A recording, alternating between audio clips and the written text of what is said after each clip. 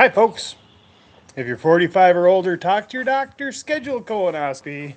It's taking a lot longer to set up than I thought. Of course, we got a lot going on today.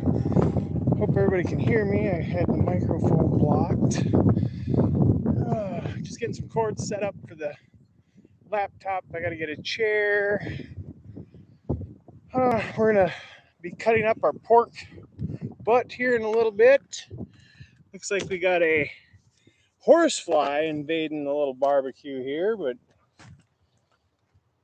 if I get a chance, I'll take care of his ass. How's everybody doing? We're doing well here today. It's a little cooler than we've had in the last. Well, we've had the last 3 or 4 days been amazing, but my last days off were hot as fuck. So we're not quite there yet. It's nice. It's warm. Let me get this plugged in.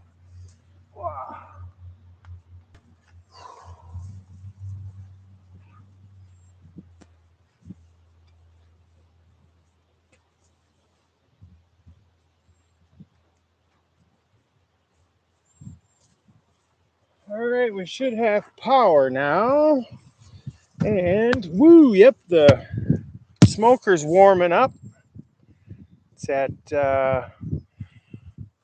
275 degrees, so we're gonna kick her down a little bit. We only want it at 225. We don't have any meat on there yet. We're just warming her up, seasoning her up.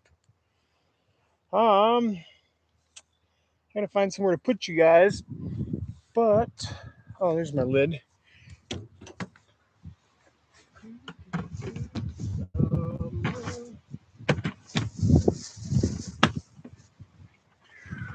Got a lot going on. So we're gonna be gardening. We're gonna be recording. We're gonna be smoking meat. The next 2 days, so tomorrow I will be preparing the bees, honey supers, to be pulled off on Wednesday and extracted. So tomorrow I'll probably be doing a short live. But Wednesday I'll be doing a live from the bee shed, and we will be extracting 3 supers of honey. I've never weighed one without the box around it and the frames and stuff, so I don't know. It's supposed to be around 70 pounds. So I'm assuming I'm gonna say it's 60 pounds per super. So we'll see.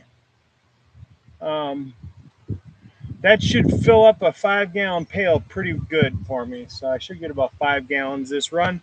I'm keeping it separate from that tree right there.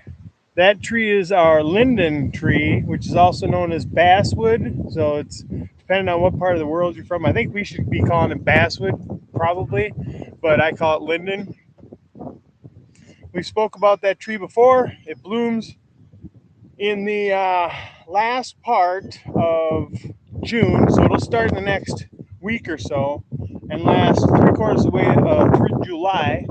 And it'll put, as long as it's producing nectar, we should get about 40 gallons, possibly up to 40 gallons out of that tree. So that's a very important tree, though it only produces honey 3 out of 5 years. So how it figures that out, I don't know, but that seems to be the trick because we didn't get much last year. All right, so we've got our barrel stove that we're going to be making some of our charcoal with. I do have bag charcoal here because our wood pile is mostly green or just recently cut down, so that needs to season for a while, but there is some pockets of drier stuff. I'm going to set you guys down. Like I said, I still got some stuff to do. Make sure you like and subscribe and leave a comment here and then underneath in the regular comments. Let me know who's watching.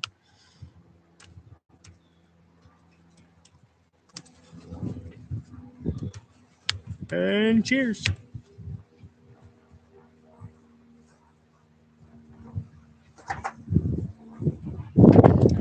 just a second.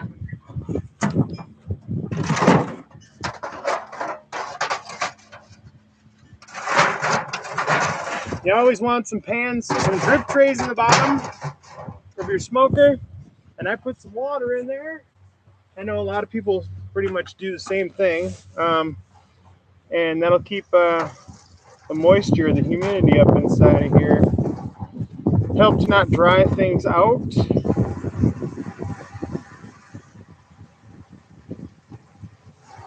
Did get a little bit of a late start. Did some grocery shopping today. Had to run to a couple extra stores because we couldn't find some of the things I needed. One of them was Lighthouse coleslaw dressing. That is about the best stuff. Hold on.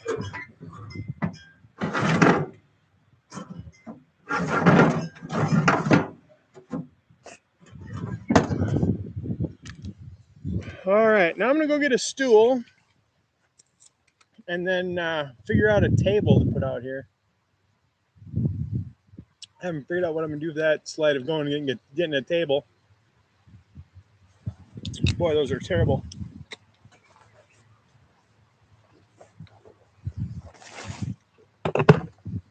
All right.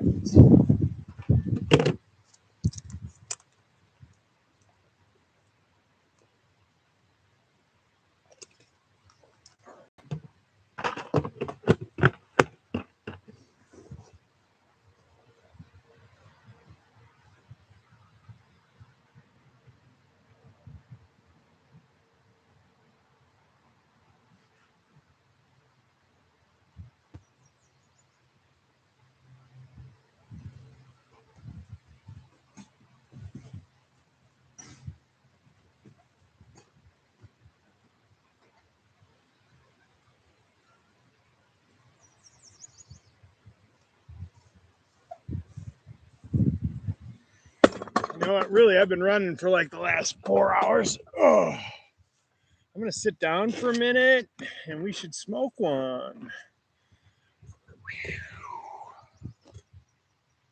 Criminy, and I'm thirsty again.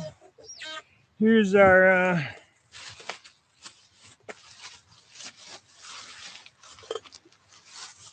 pork butt here. We're gonna be cutting off a layer of this fat here. I don't leave a lot of that on. Bone in. I don't know what I prefer, but I like to be able to just pull that bone out. I do use a temperature gauge in the end, but that's a good sign that your meat is completely cooked. I like it completely cooked. We're going to shred it and make barbecue, or you don't have to have barbecue. It's not going to be infused barbecue, but barbecue or plain pork, pulled pork sandwiches. But that Lighthouse dressing is important to me. I like the angel hair coleslaw, and they only had one jar. First of all, Walmart didn't have any, so we went to Cub, and it looked like they had a full rack. So I grabbed the first one, and then grabbed the second one because I wanted to have two. And the second one was a completely different style, the same brand, but it was different. It wasn't coleslaw dressing; it was more probably like ranch or something like that. Whew. No white lightning in this jar. Green Thunder.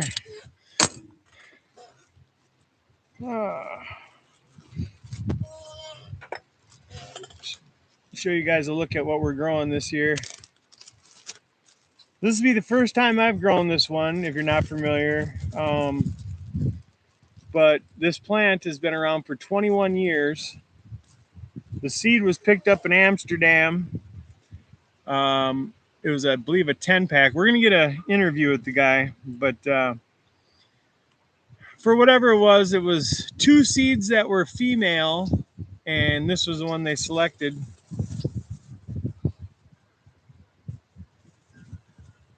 I like it. I like it a lot.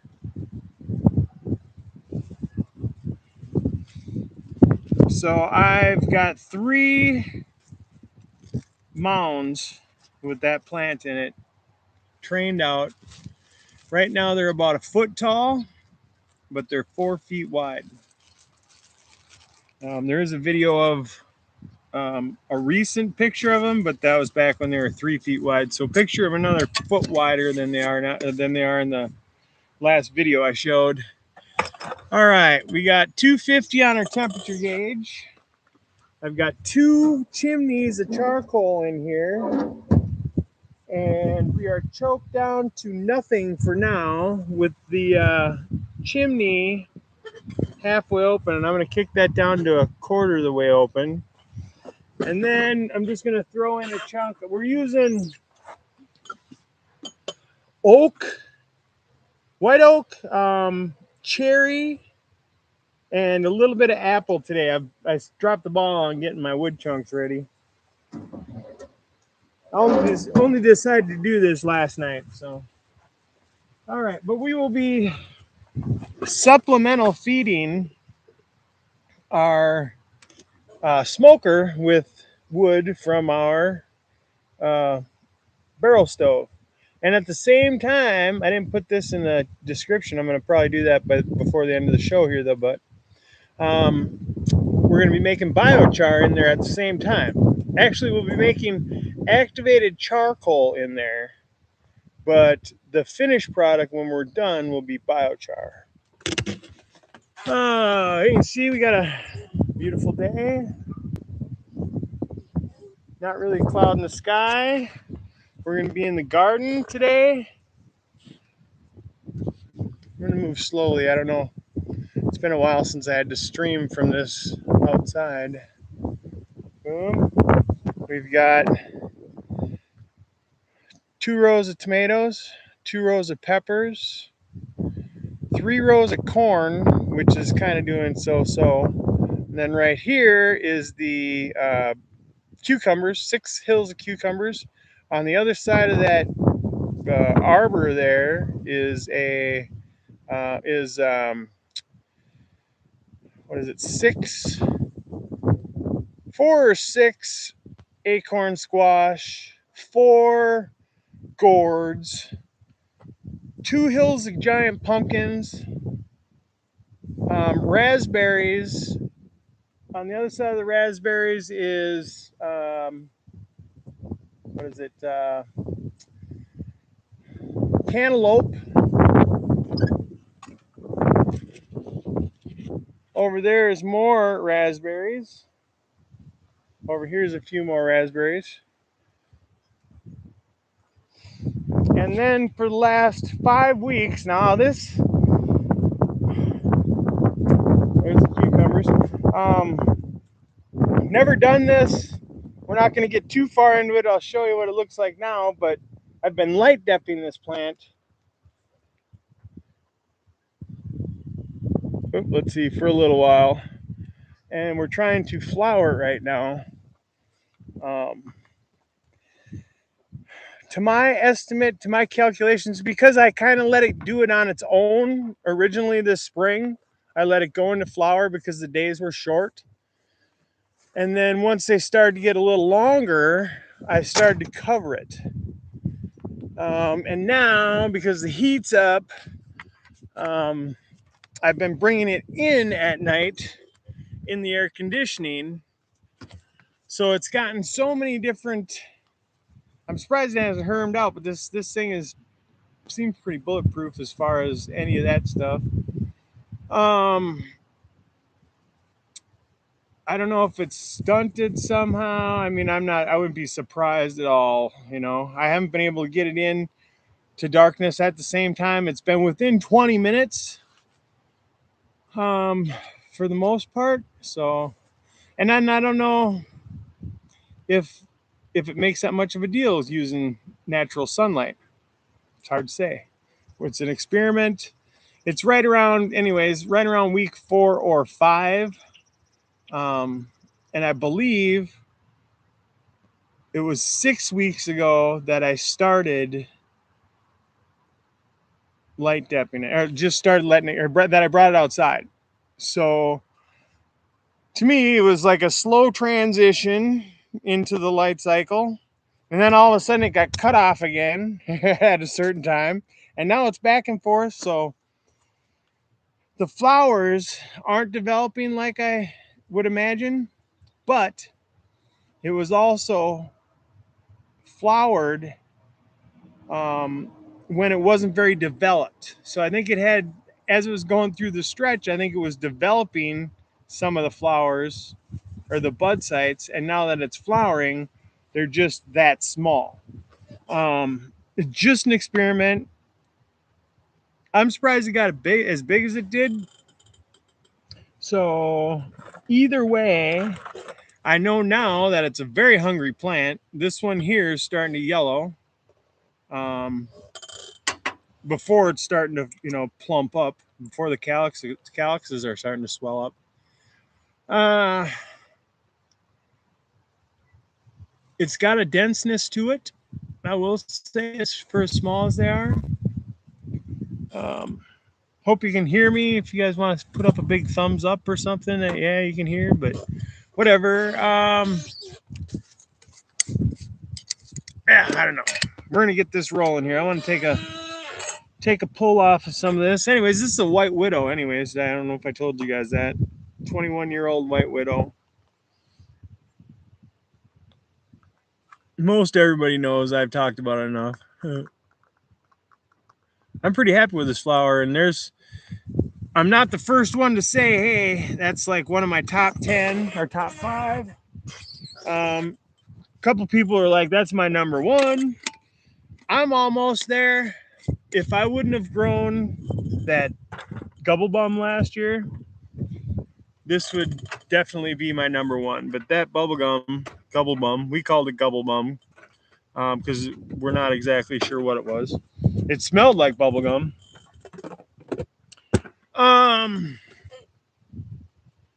That was a sticky ass mess. I didn't even bother. I tried trimming it, and it pissed me off so much that I quit. And it was just like, fuck it, I'm gonna smoke. There's so much trichomes on everything. I'm just gonna smoke it all. And if there's anything that looked like it was dried up and nasty, I pulled it off. But there was no sense in trimming that plant.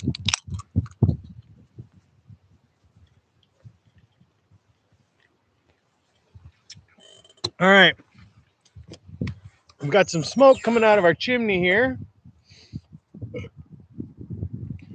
Ideally, like for this much of that space, you're not going to see any smoke, and you won't see any smoke until it gets away from there. So a little bit less smoke. Now, Stony Television, how's it going? Now, I didn't get to soak my chips as long, so these first ones are going to smoke a little more than the other ones. We'll just take it easy on them. How's it going? Cheers. Thanks for stopping by. Appreciate you guys. Hope you can hear everything. Got multiple things going on, so I figured not only to keep track of it on my own for myself, might as well let everybody else watch too. I just don't want anything to get burnt. I recently dropped my my camera, my video taping, my blogger camera or whatever you want to call it, in a compost tea, so that crapped out on me. So we're using the laptop for as much as we can, and yeah, it is what it is. Yes, I love having this smoker. Took a little bit of getting used to. I took some cues from my little brother. He's a hell of a fucking smoking man. And to start out, we just salt and pepper this sucker. Don't use too much salt. I like using a little extra pepper. But then we'll spray it down with apple juice every half hour or so. And it's just smoke and meat after that. Anyways, cheers. Let's see if we can get this lighter working.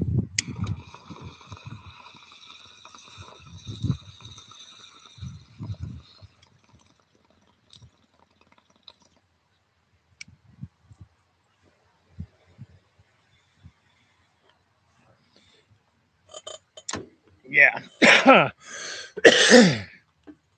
I've got a bucket with some ice in it.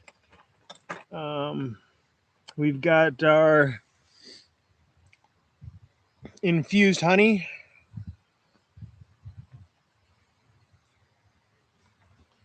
That was what I used, or that's what I made out of that.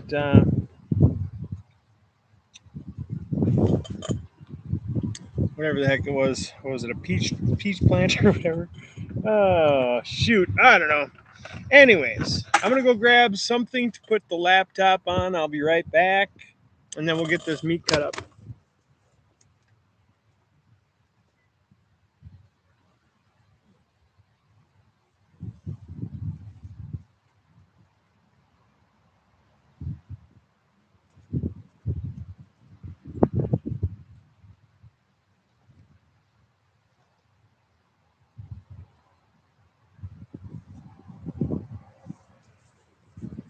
Forgot we got all these big logs. I can make a bench right here, table. Hey,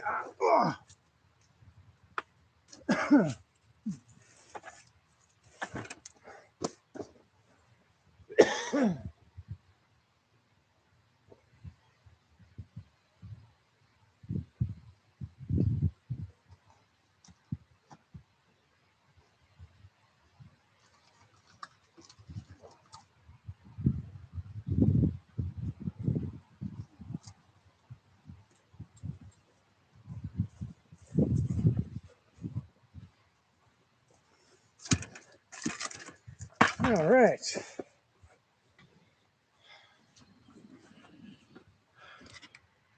I love that I get to use this. It's a bar stool. Got rid of the bar at my grandfather's garage sale we had like 10 years ago, I suppose, 15. That bar stool is just as old as I am. My folks picked that thing up when I was a kid, and I think it was them and their brothers and sisters all went in on it. And then I ended up with the stool. I don't remember how.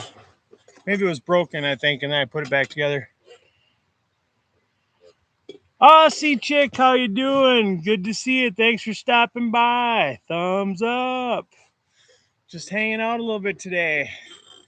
I had a nice long 13, 14 hour smoke-a-thon going on today.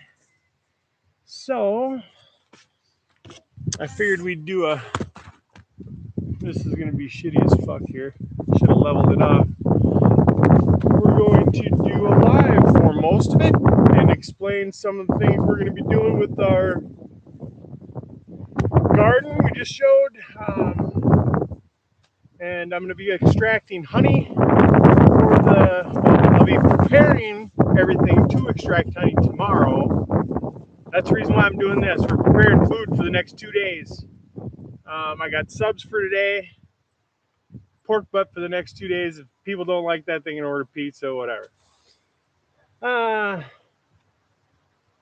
So today I'm making the food for the next 2 days. So I'm not, because Monday, Tuesday, Wednesday, I'm responsible for meals around here for 5 of us. Sometimes more, sometimes less. So that I don't have to stop to do that or spend the money to go have it catered for everybody. I'm going to cater it. I won't even need to be here. I'm going to be out with my best friends, other than you people, of course.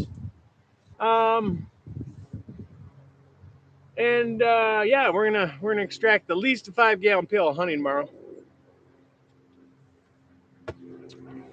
Anyways, we were talking about that linden tree, basswood. It produces a bunch of honey that tastes like mint or spearmint. Now, when I tell people that and they have no idea what I'm talking about, they freak out and they're like, well, I'm not going to try that honey. So if I mixed all my honey together, I would have nowadays I wouldn't have a hard time getting rid of it. But back in the day when I first started, it would be harder to get people to try it if I said it was mint. And then they're like, well, what'd you do to it? I'm like, nothing. It's from the linden tree or basswood tree. So look up linden or basswood honey. It's special, different from anything else. It's not psychedelic like some of that thousands of dollars worth of honey stuff is, but it's got different kinds of nutrients in it that are special for your body. Not not dissimilar from any other kind of honey. The normal things that happen with the allergic, the things that help you not be allergic to some things are still in this honey or whatever. It just has a few extra things in it. And that whole backyard out there, if you can see that white hue, not not this. Oh yeah, that white hue too. That's what I thought that was burnt grass because we had a bunch of burnt grass out here for a while. But all that white hue out there is white Dutch clover. The bees love it, and we haven't had any white Dutch clover like that in 3 years. So this stuff here this year is gonna be amazing, amazing. I hope you guys are doing all right. Appreciate you hanging out. If Stony don't know Aussie and Aussie don't know Stony, Stony, Aussie, Aussie, Stony, good people, both of you. So check each other out. If anybody's watching that isn't commenting or you don't know these people, check out their channels for me, please. A lot of my local people around here are still a little shy about putting themselves out there, and some of them may not be commenting. Some of them may not be here right now to comment. But if you watch in the future, leave a comment in the comment section below. Like and subscribe if you would, please. I had a weird email the other day from somebody who claimed to be affiliated with some kind of, I don't know if it's a business or whatever, but they have they said they have millions. This other person they're affiliated with have millions of viewers, and they could guarantee me at least 30,000. And that was just the headline of the email. I didn't click on anything. I'm not technically savvy enough, but anybody that hears this, if you've had that same experience, if you've gotten that email, tell me if it's a freaking fluke, or if you have not gotten that email, let me know too, because I'm wondering if it's just a one-time thing, because I'm doing some stupid shit, It's possible that somebody thinks that it's worth something, but I'm just interested in finding out if it's a real fact or not. I wouldn't say that I would go anywhere with that. I'm not interested in having the 30,000 subscribers, which I just said like and subscribe, but I didn't mean it.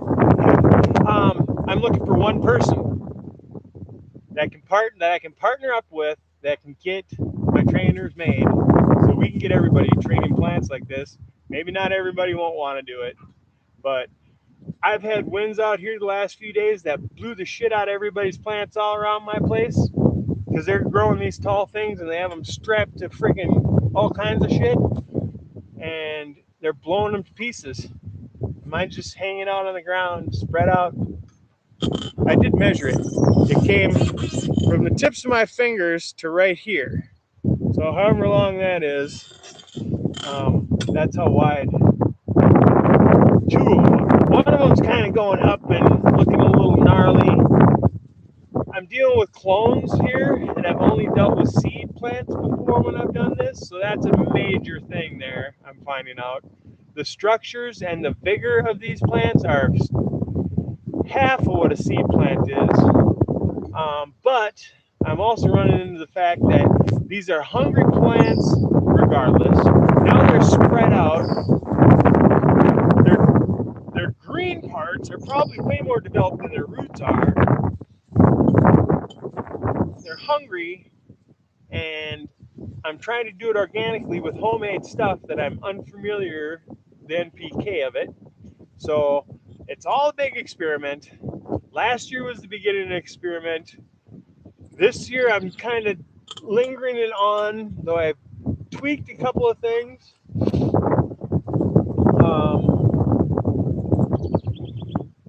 Hopefully, what I got out of that bubble gum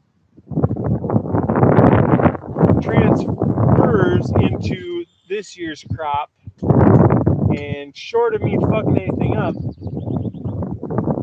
I hope to see a better expression out of this White Widow. I also have two others that one I'm growing here and one I'm growing in a buddy's that I've grown before. One's an ice cream cake and one's a blueberry sprinkle. Both of them are amazing plants. When I grew them 3 years ago, well, the blueberry sprinkle I grew last year, just put this stuff together. So I think I'm going to get a better impression out of that. But that was my second favorite plant that I've grown all the time. And then the ice cream cake, which is my third favorite plant that I've grown of all time.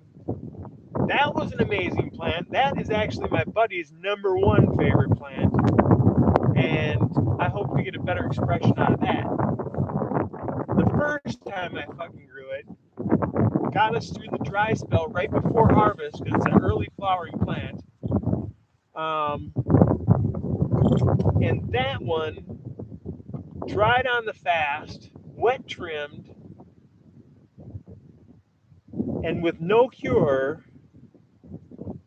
ended up being my third favorite flower. It only lasted, a couple of weeks or whatever, because 3 and maybe 4 or 5 of us were pretty jonesing at the time. Not that we couldn't find it, but we were sick of paying for it. Still are, but we have a dispensary open up in Forest Lake here at some point soon. And I plan on going there and getting something, just try out what's going on. What do we got going on here? Is that Mia? Hi, Mia. How's it going? It's hard to see out here, so I'm going to blow up my comments here a second. Oh, okay. Yeah. Thanks. Hey, Ash, how's it going? Yeah, we're making some charcoal. So since most of my wood is green, or partially green, freshly cut, let's call it, I have to use some charcoal. So we've got the smoker fired up. We've got the barrel stove, which it's going to be subbing for some of our charcoal. And then we're also going to be making some activated charcoal in there.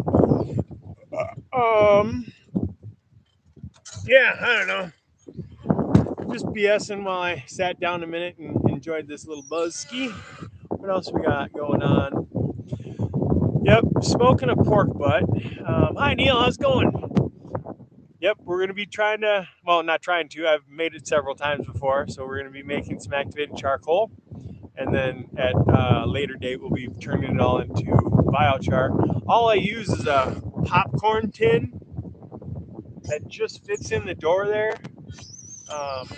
And we watch it burn off. Let's see. My burnt shoulders, are they that burnt? I've been out in the sun a lot. But this one's going to get taken care of here in a little bit. I like having the bone in them. It takes a little longer to cook, but when you're able to pull that bone out, it's very satisfying. We'll be consuming them over the next couple of days, but because I won't be cooking the next couple of days, I will be preparing the bees for harvesting their honey, and then harvesting honey. So those were elbows. I cut my elbow the other day on the fence. Boy, that hurt right there.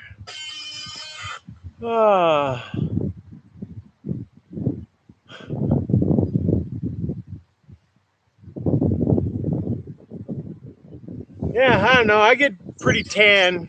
I guess I don't notice it so much. Oh, you know what? Maybe it's because also I've got a red umbrella over me, so that might be turning them a little redder.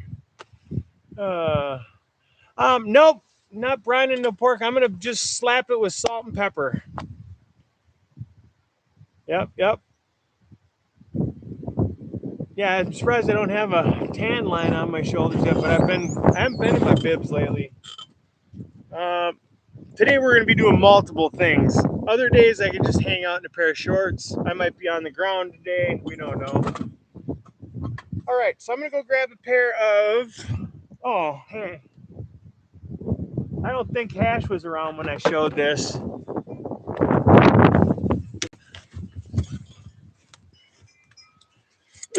So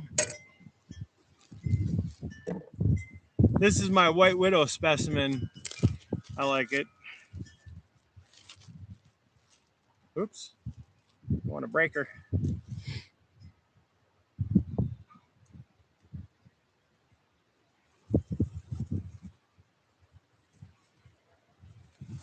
That's what we're growing this year. Organic. This is grown with General Hydroponics under LED in Fox Farm. I'm not sure what kind. I know there's specific kinds to whatever, but I know nothing about Fox Farm other than it's like a super soil or whatever. No, brother, sorry. I'm going to be this year. This one was grown by the guy that popped that seed 21 years ago. This is the seed that I was talking about. 21 years ago, they ordered some seeds from Amsterdam. I think it was a 10-pack. I'm going to be doing an interview with the guy. Two of the seeds were female. That, from what I remember of the story, we'll be finding out soon. But two of the seeds were female, and this was the one they selected. So, anyways, yeah, it's pretty dense, dude. One guy that looked at it in person, who seems to know his stuff, said, "Oh, that had to be grown in deep water culture." So, oh, well, yeah, I can't wait to see what it looks like grown organically. With now, I'm making a maggot compost tea, a maggot compost tea. I fed my plants with some of this stuff the other day, and freaking, I hadn't seen any activity out of the plants in a couple of days because we had some shitty weather. But the combination of that and some sun, man, boom! All of a sudden, everything was the lighter green, the new growth green. There's 50 bud sites on each of those plants right now. Each one of them had brand new, like 2 inches of freaking new growth on them. Oh yeah, well, we're gonna have to fix that. This dude is so cool. He had somebody that asked him for 15 clones, so he made 15 clones, and the guy backed out on him. He offered them to me. He gave them to me. I didn't pay for them. He gave them to me. Well, some of them. I probably could have got rid of all of them, but the ones he gave to me, I got rid of in very short order. And a couple people were like, "Oh my god, that's cool." They never had any idea on growing. They were actually purchasing. I got a damn wood tick. Damn. They were actually purchasing some THC drinks at a store, and I talked to them, and I'm like, "Hey, you guys want a plant?" They're like, "Yeah." Anyways, long story short, damn wood ticks. Those things are thick around here this year. So if you're in the eastern central Minnesota area, make sure you're checking everybody for wood ticks. All right, I'm gonna go grab a knife and a pan. Talk amongst yourselves.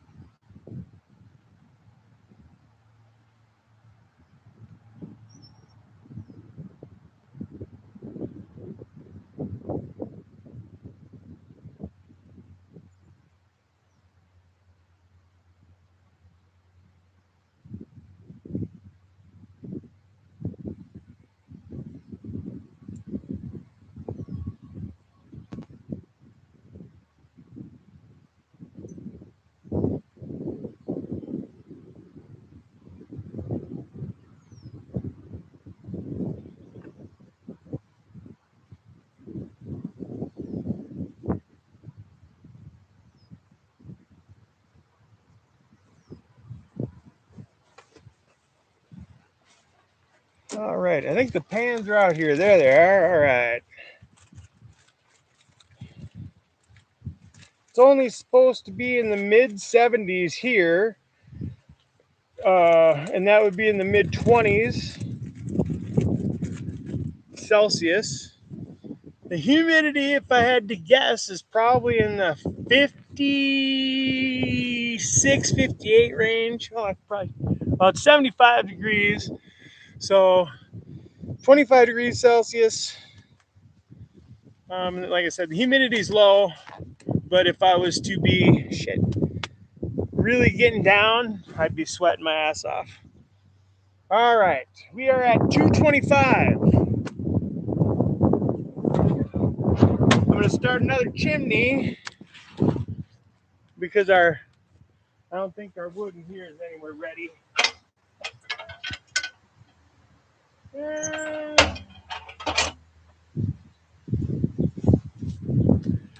We'll go for it. We're going to use some of our homemade charcoal for the next round as soon as we get this cut up. They're actually opened up and salt and peppered.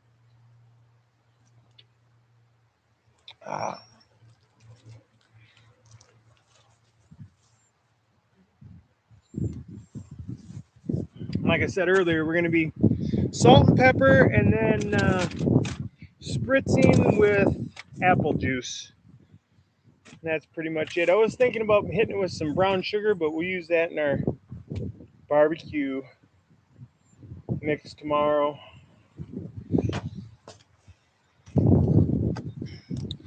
Like I was talking in the last videos, some of the things we're using this year that is pretty unconventional, but as far as I know, wild rabbit crap and wild deer crap. And from my understanding, it's going to be kind of dialed in. The rabbit shit will be dialed in for veg, pretty much, because I fed those rabbits, not because I had them contained or anything. It was I left the opportunity for them to snack on some willow branches through the winter when there was no available food other than tree bark. That's what they'll eat. They'll eat branches and tree bark and stuff like that in the winter when the snow piles up here. So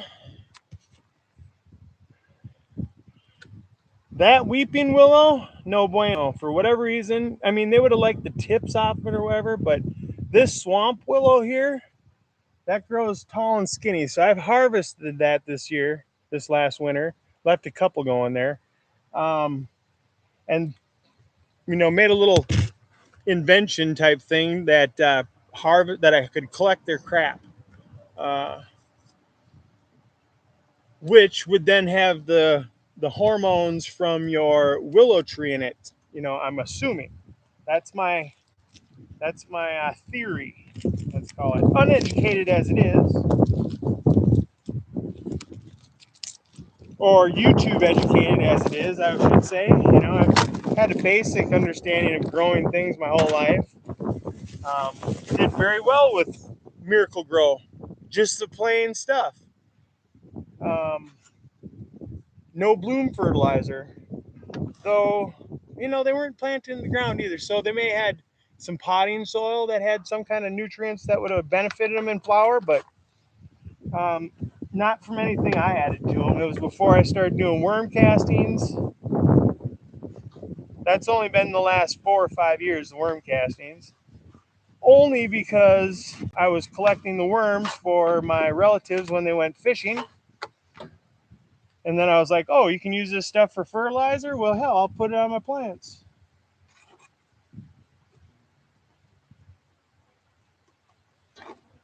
All right, come on, you slippery bastard. There we go. And we're going to be pretty liberal with our salt, but we're not going to have no thick layer on there. We're going to massage it into the little pockets. Suppose you can't see that. Drop the ball on the finding of the table. Oops, why is that? There you go. Good heavy one. Ugh. He was around 20 bucks, somewhere around there. Don't have to have bone in. Doesn't hurt. Probably get more flavor out of it, I'm sure. I mean, that's what I've heard at least. All right, and some pepper. I like pepper, so we're going to go a little heavier on the pepper. Massage it in real good.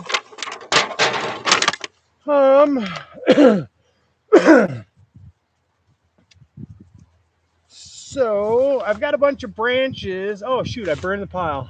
We'll find some branches. Oh, you need. I see some branches right now. We'll use some dry. What is that?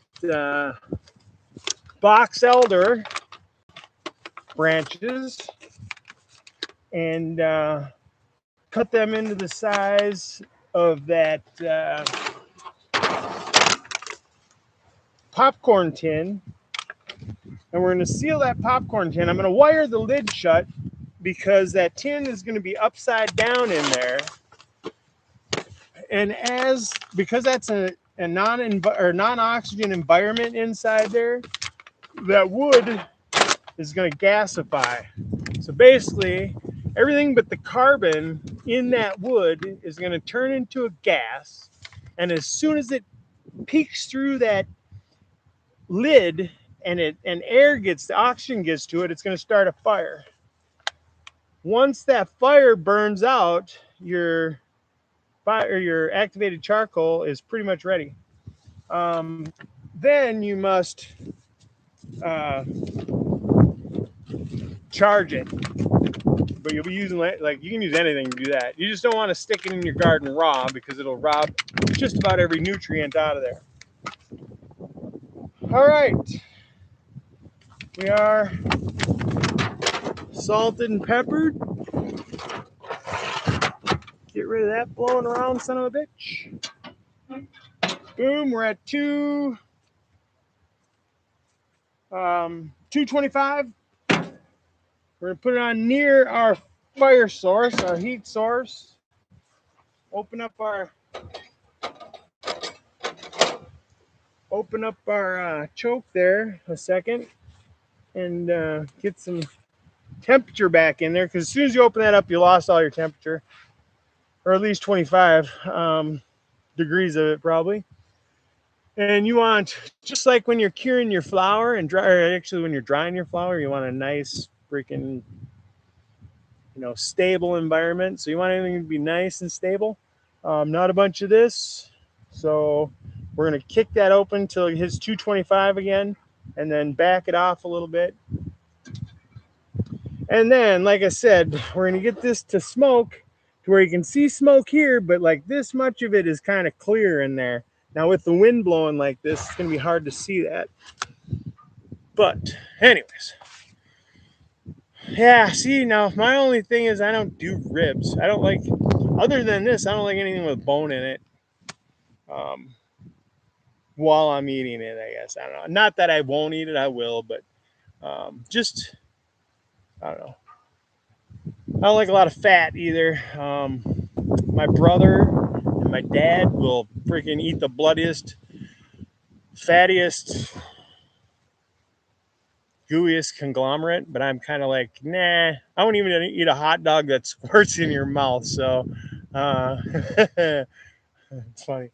Anyways, it just that the grease makes my stomach freaking really shitty. Anyways, let's see what we got for charcoal in here. Yeah, we're gonna pull a couple of shovels full. I do have a little small shovel around here, but you know what? I'll be damned if I can remember where it is right now. Let's see. I do have a big shovel too, but what did I do with it?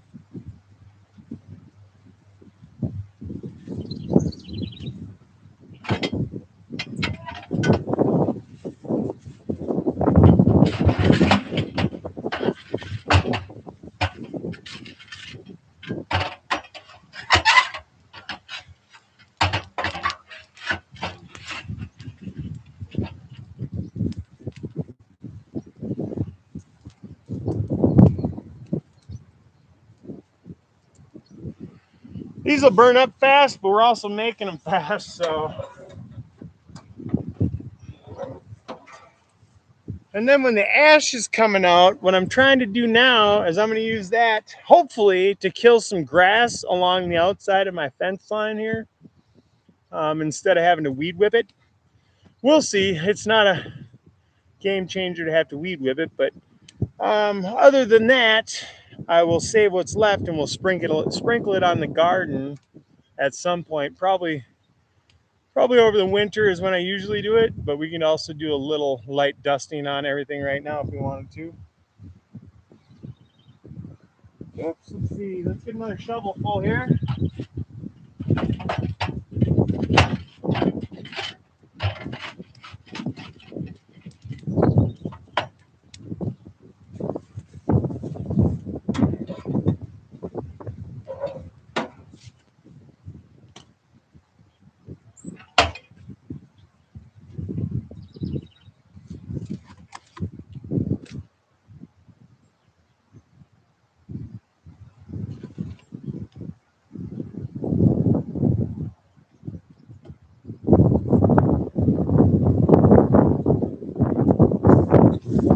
Got a little bit of birch that's extra dry that I'm just trying to get rid of here. Paper birch. And then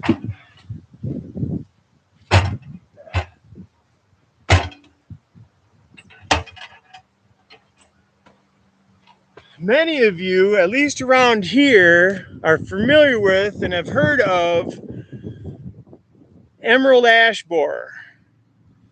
We have been devastated in this area by the emerald ash borer. All the ash trees, other than little saplings, have died around here.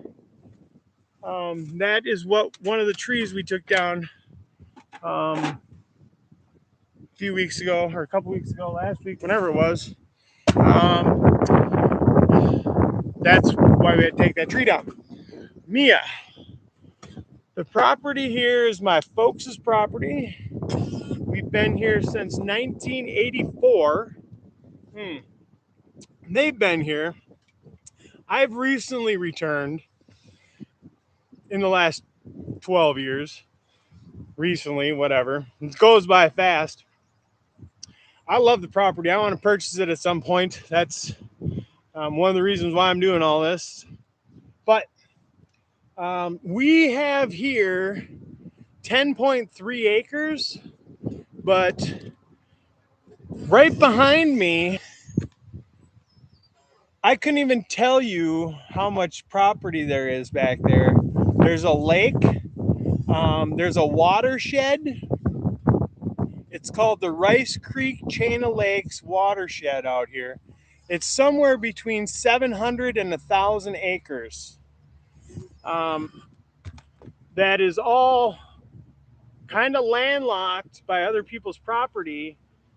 So it's basically empty out there other than wildlife. So perfect place to have bees. Let's see. Yeah, I know. I mean, it's not that they taste bad. It's just that it doesn't. I mean, it's not like it's not a good idea. It's back in the day, it was a byproduct, I imagine, of the beef industry, and people were like, poor people were like taking it home, and now they're charging incredible amounts of money for it. To me, like I said, my brother and them guys, they'll freaking eat everything off the bone. I won't eat gristle. That just makes it just isn't palatable to me. And then the fat and greasy, all that stuff upsets my stomach. Just those little tidbits of beef or pork or whatever is all that I get out of them. So rather than waste what I see is, to me, is waste, everybody else can eat that, I'll find something else, you know. This, on the other hand, you cut off that little bit of fat. At the end, you pull the bone out, shred it. I love putting some of that coleslaw with some of that lighthouse dressing on it. And some of my homemade pepper flakes. That's something we'll get into later this year. We dry out I have 40 some pepper plants of different kinds, hot and sweet, um, that I dry out after I fill the freezer with stuff. I dry out and grind them up and make pepper flakes out of them. Uh, yeah, I know. Fat is not good for you. Same thing with the salt. I don't do a lot of salt. I'm more of a pepper guy. Salt is essential in this.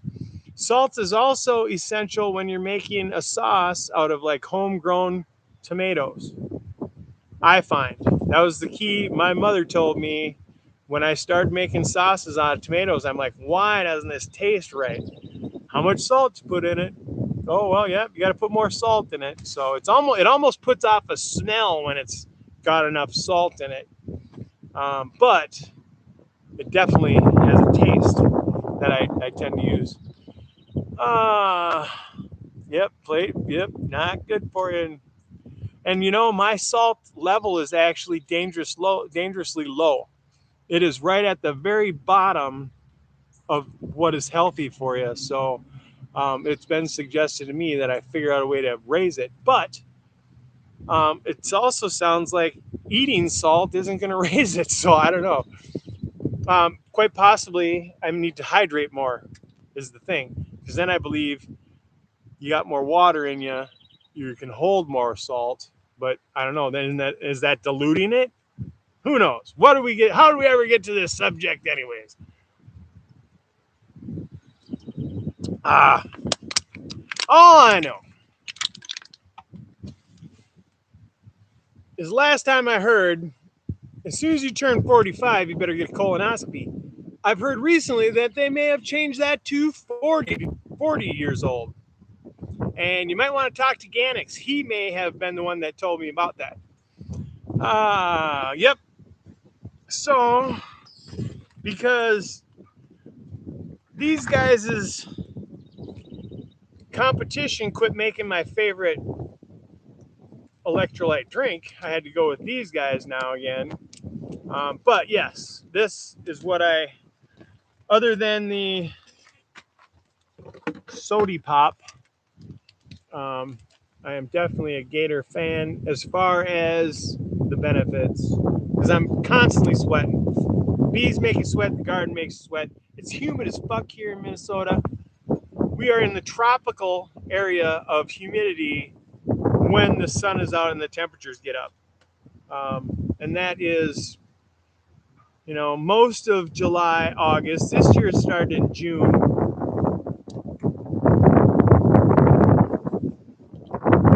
Not afraid to sweat. Last year I got heat stroke 2 days ago. Mia, your ex-husband passed away in May. Sorry to hear that. Yes, colon cancer, 57.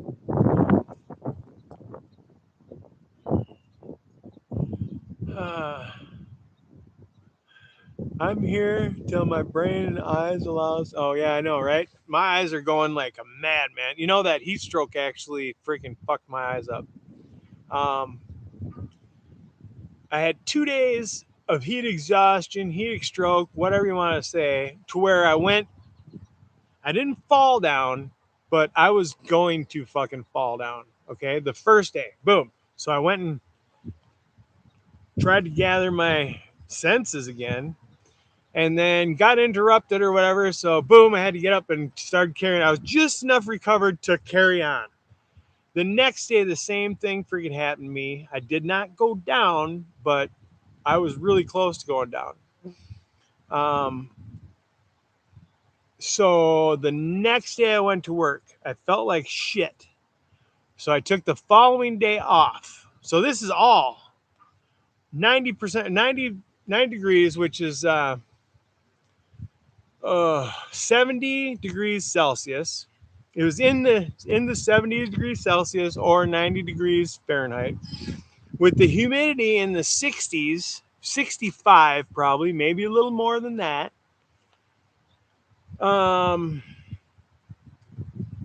air conditioning went on the house. So the day I was going to recover, I had to get up. Now, my head is freaking swollen. My brain is swollen. Pro Pyro, good to see you. We're gonna get you modded up here, brother. Riz, we're gonna get you modded up too. You people are great people.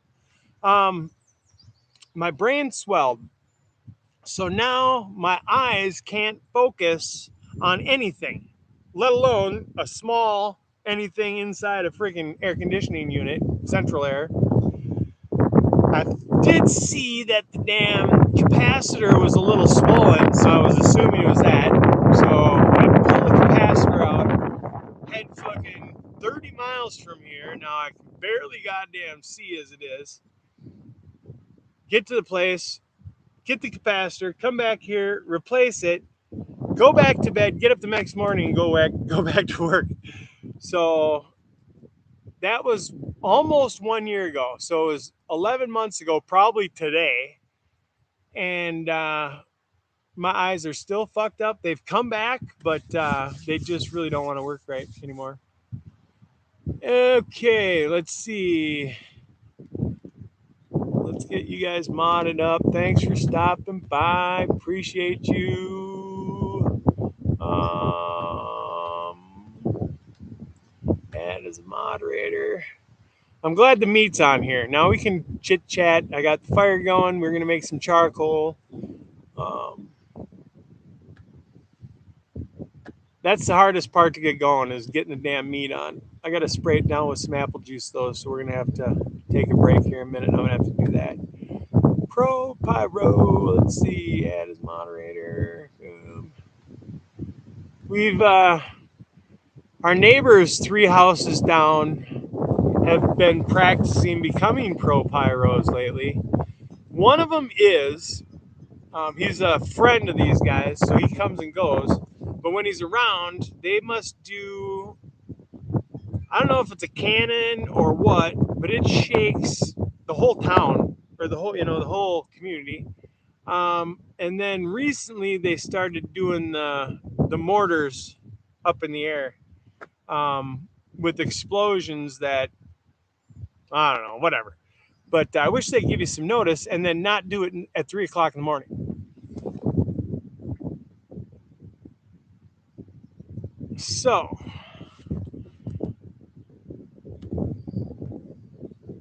hope everybody's doing well. We're going to take a look here and spritz this up in a second.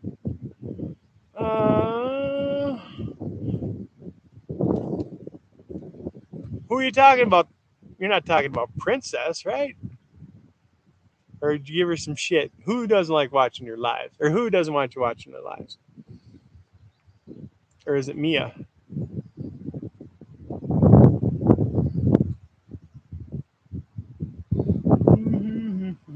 Just going through the comments here.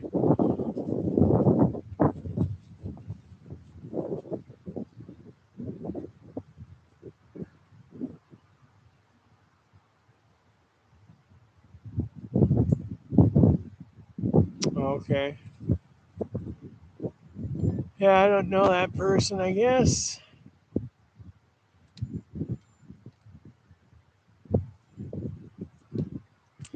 TFP is all good, man. That's between her and garden cultivation is where I've met most of you guys. I consider that more of the community, and then I've met some of the community, or the wider community. Let's see, through like Do Grows. Those guys have the wide community, or there's a couple other ones that I'm not too familiar with or whatever, but I've checked out their channels that are big. But yeah, the community of the a couple of handfuls of people that I hang out with, and then the extended family of them are really solid, good people. So I really am glad I came upon all of this thanks to my buddy Jason, who last night almost confirmed that he may be stopping by tonight during our live. He was on a live last year, the year before, I guess, when we were making some flower rosin. Niplash, how you doing? Good to see you. Peace. Thanks for stopping by. We're just hanging out. Gonna check out our smoke butt here. I'm gonna add some brown or not some apple juice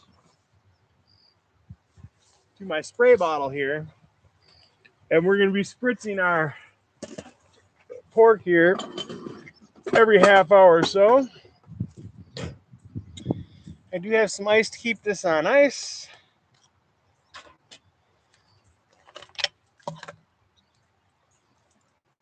And we've been doing this for about an hour now, I guess. It's going to be 13 or 14 hours before this is done. But that's all right. Got plenty of stuff to do in between, so I may just be sitting here right now, but we've only smoked one. I've got to get really good and charged up. I just want to make sure this is staying at a good temperature, which it's a little low now. We're at about 215. So we will fire up another chimney of regular charcoal.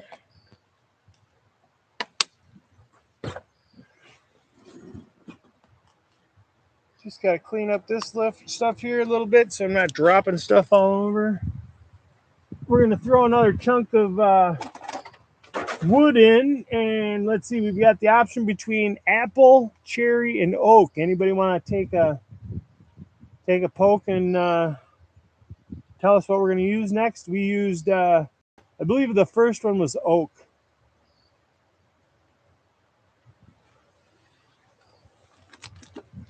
Anybody got any preferences?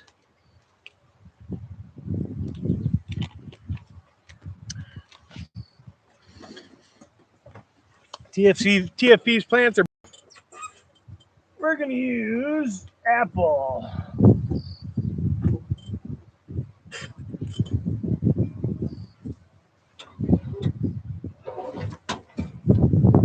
I hope she has better luck this time. Sucks that she had to tear her shit down a couple times. Let's see.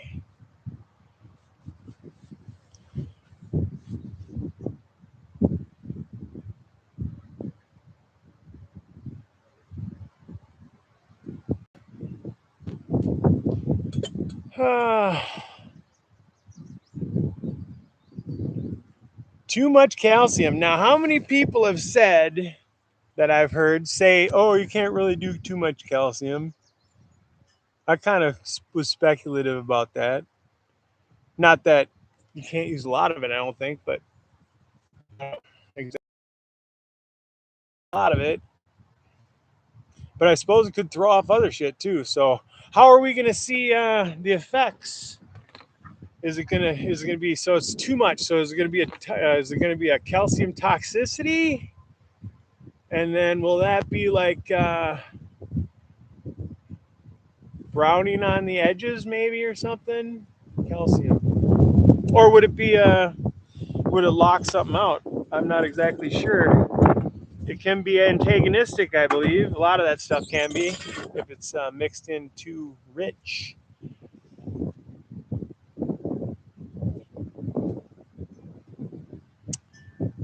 Without CalMag. Okay, yeah, and she's using CalMag at half mix, isn't it, or something like that? Or is she now to full? I don't remember. Ugh. Oh, let's take a look. I know it's not gotten anywhere to looking freaking cooked, but anybody just checking it out can see we do have a pork roast in here.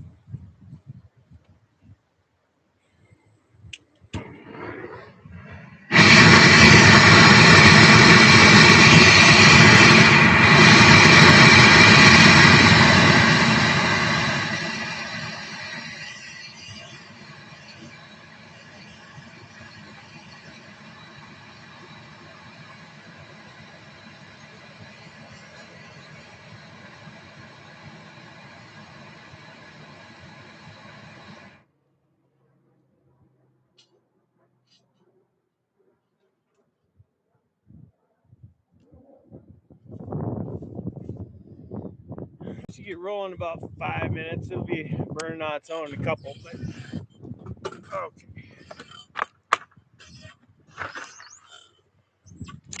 Let's get this back over here where I can see some shit. Probably gonna get it pretty warm on there. All right.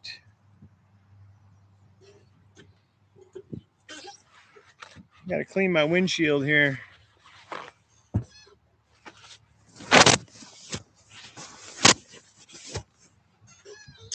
So we've been dealing with a little bit of aphids around here. I don't think I've seen anything else anything that I know is suspicious, other than I've got this little armored beetle looking guy. He's about, I would say, an inch long, not quite a quarter inch wide, and he walks around. He's not a he's not a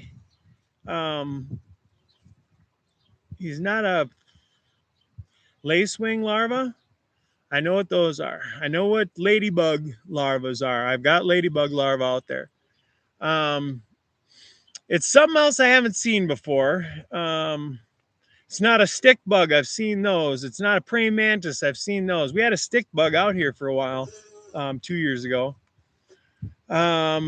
Anyways, he can maneuver the leaves and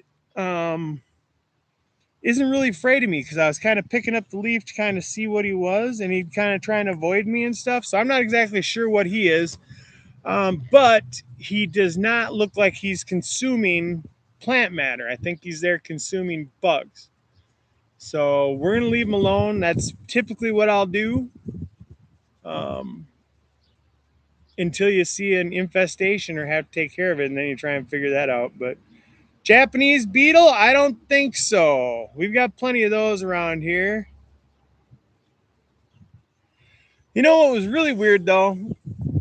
I pulled a branch off of a plant. It was either must have been last year, because I had the loop, jeweler's loop, and I was looking at this bud, and you guys can believe me or not, possibly Hash would know for sure and be able to back it up, but I saw this damn bug that I could only see with the loop with these pinchers on the freaking front of his mouth. Grab a goddamn trichome, pluck it fucking off, and eat the son of a bitch. I shit you not. And if I would have thought to try and fucking get a camera on there to actually witness it, I would have. But that almost gives me fucking nightmares. And I'm serious. That was the creepiest thing I've ever seen. And I've seen some creepy ass shit out here. But to know that this microscopic thing that I cannot see is fucking eating my trichomes pissed me the fuck off. So I'm going to have to investigate the trichome eating fucking bugs.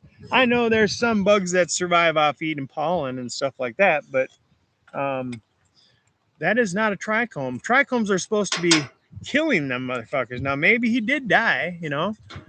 But I don't want no infestation around here either. A Japanese beetle is large enough to see with your eye. This thing was microscopic. I could not see it. I could barely see it with the loop.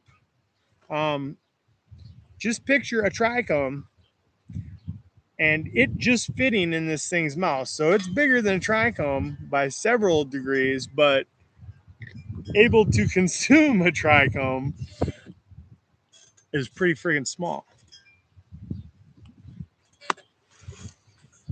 Oh yeah, right.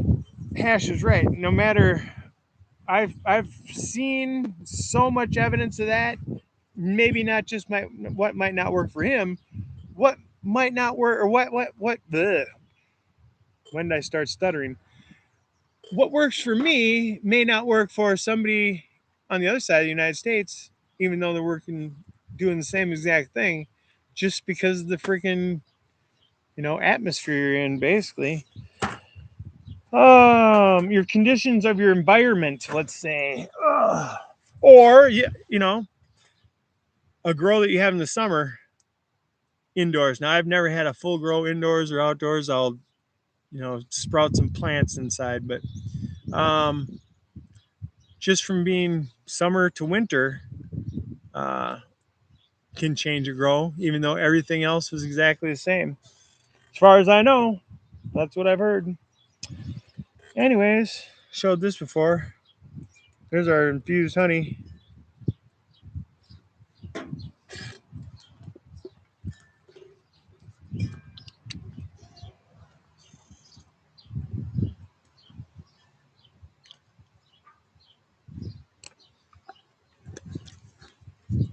Put a little under your tongue. Like 3 or 4 minutes, you're feeling it.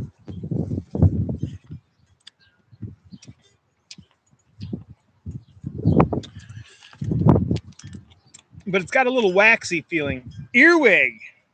Is that what them motherfuckers are? I've heard of them, but I've never seen one.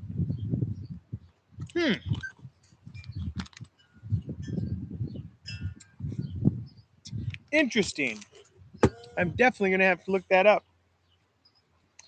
That makes sense because those are definitely, that's something I've heard of. And something that would be microscopic type. Yeah, damn. Do they really get in your ears? I hope not. Our flat throw. Okay. Yeah, I don't know if it's hard to tell what dimensions this thing had because he was so small, but he had legs. And the weirdest thing is, I don't know, I don't remember if it was I believe the mandibles kind of retracted back into its jaw. So it like pinched off the trichome and mandibles came back and it went into its mouth. It's not like they went, they retracted.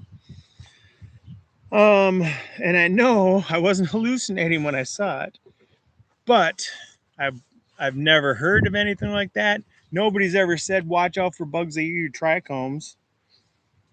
Okay. Oh, okay. Um, yeah, and same thing with the lacewing larvae. Those have the mandibles on the front, the pincher deals. They're what do they call them, the lions. um, yeah, lions of the bugs or something like that. Anyways, bongs up, people.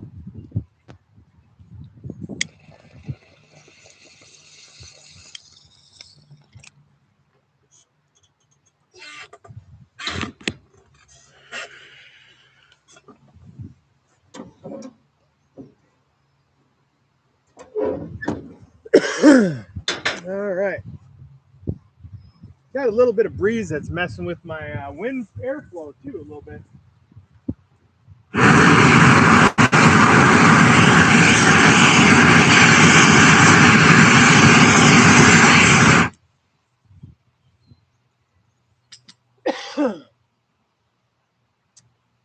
All right. I'll be right back here.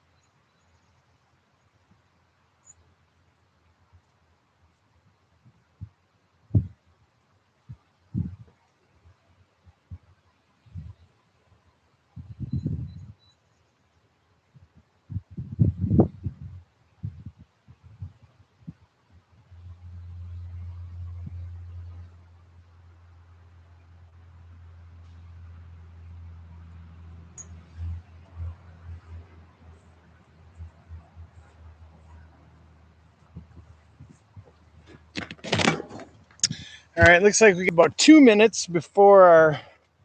Actually, that charcoal's just about done, but we're going to give that a minute to quit smoking. You don't want to put that charcoal in there while it's smoking. The wood chips, the wood I would put in there, the charcoal, no. If Hash is still around, maybe he can diagnose this.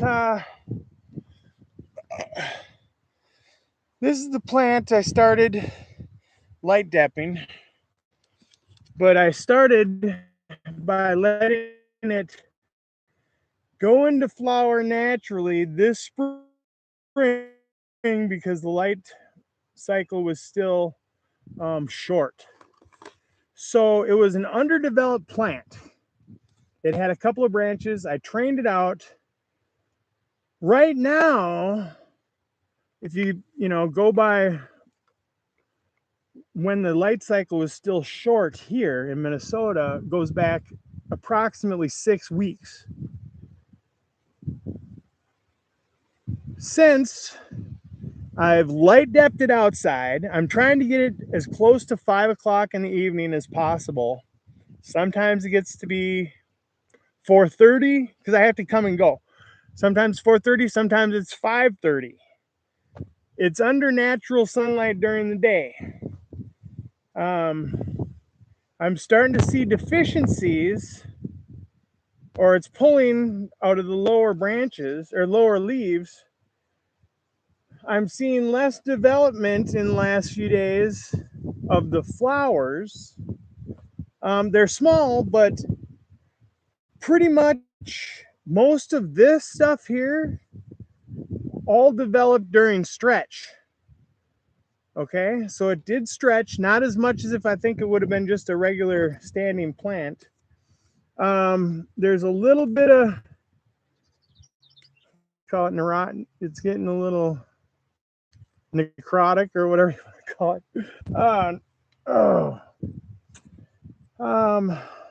But here's one. It's all in the lowers. I'm not seeing none of that in the uppers. I probably should have some more air holes. It's not wet. It's not dry. I don't know if it's stunted because of the freaking goofy assness of me getting it in and out. Because now it's going in the house because it's too freaking humid to flower right now outside. So it's going in the air conditioning when it's hot or when it's humid. Other than that, it looks good up here. I mean, if I didn't know it was so far into what I would consider flower, this is the White Widow. I would expect it to be more developed. I don't care about the size, I didn't expect them to be big because, like I said, none of this stuff in here was anything but a little tip of a freaking leaf pulling out. You guys see that? Anyways, that's what I'm dealing with. I don't know what I do. So just recently I hit it with some of my beef wrasse. And then I gave it a little bit of, compost tea probably. Other than that, I don't know. So I'm new to this training stuff. I'm not seeing any calyx, anything swelling, no herming. Some of the pistils are turning red when I look under or look at it with a loop. So I'm assuming somebody's got some pollen floating around here, which wouldn't hurt my feelings, as long as it's good pollen. It's just an experiment. See what kind of expression I get from it.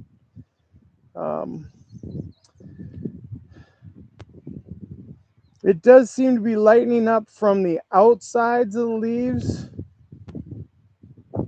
instead of the inner parts of the veins. So I don't know. Go sit back down again. And then, we're going to Probably do some watering. That's our cucumbers. Let's see. Corn isn't doing great, but there's a few corn popping up down there and a few here, a few everywhere. But here's the pepper rose. There's one right here and one right there.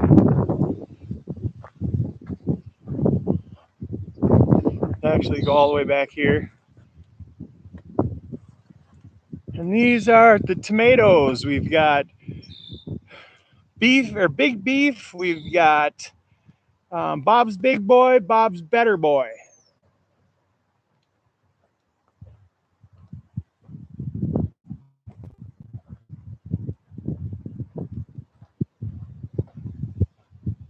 Got a couple of eggplant. There is our acorn squash. Our giant pumpkin is in my hugel mound. It's kind of a makeshift little mound there. And these are the raspberries. They are starting to develop and in flower, or flowering in flower. They are flowering also, so we're right on the transition. These will be ripe first or second week of July, roughly, and they'll be very large ones. Got some blackberry or black raspberry here. They struggle here. They probably need a little more. Maybe it needs to be a little more acidic soil, I guess, or something. And then these are an earlier variety raspberry, but they don't get as big. Then we've got apple tree. I'm not exactly sure what kind. It is more of a green sour apple type until it's completely ripe, and then it's too overripe for me. On the other side of that is another apple tree. It is more of a red apple. Then we've got American elm over there, and at some point after that thing dies, we'll be able to get morel mushrooms around it. Our neighbors have some morel mushrooms. We're also going to be starting mushrooms at Croghan. A buddy of mine, the same guy that does the White Widow, inoculates trees with mushrooms, and he's given me some of his shiitake and some of his white oyster mushrooms, and they're amazing. The shiitakes especially, I've never experienced a mushroom that I ate for a meal, but we had steak that night, and I didn't even bother cooking the steak until like 9 o'clock that night, because once I tasted the mushrooms, I just sat there and ate shiitake mushrooms. They're amazing. They tasted just like steak. But then we've got two pear trees over there. One that I've been experimenting, training with my trainers, seems to be working pretty well. To the extent, I don't know yet. I thought maybe of creating a square pear tree to then change the way people grow pear trees for harvest, because then you could harvest them with a square machine. But I see they kind of do something like that already. They cut all the branches off the damn things, and that's all they do is use them for fruiting surfaces, I guess, or fruiting sites. They look terrible, but I'm gonna have a pretty cool looking pear tree at some point. All right, starting to smell meat here. Let's get back to the comments. And earwigs.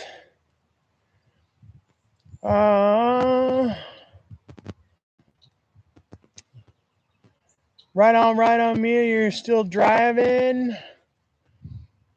Did it have 8 legs? It quite possibly did. It quite possibly did. If I had to imagine, I want to say it almost most definitely had 8 legs. Just by the way its rear end. Now, this is 2 years ago, and I'm going by friggin' memory. But if I looked at, and then, maybe I'm getting across with this thing I saw too. There's also a beetle that I was talking about of some sort that's hanging out of my leaves. So there's 2 different ones. The big beetle that you can see with your eyes, and that kind of avoids me when I go and kind of pick up the leaf. And the other one is the one you can't see unless you got a loop, and that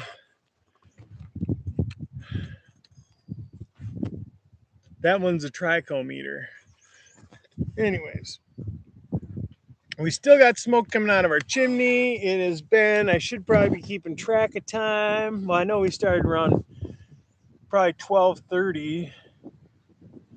So we're at 1:30. We've been on for an hour. We've been doing this for an hour.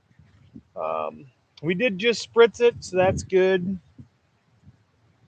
Sometimes I will smear some honey on here too. But usually that's if I forget to pick up some apple juice. Uh, I don't mind using honey on here, but a lot of it just runs off. And I would rather put it in my compost teas or light feedings occasionally. I don't use a lot of it in my grow. It'll attract bugs. We found that out, and I'm assuming that's where all the bugs came from last year. But we fought them off. We had a lot of experience with whiteflies. We had a lot of experience with aphids. And next chance I get, for those that have not seen ants farming aphids, I've got a show for you. As long as I can get my camera working, because this laptop ain't going to make it out there. But out in my grow, you look out there about 350 feet are little popple tree saplings, and they're covered with aphids that ants have been collecting off of things, putting them up those trees and keeping them sequestered up there so they can farm their freaking shit and piss or whatever they excrete, the honeydew. Ants will farm aphids. So we're going to see that this year. Whether I get that game camera working, there is a short in it. So if I hold it steady, I can get it to record and we'll get some kind of recording. But I don't know if I'll be able to do actual regular videos of the plants other than really short ones, unfortunately. So what I'll be doing is, like I did with the making of the amendments the other day, I'll put together amendments on the video. You guys are familiar with scratching in amendments. And then what I'll do is I'll get a short video and then I'll do a live where we bring up that video and I'll explain what I did then. I could go out and get another camera, but I've found that this shit is so easily fucking wrecked doing this that it's almost pointless. And I'm not any good with it anyways. It took me forever to learn that camera. Whatever. I'm just trying to get a little video evidence and have a little fun, enjoy time with you people that we have left on this planet. I learned that is so important. Not that I freaking overworked myself that much. I destroyed my body working. But I always tried to enjoy life. Now we're just trying to give back these days. I know there's a few people that watch in my area that are completely unfamiliar with any of this stuff, and some of them are learning a few things. I did talk about passing out those plants. Those plants also went with my YouTube channel. I also mentioned that those people are some pretty much shy, you know. Maybe they won't be commenting, maybe they will. Either way, we're extending our arms to people and our blessings of this plant in hopes to get more people. Not that we need more people, but what we need is the people that need us. You know, there's a lot of people that don't. I, on one hand, find out now that I do. I really like doing this, although I don't do it a lot. I guess circumstances have to be right. I can only be so far away from the house. If I if I go out to where we had that burn pile the other day, I lose service, and my bees are out there, so it's hard to get to them. All right. Like I said, I'm making a maggot and salvaged shrimp from a buffet activated aerated compost tea. The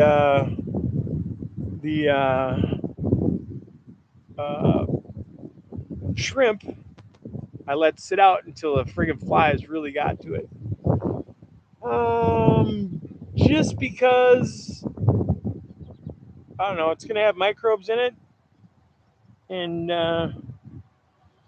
if you apparently, as far as I know, if you actively aerate it, you're gonna have mostly, or if not all, beneficial stuff of some point, of some kind of measure, let's call it.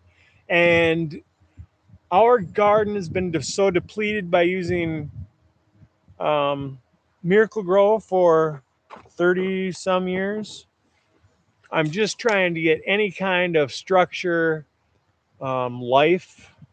I don't care if it's, well, like I said, if it's freaking maggot shit life or worm shit life. It's a worm casting, I guess.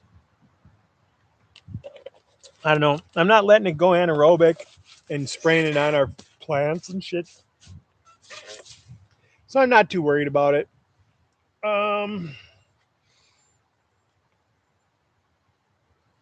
Yeah, I don't know. I haven't made another lawnmower deck ferment yet. I'm gonna have to do that because I'm gonna be. This is one thing that I may have mentioned earlier. I'm gonna start upping the frequency of applying nutrients. Last year, I really didn't get the option because we were so freaking wet. I could not water anything. This year, I'm taking it a notch back.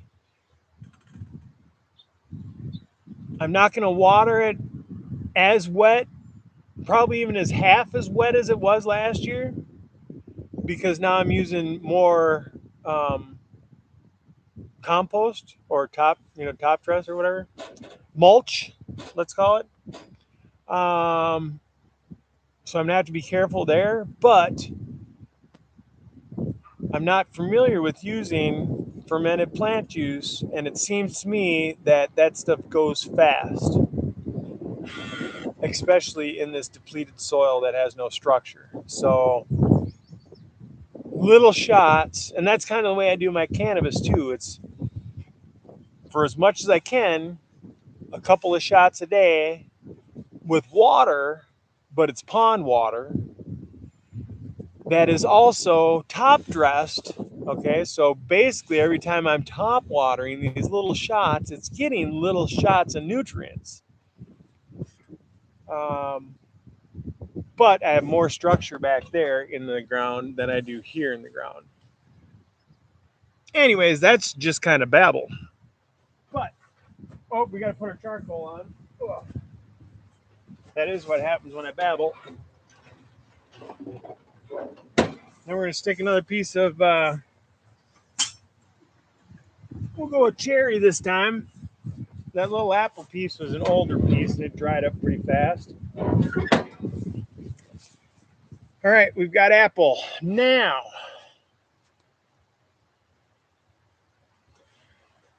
there is a list of things I was planning on doing. So one of them was tomorrow. So what I've got going on with the bees right now is I've got 3, possibly 4 medium honey supers that will be approaching capacity. Three of them for sure will be almost full. mostly capped. One will be probably, if it's going at the same pace or stronger, it'll be full. Um, so we're gonna take those off, or well, we're gonna set those up to be taken off. So what we have to do is we have to get the bees to vacate that part of the hive.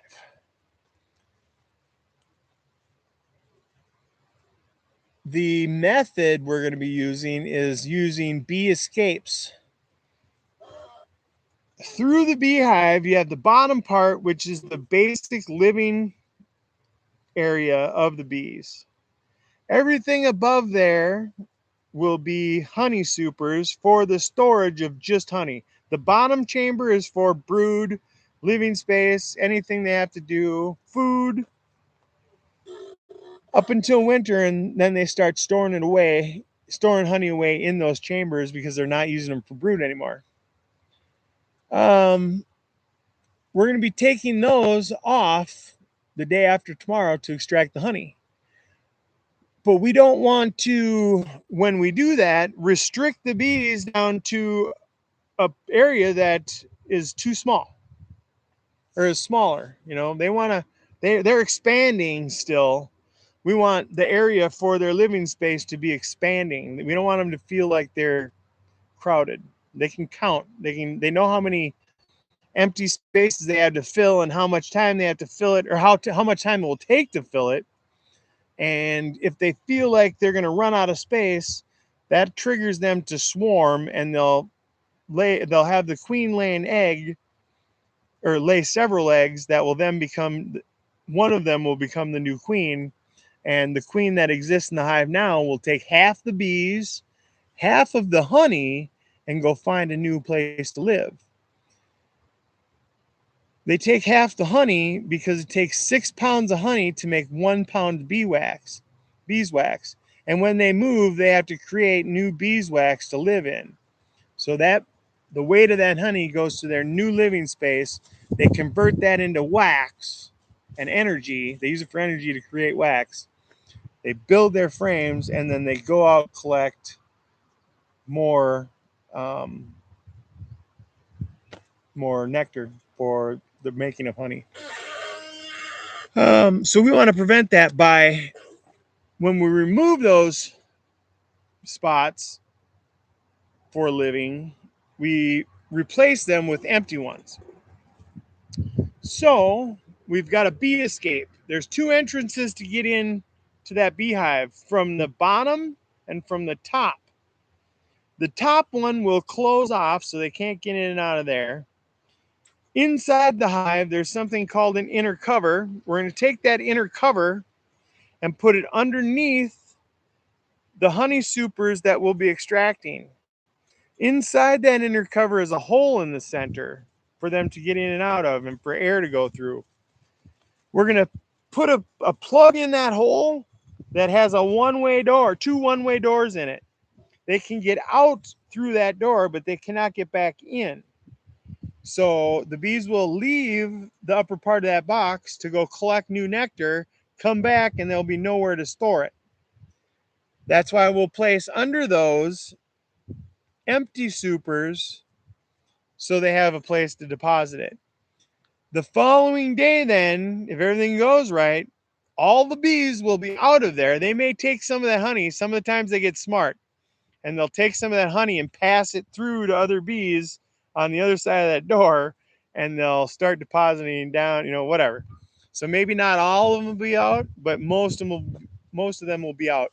We'll take the honey then in the supers, extract it, and then we'll replace those honey supers on top, because now the rest of the season they're just going to be bringing in stuff like gangbusters, because that colony is going to be huge. There's going to be 60,000 bees in that colony, just worker bees. There could be more, there's going to be some drone bees in there. Those are the male bees, and their only purpose is to mate with the queens if queens ever become available, and to consume honey. So we want to litigate as many drones as possible, because we're not creating queens here unless we have an emergency or something, our queen dies. Then we may take a frame from another hive in the area that may have a queen cell in it and put it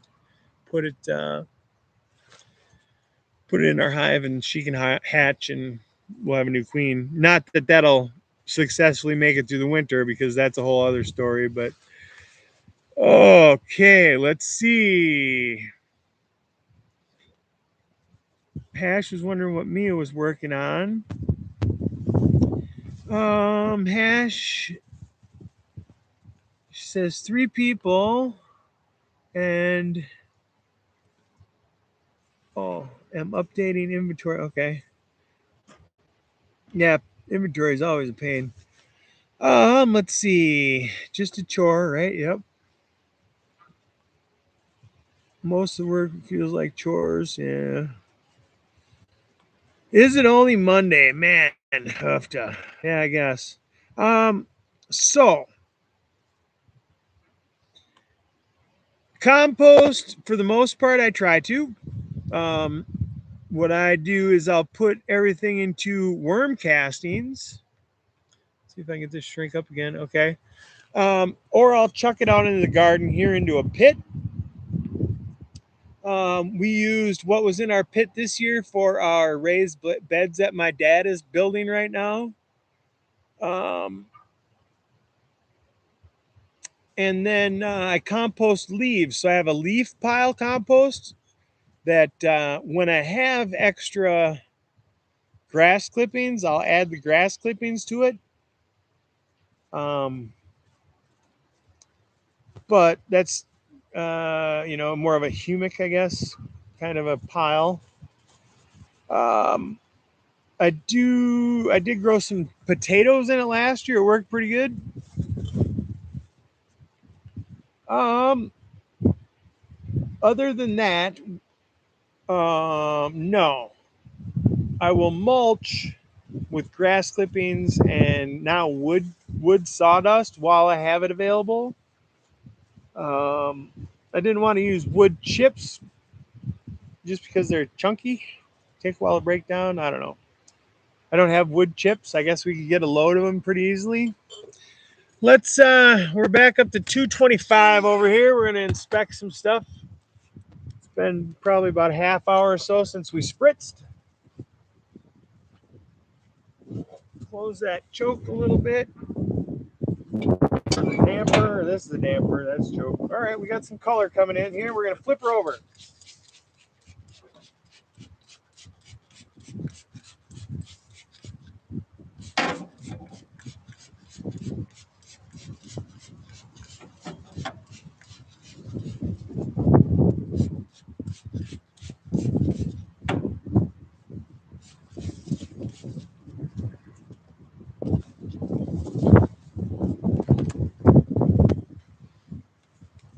Get a little color. Not much there though. We still got what, 13 hours, 12, 13 hours, probably a little more than that. We got a lot of wind today, so I don't think that may be inhibiting our heating factor there. I'm going to throw another scoop of freaking wood in there.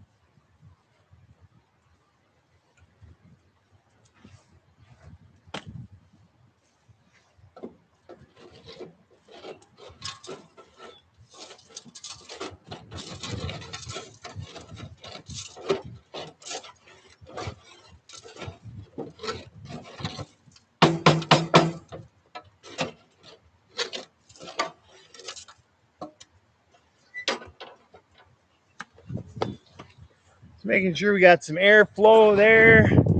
Thought we might have some more ash building up than we did. All right.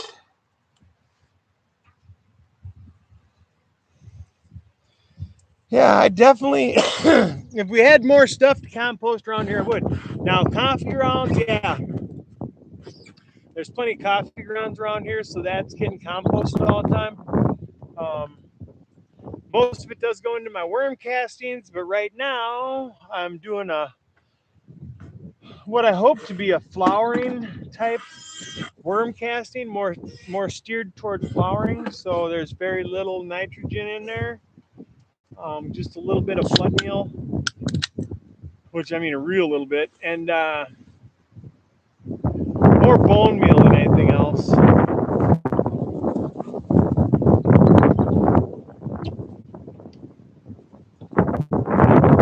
Is that wind picking up on the camera on this microphone? It's blowing shit around here now.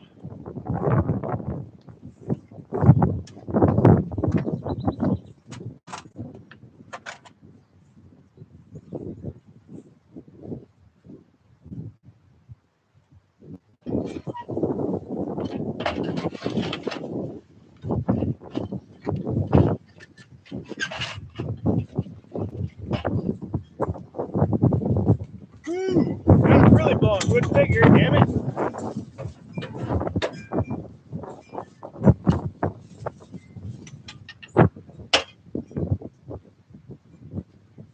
All right, I'm gonna go grab my popcorn tin, and we're gonna make some biochar. We'll start that out. We got some room in there now.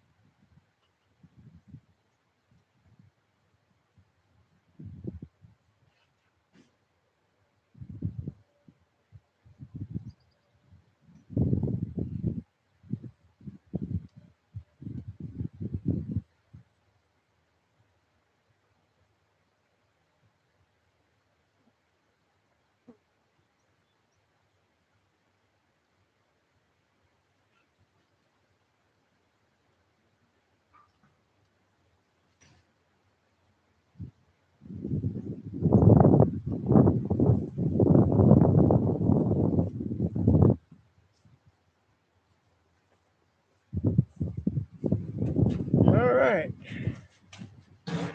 Got that. We got that.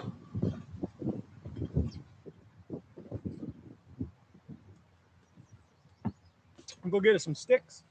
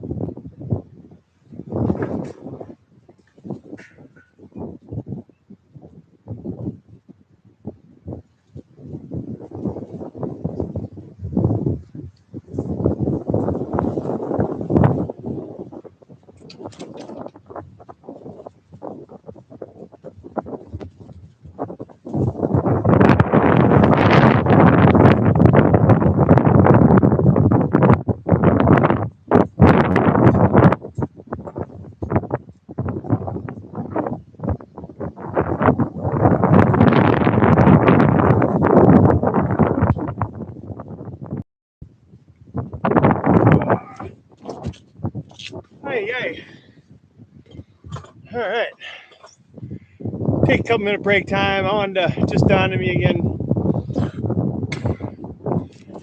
of what Mia's husband, ex-husband, went through to die of colon cancer.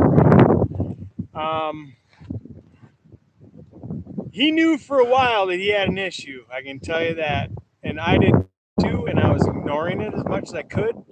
The thing that actually saved my life was at work one day, empty though it was, a propane tank falling from a height of my shoulders landed on my foot.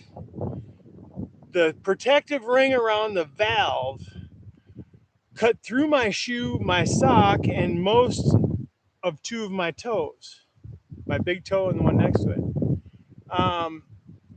The antibiotics that the doctors put me on inflamed the issues I was having so bad I had no choice but to go to the doctor. And that's when I found out that I was late stage 3 colon cancer.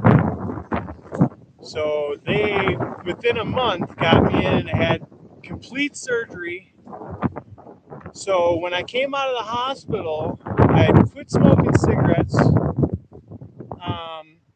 It only took 4 days, but I didn't smoke cigarettes after, and I was cancer free.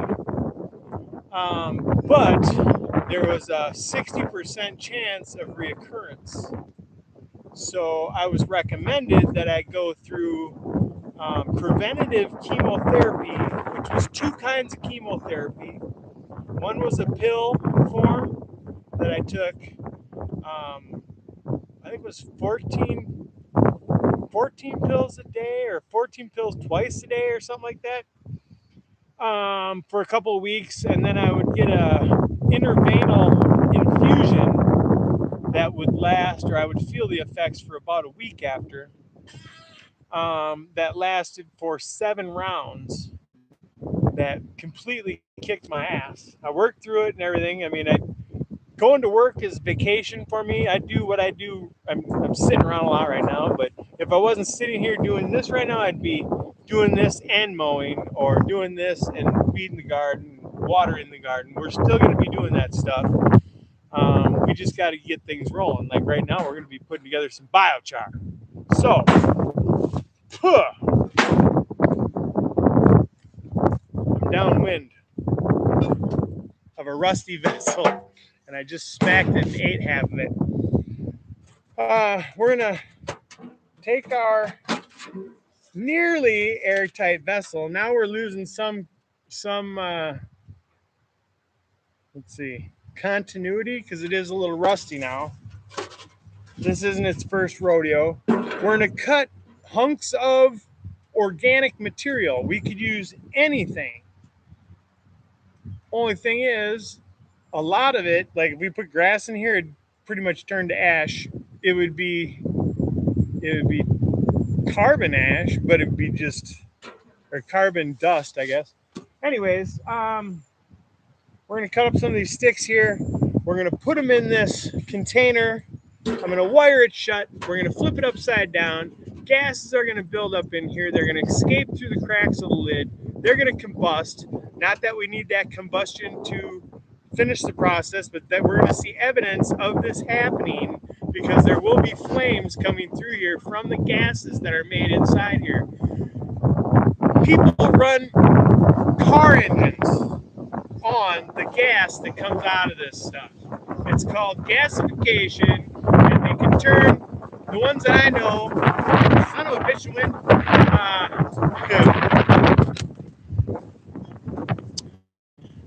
You can get I believe it's a diesel Volkswagen. I don't know if they're new. I don't think they're new ones. They're probably older ones. You can convert a damn Volkswagen engine, and some other ones, I'm not saying it's the only one, into a vehicle that will burn the gas that comes off of this.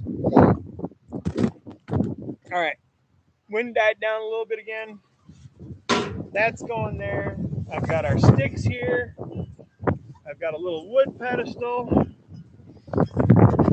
We're going to put this kind of angled to the wind there.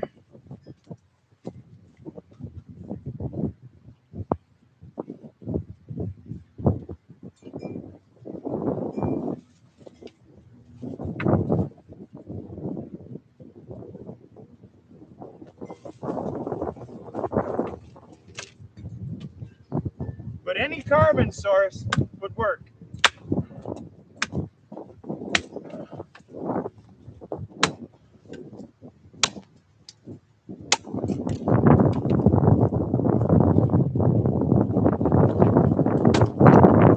Matter of fact,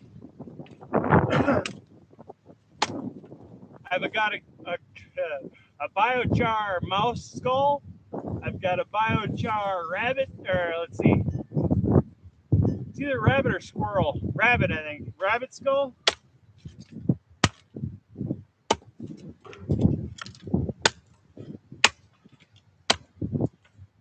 My plants are being grown in biochar rabbits, or a biochar rabbit. There was one that I think was taken down by us. We've got a bunch of hawks in the area. We've had one a few times eating, I don't know if they're field mice or what. I've seen them eating those. This one ended up being on the other side of the wood pile over here, where nobody could see it. Of course, they're kind of discluded, or disclosed, whatever, disguised. And it was half eaten, right at the gut area. So I stuffed it in here this winter and turned it into biochar, and that saved the head. Anyways, let's explore.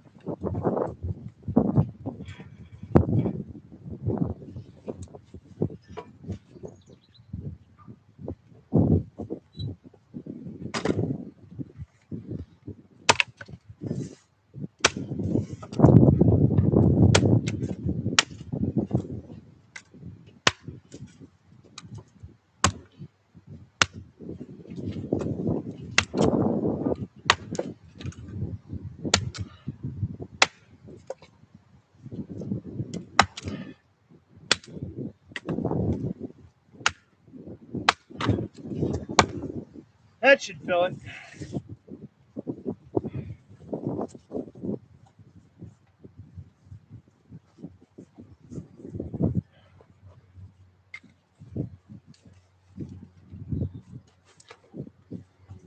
And this doesn't really, it's not a really long system either. It doesn't take that long. Might have underestimated or overestimated the size of this can.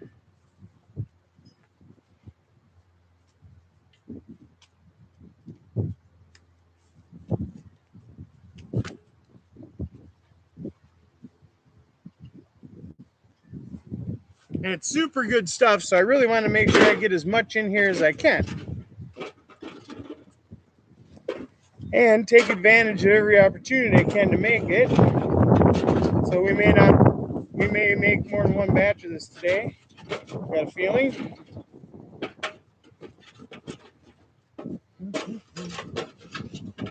I wish I had a bigger system here.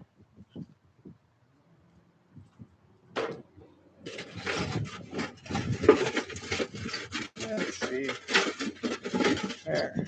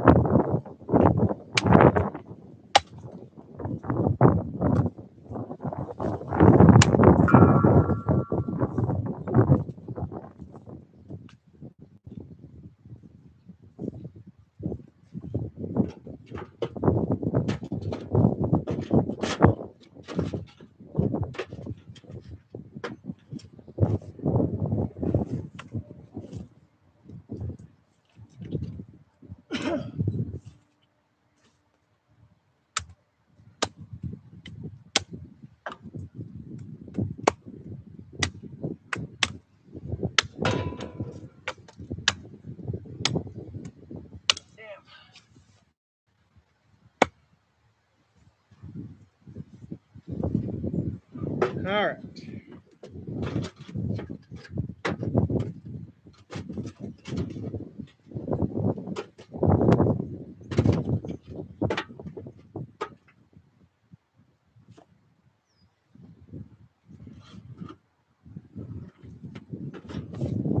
Now, all I need to do is find the lid.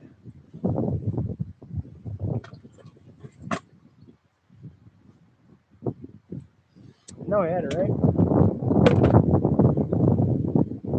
Probably blew away. I'll be right back. What did I do with that? Oh, here it is.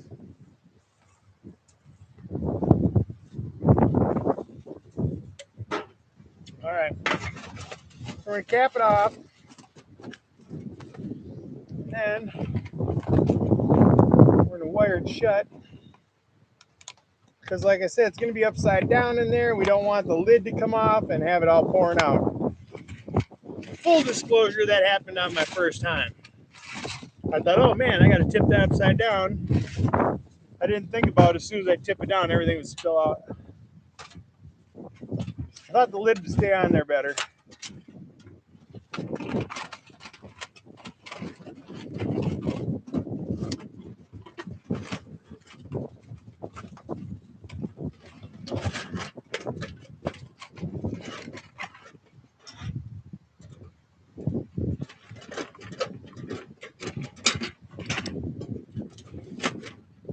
Do it for the two corners too, because that wire will easily fall off. And I'm going to give it a little twist. Do that straight over.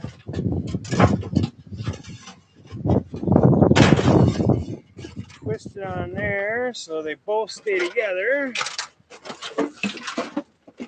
Just like a goddamn birthday present.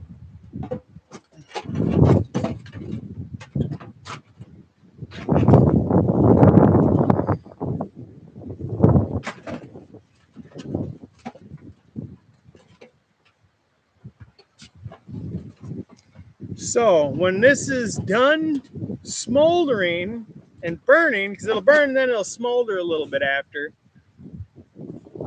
we're going to take that out and quench it in water while it's still hot. That's going to steam clean all the little pores in this carbon structure, kind of like a honeycomb, I guess, more than likely. That's almost a perfect structure. For as far as space, using as much space as possible. It'll steam clean those areas, and then we're going to fill those areas with microbes and some nutrients in a way, because the microbes are also nutrients. Here we go.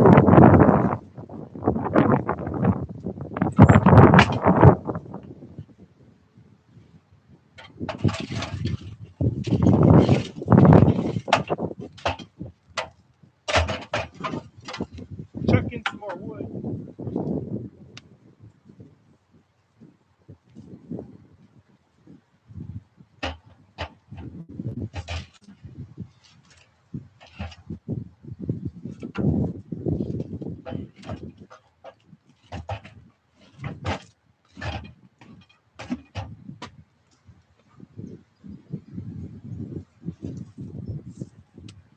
These things work great indoors, but the insurance is expensive to run them indoors. I find them essential around here for what I do. It keeps you warm in the winter when you're outside. You can warm up. Plus, now I can make biochar. If you have the wood, you might as well use it.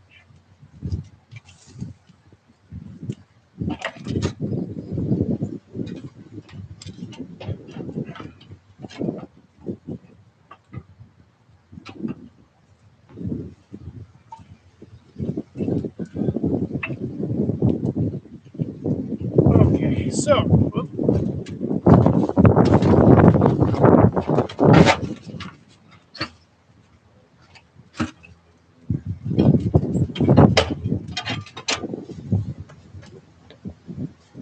we'll check on that later. here is the most astonishing thing that I find about the biochar.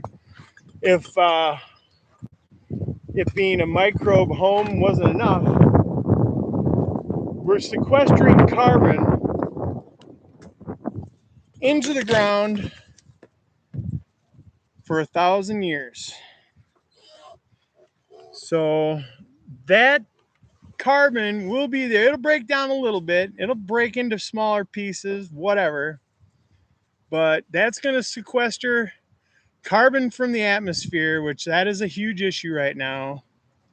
The University of Minnesota is in the process of right now building their first biochar plant. In some aspects, it seems counterproductive because they're going to be burning this stuff. I burn wood to produce it.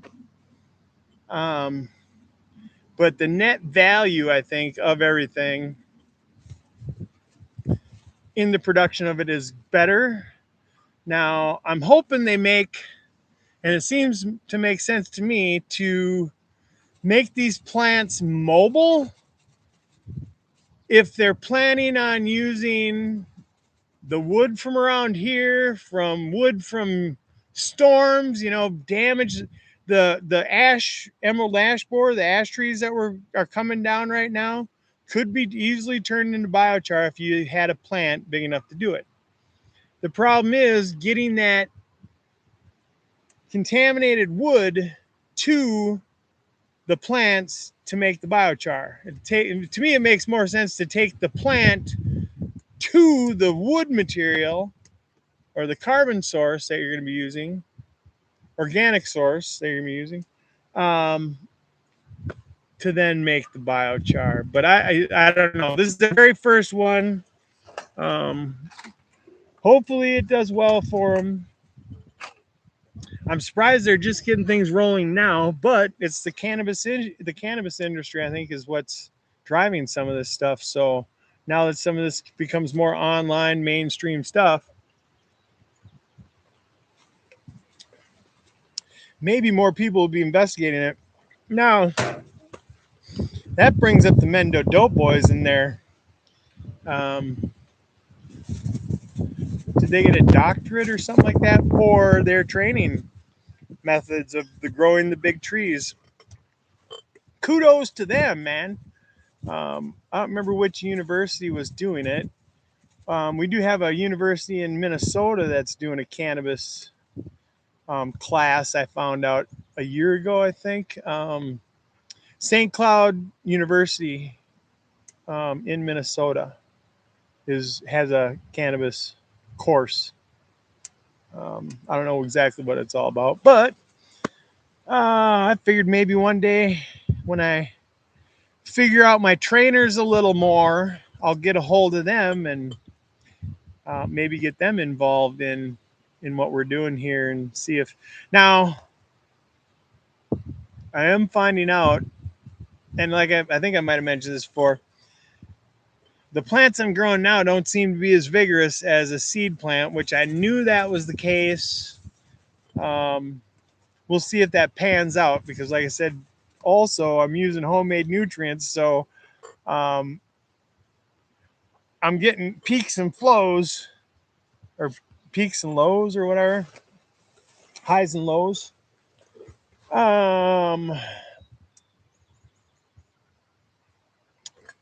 As far as feeding with these homemade nutrients, I don't know. It's all, if I had a control environment to test this stuff in, it'd be a little bit easier. But last year when I was doing my first test of this stuff, we had a shit ton of rain, so that fucked with everything. So I'm starting at basically zero again. But I do plan on kicking it up a little more. So instead of just hitting them with, like in the mornings last year, I was doing a foliar spray with pond water. And then like twice a week, I was doing a magnesium sulfate, Epsom salt foliar spray. while watering in the morning, watering a little bit in the afternoon, and then a little bit again in the evening if I needed to. I'm in a huge peat mound that's probably 3 freaking dump trucks or 3 semi trucks full of peat is in this mound. They weren't put there by me. It was stuff that was dug out from a pond 50 years ago or 75 years ago. So that big mound sucks all the moisture, even though it's in a cattail swamp.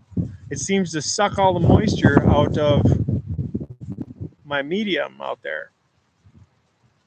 So I'm feeding, which I can most of the time, at least twice a day, but sometimes 3 times a day, or watering. Now I'm going to be doing that with small feedings throughout the day. If any of you were here when I showed that other plant that is looking deficient, but I think it was because it was just a young plant, not really developed when I flipped it into flower or let it go into flower. Anyways, what is our temperature at? It's just about 212, 215.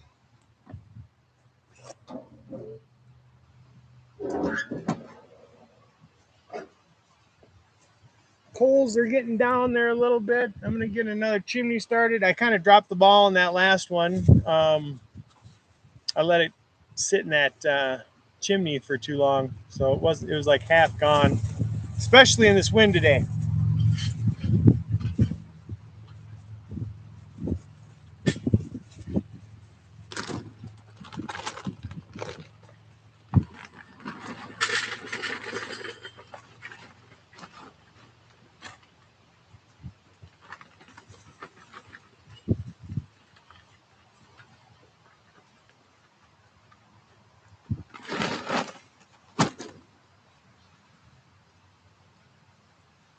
Then we'll have like an hour between times that we have to address this stuff. So we'll be going into the garden and we'll start watering.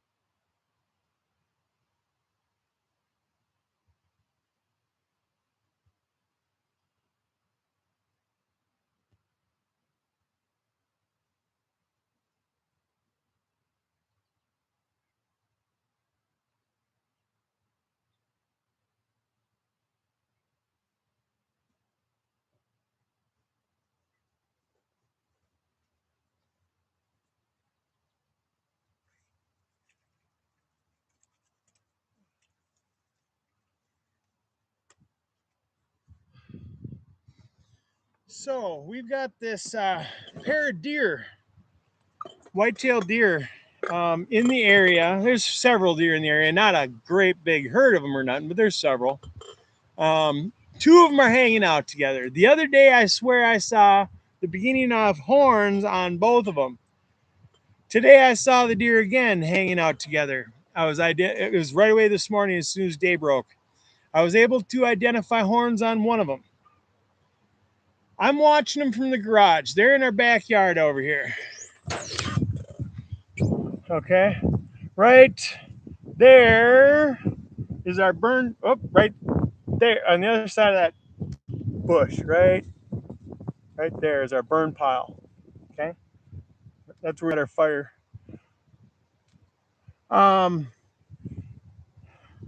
Two deer standing out there.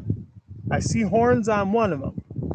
So I'm watching these deer. All of a sudden, they kind of spread apart. The one went over here, the one I didn't see very well. Let's see, right over here, went over this way, and I couldn't see him anymore. The other one was right here, and it took its head up, and just like the biggest deer you ever seen, when they trot away or run away and they have their head up and they're running with their head back, that's just what this deer did. So I know it is a good sized buck. I come out the garage door because now I don't see him anymore. And as I'm going on this side of that bush, I see legs back here. I'm like, oh, he's still there. I thought he ran away. Here it wasn't the deer. It was a goddamn coyote. So it wasn't me that scared the deer away. It was a damn coyote. So I see this coyote and I'm like, oh, and I kind of move my head around to kind of get a good, and he sees me and takes off. So that's the first time I've seen coyotes and deer interacting here. I don't know if I've ever seen them interacting with anything in particular, other than I've seen one take down a rabbit and then kind of play with it out in the backyard for a little bit years ago, but that was it. He wasn't a very big one, but he was pretty brave trying to take on a big ass deer like that. Horns or not. All right.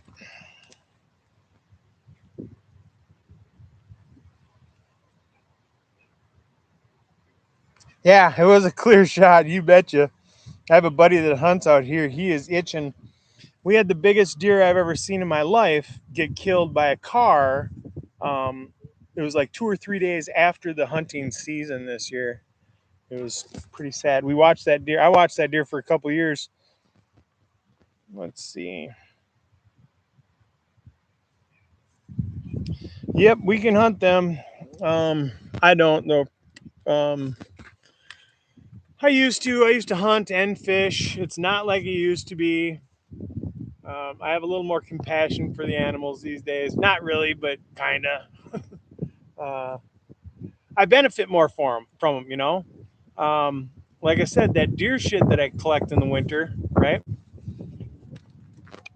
Picture this whole backyard full of freaking snow and these black piles glistening in the freaking sunlight, you know. All I got to do is take the dog pooper scooper and go collect these little piles, put them in a bucket, make sure they dry up. I don't want them to get moldy and stuff, although, you know, that's more biology, but I don't want to break down too much of what's going on in there right now.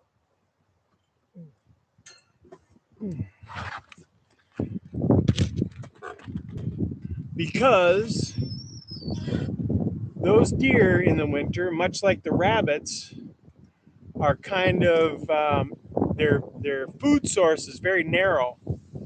So in the winter, they're not only eating the buds off of all the brush and stuff out there, they're eating the tips off of those willow trees over there. So if you look at the bottom of all those hanging ones, all the leaves are stripped off of them. So even that crap's got some beneficial stuff in it. So let's take another look at our roast. We're gonna have some new charcoal to put in there in a minute, and then we'll go get our sprayers with some maggot activated aerated compost tea, and we'll top water our plants in the garden.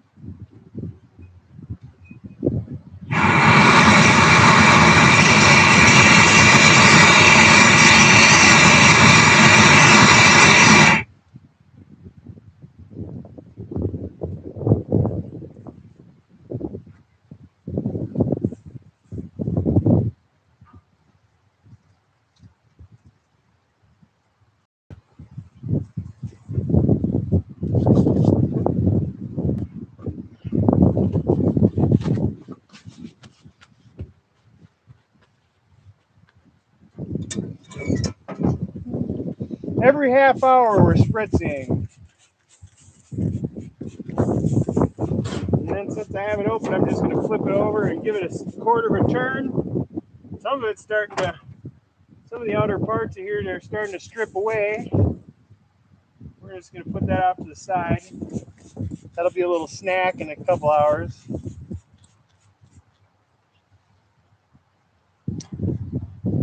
That's it. Oops, shit. Not much changed.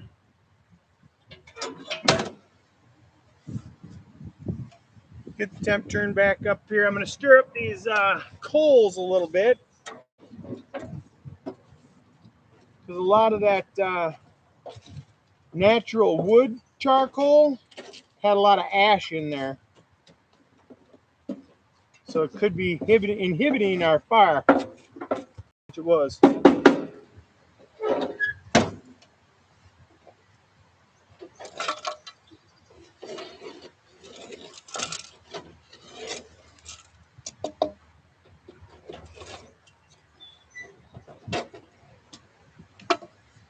Still a little bloody, unless that's mine.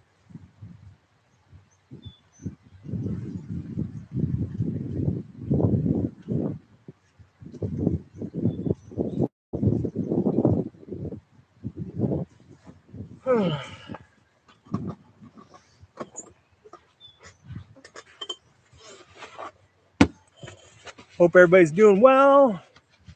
Anybody want to soak one with me? I'm down again. You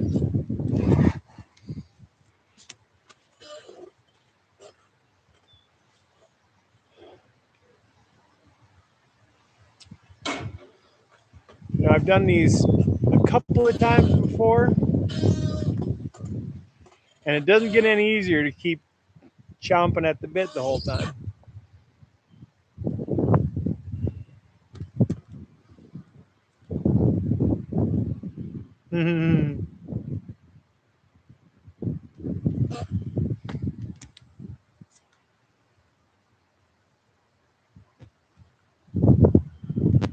Okay.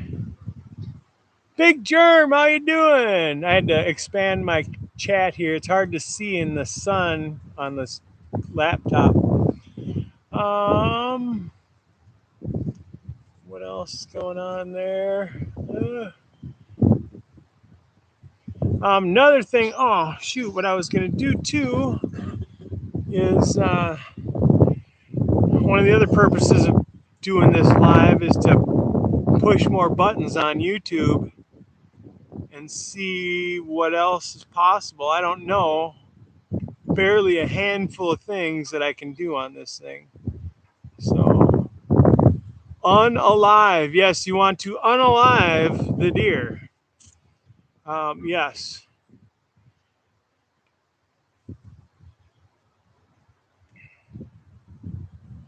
Give him the title of formerly known as breathing. Let's see. Enjoy Minnesota weather. I see. Yeah, today is doing well. Although the last 4 days we've had so much wind. We had graduations. People's tents were blown away. And like now, I'm having a hard time keeping the smoker warm. Like right now, with the flue or with the choke or whatever you want to call it, damper open, we're almost getting to 225.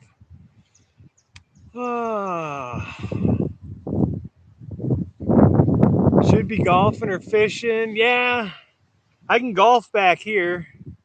I don't hit too many balls. As a matter of fact, the golf clubs have been leaning up against that freaking metal shed for like 15 years.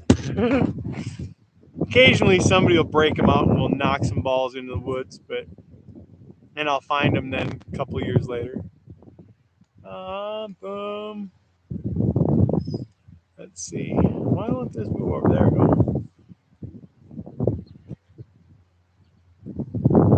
I'm here somewhere.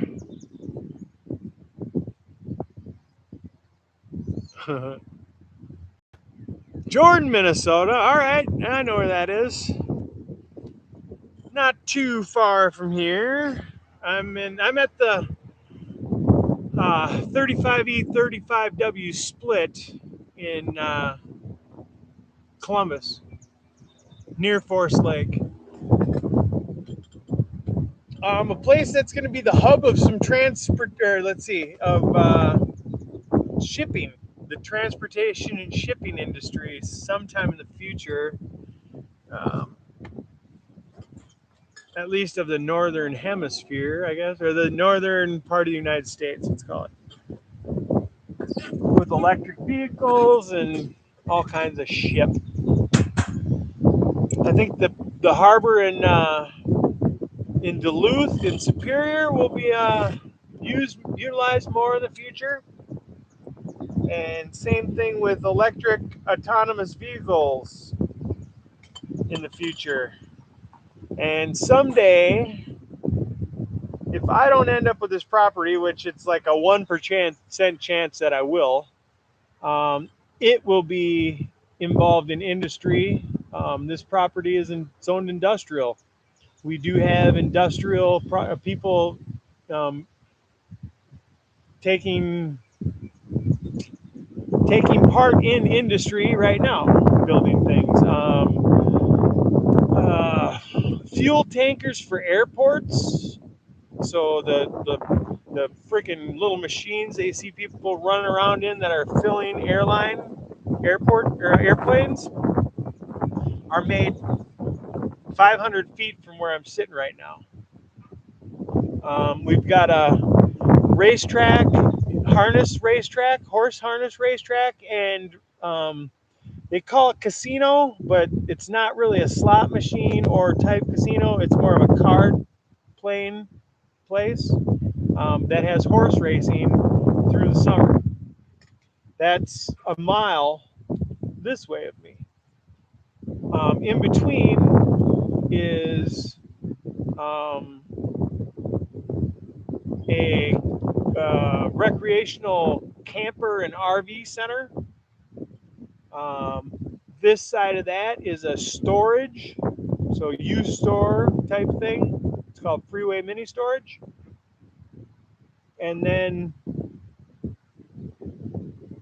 5 or 6 properties, residential properties, sitting on probably between 70 and 100 acres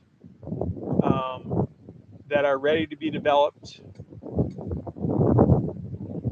eventually sometime. With the way shit's going now, I don't see it happening in the near future, but I see it happening quickly once things start to improve. But it's hard to say. Shit's up in the air now.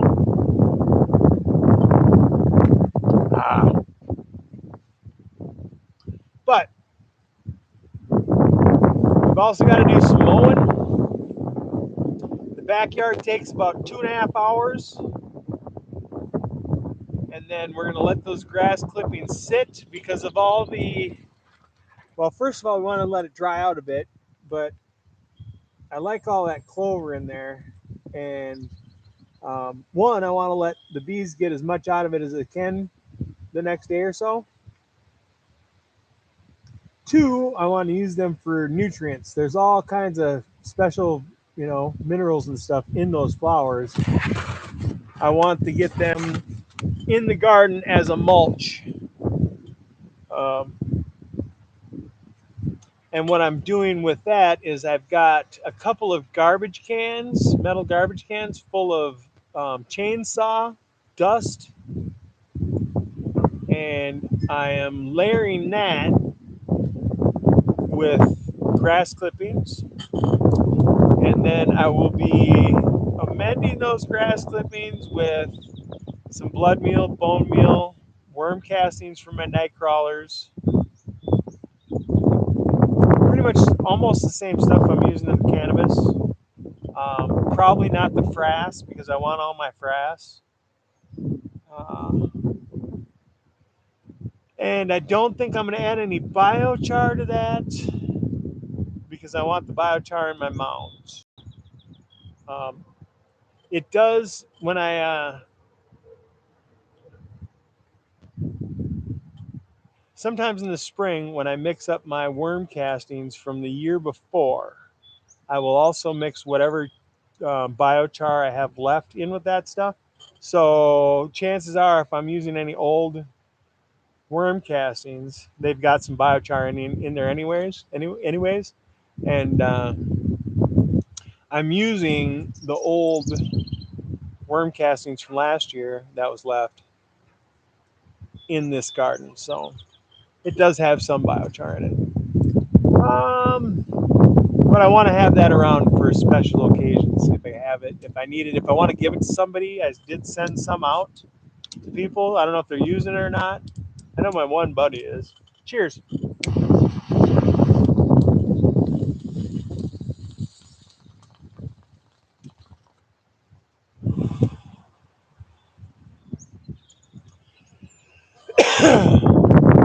So I mentioned my buddy that's coming over possibly later tonight.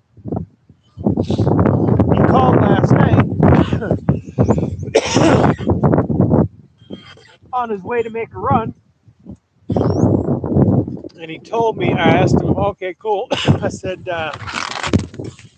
"Boy, I should nail that sucker down." He said it was. I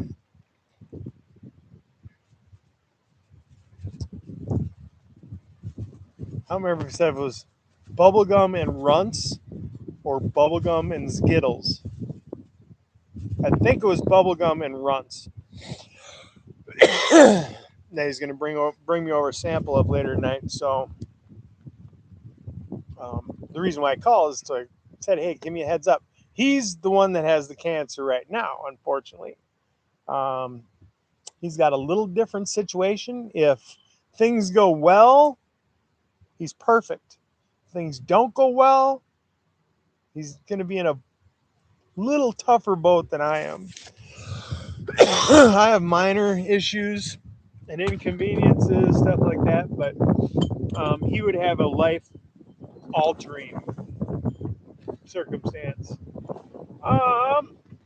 But it's all or nothing, kind of. It could be gangbusters,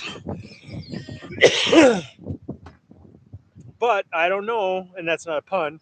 But I don't know if he would have gotten checked out if in a timely manner, which he really didn't. But I feel like maybe every time he heard me freaking telling everybody you better get checked out, that may have had the push that he needed to get it taken care of before it wasn't able to be taken care of. Before he didn't have a chance at being 100% when he's done.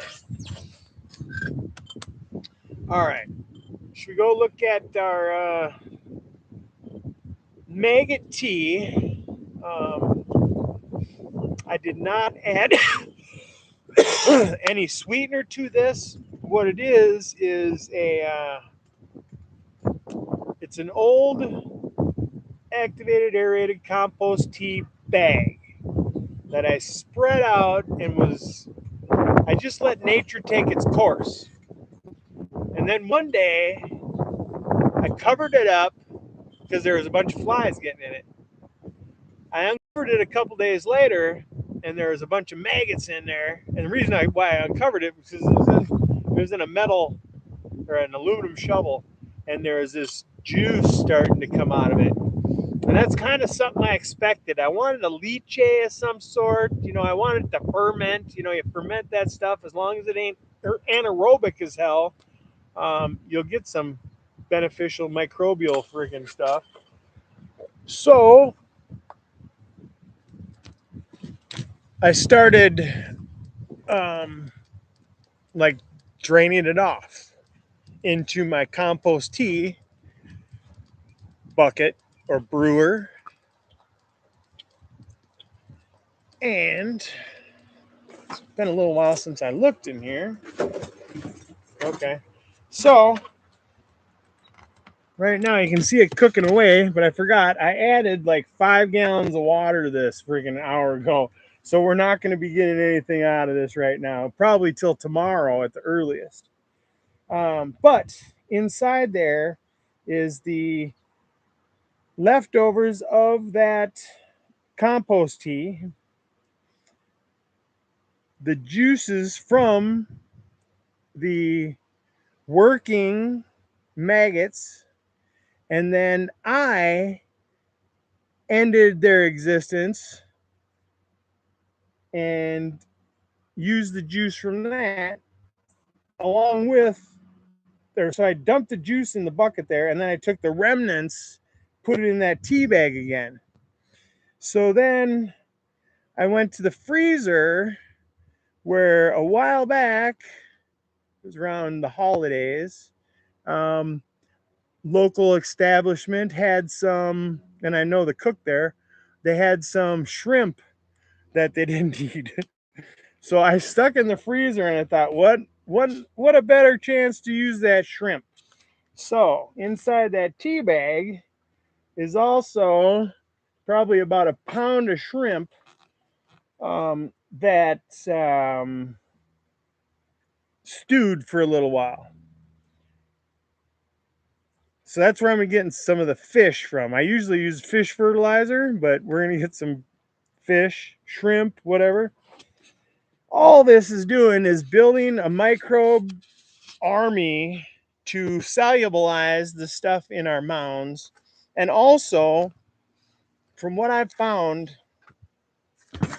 activated compost teas, when you spray them on your brand new leaves of your plants, I haven't seen an issue with powdery mildew. I've never seen an issue with it, but times where the potential was there, when other people were seeing it, I wasn't seeing any. I don't believe powdery mildew on cannabis is the same powdery mildew, as far as I understand, as is on like my vine plants, pumpkins and squash, zucchini, cucumbers will all get that later in the season. Um, when I was spraying those plants with compost tea on, a cycle once a week, typically, because I was making teas once a week, I didn't see any powdery mildew. I laxed on it because now my damn um, pumpkin vines were so huge I couldn't get anywhere except to where I was watering the plant. So I really wasn't getting the new growth or re-inoculating the old growth. Then I started seeing issues. I also accidentally stuck one of the, I don't know if anybody is familiar with growing pumpkins, but you've got those when some of them are green when they're growing, some of them are, the giant ones are usually a light pale yellow, and they're very delicate, and you scratch them or freaking anything, it damages them. Sometimes you'll get away with just having a scar, but if you poke far enough into them, it'll kill that pumpkin or it'll start rotting right away. I did the same thing with a dirty freaking um, row marker, which was an old tent stake, stuck at least a quarter of an inch into this pumpkin, and it kind of at an angle, kind of scarred it. And I was like, oh shit, that thing's gonna die. But I had some fresh activated aerated compost tea, and I knew that it had kind of an inoculating effect. Now, basically, what I was thinking is I wanna hit that spot with beneficial stuff, which to me it's kind of ass backwards because we're building this to make microbes to break down stuff, but it also inoculates stuff because I'm using it on these leaves. So I sprayed it on that fucking pumpkin and that fucking hole healed. I've never seen that before. So it did stunt. I think it did stunt it, but like I said, last year was so wet, everything was freaking stunted. If I didn't have 40 tomato plants and 40, or let's say it's like 30 some tomato plants, 40 pepper plants, I wouldn't have had anything in the freezer for winter. All right, I'm gonna go get another Gatorade, and then I'm gonna go back to that. Uh, should I use some of that? I'm not even gonna use that compost tea right now. I'm gonna make. Well, shit. I'll show you right now. Then. All right. We didn't look at the fermented plant juice.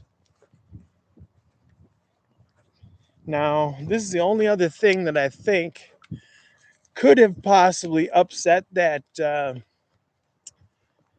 plant that I'm flowering right. Is I put some fermented fruit in at 20 to 1 in just that plant. Maybe it wasn't ready. I mean, it was just a little bit. But anyways, let's see. That one's got the old cannabis in it.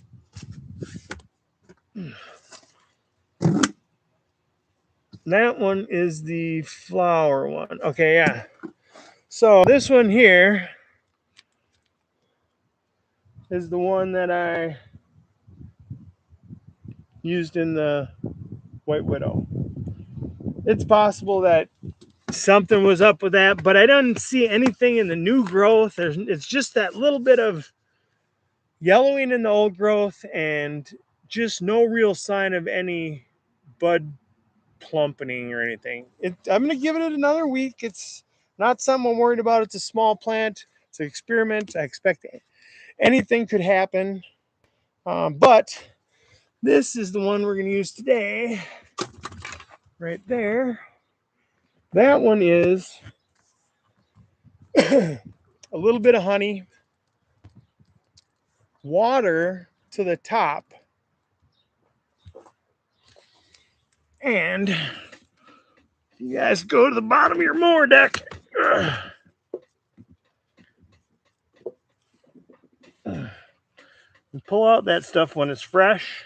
So after I'm done mowing, I'll take that, what is under there, and we'll put that in a bucket and ferment that stuff. And we'll be getting what we're feeding these plants with today. It's going to be good for our cannabis because it's got that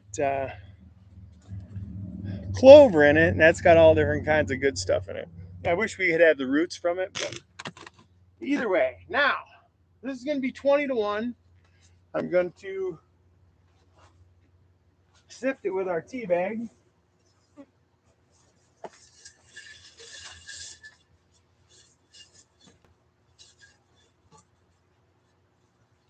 see, where's my, oh, I'm using that other one. Yeah, all right. What I'm going to do is dump some of this in my stainless steel thing here. Give it a little swirl.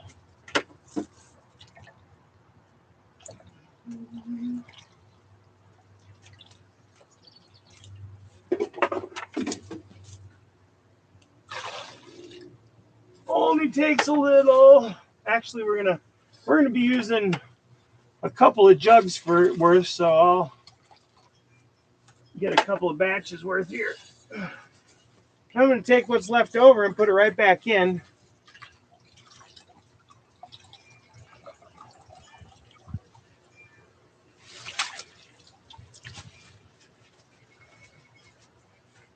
All right, cover that back up.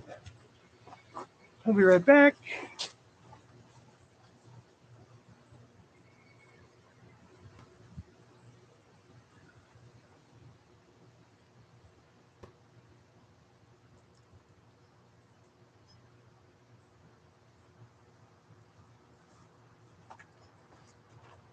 Now that's almost exactly what happened when I dropped my freaking camera in the compost tea a couple weeks ago.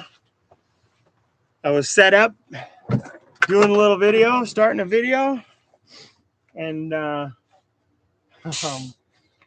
walked away and came back and went to grab the camera and I knocked it in. Well, today's wind is strong enough. I should not have left this sitting here, although the compost tea is covered. So All right, let's see.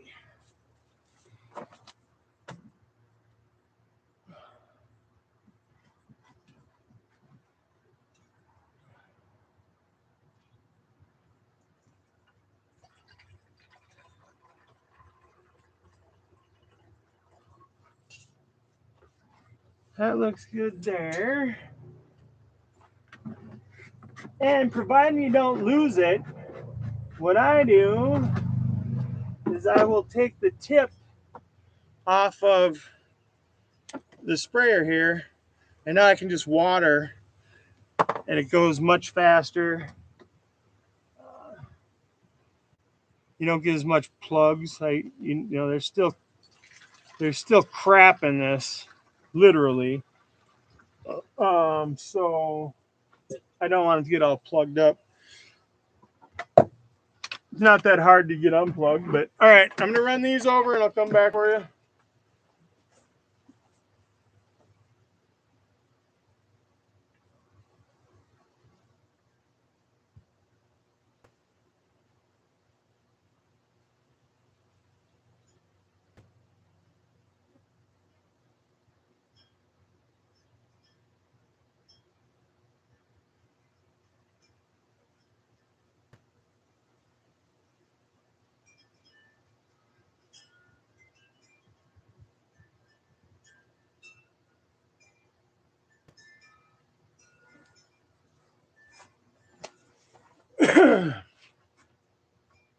Well, the wind quite literally sucks, but I guess more properly blows today. Let's see, I thought I was going to grab one more thing.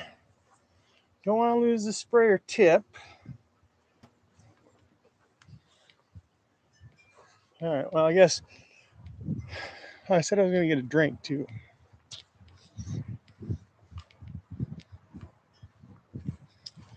Hope everybody's doing well. I might have something here, I guess. Just about ready to stand. We got a little sip. To start watering in some plants.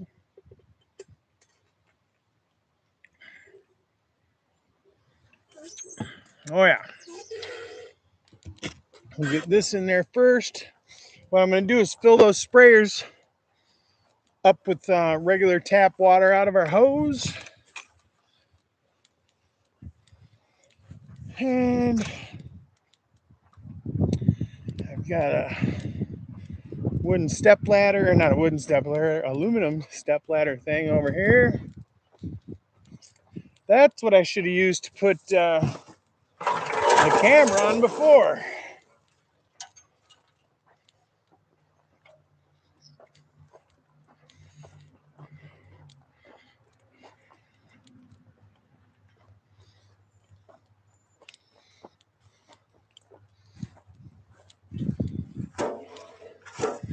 Where's our battery at? All right, our battery's full. All right. Singro, thanks for stopping. Sorry I missed you. It's hard to see this. Later, brother. Sister. I don't know which one. Imagine, brother? I don't know. Doesn't matter. Let's see. Played at a pool. Oh, yeah. Played at a pool tournament at Canterbury. That's a good track near Valley Fair. Oops, let's see. If anybody's heard of Valley Fair, that's our amusement park. Boy, it is hard to see on this thing in this light.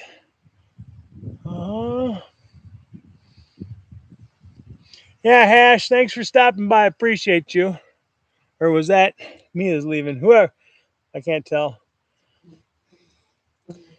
Oh. Oh, cutting out for the day. Okay. Well, I'm glad you were entertained, Mia.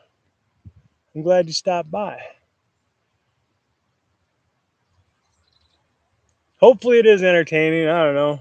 Like I said, that email was pretty freaking crazy. Not that I'm. Oh, hey, there goes one of them. Killed a deer fly. Those are a biting son of a bitch. Not like a horsefly though. That email about the subscribers with weird tool, kind of. All right, I'm gonna go fill them up with water. Be right back.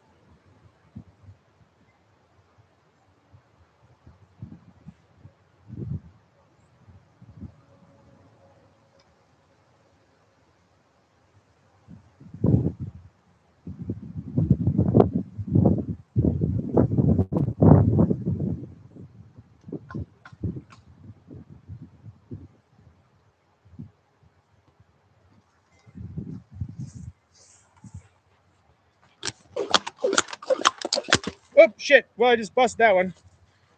So these are.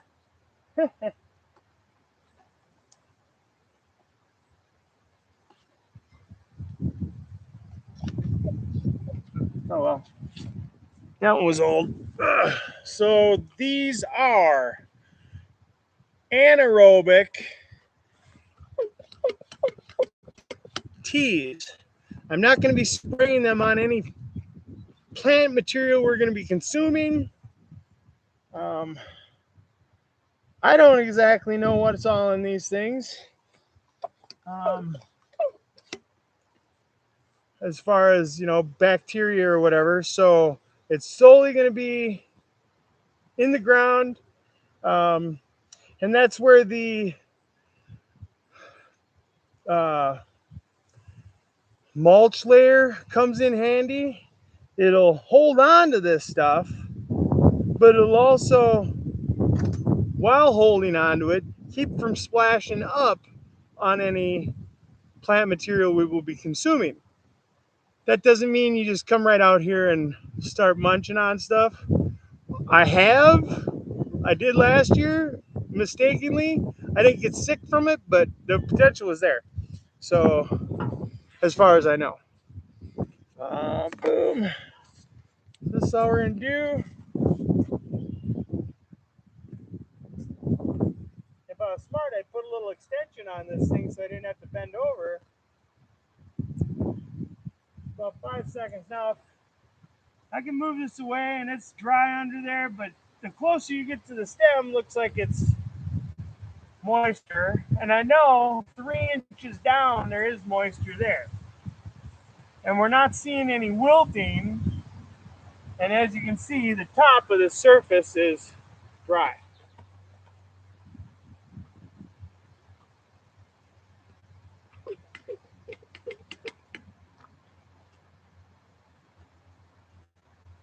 We did have one go down from a cutworm right here.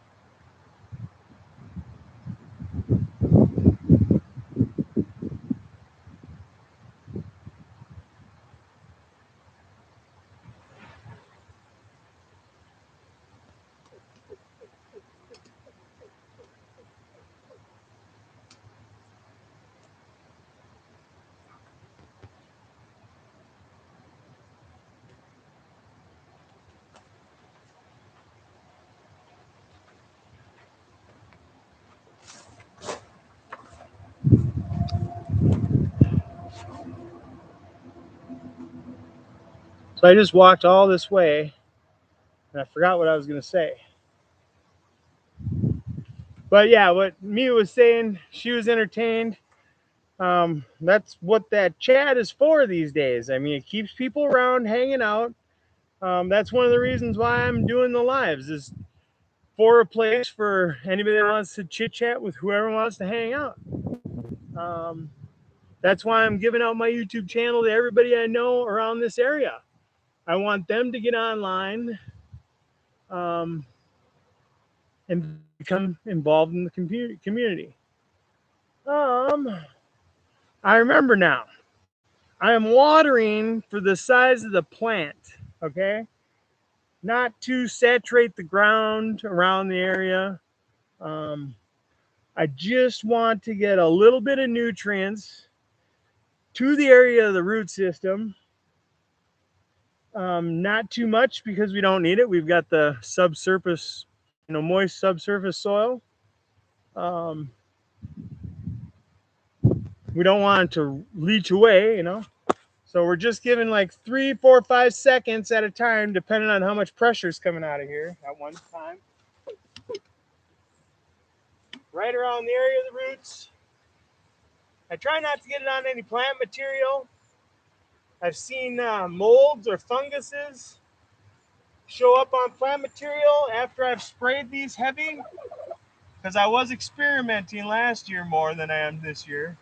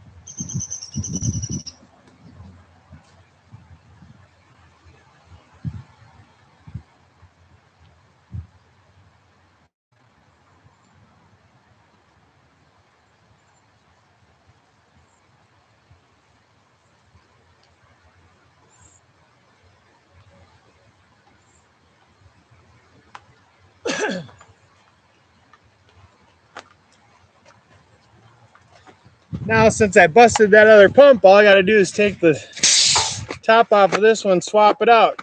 But I was just thinking about the AC Infinity show from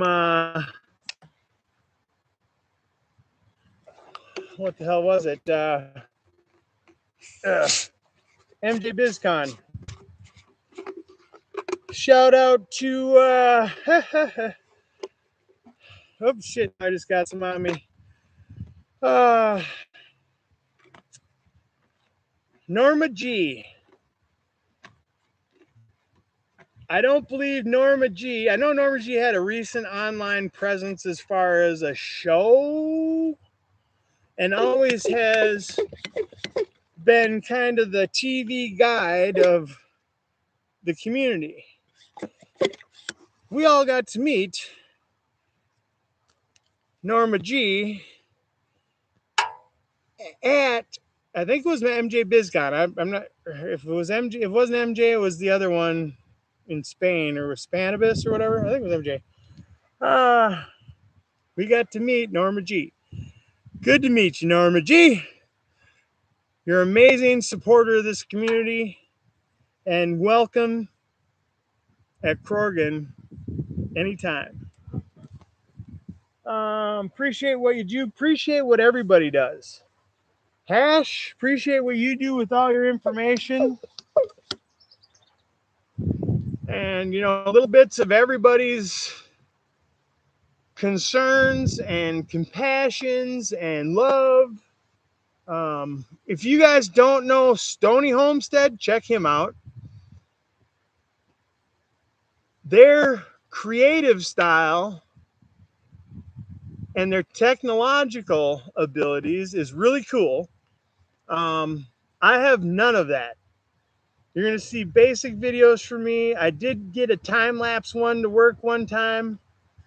I have a hard time editing because I lose the sound of stuff that I edit to the first part.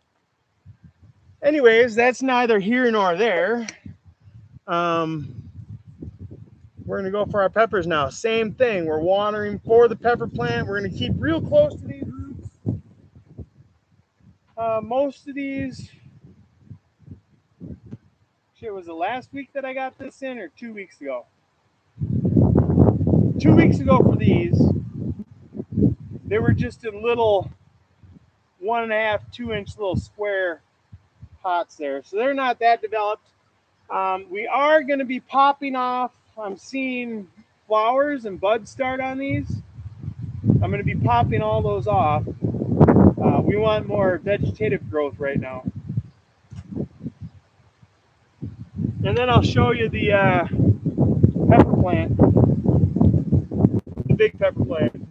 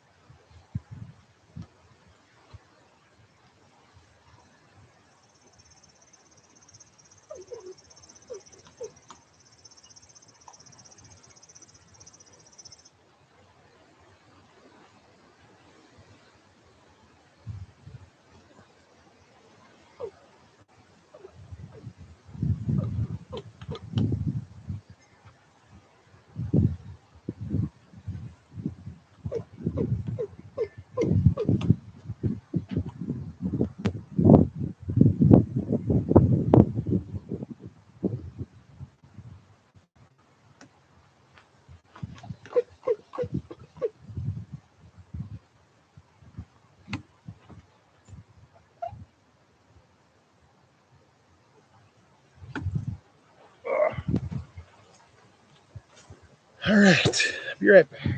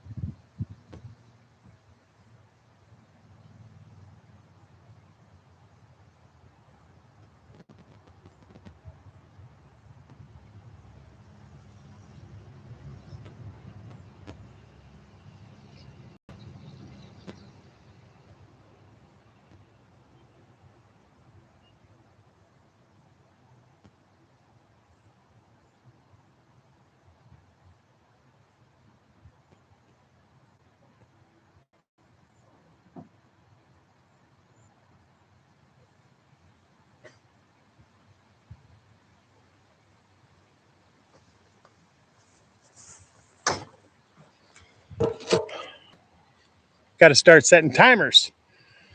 That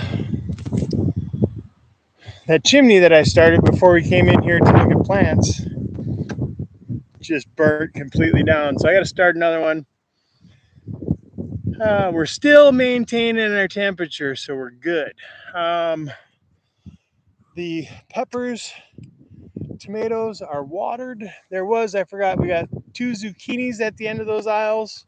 Those are watered. We got 2 eggplant at the end of those aisles. Those first aisles, those are watered. This pepper plant I picked up from the store as a seedling a year ago this spring, and we grew it out. I trained it. Then this winter we brought it in the house. I didn't have any supplemental light at first, and it went way downhill. Pretty soon it was infested with aphids because I didn't do any PM. And all the leaves were falling off it because it wasn't getting any light in the windows. Same thing happens to the fruit trees. We got lemon trees and Meyer lemon or orange, whatever, some orange trees in the house. Well, yeah, they're in the house now. I don't know. They come out on the deck occasionally. But this pepper plant was infested with aphids all winter long. I was doing PM on them. I was lackadaisical.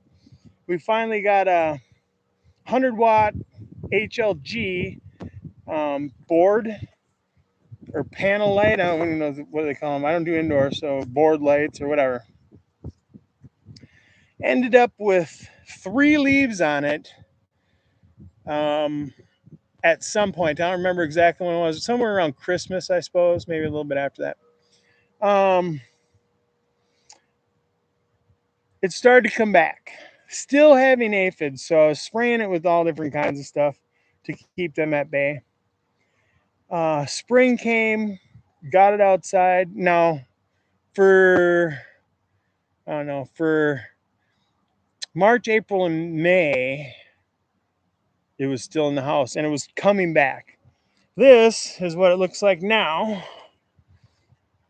Still trained out. Branches are going in every which way. And yesterday, you can see there's kind of a spot missing right here, or where? Oh, right here. I busted off a branch that was coming out of there. But it wants to flower so bad, I decided to let it. So I've got a couple of peppers going here. Zillion flowers. Once I'm done growing these couple of peppers, I'm going to pick them off and then pick all the flowers off. Right now I'm letting them flower. I'm going to pick everything off, the buds, except for the leaves, obviously, and then train that out again. So we're going to make a big old bush by the end of the year. And then I don't plan on keeping it around any longer. It was just an experiment. I realized how fragile those branches are now. They are trainable, easily trainable, but they're not one-handed trainable. Scotty, what's up, brother? Good seeing ya. Man. Got some dark clouds going over here. Hope we don't get a storm. What is our temp? We're at, we're at a good temp. We're at about 240. So it'd be a good time to open it up and spritzer again. And then I'll get that chimney going with some more charcoal. And then we'll look in on our biochar and, and see if we can see any flames coming out of it. All right, yep. We're looking, got a little more color on us now. I hope I can only imagine the picture sucks, but I hope it's better than I think it is. We're running on Wi-Fi. We're a little ways away. I can make it halfway out the backyard and have it go in and out. If I go any further and it goes out, it doesn't come back. All right, we're gonna flip this thing over now so our fat side is up for a little while. Get some color going on that. Get that to melt down on top of, melt down the sides. Kind of adhere to everything. Wash my hands. So then once again, we're using apple juice. And then I'm going to start a chimney again.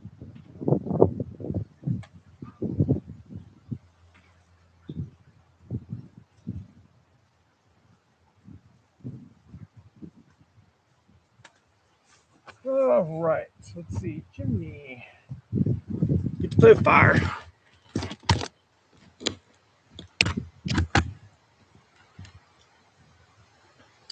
Earth, wind, and fire today. We're dealing with the earth, suffering with the wind, playing with fire.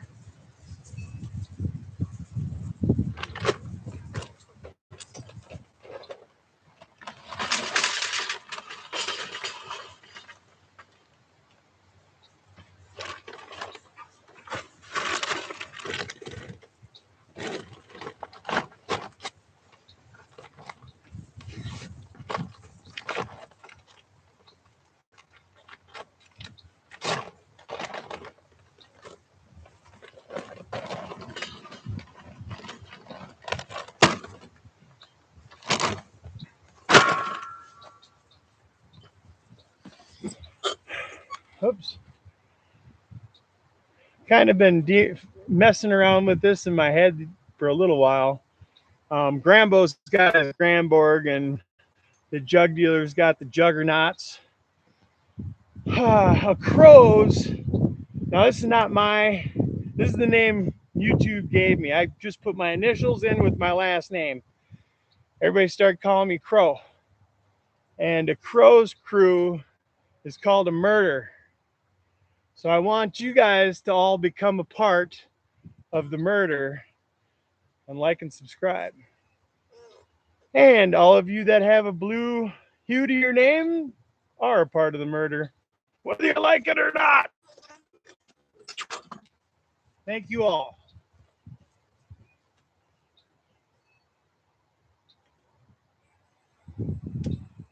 I think that's the coolest one.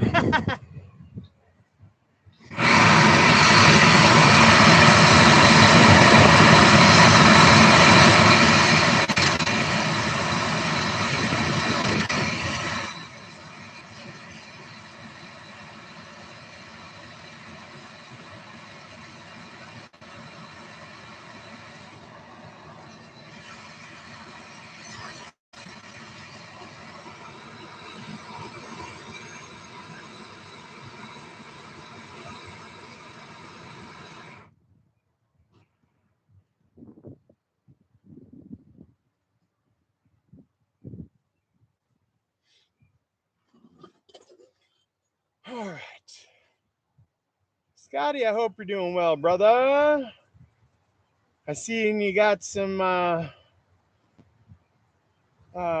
postage donated the other day. That was cool. I hope to be able to do that at some point myself. Right now, I'm only giving away honey and biochar and shit like that. So anybody that watches this, if you want some of my honey, I'll give it to you free. I'll mail it to you for free. It just as it comes, there are requests all over the place around here for it. There probably, I hope, will be a couple of bears left after I distribute what I get this first batch. We will know in 2 days. The biochar is slim pickings sometimes, but let's check on it right now, huh? Nope, nothing yet. I don't think I'm getting enough oxygen in there either, though.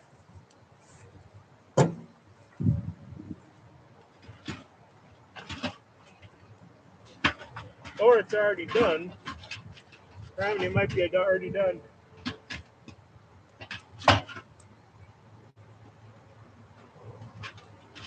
still smoking.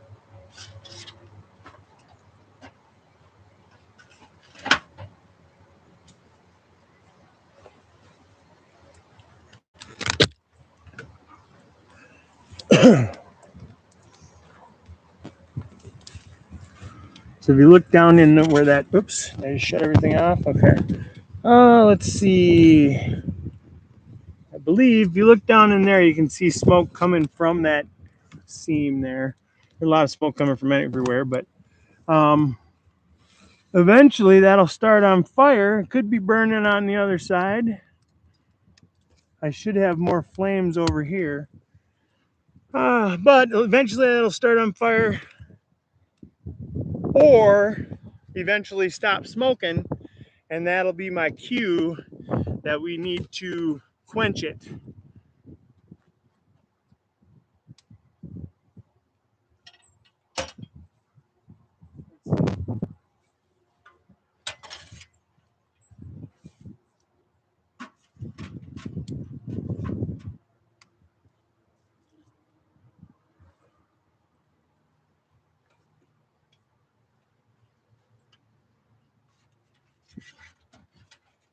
Just barely fits in there.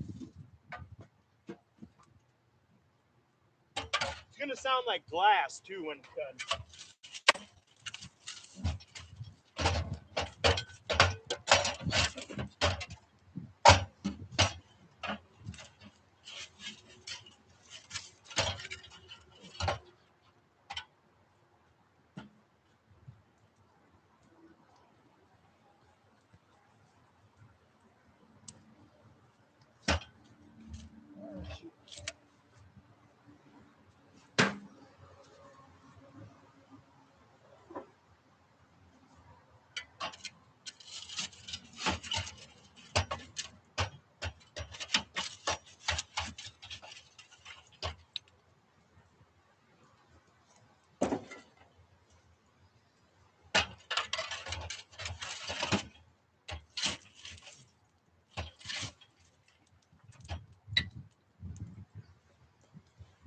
Using this too, we'll use less of my wood, my oak wood and my cherry wood.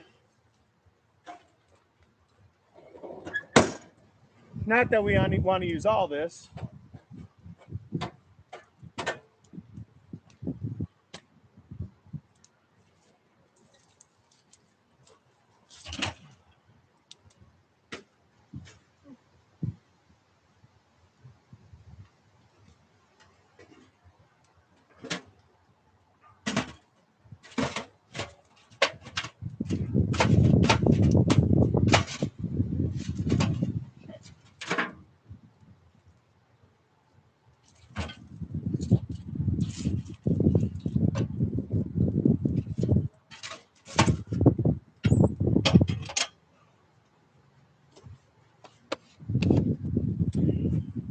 All right, time to reposition our umbrella here.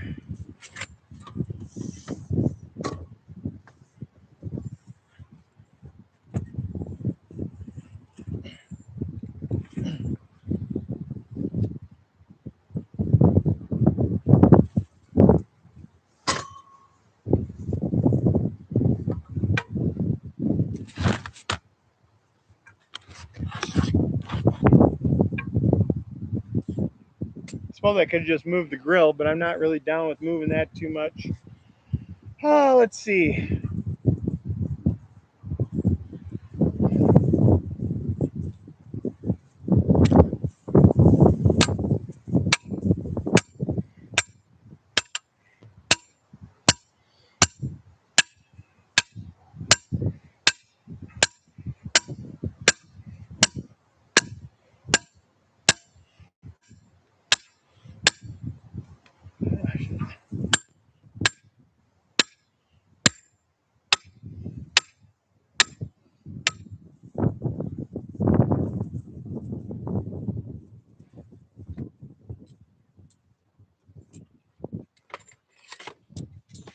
Bingo.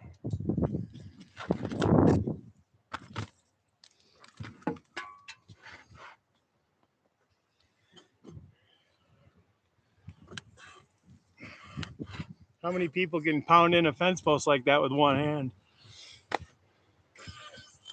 Woo-wee! All right. Anybody seen the Iron Sheik friggin' fling around them damn training damn bells or whatever the hell he had? Jesus Christ. Those things were 75 pounds and he's swinging them up, two of them over his head like this. Ah. All right. I did notice that I forgot to mulch a couple things. In the last couple of days, I planted those zucchini.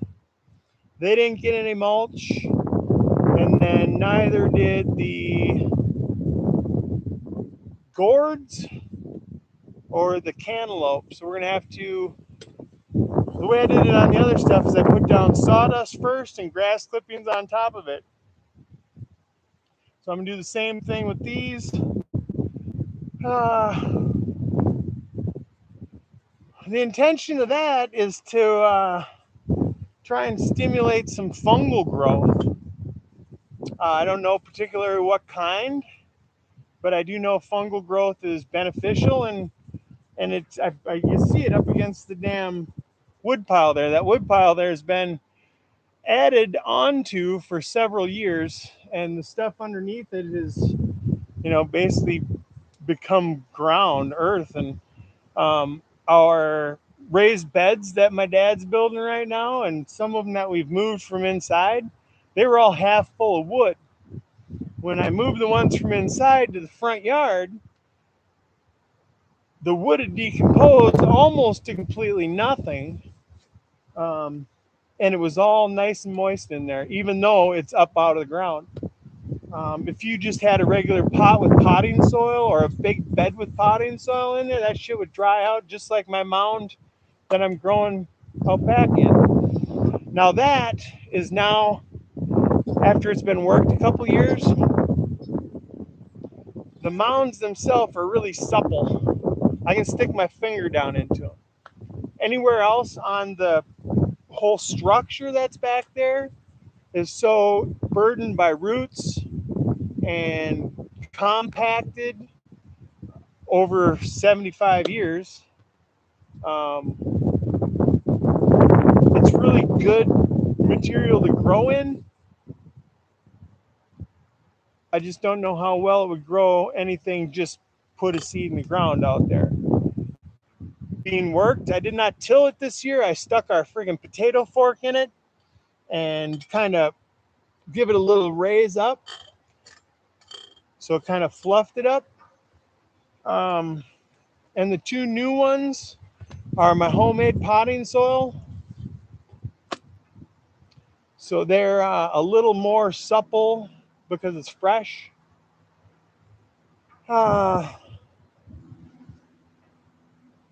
So that's retaining more water, I feel. But it also has, the area that I'm growing particularly in, my mounds on that structure are hugelkultur, unintentional, no less.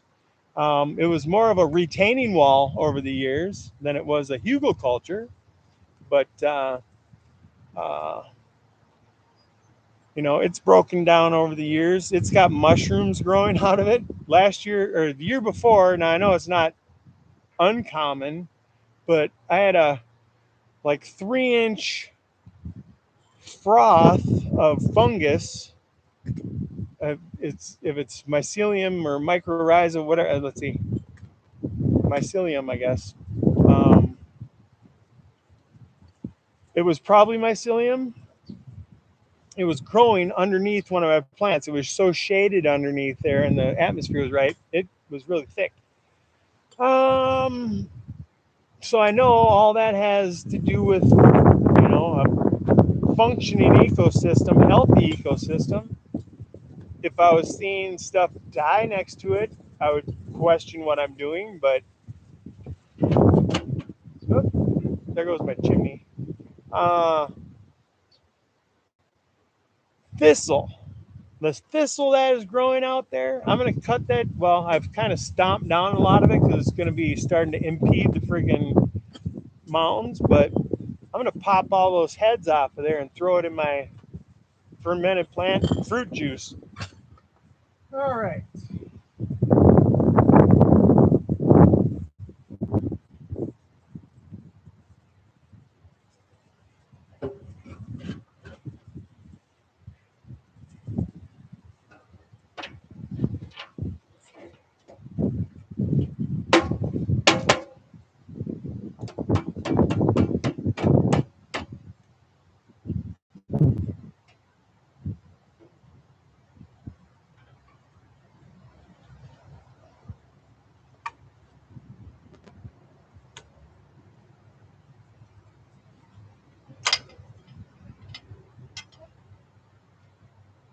Yeah, it may have hindered the operation. The flue got closed. China flu. It's a China flu. Or damper. I guess that's what it is. I don't know what the hell it is.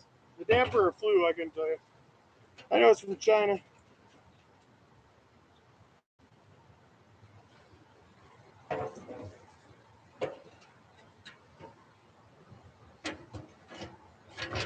Damn it.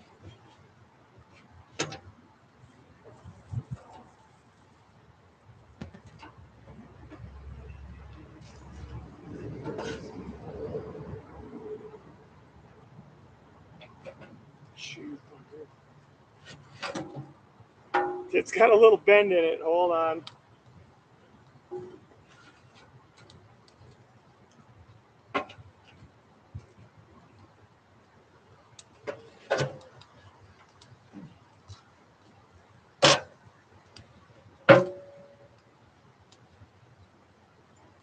You son of a bitch.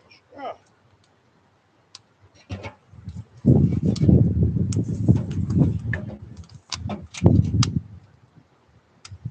I don't think that worked either.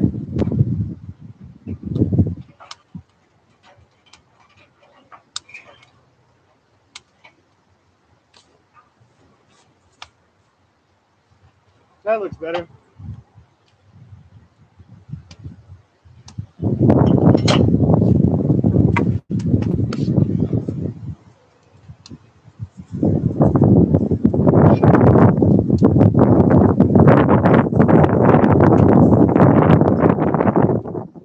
Wait for that to quit smoking.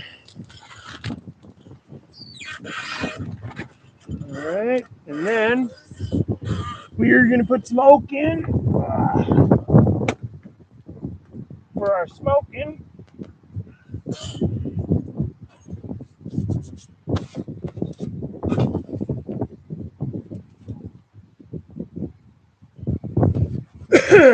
I'll be right back.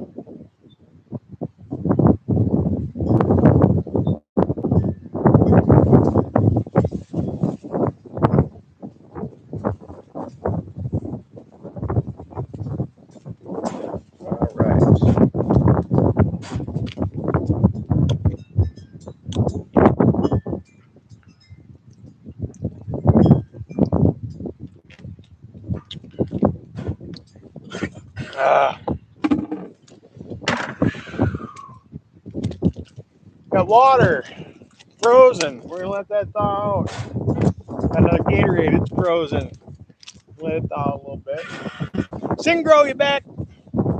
Let's see. One more quarter. How's it going? Bongs up, Chad. Cheers. Yep. Good to see ya. Just hanging out. next, we're waiting on some biochar. We're gonna quench that in a little bit. And any of you that aren't familiar with what it looks like naturally right out of a whatever you call that, biochar freaking digester or whatever, I don't even know. Yeah, I do know, but I can't think of it right now. We're gonna see some of that. Basically, it looks like what it looked like when it went in, only it's completely black and very brittle.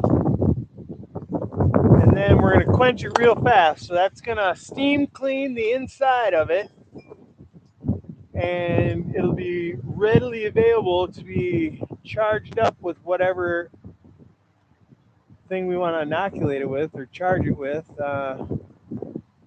You can put it in your compost pile if you want to. Let it sit for 6 months, a year, whatever, and it'll suck that stuff up. Do not put it in your mounds. Do not put it in your flower pots. Do not sprinkle it in your garden fresh. You wanna have that thing completely full of life, or it'll suck it out of whatever you're putting it into. And then you'll be deficient as hell. I don't think that was the issue last year with any of my stuff. We were getting so much water, and actually it was benefiting us because it was holding on to some of them nutrients, and whatever it couldn't hold on to, the plant didn't take up right away, washed right through the surface into the abyss, basically. All right, yeah, we still got a little smoke coming out of that.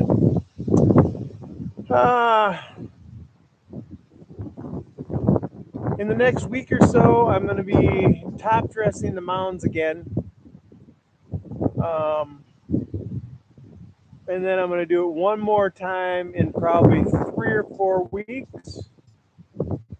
And then after that, it's going to be all for flower. So it will be getting top dressed again, but it'll be changing over less bud meal, more bone meal. And then our worm castings will be kind of steered in that direction. And then we'll use our deer crap, what we have left of it, and top dress all that into it. We're doing magnesium sulfate foliar sprays twice a week, 1 spoon per gallon. That is usually in the morning. And then when I have compost teas, I'm composting 2 or 3 times while I have the compost tea. I usually have a compost tea around for 3 days. During those 3 days, I will periodically, every night, spray them down. As long as we have a little breeze, as long as this stuff is going to be sucked into the stomata, I don't want it sitting on the leaves. We've got so much humidity around here that once you get halfway through the night and morning starts to come, everything fucking gets hit with dew. This morning we had frost, okay? The backyard out there, when I went to go freaking take care of the plants this morning, had frost on the ground. It's in the middle of freaking June. Not that it's uncommon, but it was kind of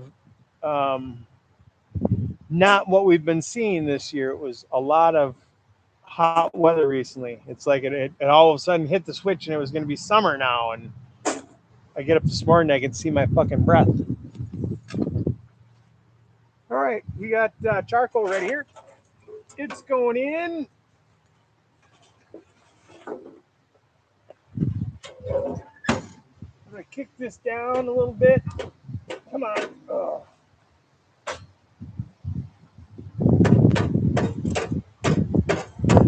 God damn.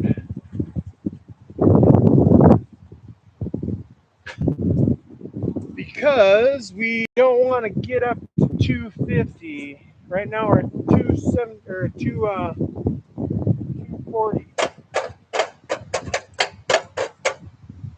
There we go. Oh, I don't know if anybody's seen any old butcher knives. These are not a beveled edge; they're a straight edge. Anybody sees any of them at a garage sale, pick them up for me. This one's called Old Hickory, and it is my absolute favorite knife. I'll show this later this year, but we won't have much corn. I used to get a lot more better corn. Got to figure out the corn. But as soon as I have a row of corn to cut down, I'll show you. I'll bend over and like this far off the ground, run down the aisle, and this thing will cut every one of them fucking corn stalks down with no problem at all. Just slices right through them. Slices through everything.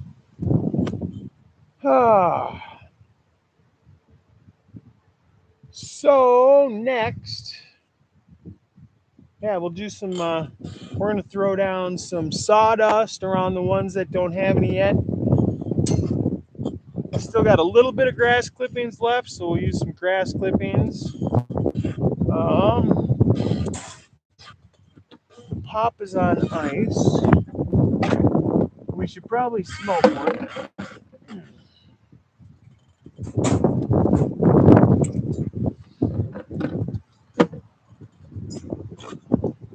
I think I got a sliver. So if anybody that is too bashful to be in the comments here is watching and you're from my area, you know who I am, I know who you guys are. Go into the comments, you can click on these people's name, or first, yeah, you have to go into the comments. So first, people, locals, activate the chat on this video. Click on these guys' names here, and it'll come up to where you can go to their channel. Go to their channel and subscribe to them. None of these people are going to lie to you. Some of them won't have shows. Some of them will. Yeah, they're my homies. They're my gromies. They're very informational. Any of the stuff I'm showing you guys now, if I didn't learn it prior to now, I learned it from these guys. And not just one or two of them, from just about every one of them. Yeah. There's a little bit of infighting, and some of it's joking around. I realize that. Some of it isn't. I don't know. I think people fly off the handle a lot, but I try and get along with every friggin' buddy. So sorry if you don't like somebody and I'm chatting with them or whatever. Nothing personal. I'll do the same thing for you as I would do for my sister is good for this, and a friend of mine, my sister yelled at them one time, and he took offense to it, kinda. Regardless of the circumstances, they were friends also. They still are. I think people's feelings are hurt right now, but she will defend him just as freaking strongly and as hardly and wholeheartedly as she will freaking scold him for doing fucking stupid shit. So that's the way we need to look at things. Circumstances change from one day to another. People's perspectives, nobody has the same perspective. I am surprised that any of us get along at freaking all. And I wish we did more.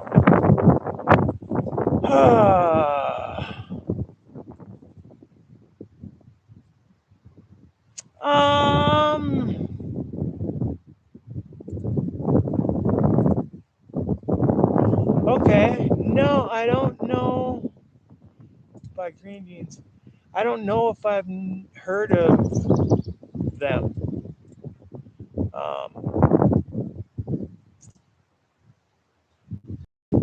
By Green Jeans. Anyways, that's cool though. Are you growing any of it now? And I'm assuming it was grown or at least bred here.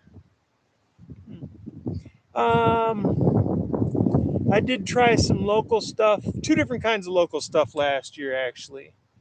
One that I received free, another one that I went and purchased at a grow store in Forest Lake actually. Both plants did well. One, well, they both got frostbite early. One took it offensively, I guess, and really got stunted. That one was another experiment kind of. It was in a 5-gallon pail. It was trained out. It was lollipopped. But then it also got freaking aphids like a mother. Um, so it kind of uh, faded, let's say, at the end badly and got necrotic and I don't know. So then I think it dried too fast and never had a freaking chance after that. So I didn't have a, I don't have a good view of that one. The other one possibly got mixed up with another seed. Either way, one of two seeds, either way, it was one that I purchased or one that um, came out of a bag, was pretty good, and the other one was a male. Um, they were both reg seeds. The bag seed was obviously reg seed, as far as I'm concerned, and then so was the seed that I went and purchased. At least it did not say that it was fem seeds. So they were expensive, though, I will say. But everything is now, and with Minnesota just starting out at the time, um, reg seeds were probably worth just, or fem seeds were probably worth more than what I would normally pay for them now. Yay.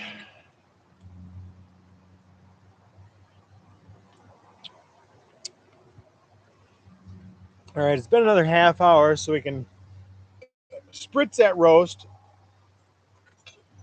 I'm going to kick the temp up a little bit right now because we're going to be opening that up. So I want to maintain the temperature. So I want that fire to get rolling again.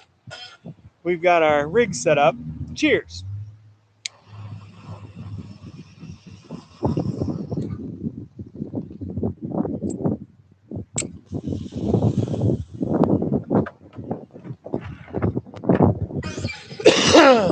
Got everything on ice.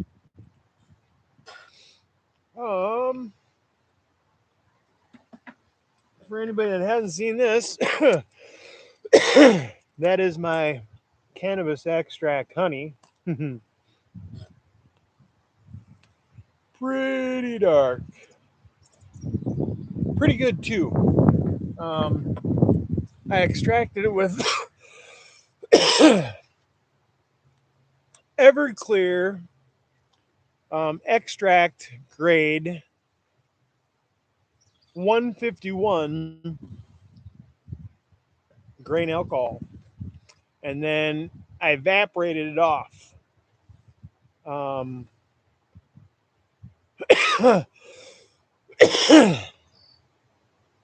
Decarbed it a little bit when I added the honey to it.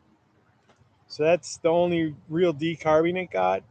Um, how much it worked, I don't know, because I don't know how effective it would have been fully decarbed. Whether it is or not, I don't know. I'm assuming not because I really didn't let it boil that long or simmer that long. I was more or less trying to get it incorporated in each other, just because it's not the psychoactive effect that is always important. Some of those terpenes, it seems like to me when I take a little bit of the honey extract and then I'm doing a dab pen. I don't do a lot of them, but um, it seems to together, which makes sense from what I'm hearing, has an effect that work together more than each of them would on their own. Now, the honey extract is more of a medical thing. It's a sleep aid. It does have a really quick kick in, so there's a little, not a strong, subtle, in 5 minutes fucking effect that you feel, mostly right up here. Could be the alcohol in it, but there's very little. I mean, right now I can hardly taste any of it all, actually. A little bit of effect in 5 minutes flat, and then it's more of a supplement for me.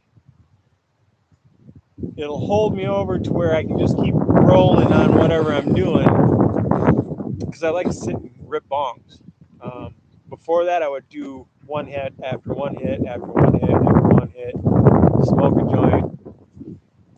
One thing I will say, and I don't know, a lot of people can probably back me up on this, but I feel like since I quit smoking, cannabis effect lasts longer. Now, my theory on that is because that cigarette only lasts, the buzz from that cigarette only lasts a couple of seconds, and or not a couple of seconds, like a couple of minutes or whatever. Um, that has a freaking another effect that kind of enhances what you're dealing with, right? But or maybe even if it don't, once you start to come down from that cigarette, then you're coming down from everything. You're coming down. You want to get back up. First thing I always went for was the cannabis again. So it was kind of just a cycle, boom, boom, boom, boom, rolling down a hill type thing. Once I stopped smoking cigarettes, I didn't really notice that crash, and I was doing it more for it tastes like cannabis tastes good. 3 years ago, maybe a little more than that, 4.5, 5 years ago, people in my community were smoking brown frown brick because that was pretty much all that was around here. Um, that wasn't insanely expensive. Uh, so until a couple people, until it was made legal and kind of a gray area, then it started to become more popular.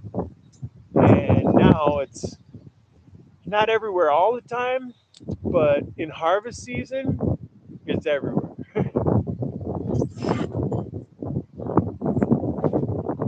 All right, next.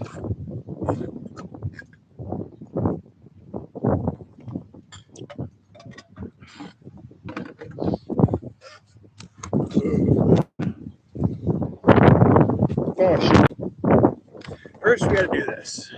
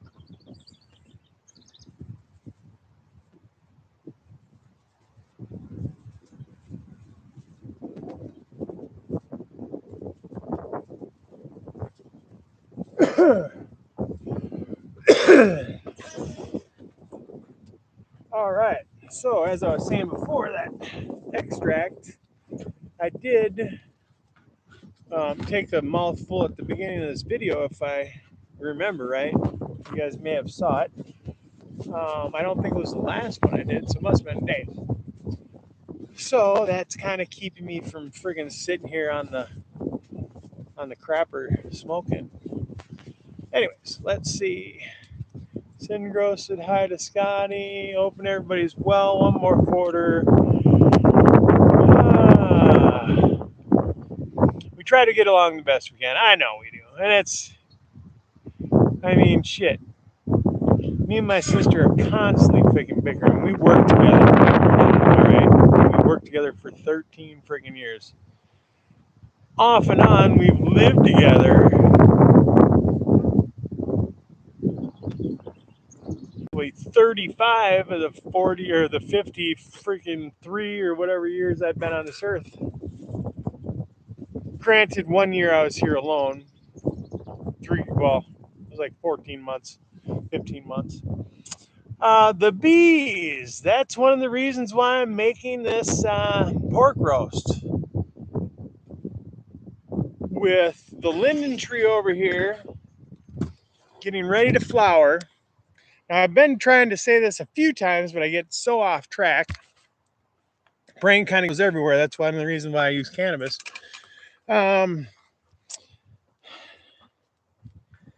Wasn't the Romans in Latin, I guess?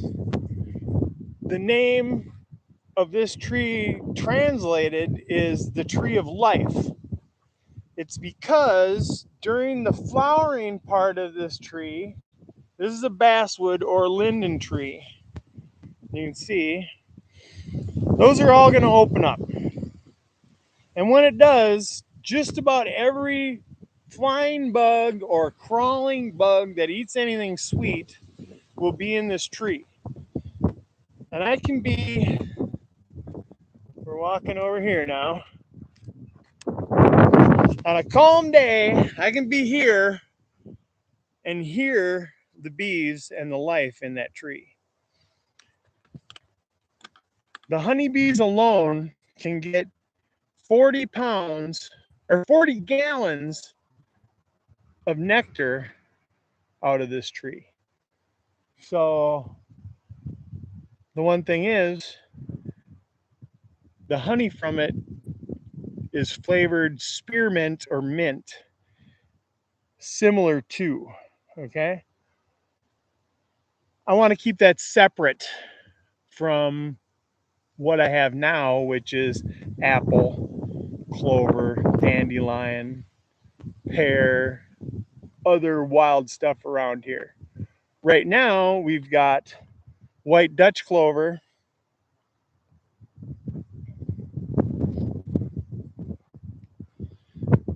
all that is white Dutch clover.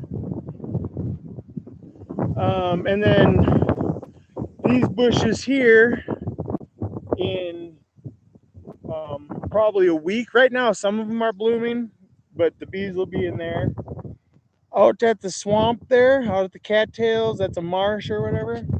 The willow, which is that big wall of stuff that you see right there in front, just got done blooming.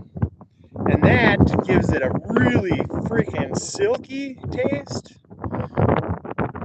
So thankfully, because of this linden tree, not only do I get the linden flavored honey, I also become aware of the other things that are going on here. 1 year this wouldn't bloom, but I still got this flavor. So I figured out what the willow tastes like in a honey. Some years it's all conglomerated together, so you taste it all. This field here, which it's now not much of a field, but that used to be a hay field 30 years ago. In between all this brush, right now is growing, but this fall will be blooming. That is goldenrod. That has its own special aspects to it. So now I figured that out. That gets separated. Predominantly, it gets left on the hive. It's such a strong honey. I don't care for it myself. And it's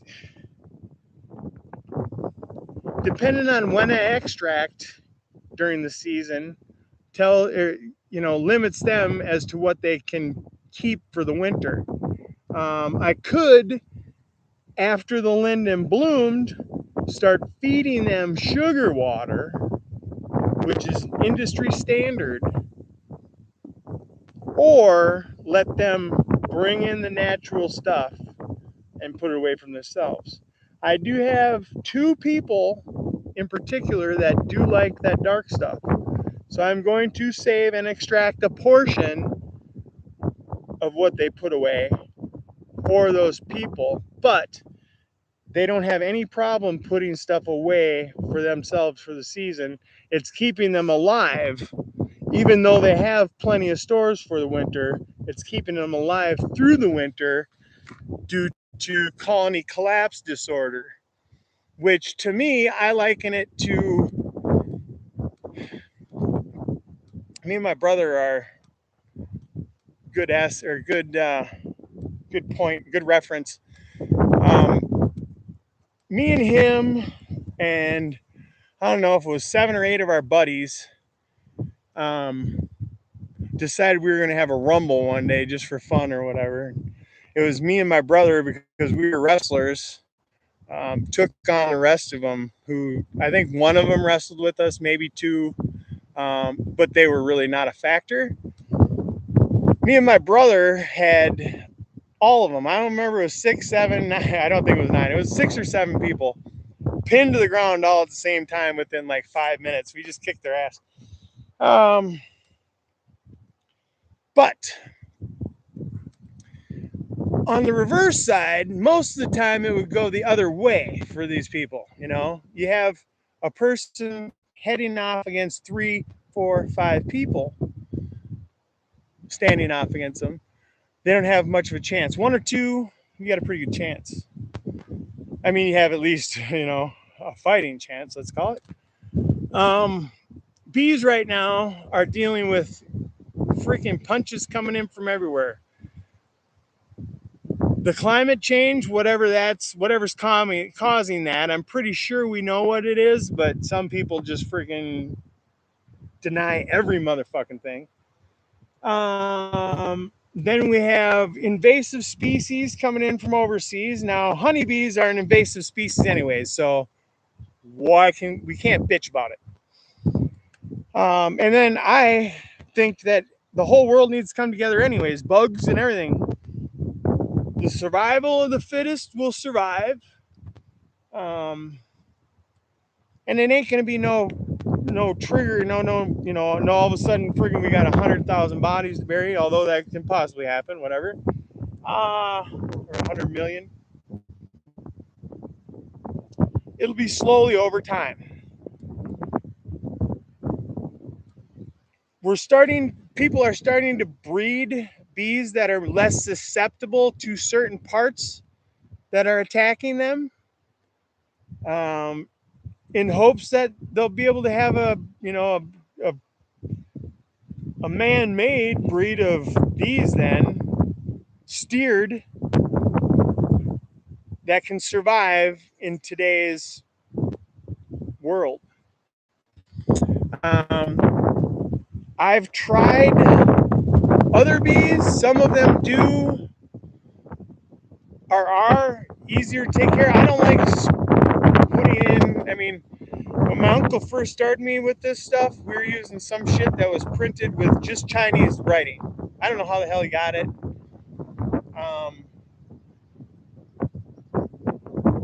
I'm sure it was poison of some sort, I think 50% of what we had made it, so it was effective.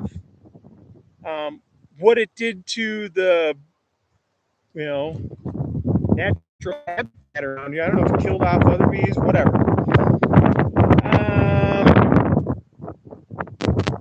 I think over time they will become a little more immune. Anyways, chat, blah, blah, blah. What does anybody else want to talk about? The federal government a few years ago gave the states, as far as I know, I don't know what the stipulations were, whatever.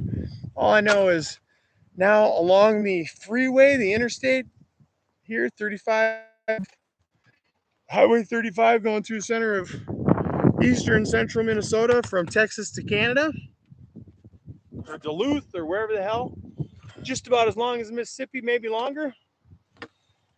Uh, they were given a grant to seed the whole area alongside of the freeways here with pollinator friendly plants. So my street out in front of the house here, which is a frontage road of the freeway, so the very next thing on the other side of the property across from our road is the freeway. One of the reasons why I have such a sun exposure throughout the whole day is because we got freeway over here and wilderness over here, and then farms over here too. So there's no big tall trees. There's probably 500 or 600 feet to my east that is from, other than the house and the trees in our yard, pretty much from 7:30 in the morning, 8 o'clock in the morning, I've got sun in my garden until 9 o'clock at night. My cannabis garden probably gets it from 10:30-ish to 7. That's plenty. And it's full on freaking sun. All right. I'm going to finish off this pop, and then we will mulch in. Whatever, I don't have mulch yet. I did water in part of what is not mulched right now, so I watered that a little heavier. Looking on biochar first.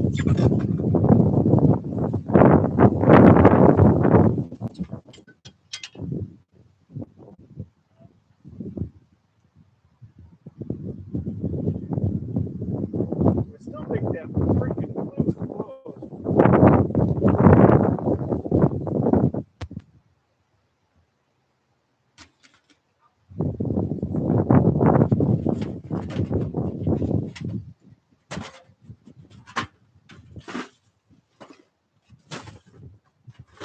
Yeah, not quite.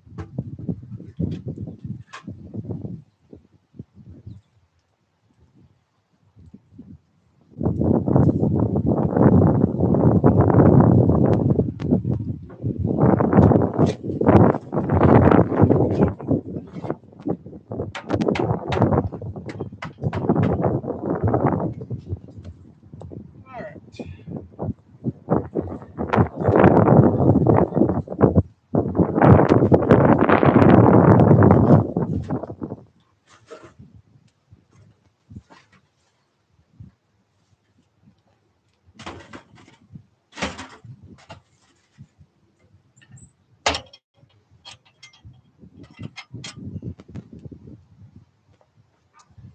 We're just going to let it go. I'm going to check the time here. I already say, are you kidding me?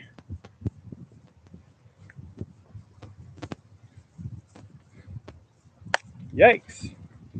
Time flies, let me tell you. I was thinking about getting the dog out and playing catch for a while, but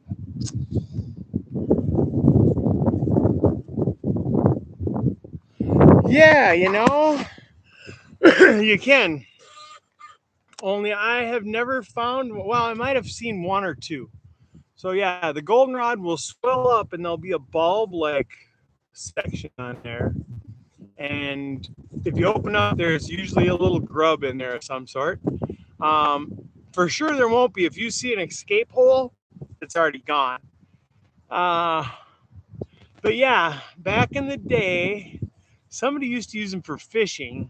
but they're not very big. So I don't know what he was catching. Maybe he was catching bait fish with it or something. Uh, yeah. Yep. Yep. Yeah, like in the spring is when they come out. Yeah. Right. Ice fishing. That's what it was for. Yes. Because they use them really small hooks. It's been a long time since I've ice fished. But yeah. Same thing with those fly maggots that I made my tea out of. You could use those for fishing. The worms that I have, the night crawlers that I have in my night crawler bin, those are really good for fishing.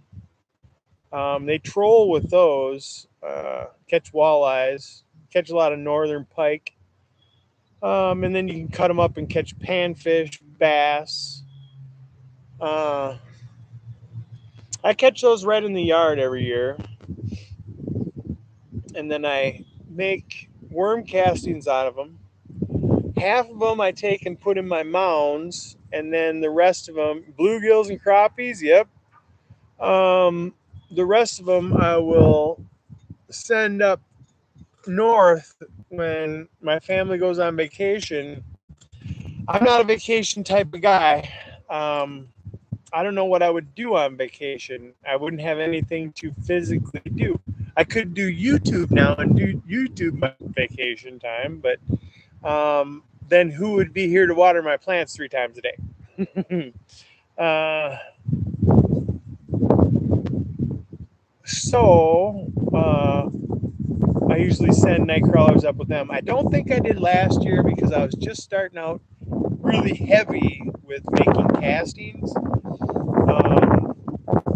I was experimenting with different ways using the newspaper. I still just like using the peat from out back and then adding whatever easily compostable shit that I have for food form. Pretty much it's dry amendments that I buy. I don't purchase a lot of stuff, but blow meal, bone meal,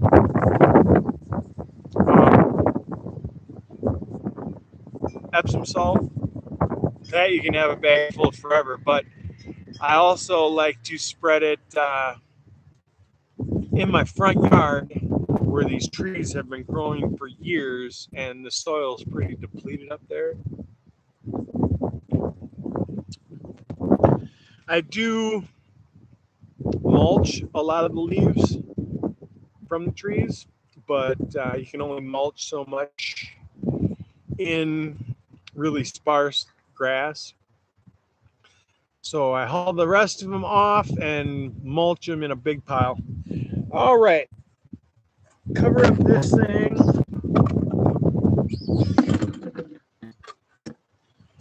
I've got a little dab rig in my pocket, I think, or what do you call these pens? I'm not too familiar with them. These are brand new within the last year to me.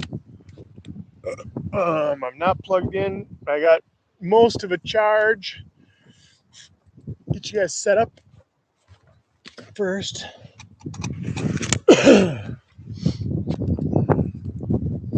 Got a lot of tomato cages to put up yet. We could be doing that. So there's not like a shortage of shit to do. But there's my sawdust, man. Thanks, Wade. Um, that's going to give a lot of structure. And I don't have enough to do the whole garden, but I have enough to do my rows. So over time, those rows are going to start to build up, provided we're here. Like I said, this is um, industrial property, and eventually it's going to go to the highest bidder. So all the way across there is where I'm going to be starting out. I'm going to start out with some sawdust, and then I will come and move you guys because we're going to be over in the other part of the garden. But first, we're going to get our grass clippings.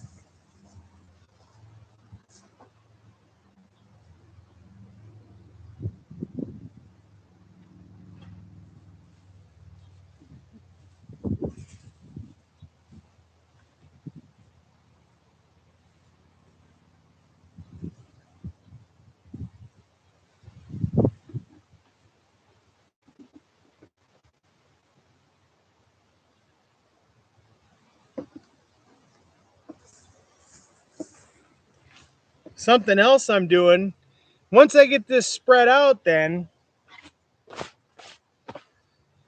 I'm going to inoculate it with our compost tea, and one that kind of sets the grass clippings in place, and then two, gets the good bacteria and good microbes in there right before these other ones get in there. Now this stuff here probably is already contaminated. We're gonna have a little experiment here, but the things I'm using this particularly for are not crucial to what I have going on. The zucchini I just use for making breads sometimes. I don't know if anybody's ever heard of zucchini bread, but you should check that shit out. It's phenomenal with just butter and some milk. I like milk with my zucchini bread. All right, I'm gonna get some wood chips.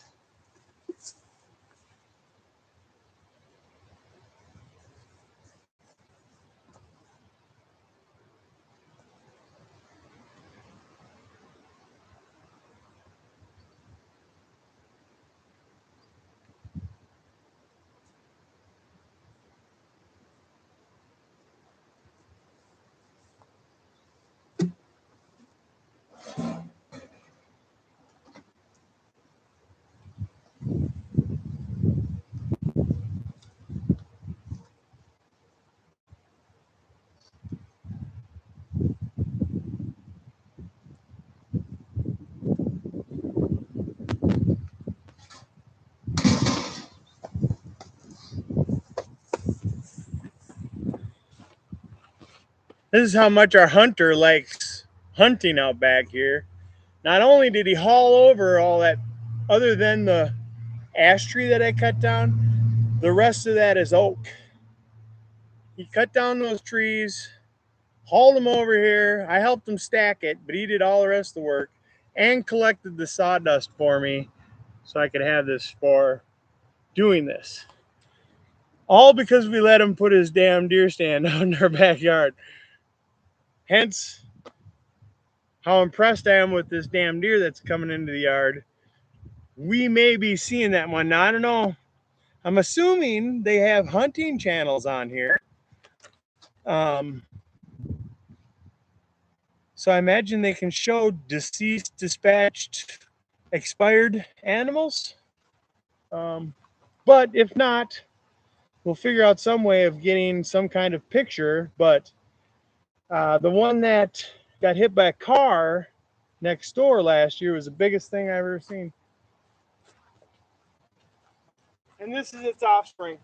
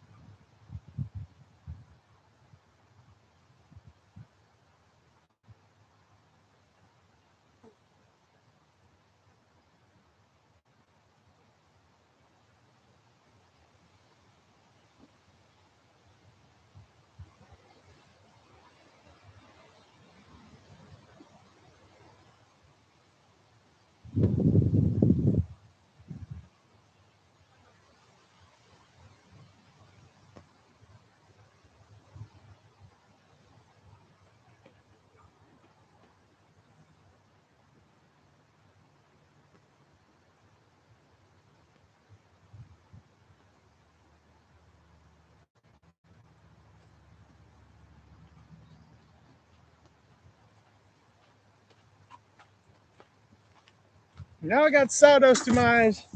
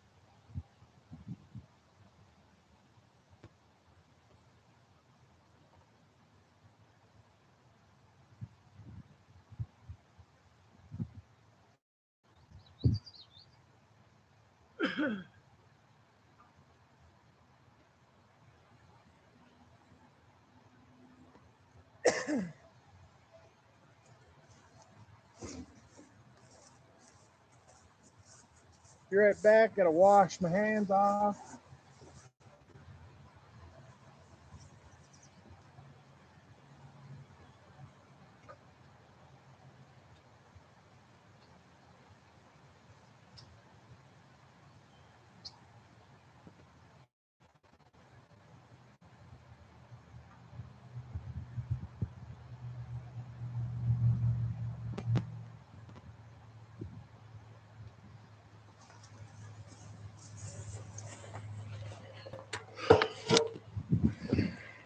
All right. Keep forgetting that a lot of this is gonna be blurry as soon as I freaking start moving around. Sorry. Uh, Chocolate chips and walnuts. Yes. So walnuts definitely have been in the zucchini bread. Not so much chocolate chips. That's a good idea. I can see that in there. Um, it was uh, same thing with oatmeal cookies. You can put some uh, chocolate chips in those. Anyway, so right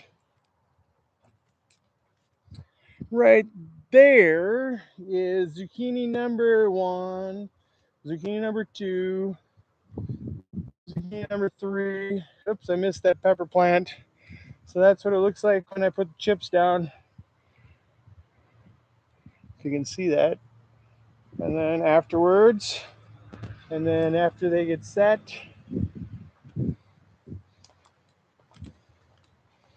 here's a good little example of the corn. Now there's still some coming up. So I got some hopes.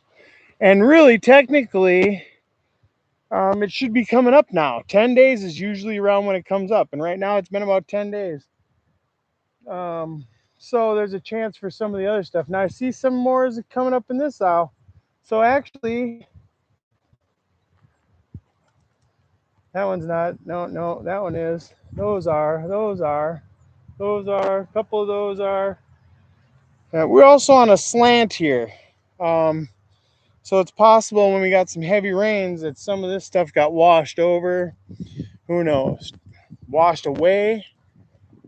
I don't see too many washouts this year. There was a couple. And then anybody who wasn't watching earlier, this is my trained out plant that I've been light depping, which anytime now I can take this and put it in the house. So that's probably what I'm going to be doing right now. We'll put you down by the smoker, and I'm going to run this inside. I have a absolutely darked out place, but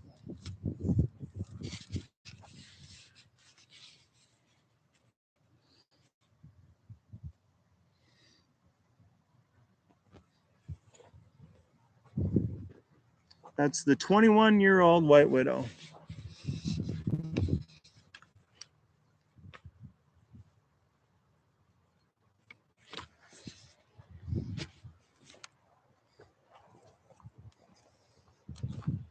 And we're starting to get cucumbers blossoming. That's cool.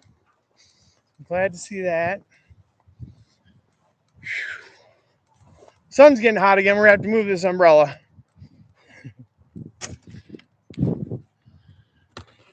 I'll be right back.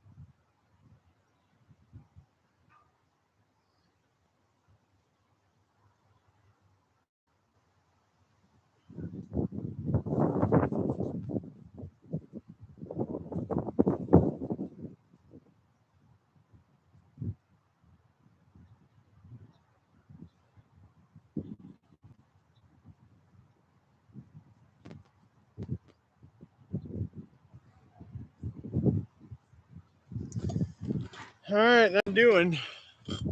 We'll see. All right. Oh, banana bread, you got me right here. Terry B, what up? Howdy. Good to see ya. Where are you coming from? We're in Minnesota here.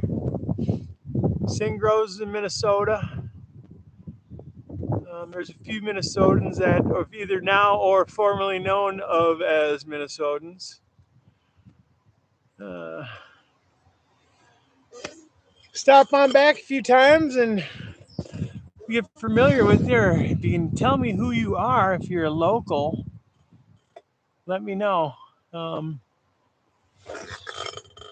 Locals get special perks, especially if they have any technology abilities. If you're any good at freaking YouTube, look at my channel and tell me how we can improve it.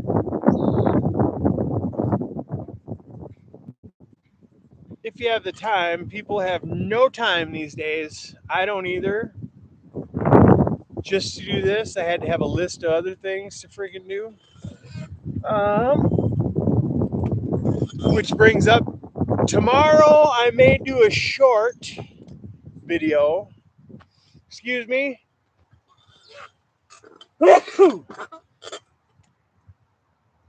On what I will be doing to set up the bees. I am going to bring my trail camera out with me. Now that has a short in it, so I don't know how successful I'll be. And we'll see if we can actually get a video. But what I'm going to be doing is providing the beehive extra space for bees, because the space that they're putting honey in right now, I'm going to be taking off, and they're going to want empty space or space to congregate. So if I take those boxes off, they'll be crowded in their little home, the hive box, the brood box, brood chamber. And then that'll trigger them to want to swarm, and nothing good will come from that. If we wanted to split our hives, we could have done that, provided we had a hive make it through the winter. We could split that hive. Long story. We're not into any of that. We want to produce our honey, give our bees every natural opportunity to survive through the winter.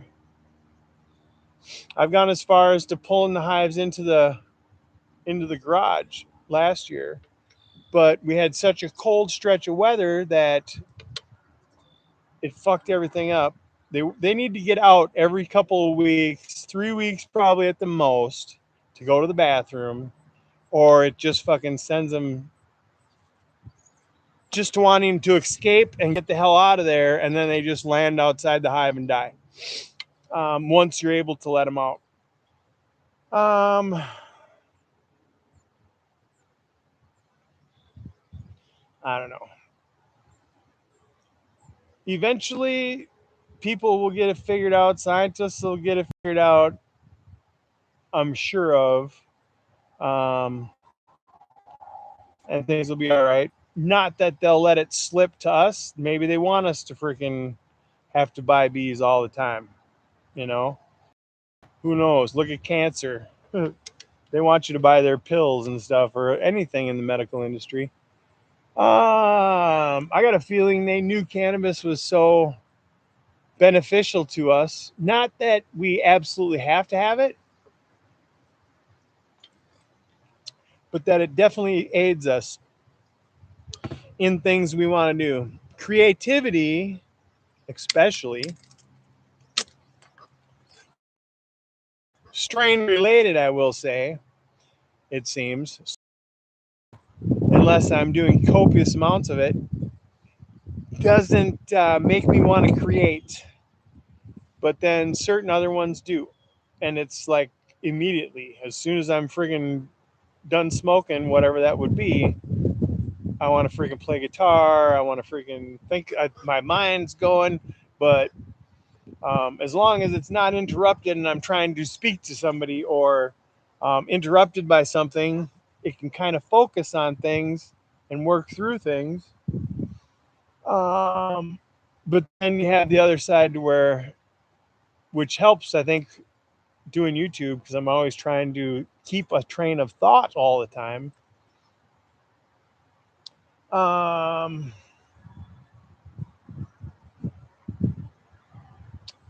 Cannabis, I believe, was probably partially put on the down low because pharmaceutical companies were able to create synthesized freaking shit that who knows what it does to us. Now, smoking it, I imagine, is probably not the best thing. Vaping it, I don't know if that's even any better. I consume it all the different ways. Um,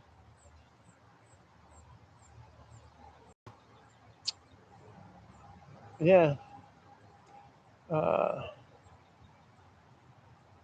I have not had a suppository of it, I guess.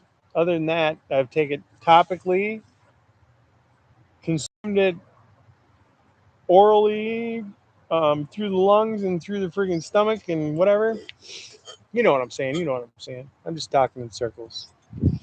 I've still got like freaking ton of hours left to go on this thing.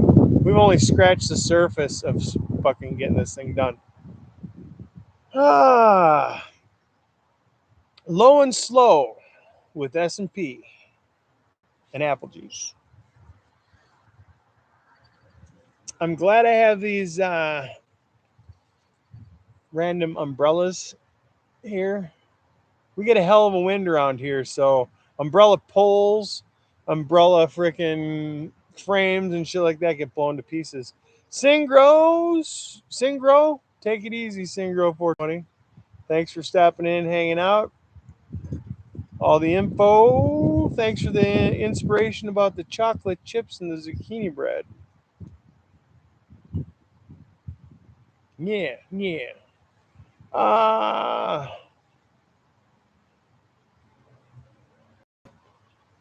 so tomorrow we'll be setting up for the honey or setting up for the bees.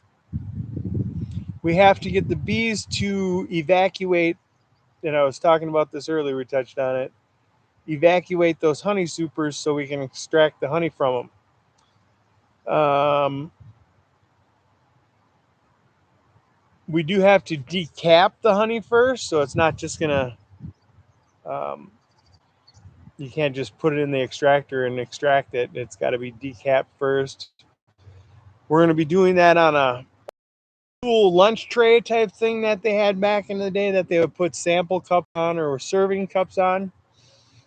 So I will be cleaning out the bee shed again, putting away all the nutrients. Actually, all the nutrients are now going outside. I have a small chest freezer that went out, and instead of disassembling and scrapping out, what I'll do is I'll scrap the stuff out. We get a pile of scrap metal. I'll put it out by the road and give it out to whoever wants to come and get it. The last 2 years has been the same guy, which is kind of cool. He seems to go by here quite a bit, and I think he's just a scrapper in general. So he's always seemed to have a trailer when he goes by. And last time I caught him, I saw him slow down as he was passing the house, and 2 minutes later he turned around and came back. So he wasn't coming intentionally to pick it up. He had a load or was going to pick up a load somewhere or whatever, and happened upon it this time. So glad to see that. And it's not hard to do. The water heaters there's an insulation inside. Typically prior to like 1990s, they had a fiberglass insulation in them, and now it's all seems to be a foam insulation. So that's kind of a mess uh, to get that off. But pretty much that's all you have to throw away with a water heater. The other stuff is metal and can be scrapped out. And around here, people are always looking for scrap or whatever. Free pallets people pick up. My favorite end table, which is like a little cabinet that I keep my bong and my smoke in. That thing was free on the side of the road. Same thing with our wheelbarrow here. This guy was downsizing and moving out of a former um, the landowner's home for an airport in Forest Lake. The former owner of that property had the house on the property, and um, the person that was living there now was downsizing. Moving quite a ways away, it sounded like. So he wasn't keeping his some of his interior shit and a lot of his gardening equipment and stuff like that. Now they didn't have a garage sale or nothing like that. They would take like a small truckload, put it out at the end of the driveway occasionally, and got rid of it that way. Uh, Not all of it was. I mean, none of it really was anything I was interested too much in. But the wheelbarrow, which is a heavy duty, um, big dumper one, and this cabinet, which is old. It was somebody's, more than likely somebody's woodworking project from the 70s or 60s, somewhere around that area, according to the hinges and stuff on there. Copper, yeah, I think I'm pretty sure they're copper fittings. They're not brass, I don't think. They're not shiny enough. Bronze, I think they're copper. They're probably handmade out of metal or something. I never looked at them that much. I just know that the little latch that I open and close it with is a bent piece of copper sheeting. And same thing with the little latch part that the hook goes into. That's a little piece of metal sheeting that's screwed to the frame of the cabinet. Pretty nifty little cabinet. I like it. Holds just enough crap. Still can carry it around.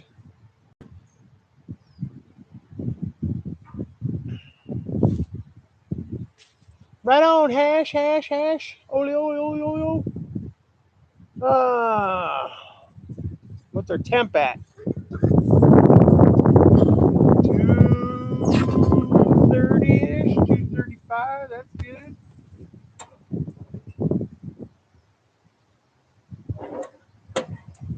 Charcoal still doing well. Maybe I'll fill up another one of our sprayer jugs or two, and we'll go water in the rest of the garden. We've got probably just as many plants left as we just did, so we're probably gonna need probably less than 2 gallons this time, but we'll get 2 gallons. So I'll set you guys up in there. Got a little bit of a charge.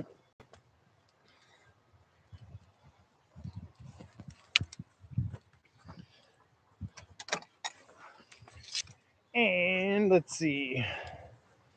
Move this.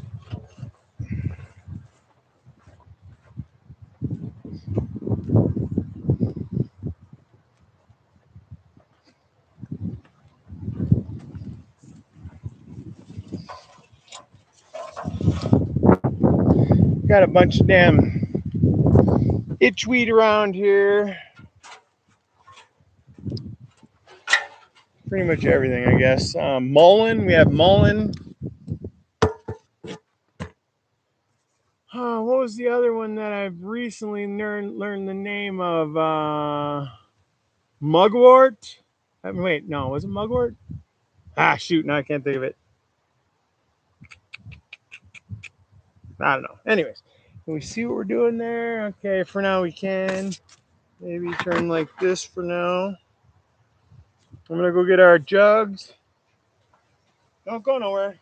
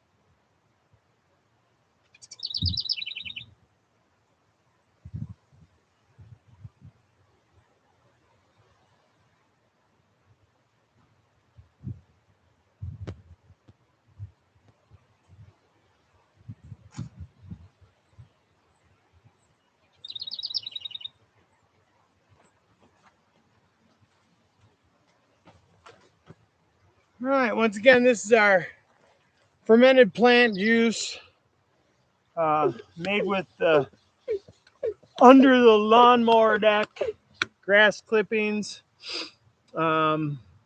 after freshly mowing.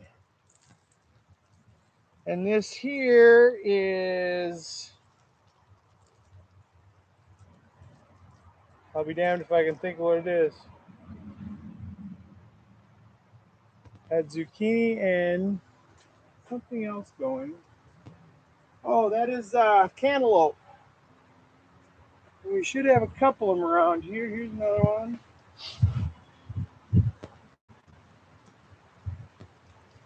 I missed these two with our mulch, so we'll have to come back and hit them extra hard. And then we'll go to our cucumbers.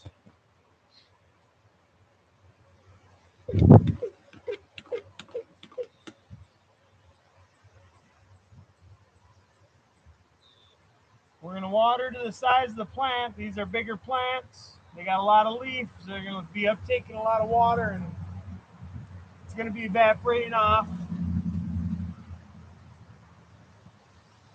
But I do have the mulch there, so it's going to stick around.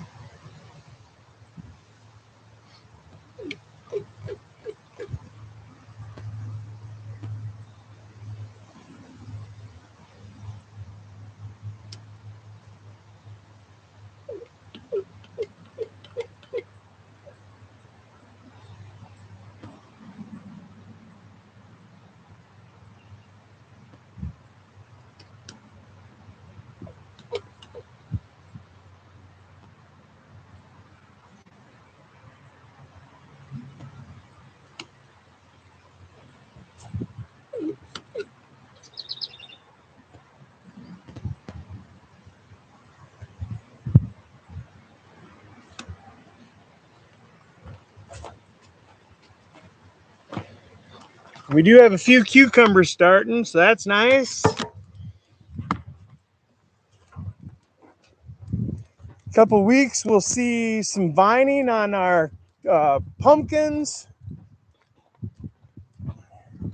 and then sometime the first 2 weeks of July we'll be selecting, or nature will be pretty much selecting for us, because I'm going to take the best looking one, but we'll start pinching off the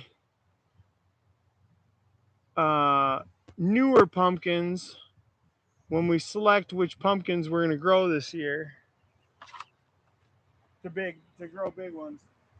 Last year they just kept exploding, or splitting, I should say. They were growing pretty fast. That mound that I was growing in was hot.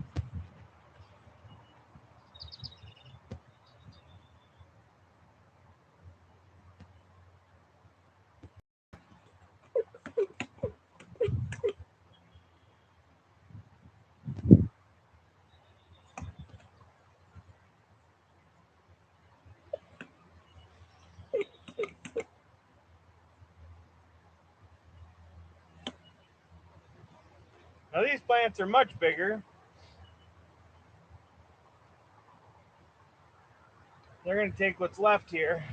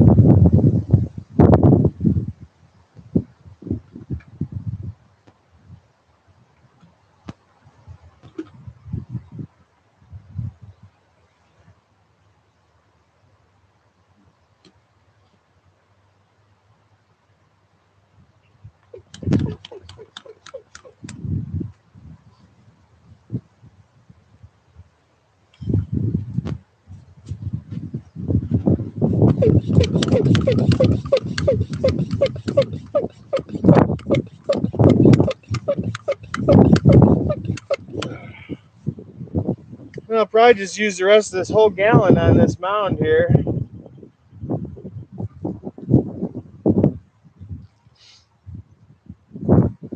Probably got 8 or 10 pieces of wood in there. They've been there a little over a year now.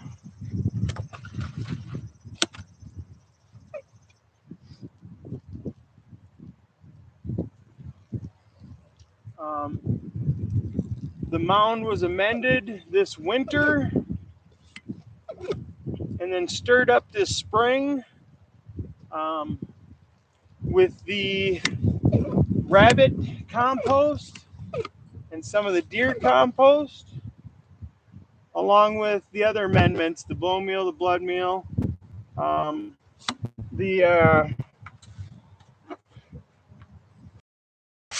dried clay powder dust that I made, worm castings. This sprayer ain't working the greatest because I didn't strain off the crap in it, so I'm just dumping it in. I was going to put the whole thing in that one anyways. Voila! There's those couple of plants that I have to mulch. Boy, that's strange. Hunk of metal must be hollow because it feels like it almost weighs nothing, so it must be a piece of pipe.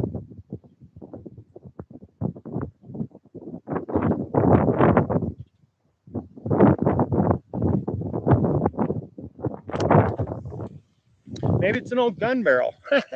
Didn't think of that. Oof, that would have been heavier unless it was really old. All right.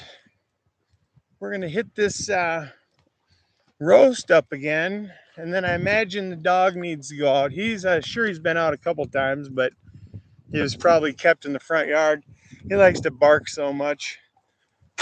Thankfully, whoever would have let him out earlier probably kept him up there. See, I'm sweating now, and we're hardly doing a damn thing, right? There's a breeze. It ain't hot, but the humidity's there. It's not super humid, but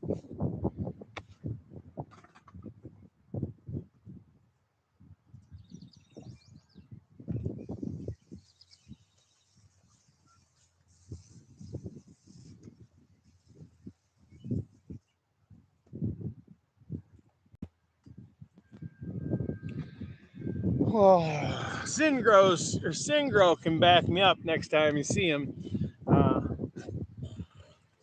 That 65% humidity was nothing to mess with, man. Nobody wanted to be outside. I may have been one of the only people that were outside.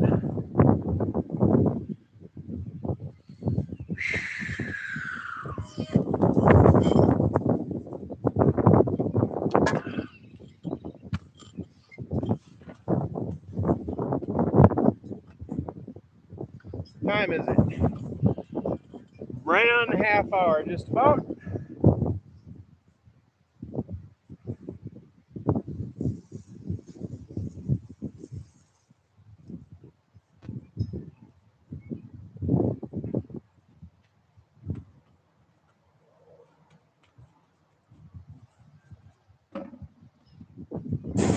Oops.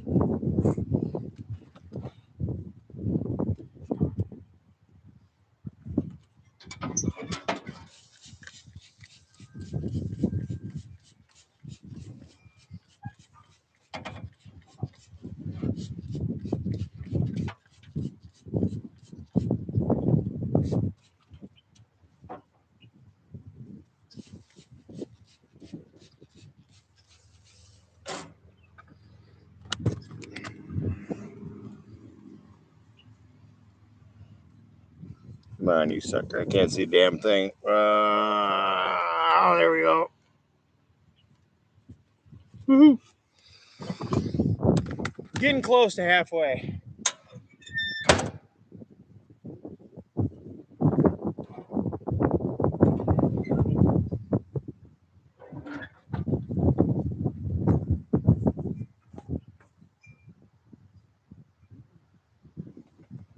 Bongs up, everybody. You ready? Anybody still here? All right. I was smart now, and I put my bong in on top of the ice that I have in this bucket. Buckets come in handy, man. I use those for toolboxes when I go running around. You can put honey in them. You can put your cannabis in them. Get the food safe ones if you're doing anything that you're going to consume. Right now I'm using it for storing my medical honey, my medical cannabis, my Gatorade, and my medical cannabis dispersion device.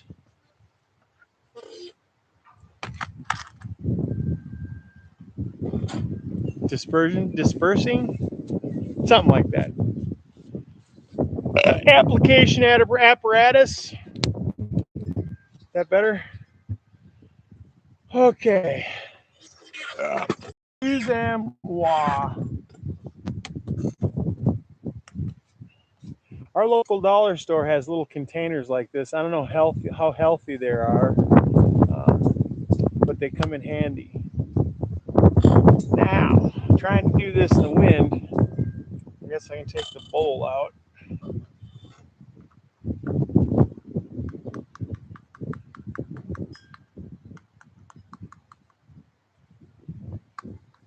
Whoa.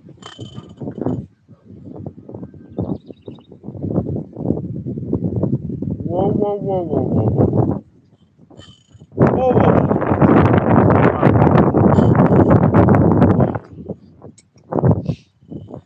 Oh, we better put a wood chip or a wood chunk in our smoker here.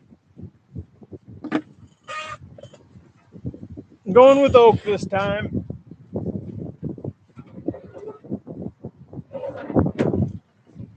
$2.25 on the nose. I better turn her down a little bit so she don't go past that.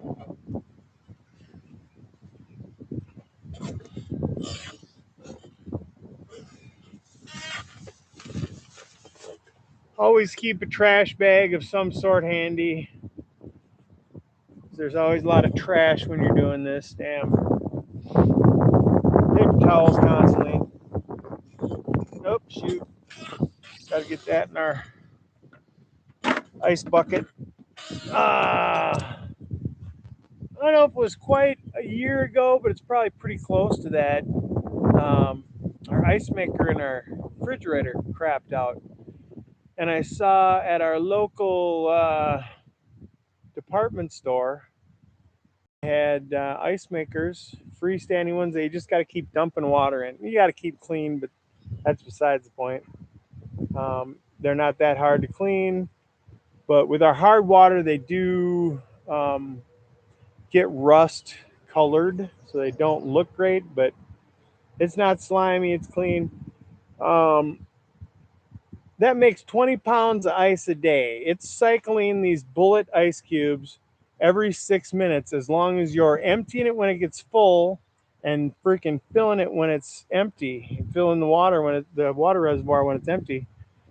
I had half our ice chest freezer full of ice that I made our hash out of this year. The bubble hash, I only made one batch, but I used it for that. And then anytime I needed ice, man, like right now, I just filled this 5-gallon pail. Needed probably 3 gallons of it, but I said, what the hell? Use the whole 5 gallons. It's paid for itself in the first freaking 30 days we had it. We go through a lot of ice here. And really, I don't know what was wrong with the one. We got it to work again by cleaning shit out. One time we got it to work, and then after that, it didn't work again.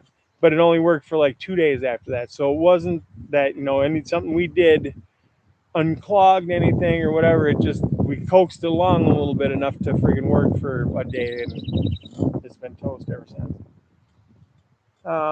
This one has paid for itself 40 times over.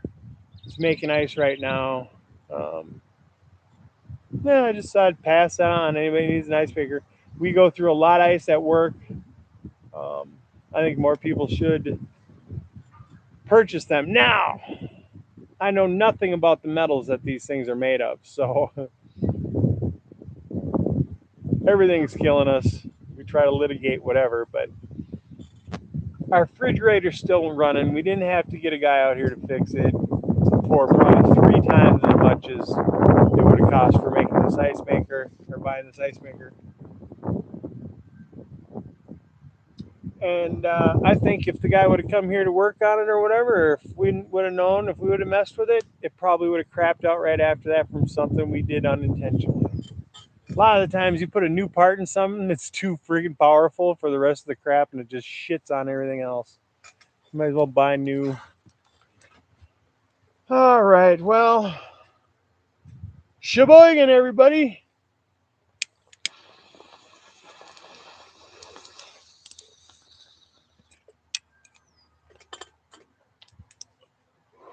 Happy coworker day, I guess. Sounds like. At least at the local gas station convenience store. I don't know if that's everywhere. Whoa, that one really got me. This new lighter here has a fucking torch on it that instantly turns everything to smoke.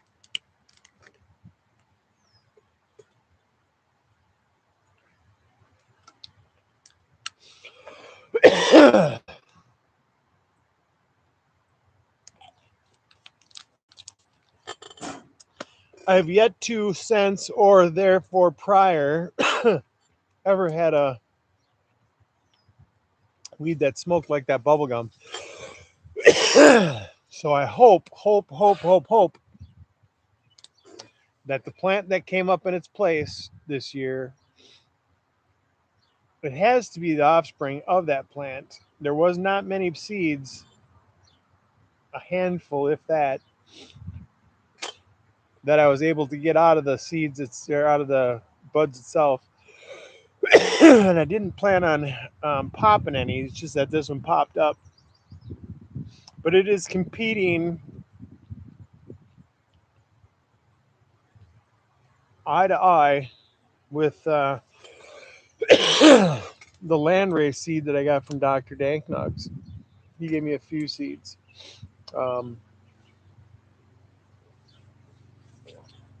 The one that I popped, I think I popped 2.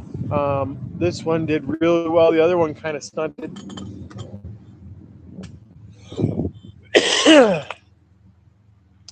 That sucker right now, and I'm saturated in that shit all the time, so I don't smell a lot of weed. The fucking skunk that is coming off that thing. It is too good to be true. I've had, not often, but I've had smelled skunk before on a plant, and then later it was just not there. So whether those terpenes burn off real easy, which may be the case, which is probably the case why I'm smelling them so strong right now. They form and they burn off, maybe. But if it does stick around, and now that I know those terpenes volatilize off so fast or so easily, I'll try and do what I can to maybe shade it a little bit. Now, this plant is portable because it's in a big ass pot.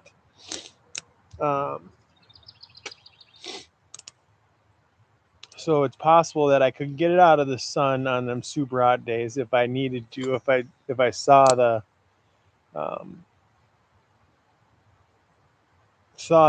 it was, gassing off. Which brings to mind, I keep thinking of this question at other times. Does anybody know now? First of all, do trichomes not regenerate, but do they keep emerging from plant material throughout? Like, say there's a leaf, we get a hot day, they volatilize off. Because I've seen that. Either that or the bug I saw ate all the trichomes off of that. Cream cheese. I kept saying peach. It's a cream cheese from last year. All of a sudden, we had a warm day. One day I was seeing trichomes. The next time I'm seeing decapitated stalks out there.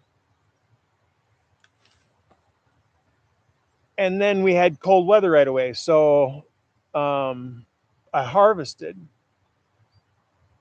Would more of them come back? Has anybody seen that? I don't think that's the case. I think once the plant material emerges, it's there, right? Or does it respond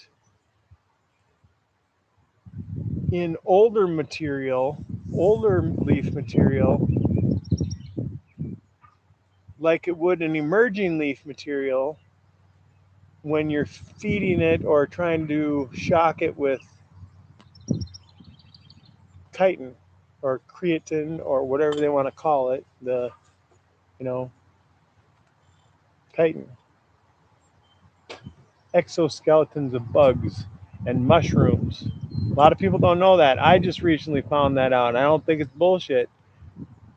When I dried out, or when that turkey tail mushroom is dried out and ground up, just like I ground up the bees, the feel of that material between the two is nearly identical.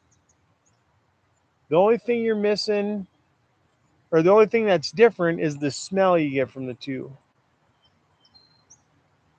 The bees originally stunk badly because they were decomposing.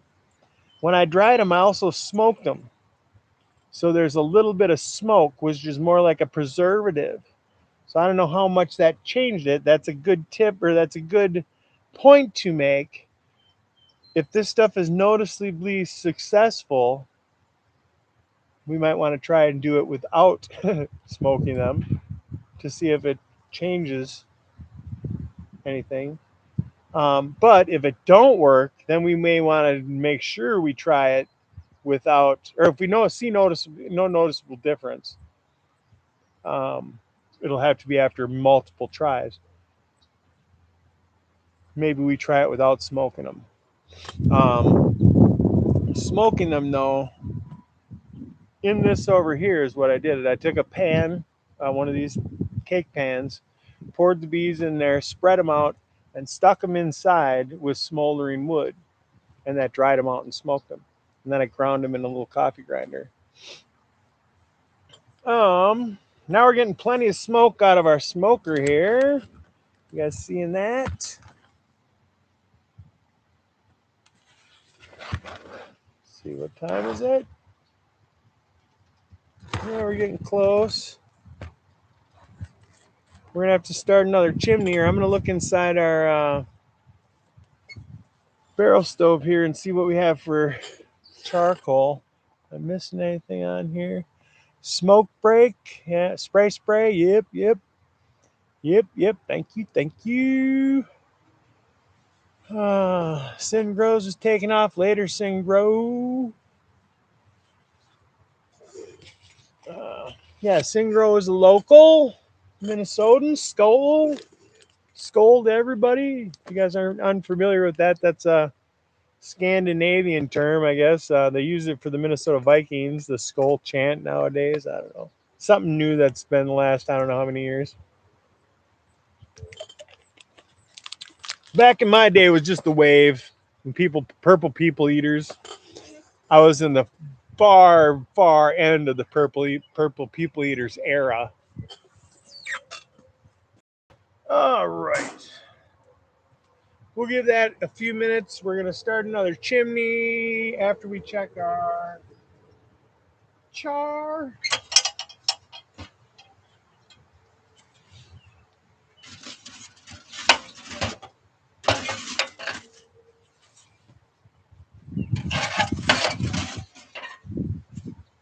Almost sounds good.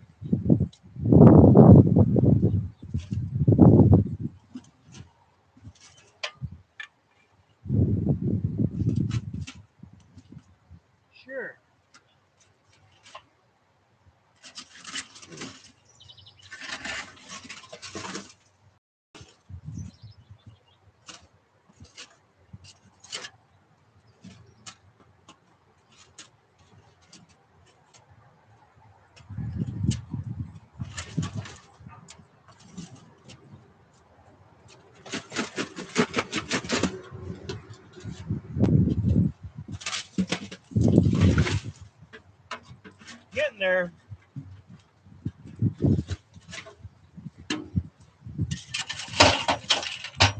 And this is partially green wood.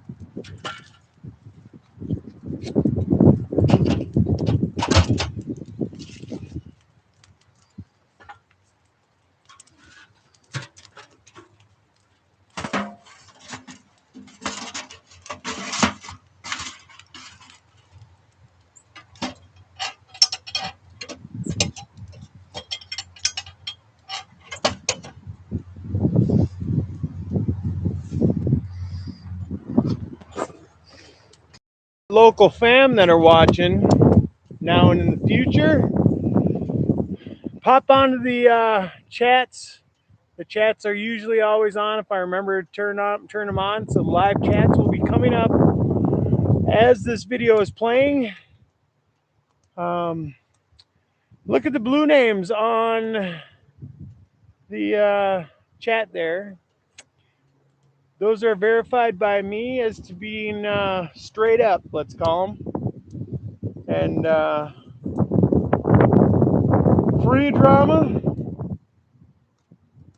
And any of them that have content, do good content. I would say much better than any of mine. I have not seen one that I can say, I'm better than them, because they are fucking, every one of them knows technology more than I do. I'm learning. I did dabble a little bit with the AI this winter. I made a video of some cannabis one time, and then another one of Santa Claus flying. It was for Christmas, so I did it for like a Christmas card.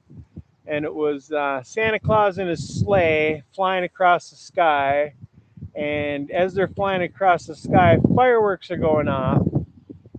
The fireworks spell Merry Christmas, and the sparks land on people gathered around or partying around a fire. And I took 2 or 3 shots at it. There's one of those free 10 times a day or whatever. I only did it once or twice. The one with the cannabis and one with Christmas. And the third time, I mean, it was pretty cool. I could have kept doing it, and I'm sure it would have got better and better. But there are other ones where you see somebody with 3 arms, or they're holding something with 2 arms, and there's another one like scratching their head or something like that. It's like the cows with 5 legs. You ever see a cow with 5 legs? I have. I believe it was backwards too, if I wasn't mistaken. Yeah. It's on the left-hand side, coming out the rear end, behind the back leg. I don't know if it was upside down or if it was just that was because it wasn't pointed towards the ground. It looked like it was backwards, but I don't think I've seen anything else other than that like that. I've been catching tadpoles. We've got these tadpoles now. Another good freaking fishing bait. You know, I can catch tadpoles now. I can catch leeches. I get night crawlers. I know how to catch minnows, but I don't have any minnows around here. There's minnows down the road at certain times of the year. Um, Pretty much perfected how to catch gophers. So if you guys need to catch a pocket gopher, go to my pocket gopher video. That's like got 700 and some views. My cannabis ones don't get views because YouTube does not promote them. My other ones, my giant pumpkin one, that's got like 3,500 views. Um, my gopher one's got a 700 and some. I've got one recently that's got a couple hundred right away, and that might have been my cannabis nutrients. So I wasn't showing plants, but I did, I think, smoke a couple bong rips. Oh, which brings up if anybody listening now that has a channel and makes content, if you've ever gotten a email from somebody, and I could bring it up, and I disregarded it right away because I'm not knowledgeable in any of this stuff to be able to tell if it's bullshit or not. I didn't even click on the thing, but I didn't save it. It's just there in my emails. Somebody that claims they're affiliated with somebody that has hundreds of thousands of views or hundreds of thousands of followers. And if I affiliate myself with them somehow, I'm assuming they can get me now. It's probably money wise, but I'm not paying for shit. They can get me guaranteed to start out 30,000 views. So if anybody's had that freaking email sent to them, let me know. And if you've checked it out, let me know what you think. I'm not, I mean, I might be interested for the right reasons, but I don't want to give up freaking anything I'm doing now to somebody that's not in the community. Okay, unless it benefits the community. My only intent here is to get my gadget made, get out to the community, and ideally buy this property, get a medical cannabis license or some kind of cultivation license, and do small batch, in the ground, organic, top level, top shelf cannabis. Right now, everything I'm doing is against, as far as I am aware of, the wishes of the owners of this property. So, as far as I'm concerned, I'm not going to flash it in anybody's face, whatever. Um, but my intention would be to get $1 million to buy this place. That's what it would go for right now. Um, and do that. Not to profit from it. I don't have any kids. I've got relatives, nieces, and nephews. Sure, I'll give them jobs. But I'm not looking to fund a family no more. I would take care of my parents, which they would be getting the $1 million. So they don't freaking need me to take care of them monetarily, which right now I couldn't anyways. But physically, I take care of them. You'll be seeing what I do. I've shown nothing yet, but if I wanted to record freaking hours of endless shit, I would. And one day I'll just put the camera on while I mow someday or whatever. I'll split all this wood by hand with this axe that you saw me cutting that shit up with before. And it's oak and ash. And it's huge. Green right now, so I ain't gonna attempt it by no means. But I've cut the shit up for years by hand. But yes, as far as I'm concerned, also for what we have here for soil, for one run of a grow, okay? So for our summer seasonal grow, I would put our flower against any motherfucker's flower. And we're just starting out. Especially from this property here, I gotta say. What we have out here is special. I do have a 4-day-a-week job, but I do have, it's right in the middle part of the day. And if I can get my shit done, and what I do is when I walk through the door, as soon as I'm able to punch in, I punch in, I fucking go to work. And the minute I can goddamn get out of there, I get the fuck out of there.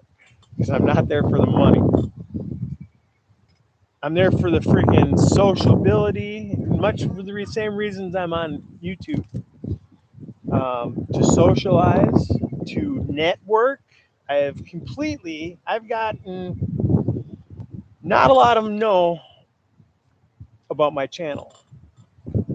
But through the exposure of coming into contact with upwards of 300 people every day of those 4 days a week, I will speak and have a conversation with 300 people, 1,200 people a week, more or less, sometimes way more.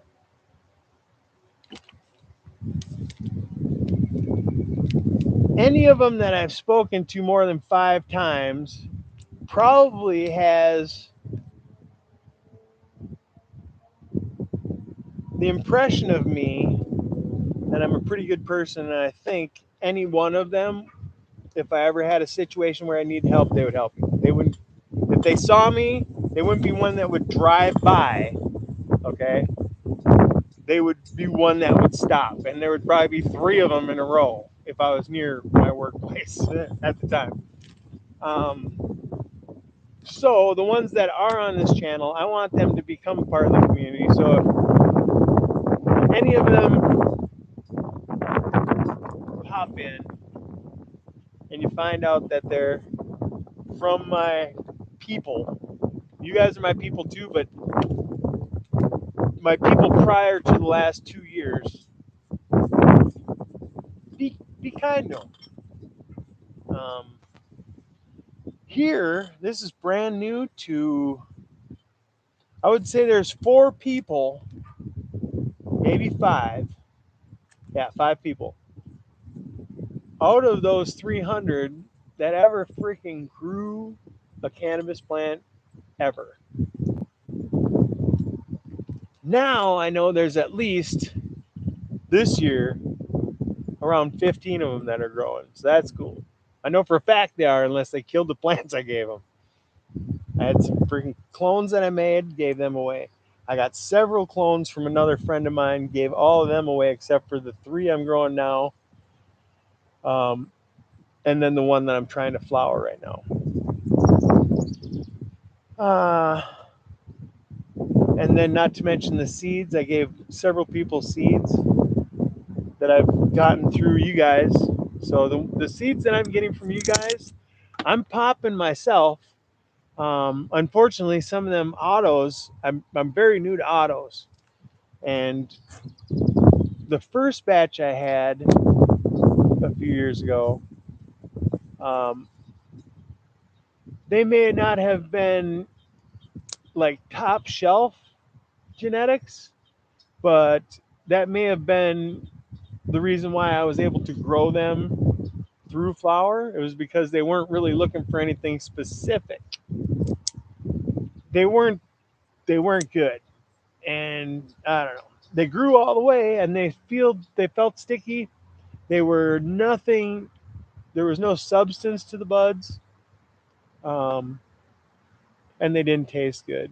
They didn't even smell real good when I was growing them, other than they smelled green, I guess. But then since I've popped a few, got them to sprout, got them to grow into seedlings, and then stunted them.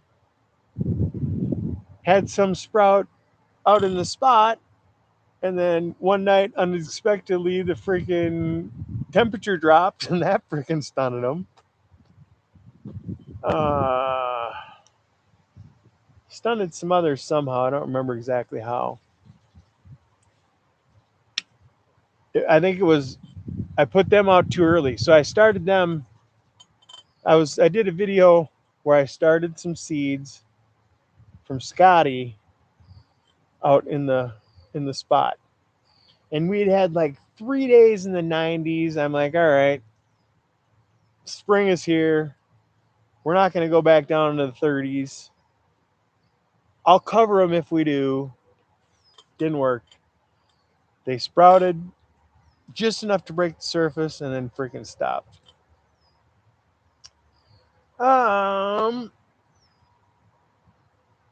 So right now I could technically pop some, but 100 days from now we're going to be in our more humid type of rainy type of weather. So that don't make no sense. And I've already got my hands full now that I've got 3 massive trained out plants um, that I'm still trying to learn my nutrients. So I don't know. Some of you are picking up on probably a little bit. This is all very brand, not maybe all of it, but the whole conglomeration altogether is very new to me. Anyways, we are at 250. Oops, that's because I forgot to close our little hatch there. Let's put some cherry in there, just a little chunk.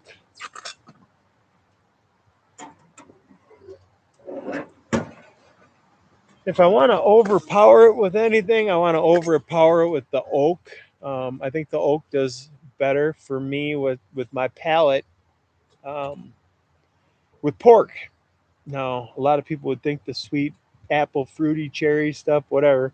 I've got that with our apple juice, so not that it's the same thing, apple smoke and apple juice. But I imagine somehow it's like your terpenes, maybe, and your flavonoids and whatever. I think we need to smoke another one, and I need another honey infused honey injection.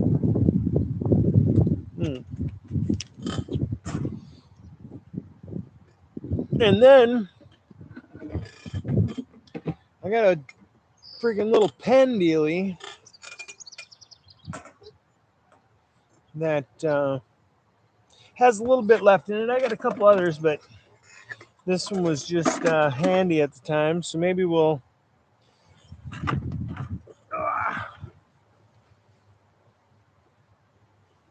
dry this off before I sog anything out. Last thing you want to do, let me tell you. First, I am not comfortable with messing with freaking honey, man. Honey is shelf stable for an eternity until you start messing with it. That's one of the reasons why I chose this weekend for extraction of this early stuff, is because we've got a little break in the humidity and the temperatures. Um, if I was in our bee shed spinning this honey out of the frames in a high humid environment, that honey will pick up moisture, and you want your honey, I believe it's 18%. I know it's not any lower than 13%, but it's somewhere in between 13 and 18. I think it's 18%. Um, I go by how much of the honeycomb is actually capped. If I have 3 or 4 honey supers that are full, hopefully I got 5 or 6 honey supers on there. I'm trying to think of what I got on there now. I believe I got 3 of them that are full and 2 others. So those 2 others right now, unfortunately, I bet are getting probably half full each of them. Um, but anyways, I don't want that stuff to gain any moisture uh, because it will start to then ferment. If you're fermenting it intentionally, I'm all for it. I really don't drink a lot of alcohol, but I will sample mead once in a while because when it's done right, it really it can refine your palate almost, especially if you're not an alcohol drinker, um, by like shocking in it with, I would say, like different kinds of stimulation than you are normally used to. Not that it'll sterilize anything, because I mean, it depends on your inputs too. Mine was more of a fruity input. I did blueberries. I did some black grapes, I believe it was, in with the blueberries. And twice I used lemon peel in that same conglomeration.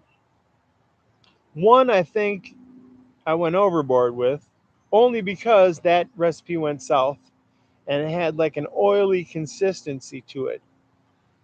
That being said, that was after the first year or so. It's rested for 3 or 4 years now, and I opened it recently and put it into a decanter. And that oily consistency went away, and it is more, it's actually pretty refined and good tasting if that's what I was looking for. It's very dry, and I like more of a sweetened. Um, and then now that I do like the way it tastes, I didn't want to mess with it, so I just capped it off, and we're going to let it sit until somebody that knows more can try it. But if I was to make just a plain mead with no flavorings, just honey, yeast, and then you put oh, it's not, I want to say terpenes, but it's another thing you get out of wood. Anyways, there's a couple of things you add to the mead to give it whatever it does. Um, Probably the more the broad freaking umami, I would imagine.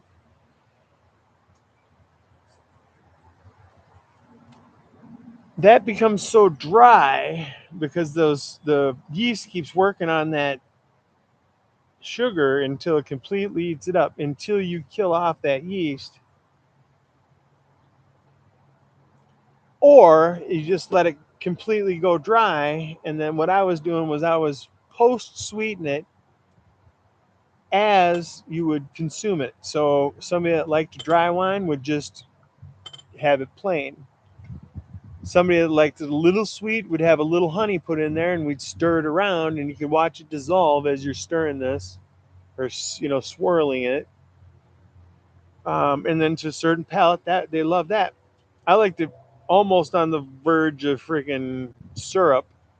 One, because I don't care for the taste of alcohol, and two, I like sugar. uh,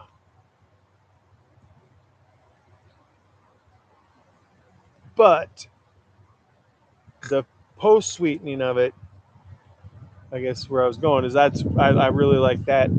Um, Not that it was needed, I guess.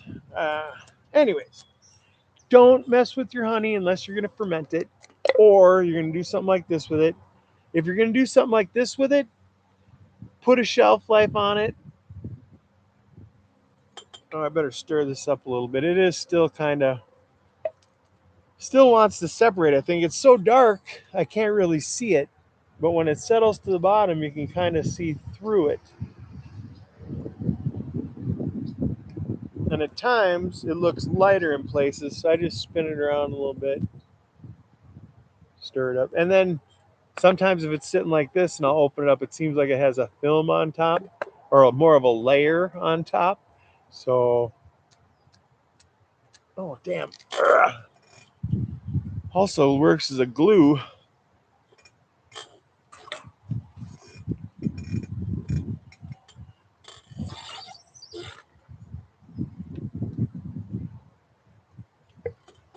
Last time I made it, I melted gummy bears into it.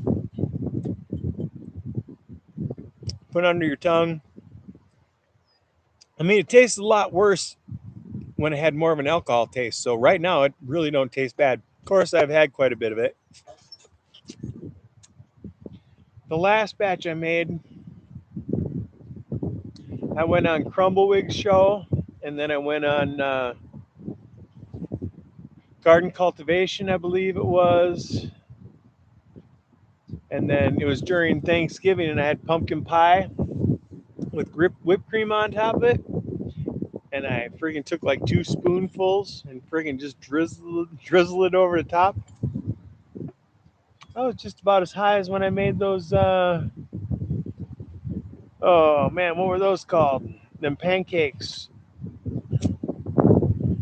Dutch babies. Michael gave me the recipe for fucking Dutch babies that he also made the butter for. And I don't know that anybody else was eating them, so I mean, there would only be me and one other person at that night that would have been even eating them in the first place, and I don't think that person did. So I polished off probably, well, one giant Dutch baby was 3/4 to a little over that gone. Um, that day, I felt it all over. It was like my head was this big. Anyways,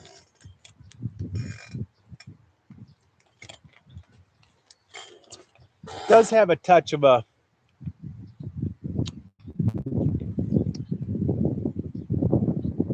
chlorophyll taste at the very, like right now, there's right at the back of my tongue, like I've been chewing on grass or something like that.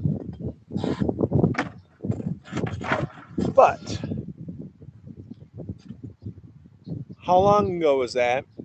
I did swirl it around in my mouth, and right here, I'm kind of feeling it already. Oh yeah. Half cup quick oats, milk and honey, yogurt, cottage cheese. Excellent energy drink. Nice. I love cottage cheese. Not that I eat it all the time, but I will use it in my lasagna, and I get the biggest tub you can find and throw on some pepper, and I'll sit there and eat that, whatever's left, and I'll save my portion for whatever I'm hungry for at the moment. I'll keep to the side. The rest of it'll go in lasagna. Uh, and yes, with just pepper, I love that stuff. But a lot of people like quick oats for something. I don't remember what it was from, what it was for.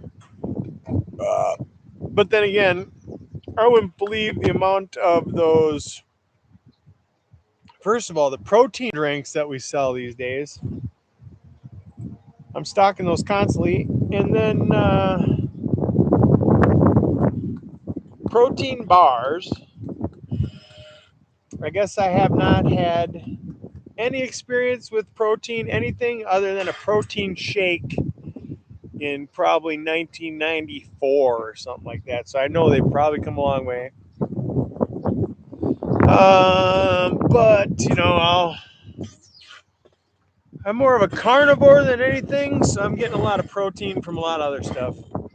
And I would probably rather eat bees. Can't imagine they taste any less gritty. Yeah, I don't know.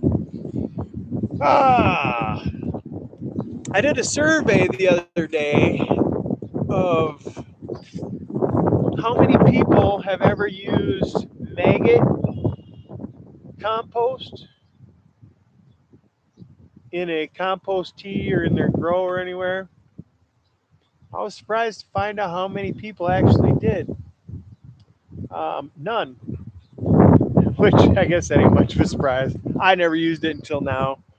But when I was over there last time, I noticed, if you remember, if anybody was watching now that was watching a little while ago, we just, like this morning sometime, I pulled off half of it and fed my cannabis with what was in there from a small batch, like a 2.5 gallon batch of maggot compost tea. Maggot and bone meal and blood meal and worm cast. There's probably some worm castings in there. So then when and then I took some shrimp from a restaurant near here where they had some spoil on them, and I took the shrimp, whole shrimp, and froze it, and now I added it to the tea. I added probably about 7 or 8 gallons of water to it, and then hit it with the aeration from the air pump for my compost teas. About an hour ago, I came by here. I forgot that I did all that, and I was gonna show you the microbial foam from this morning that had built up because there was quite a bit of activity going on there this morning after about 12 hours. There was nothing in there going on an hour ago. Oops, I keep hitting that damn button on the screen. I want to say by tomorrow when I'm ready to use that stuff, it should be pretty potent. And right now, with all the crap that's in there, there's a couple flies, but there was a couple of flies. That's kind of what I inoculated the whole mess with, right? It was maggot larva or maggots, which is larva from flies. So, not that there's a lot of them around here, but I see 8 or 10 probably. All it takes is one. Well, but then you got to keep it covered up. Um, you don't want sun shining directly on them. That ain't good for them. You want your microbes to be good and healthy. You're making a microbe bloom colony, just like a bee colony. Only there's probably several different ones. So I imagine it as there's several different ones, right away, and then it's going to narrow to the point or to the inputs that you're putting it to. So then it's going to narrow down to your blood meal consuming bacteria or microbes or whatever the hell it is, enzymes, and your bone meal stuff, and then whatever breaks down deer crap further. Same thing with the rabbit crap. Whatever consumes the friggin' hormones that are coming from the willow and makes that plant available is going to be made in that bucket. And I've fed the stuff straight up to plants before when I had an abundance, but now we have plenty of plants to feed. And now that I figured out taking that tip off of the sprayer, as long as you strain it good enough, you won't have any clogs, and you can use that sprayer just wide open for feeding plants. We're probably going to be diluting it down to the lowest I'll go is 20 to 1. I'll probably do like 70-30, something like that. I don't want it really diluted. Like I said, especially for the garden over here. When I'm feeding, I want to saturate the area with as little much as possible, but whatever I put in there, I want it to stick. So I don't want a bunch of water in there trying to wash it down in. Natural rain will do that, and then as I'm slowly giving it water throughout the week, because I'm not going to feed it every time, I don't think. Maybe I will, but I don't think so. The plants will tell me for sure in the next day or so if I keep up with what I'm doing, um, it'll show me either way. If they keep growing well, great. If not, I'll stop doing what I'm doing and probably lessen it, because I'm going on the side of heavy right now. I think with most stuff, especially if I'm feeding in every time I water. All right, had to have been a half hour by now, right? Oh yeah, we're right on money again. 6 o'clock, folks. You know where your bong's at? Mine's right there. Hello.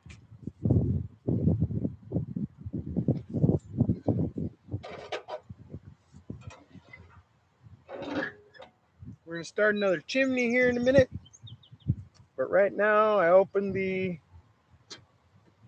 vent there so we can get some air going in there.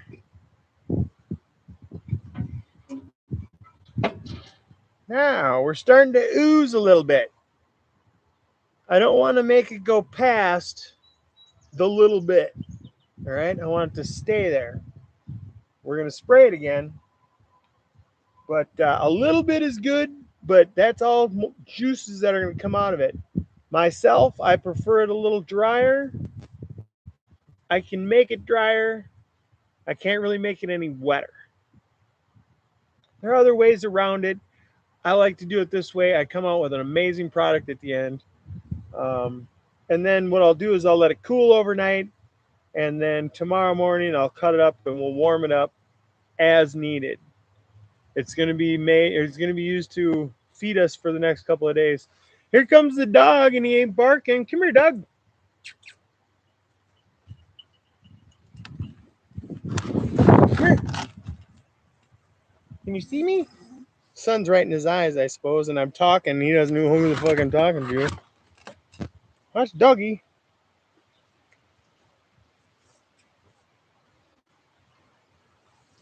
Dog can catch anything, so. Hey, why don't you look at your toy? Where's your toy? Go get your ball.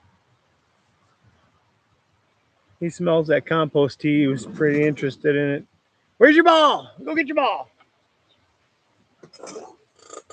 Yeah, whatever. I forget what I was going with that, but he can catch just about anything. He's a catcher like a mother. I've got another invention that I made, and I did have it on a video one day. I don't exactly remember which one. It's probably a year ago. With him playing with. Now I thought possibly that if I couldn't find somebody to team up with, which I'm not really actively asking people anything. I want to find somebody that says, "Hey, how are you doing that?" I'm going to say, "Well, team up with me if you got the cash to do it. I'm not looking for money myself, but I need somebody to finance the making of these things. I'm not looking at doing it with no 3D printer. I don't think those are fast enough. In my younger days, I worked in a plastic injection mold factory, plastic injected stuff. That's that would work to make these, and that would be the most efficient. We'd have to get it patented. I'd have to get a lawyer. He's right here. Well, he just went on the other side of the shed. Doug, house. Oh, okay. Um. So they would be a partner in this, basically. One day that'll happen. I don't know. Maybe that's where that email came from. If Jason shows up tonight, we're gonna investigate that email. We could do that here too once the sun is out of my eyes and I can see everything a little better. I'm starting to see it a little better now. Oh, let's see. Can I leave it in the sun to get rid of the chlorophyll?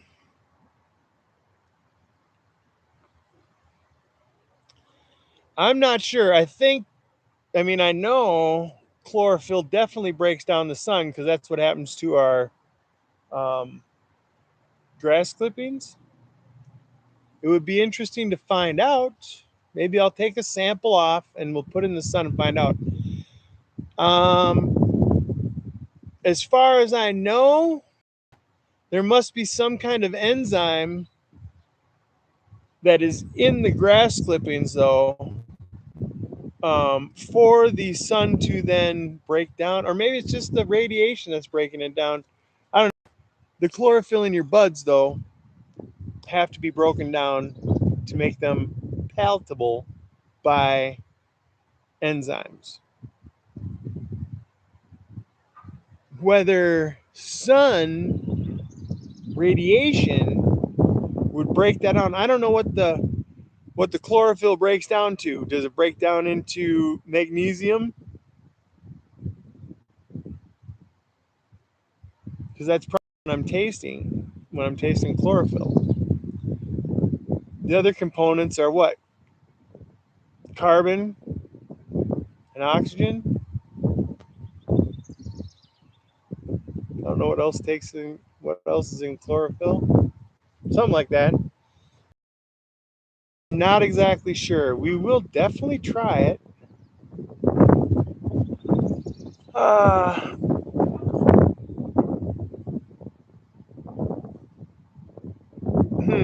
I'm just trying to think of why there's so much of a chlorophyll taste in it.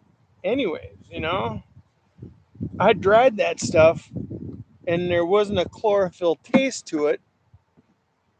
There was some other taste to it that wasn't great in the flour. In the dry sift, the dry sift was fantastic. I made hash out of the dry sift. I can go get some of it too. I still got a little left. I freaking got rid of some too. Buddy of mine, I gave him a chunk and he's like, "Man, you got any more of that?" So I gave him some more. I did say, "Hey, don't worry, smoke that up. I'm worried about it oxidizing. You need some more? Just let me know." Shit, I'm letting this thing. Anyways, so I should have sprayed that. So I was going to make more, and I was pretty sure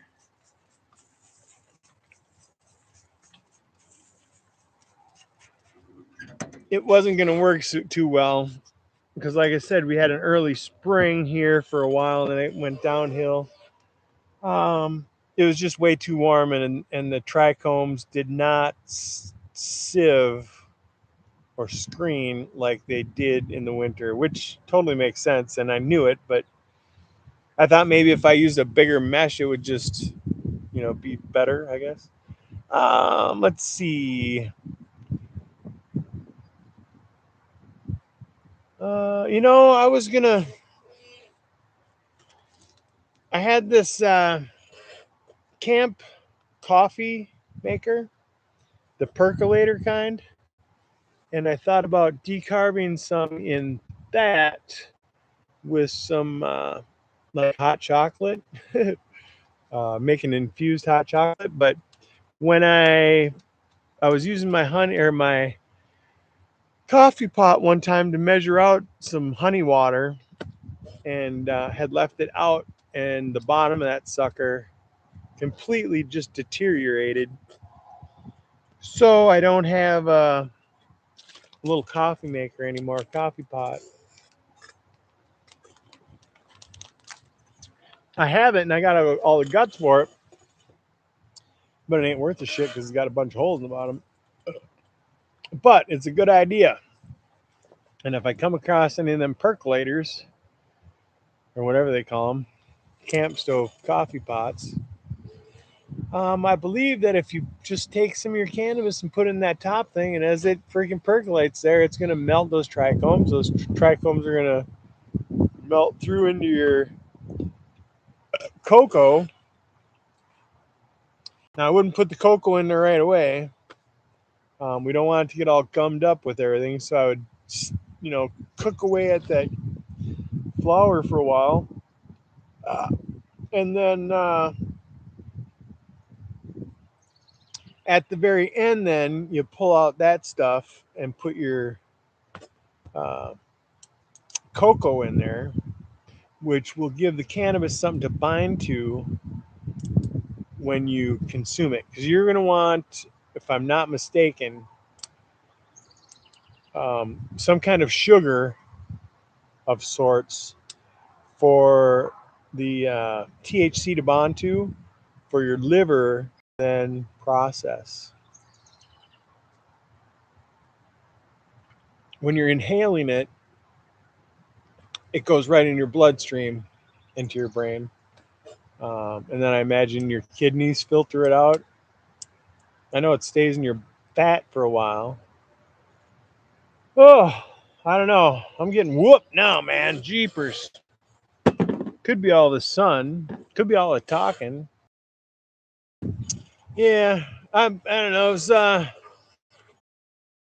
It was something that I was doing with scrap, basically. And at the time, I had so much. Well, I had a bunch of dry sift, a bunch of brown hash,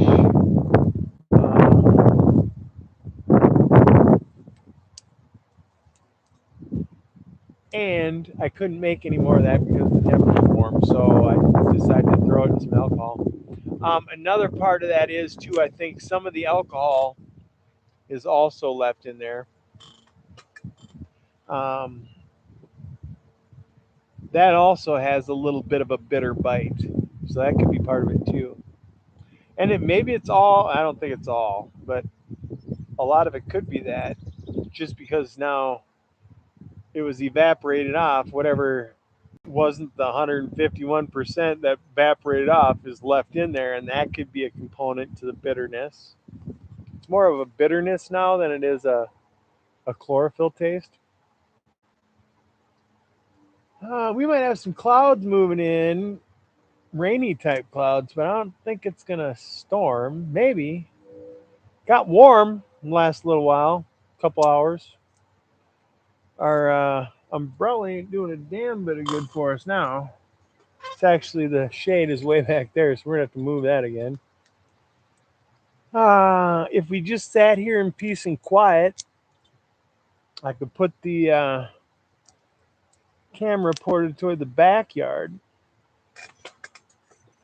And like I was telling you before, we've had deer in the backyard morning, noon, and night when nobody's out here. And this morning at like 6 a.m., there was two deer that got jumped by a coyote.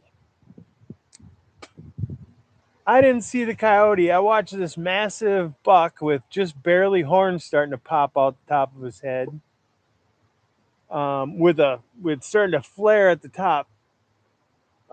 Take off like he'd been wearing a crown fucking that was 40 pounds.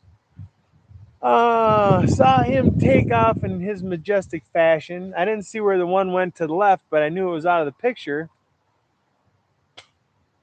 So I get up and come out of the garage and I see some four legs, but it seems like it's a lot shorter. Here it's a damn coyote. So a coyote jumped into the area pretty much where the deer were standing. The deer take off and he's left standing there until he sees me, and I'm kind of going like this, going, what the hell is that now? Is that the deer? He sees me doing that and he takes off. But then an hour later, the deer were back, so they weren't too scared of it.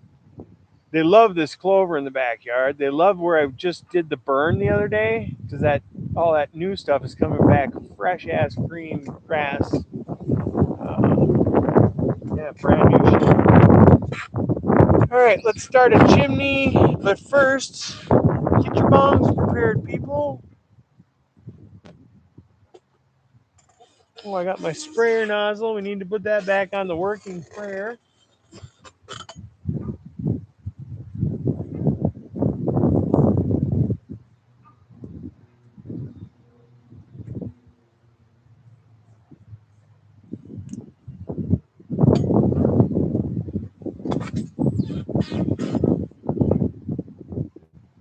Bongs up.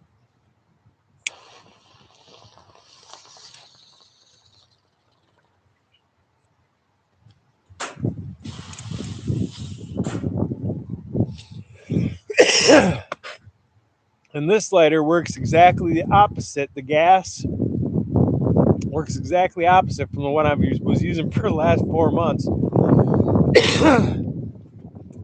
So now when I hit it, it's on freaking full on flame.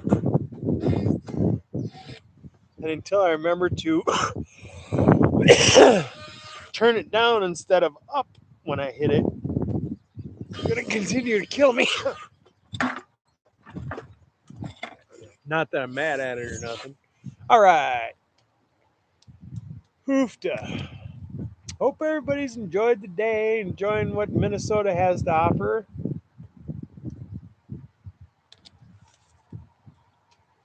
Sometimes you can see 4 different seasons in one day, or at least a 24-hour period. You can have snow one day, go through the night, and the next morning be 60 degrees, 70 degrees. That would be 20 degrees, 10 and 20 degrees Celsius.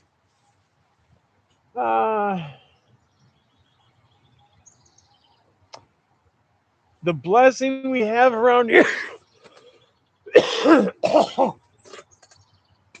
First of all, I need the reset of winter. I need winter to reset. I love to now consume and create YouTube content. More on the consuming. I'll watch videos over and over again. And then, now see, I lost train of thought there, damn it. But you know why? Because that damn honey's kicking in. That was a little bit on the larger side of a sample. It was probably at the most half a teaspoon. Now, I have a client, an unpaid client. I'm not doing this for money, but I know I'm not going to call him a patient. A person, he's an acquaintance. I have an acquaintance. There's the name. Perfect for it. That has an autoimmune disease. He's had luck with some forms of edibles.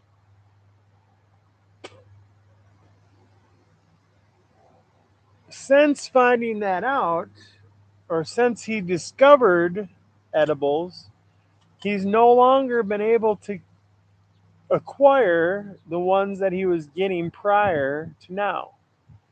We do have some that are available in our area.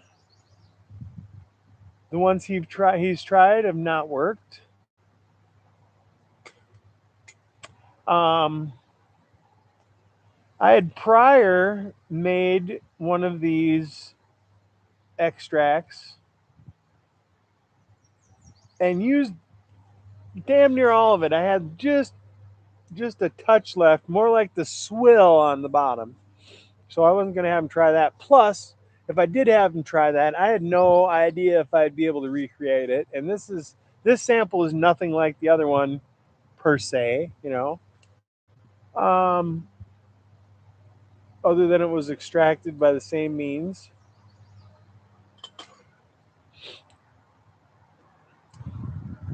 He's looking for some relief. I think right now, what I'm feeling would blow him off his fucking rocker. So I would at least have to cut it in half. Now, the one thing I'm thinking is, now I did just do that bong rip, so that is freaking skewing my freaking deal, but I can feel the difference between smoking it and consuming it, edibles wise. And right now it's all right up here, which I don't get right up here when I'm smoking.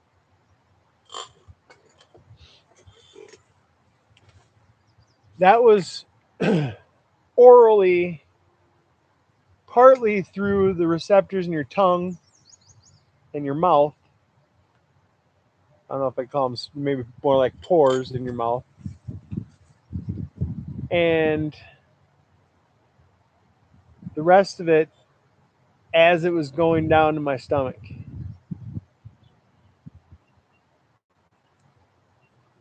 My intention is to put it in a capsule, which is perfect as far as the size of the sample that I would need. Only if it affects you, maybe not as quickly, but the same. And I'm assuming it will because you're consuming it through your digestive system. So whether it hits you in 5 minutes or 15 minutes, he should get the same effect, which to me right now, on top of the bong rip,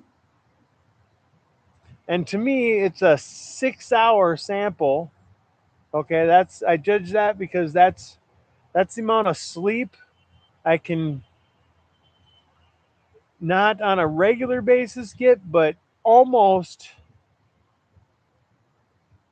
If I just give a little extra effort, I can get 6 hours of straight sleep with one stop to the bathroom. Usually, that one stop to the bathroom will get me up enough to where I'm like, all right, well, I got to go smoke now.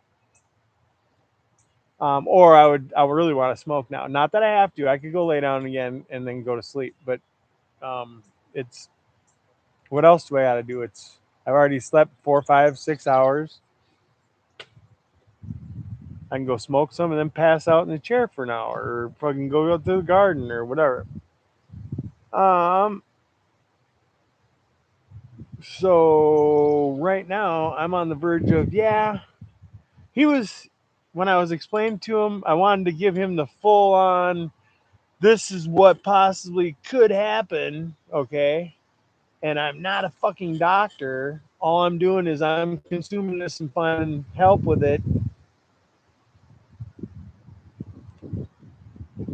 Though I have a tolerance, we can dial that back and find a dose for him.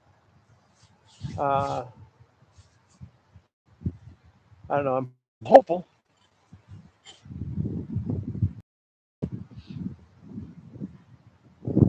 And then I did not ask him what he is looking for relief too.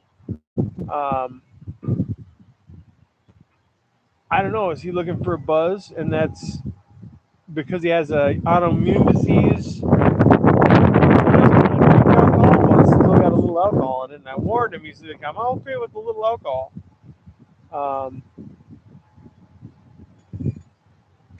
Or is it something is it a pain thing? Does he have some kind of pain from his autoimmune disease? Like I said, in my shift, this is where I've met this person. I'm very busy. We are going to touch base at some time. I get a little bit of information, and I'm able to give him a little information. So I went all out. I said, this stuff tastes terrible. It does have a little bit of alcohol, trace alcohol in it.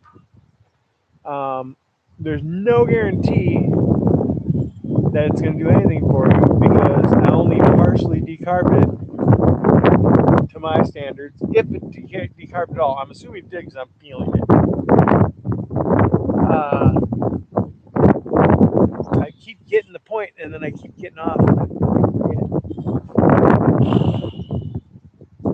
That's another reason why I got this. And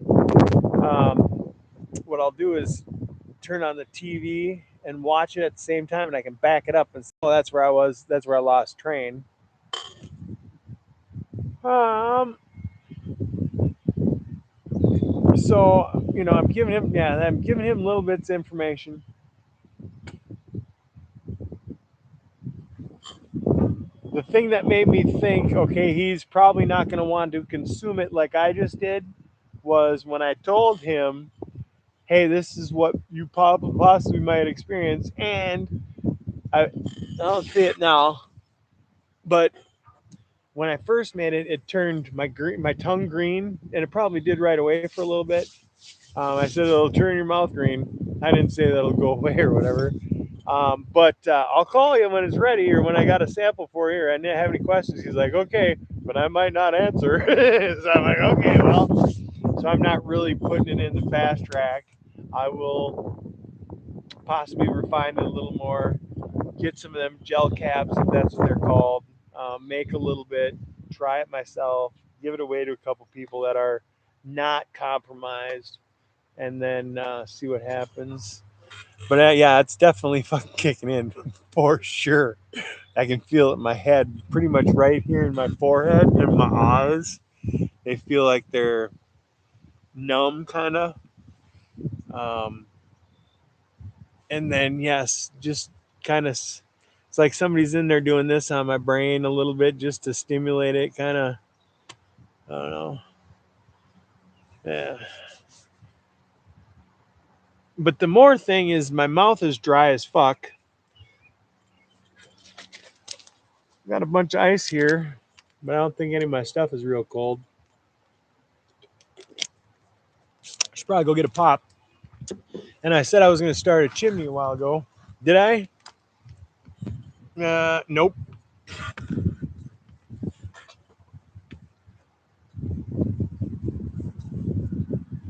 Woo, yeah.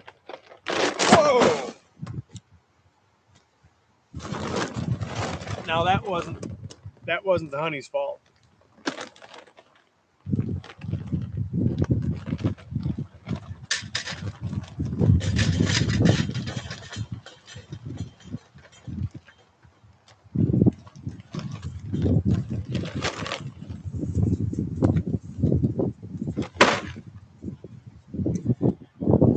Now, I've done 160 milligram gummy, and I don't remember what that Dutch baby was, how many milligrams that was. The 160 milligram gummy was at bedtime. So I did freaking sit in La La Land for a little while and try and fight it. It did make me kind of bounce off the walls a little bit, you know. Usually when I'm walking in the basement and shit, I got the lights off and I know where I'm going. And there's a little bit of light coming in, you know, light pollution, moon pollution. So I'll have a bearing on where I'm going, but I'll brush off of walls. And, you know, when you do, you feel a little stimulation or whatever. So if he's not looking for a fun time, he might not have a good time if he tries it.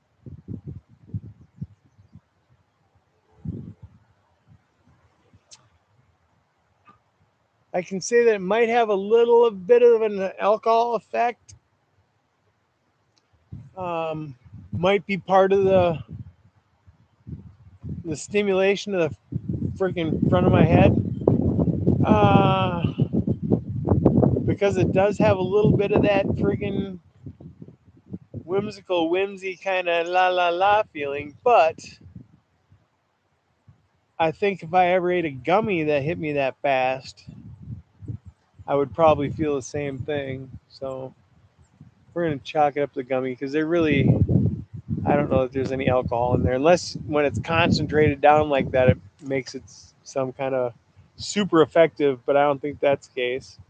Should have mostly, any of the alcoholic component should have evaporated off, and any of the contaminants that were left is what's left.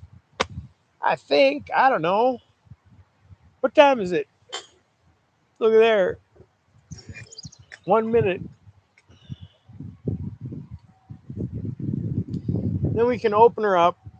Then by now our biochar should be done. We didn't use any huge pieces. I'll stir that up, see if it sounds like glass in there.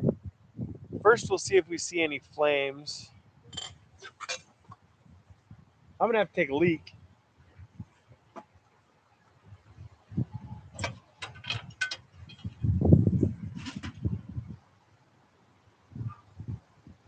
See what happens there for a minute. I'm gonna get a pop too.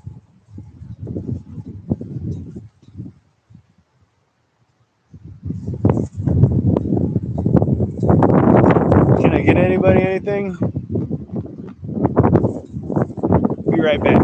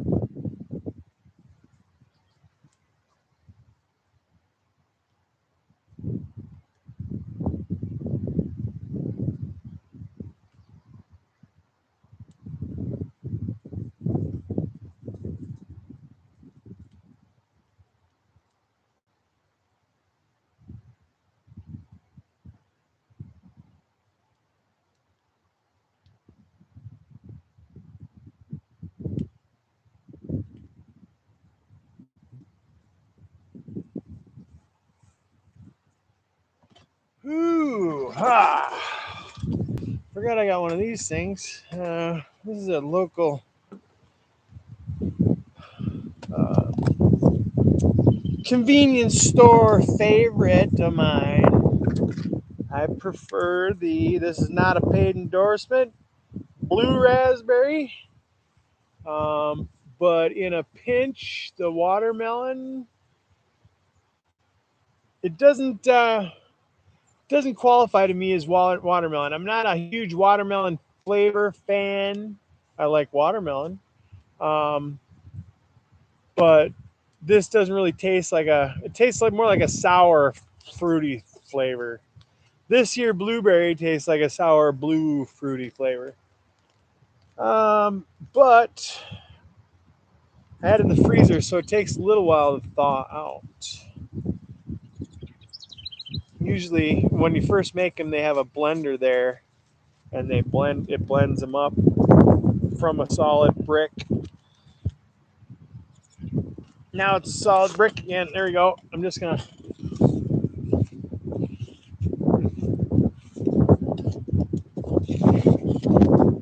Not bad popsicle.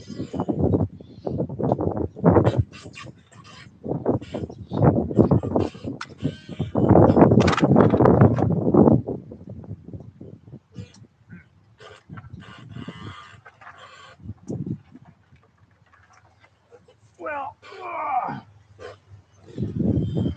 I've got mostly water in my ice now, so I'm gonna dump off some of that water.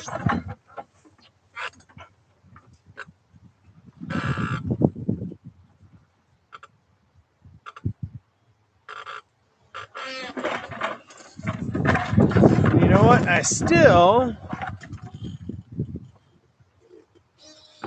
haven't lit that chimney. I got it full now.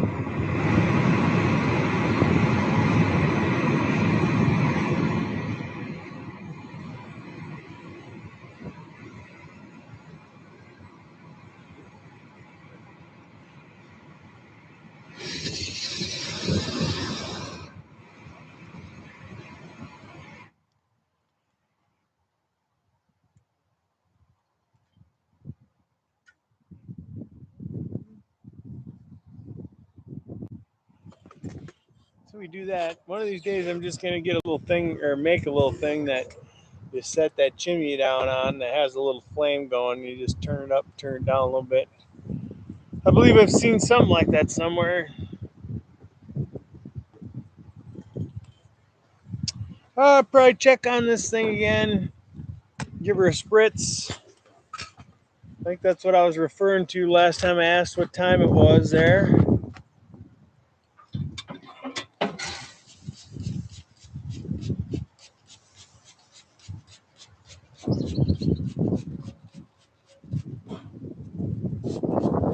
Give her a flip again. Ow, it's hot. Ugh. Whoa. You'll have to pause that one if you want to see a better look at it. The fat's starting to freaking break down, emulsify, render. Like that piece right there just kind of came off. That is all fat. There's no way I'm eating that. Ugh.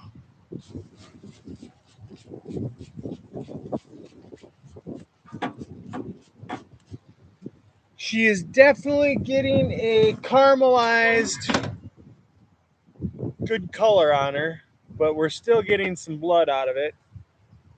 It's still right at the 225 mark, so we're not freaking, it's not squirting out juices anywhere, so we're good there yet. As I was feeling it, you could feel this weight was all still there. It was hot as hell. We will be getting a thermometer and putting that in there before too long, another couple hours. I don't want to pierce it. You know, if I was smart, I would have put that thermometer in right away. But I'm flipping this thing over. I've done that before, and it ends up shooting juices out anyways. But you know, we'll put it in at like the 10 or 11 hour mark. Um, and when we do, some juices are going to come squirting out of it, but uh, that's unavoidable at this point. Um, but if we did it now, it would just constantly be leaking out that freaking hole. So it's got a bone in it. That in itself is going to slow everything down. 12 hours, I can usually at 225, 240, 250, somewhere in between there, depending on the weather. Um, it'll be done in 11, 12 hours. With a bone in, it's probably going to take 13 or 14. As long as I don't let it get over 250.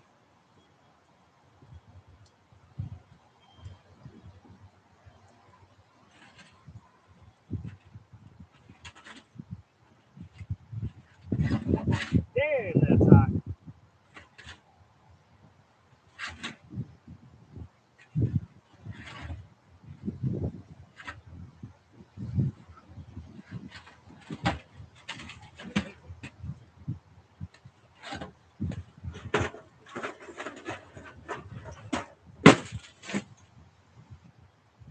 Still smoking. Or is that the... I think that was the grass that I was sitting on.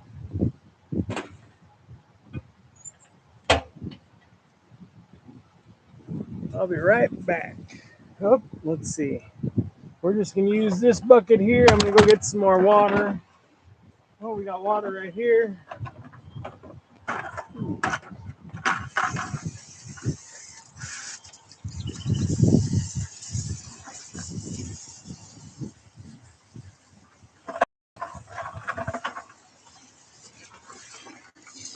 We could have filled that can up with sawdust, but I don't know what we would have ended up with, especially after we quench it. I imagine there's just enough air escaping that thing to turn into ash.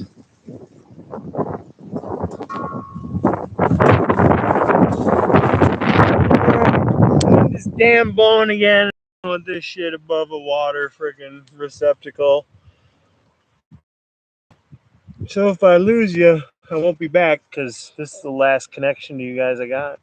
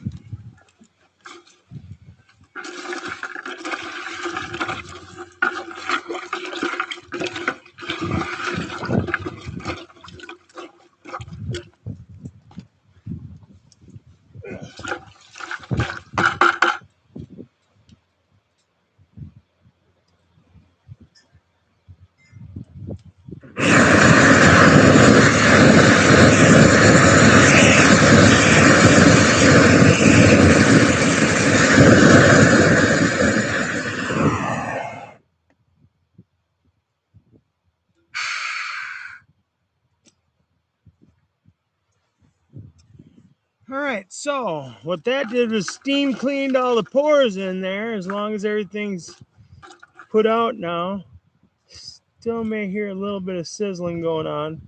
Takes a while for that to seep in. But then what we'll do is find a good sample. So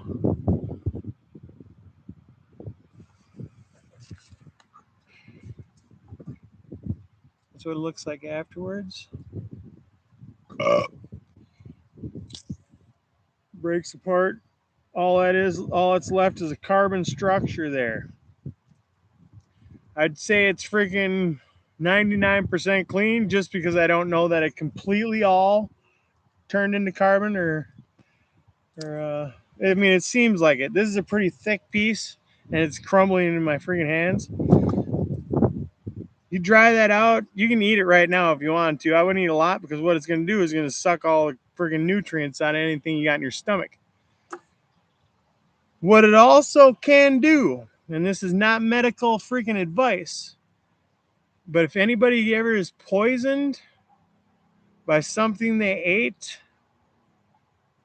an old remedy for getting toxins out of your stomach is to eat this stuff, and that stuff absorbs the toxins and at least litigates some of the effects of what you will find in a poisoning.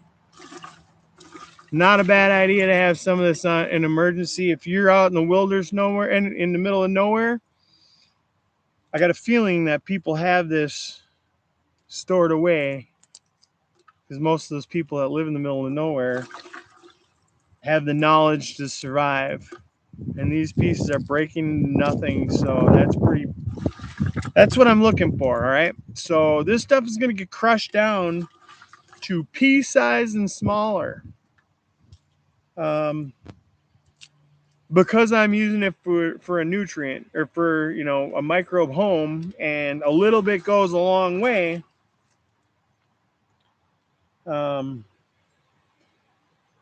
If I was using a bunch of it in one place, or if I was just storing away the carbon credits, I would leave it in these forms. You can't just leave a log out and say you're sequestering carbon. It will for a while, for as long as that log is there, but that carbon's going to eventually get broken down and released into the atmosphere and the environment. This here isn't going to get broken down for 1,000 years. It's going to be a carbon structure, no matter the size. A tablespoon of this spreads over a tennis court, maybe two, if you put it down as a single. What do you call it? Oh, shit.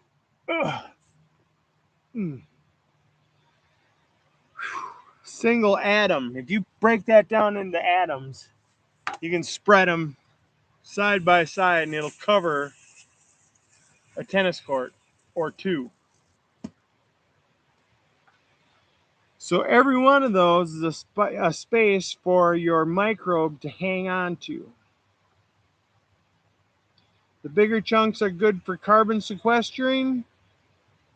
The smaller chunks, you can leave them in bigger chunks, but the smaller chunks are right at your root tips and your mycorrhiza tips. Yeah. It's not a bad idea, folks, especially if you're having the random fires. You can have just a regular campfire and put one of those cans upside down on your campfire. That stuff will cook away, and you'll be left with what we have here. Quench it while it's hot. I don't know if that's necessary per se. I believe it's definitely more effective. And then after you dry it like this, crush it, and then charge it with microbes. Compost tea, fermented plant juice, your compost pile, you can piss on it if you want. I would ferment your piss first and dilute it. Oh yeah, we got a fucking storm coming, folks.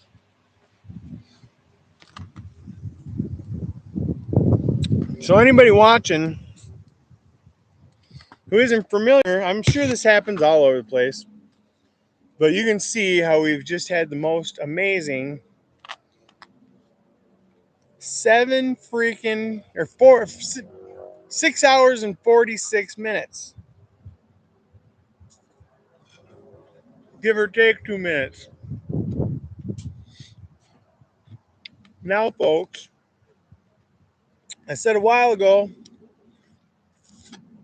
when I was working out in the garden, it was sweating in my eyes when I stopped watering, and I said, "Hey, I'm sweating and I'm not doing nothing. That's the humidity in Minnesota." All afternoon was nice. In the last hour or so, the humidity popped up. You can see it's starting to get cloudy or dark around me.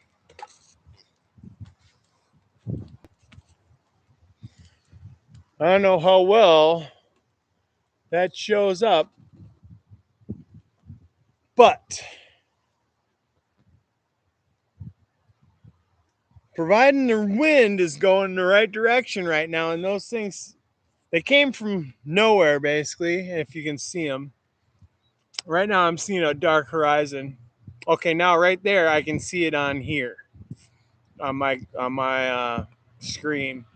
Them dark clouds right above those trees is a storm, and the haziness underneath it is the rain that's coming down. So we've got rain coming. That is a line, a thunderstorm line, front, whatever you want to call it. I got a sneaky suspicion we're going to get some wind here in a minute. So I'm going to take down this. We've been getting wind all day. Now all of a sudden it got calm. I'm going to take down this umbrella.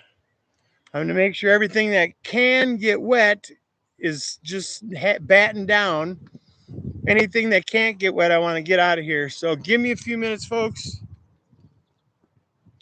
I'm going to put you here. I'll put you somewhere, and as soon as it starts raining, I'm going to get you the hell out of here. But not that we're going to get tornado. It's possible, but we're going to get some rain here, and I want to get stuff in. Hopefully, it'll stay there. It probably won't. How about that? I'll be back.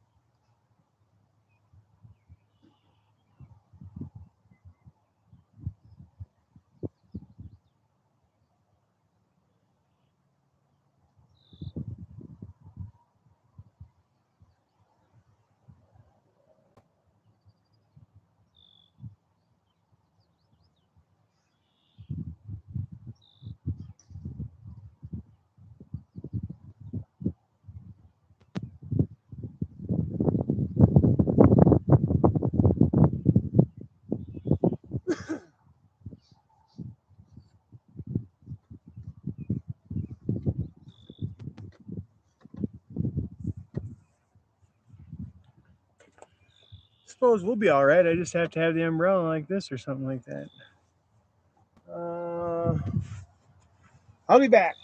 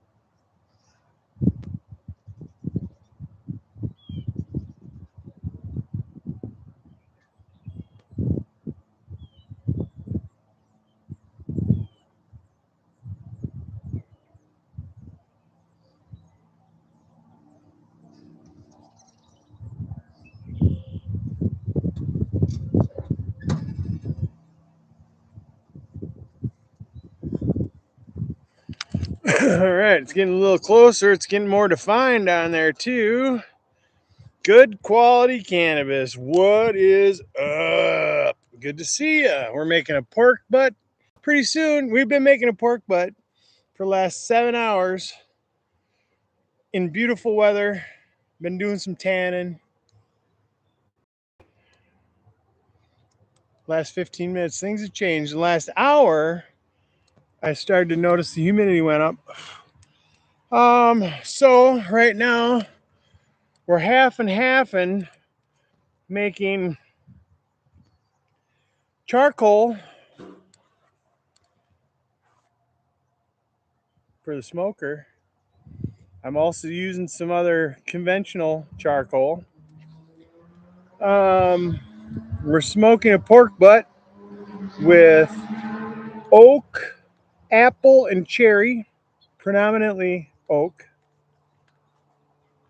And while we were making our charcoal in our little gasifier there, we were making our activated charcoal. So we made partial bucket of box elder tree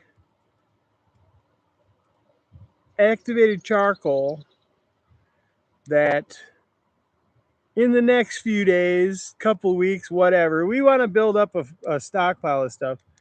We're going to turn into biochar. And we've been using biochar for most of the last 3 years to assist us in our gardening. More in our cannabis garden than our vegetable garden.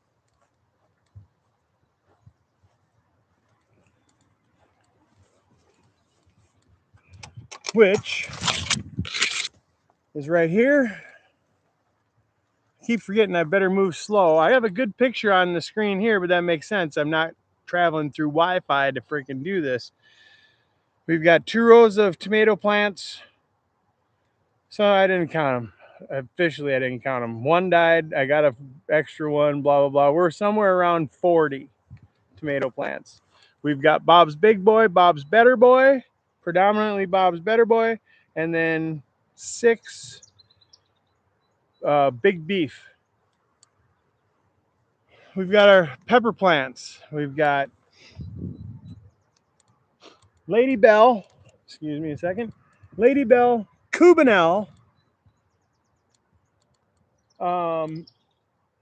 Tabasco. The last 2 are Cayenne. These are jalapeno, and those are banana pepper. And I believe that last one is the straggler Cubanelle that we had left over. 2 different kinds of raspberries. We got the early producing small batch. We got a blue or a black raspberry there, and then down there is 7 and 8 foot tall raspberry. Oops, just stepped in a hole. This is our corn row. It's got some weeds going in it right now, but there's some corn popping up. We had a weird freaking germination around here. A lot of it germinated right away. These are cucumbers. Everything here is made with pretty much homemade nutrients or a dry amendment that I was able to purchase, which other than I'm using some orchid bloom, an organic orchid bloom, and fish emulsion, Alaska fish fertilizer are the liquid inputs. I'm using Epsom salt, blood meal, bone meal, and everything else is made here. The compost teas, the fermented plant juices, the top dressings as far as biochar, worm castings, which is nightcrawler castings. I have my own mineral amendment, which is blue clay that is mined here. It's actually quite deep, But years ago, they dug ponds on the property and the surrounding properties. And in the process, they dug up some blue clay along with a bunch of peat. So I grow in the spoils of those diggings, and I mined out the blue clay to use in my compost teas to steer the microbes towards mineral solubilizing, to work on the big clumps of clay that is out there in our mounds. There's also little parts, I'm sure, whatever. I'm not exactly sure what is all in blue clay. I'm sure I could find out somewhere on the internet if I knew how to run the damn internet. I can barely run YouTube. Ugh. All right, so, well, so far I haven't gotten any news that my signal isn't the greatest, but at some point we're going to run into that. But I did notice around the corner here, it was looking a bit gnarlier. So south of us right now is where it's going to get the most. That dark spot right there, it's pouring. This area here is going to come over us, but it's kind of the hook echo. It's not a huge one, but it is one, kind of. I think if it was a real, well, yeah, that's probably a hook echo. It's not a big one. That's just a, I don't know, line of storms. We're going to get some wind here in a minute. But for right now, it looks like the rain is predominantly to the north and to the south of us. Whatever this brings, we're going to find out. There's always movement in this stuff around here. So it always looks like it's swirling. But within a 15-year period, and let's say 3 miles from this spot, there's been like 9 tornadoes, maybe more. We had one start and I watched it, and what they say about it sounding like a train is true. I heard this thing. I'm like, what is that, an airline? Because I know there ain't any freaking trains around here. I thought it was an airplane flying low or something. And I look over here and there's just a funnel cloud starting to drop out. I listened to it leave this area, so it formed in our backyard right here. I listened to it leave. It traveled down 3 miles and hit a hoop barn that was made out of sheet metal and steel, a huge one, made in the 80s or late 70s, early 80s. Concrete block foundation, anchored in, smashed the front end of it. It didn't tear it up. It didn't tip it over. It smashed the front end of it right down. I would say about 8 years ago. Well, right now you can't see it because the popple's in the way. But if you look right here where it goes down right there, in that whole area there, behind that popple, was a maple tree that was 40 probably inches around, but it's split off into 2 sections. So one of those sections was probably 23, 25 inches wide, where it snapped off. And where I ended up having to cut it, it took a couple of tries at it. I only had a small saw at the time. I don't know. It was probably 2.5 feet wide, I guess. But they've been repaired since. But the neighbors lost like 6 trees. This is the popple tree I was referring to, the big one. Right there, where that flower bed is the stump for the maple tree. It was almost the size of this one here.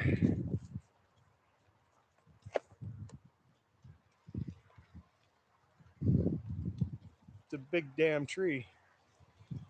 Anyways, the neighbors over here lost a bunch of trees. And if you look across those pole buildings there, those 3 pole buildings have been repaired since. And the only one that was damaged was that far one. But they had fallen to disrepair, and now they've been repaired. But they were all identical.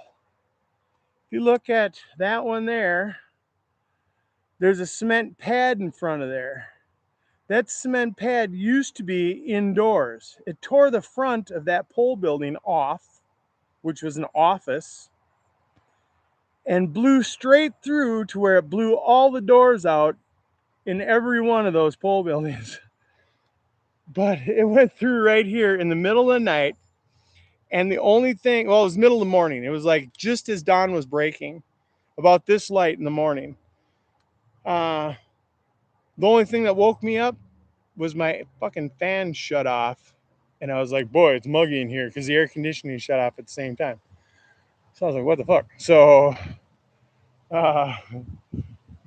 that's how close I've been to tornadoes.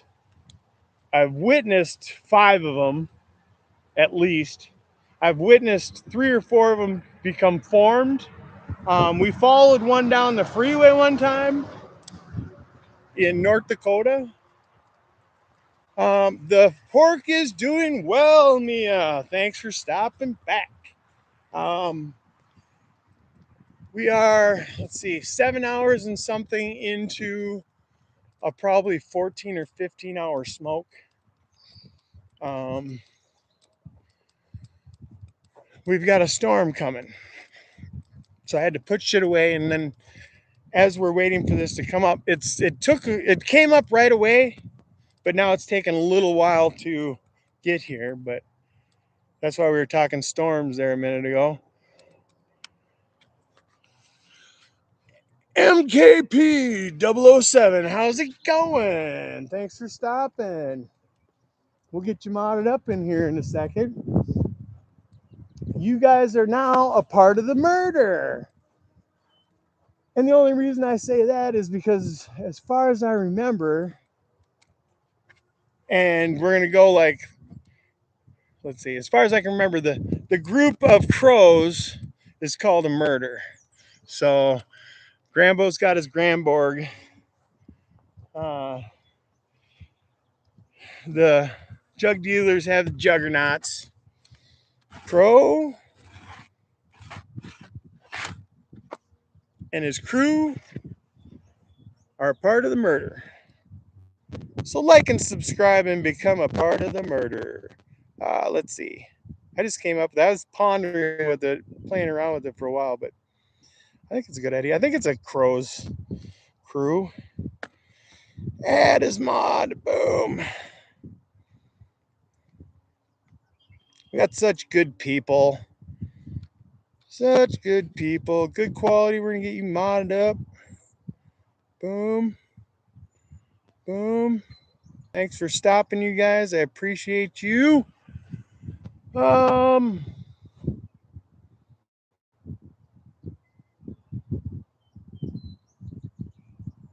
don't know. We could do a couple other things, I suppose. I want to clean out the bee shed. I've got all my dry amendments in on a rolling cabinet in there. And I have old chest freezer that I think I'm going to store my nutrients in for the summer. I might have to move it a bit away from the shed here, but I think it'll be pretty watertight. If not, if I find out it's not, I can cover it with a tarp or something. But yeah, it's getting, I mean, I don't know what the camera's picking up there, but that's a lot of rain coming down. It's not necessarily the clouds. The clouds are there, but that hazy part, this section right here, let's see, this section right through there. Oh, there went some lightning. That stuff is some pretty heavy rain. Gnarly, dude. You want to see something else gnarly? That's my wood pile, or part of it. I'm making all kinds of biochar. This is all oak. I stacked it myself. Them are 300-pound fucking hunks of oak or more. Some of them ones on the ground are closer to 4 or 5. Oh, they're going to be split. That one was a bitch to get up here. I rolled it up onto my legs, and that other one was just low enough for me to set it down on top of there. This one, just moving some of these, that was a bitch. Just moving some of these around was hard. That one was hard because it was awful freaking, oops, odd looking, odd shaped. But I got plenty, and we don't even use wood as a freaking heat source. It's all, well, all for fun, and we cook on it. I like cooking on it a lot. And then like the smoker, like now, what Mia was asking about a little bit ago. If anybody hasn't been watching, just tuned in, we've got come on, a log pedestal for our laptop, and I just can't find the best spot for it, but I guess that'll have to do. Boom. We've got our our apple juice. Just looks like pee. And every half hour,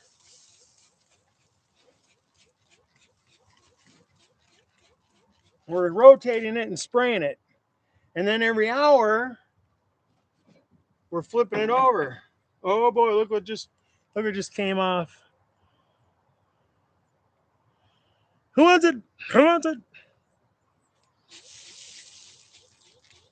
That just fell off basically while I was flipping it over. Here's a piece that came off right away. That's a burnt end. But that was more like bacon, that one, because it had more salt on it per meat, per portion of meat, or compared to portion of meat.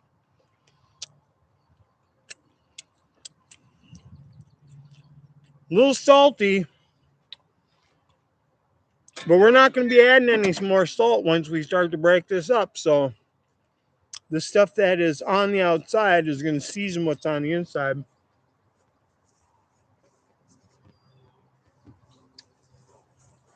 And then those little pockets that had the fat with it, and maybe there was a seam there or whatever, I poked in some seasoning in there, which the seasoning is only salt and pepper, and I'm spritzing every half hour with apple juice. Numb. I love burnt ends. Now, it's quite possible that my eating habits, though my lifestyle also, with what I've consumed over my life, predominantly because cannabis was illegal, the only thing you could find to freaking get you out of fucking whatever you wanted to escape from was whatever you can get your hands on. I did not try certain things, but that didn't mean that anything was any better for you than any of the rest of it. So I believe there is a certain aspect of cannabis that is totally beneficial. We're going to find many things for it. I think it was intentionally freaking suffocated for more reasons than one. But back in the day, one man was going to lose his job because prohibition of alcohol went away, and he needed a fucking something to start a war against, and he chose cannabis, marketed as marijuana to build up a racial freaking animosity towards it, and spent the next freaking 70 fucking years, no, 50 years hardcore. Anyways, we're finally escaping that bullshit. And you know what? Now that I think about it, in the situation that I am in, it's been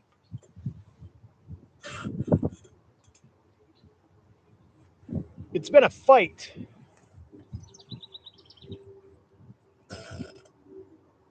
my whole life, but in some aspects, where we're going from now never would have fucking happened because it would have been a totally different story if it was legal, if if universities would have been studying it up till now, it wouldn't have been our chance at this game. Different generations had different things that made them great. And I use that term because I hate it, but I used it. Um, because certain things popped up during their time. Oil is one of them. We were butchering whales, mammals, for their fat and their blubber to make oil for heat. It got us through. We're still freaking cannibalizing animals. I'm a carnivore like a motherfucker.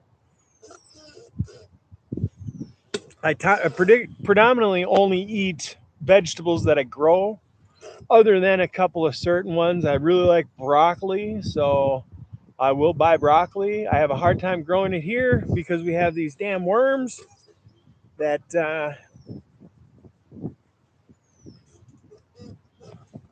you start breaking into your broccoli and cauliflower, and no matter what you do, you find bugs in the fuckers, and then you can't get anybody to eat them. I'll wash the shit out, but what do I plant?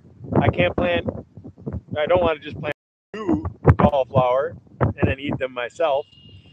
I would rather plant like 6 or 10 or 14 and then share them with everybody. But as soon as one of them finds a damn bug in them, which really, here comes the wind too. Up until recent times, and even still today, there's bug content in everything. So, to some of my family members that are like, "Oh my God, I saw a bug in my food one time," so I'm not going to eat that stuff anymore, and then I'm not going to eat anything that's made here. You're eating it no matter what you eat. The federal government lets a certain amount, and here comes the wind. I'm gonna check my tire. Hang on, give me just a second.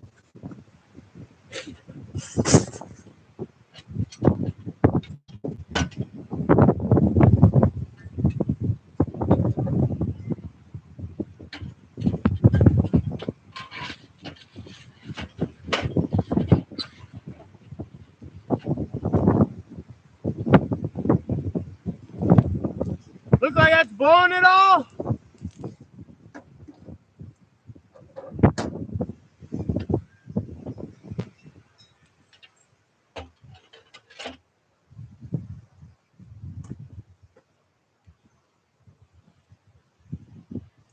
Put another hook of oak in here.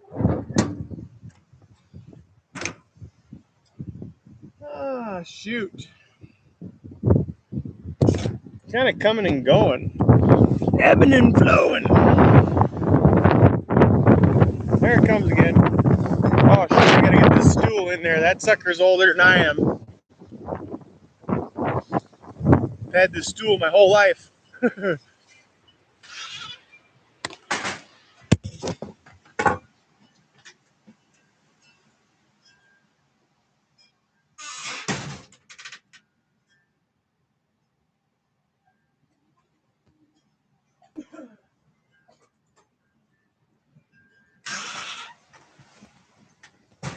Well, stuff's going by sideways. Dang, that pork is good. I wish I had a hunk that I could eat right now. I was going to cut a hunk off and just cook the fucker. Shoofta. We'll go watch it. Got to get everything plugged in here first.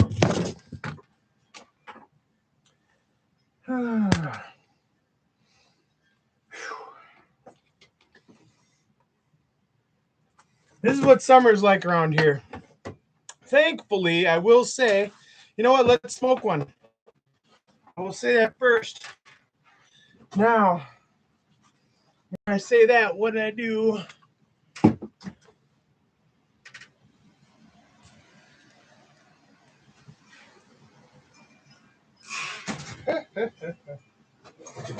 Swear I brought it in here.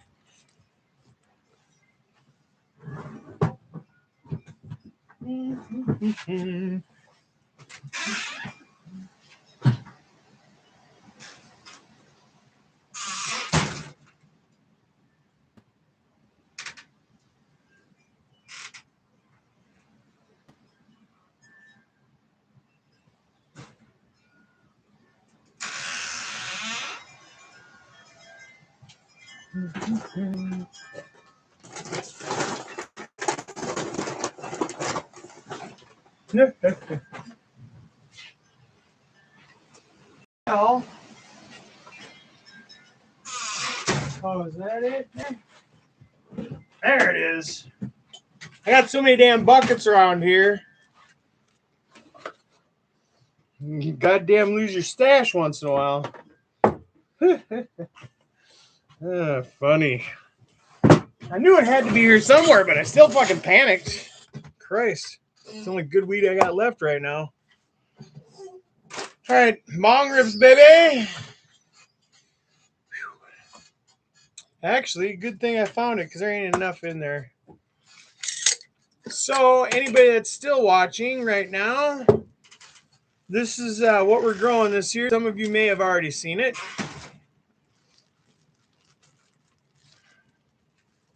This is a 21-year-old white widow plant that a buddy of mine's been flowering for that long.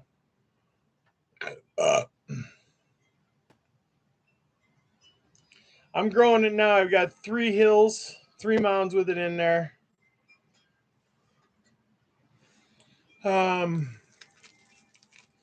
Very good. Very dank. It's got everything that the old school stuff had with it. You get I've been getting the same effect from it for several months. I could use a taste of something else, which reminds me, I do have other stuff. It's just not great. I better plug in my phone. It's possible, depending on the weather now, I figure, and how he feels. My buddy, Jason, may be coming over.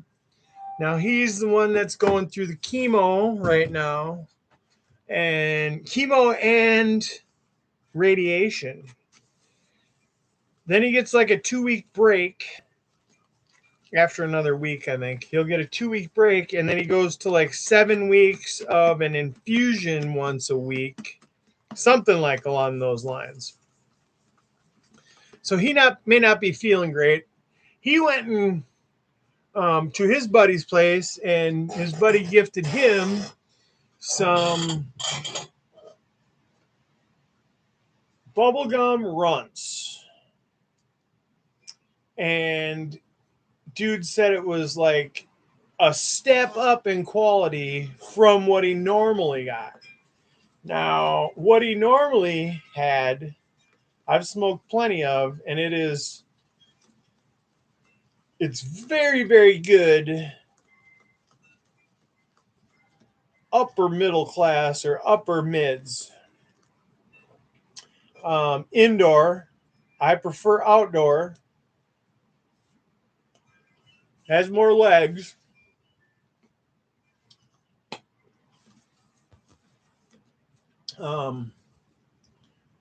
But very high quality for what it is. You like dense nugs? Yep. It's a bit on the dry side, although when you're paying for it, you would rather it be dry. I tend to keep mine a little on the moisture side when I can, because it'll eventually dry out anyways.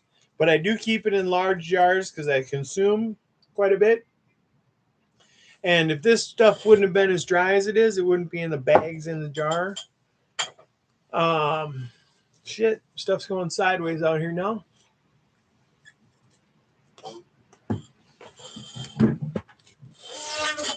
Do a bong rip in a minute. Let's see what's going on out here.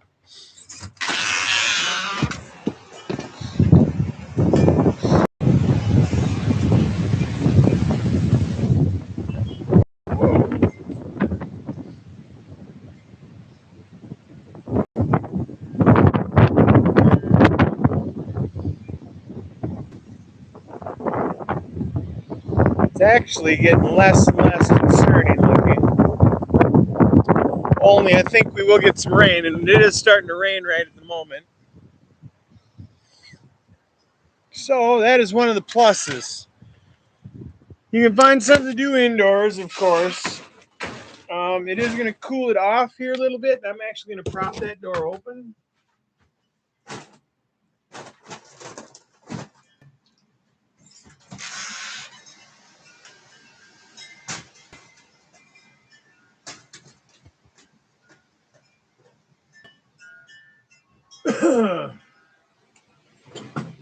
I can see the smoker from here. The wind's going by it so fast, I don't see any smoke coming out of the chimney. I'll have to keep a close eye on it, make sure it don't go over temperature. This will end in probably the next hour. What we can do is practice on YouTube a little bit. We're going to, well, we're going to share a screen here in a minute, but I'm going to bring up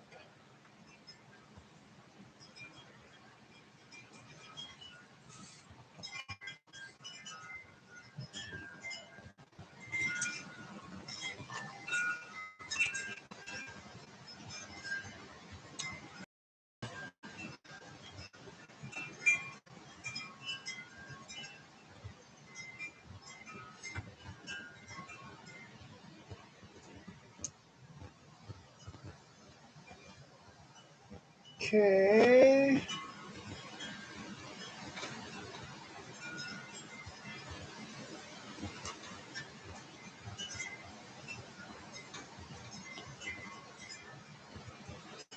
I should be, so there we go.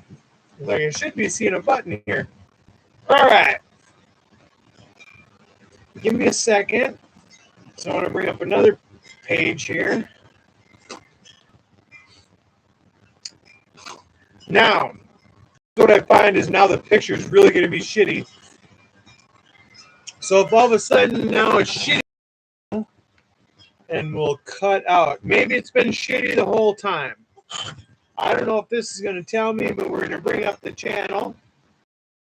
Oh, damn, Dr. Danknugs is live.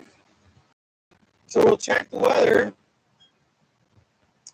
And then we'll hang out with Dr. Danknugs. But first, let's see. Go here.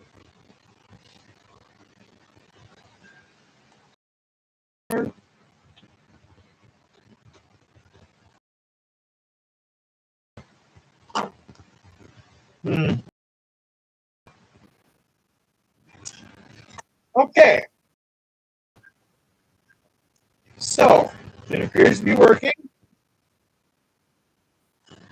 I'm going to have to cut the volume here, though, I think. Okay.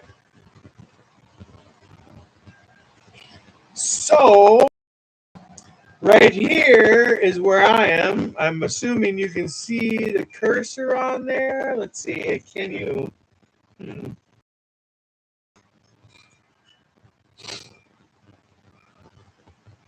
This is Interstate 35 that runs all the way through the middle of the country. Forest Lake is there. If you see the split in 35 here, right under where the L is, the highway splits into two. One is 35E and one is 35W.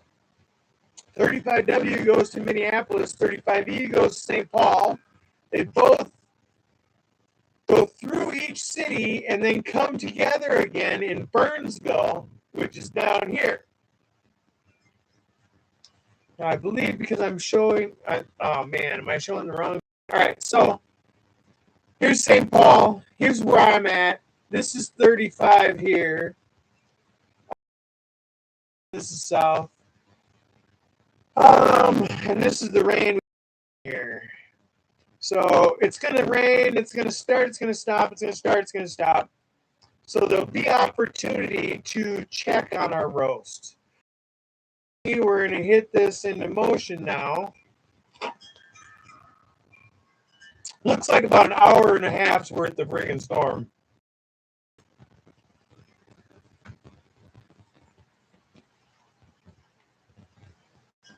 Okay, maybe a little more. So it's going to go till off and on till 10. Now,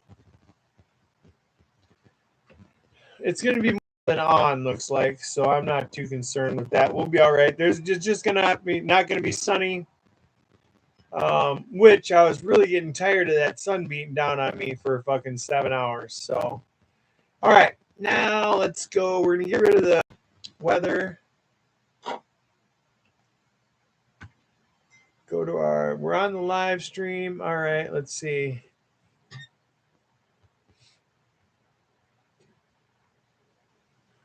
Live stream. We're going to share again.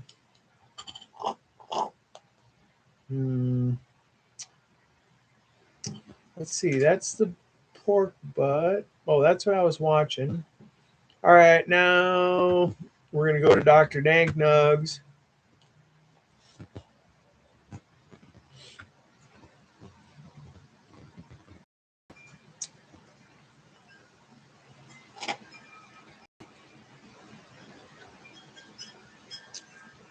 All right, now I got to bring up another tab here again. Oh, wait. How about this? Boom. Yep. All right. Now we're going to share. Boom. Now we should be watching Dr. Danknug Show. Any of you guys that is not familiar with him, you can check out his channel. He does grow talk and grow show. So these are different people's grows here, folks.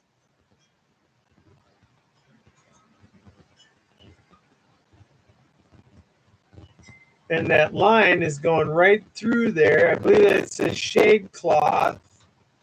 I don't know whose grow that is.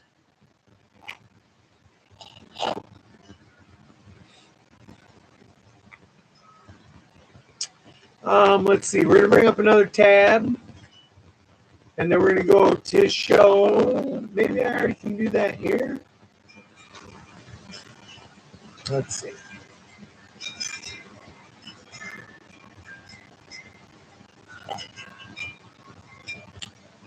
So right now, I'm neither watching the chat or none of that stuff right now. I'm looking for Dr. Dank Nugs.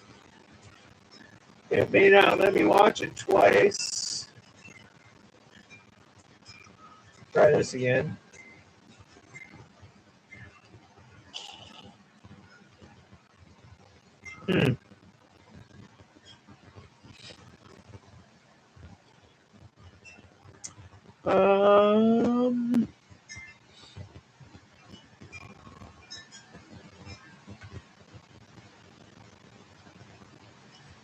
Yeah, it's taking real long, so I'm sure we're probably going to lose everything.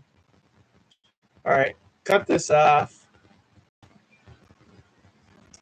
Dr. Dank Nugs, I guess we can talk to him here. Let me back up and move over a little bit and go up.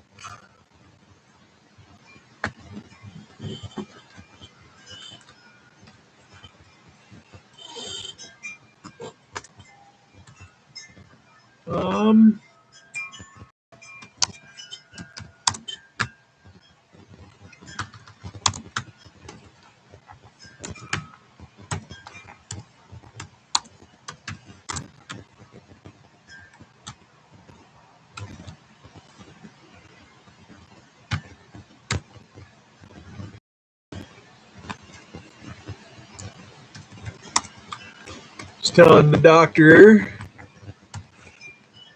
that I'm live streaming his show.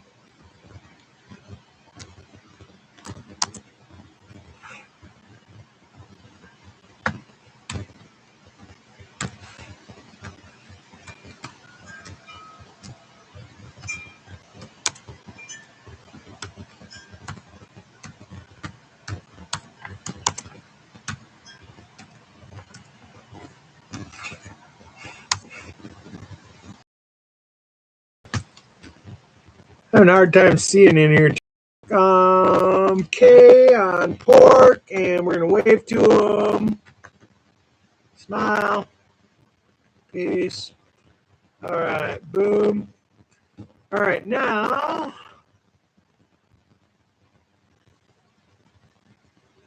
should get that message up here. And then we'll turn on Smith background. I forgot who you were. What's going on? Can you see? What's going on, buddy?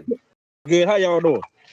Hey, how are you? I forgot who you were, man. You've been on before. Shit. Yeah. Oh yeah. Yeah. I'm just high. That's all.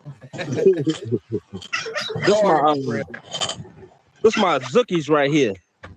Sweet. I love the training on that. Just that stalk is probably about that big. It is probably about that long. Hell yeah. And this is my, I can't hear anything now. This is my Sunday driver right here. I love Sunday Driver. Oh, John, we lost John Boyd. Hey, John, can you hear me? No, John can't hear me. Hey, if I kick him out and come back in. Hold on, sorry, buddy. Hold on. Mechanical blue here that says sound. You can smoke pork Because StreamYard's crap. Maybe if I we could go to a show too and show them what we're doing here too if we wanted to, but I don't want to lose everybody here. Continue, my I apologize. 5 hours. And this is my Royal Gorilla. Both of these Royal Gorillas. I accidentally dropped 2 seeds in the pot, but now I'm back. I couldn't find it, so I just let it. I think I saw you before there a couple minutes ago. And this is my Octane Bear from Seven Scope Genetics. Tank Club Show. Last time I tried to join in on this and kind of make it a string circle. It bugged out on me, so. Popping trees, how you doing? Good to see you. This Octane Bear is permanent Octane. Permanent Octane Bear. Good friend of the fam. These rookies right here, these are both 12 and a half weeks old. Wow. And this is my wedding gelato right here. This one. Just and my Sunday driver trying to pass on good vibes. Be which is helpful as possible. 4 weeks old. Right now you're already that by commenting in our show and stopping by. So I appreciate that. Only soil I use is aged cow manure that my neighbor is by my mom. He has an old field that he has used to have cows.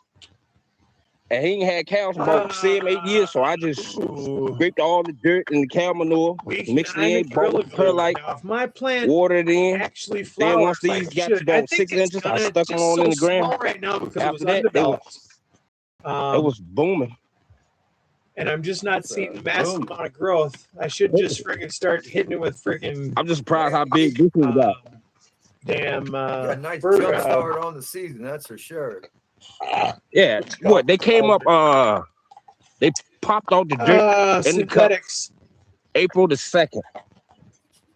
Hell yeah, you're the man. Whatever. We'll see what happens. Blowing It's going to up turn there. into Bud eventually, Yeah. or dry out trying. This one sleep right now. Smoking. I don't know what she doing. She always sleep all the time.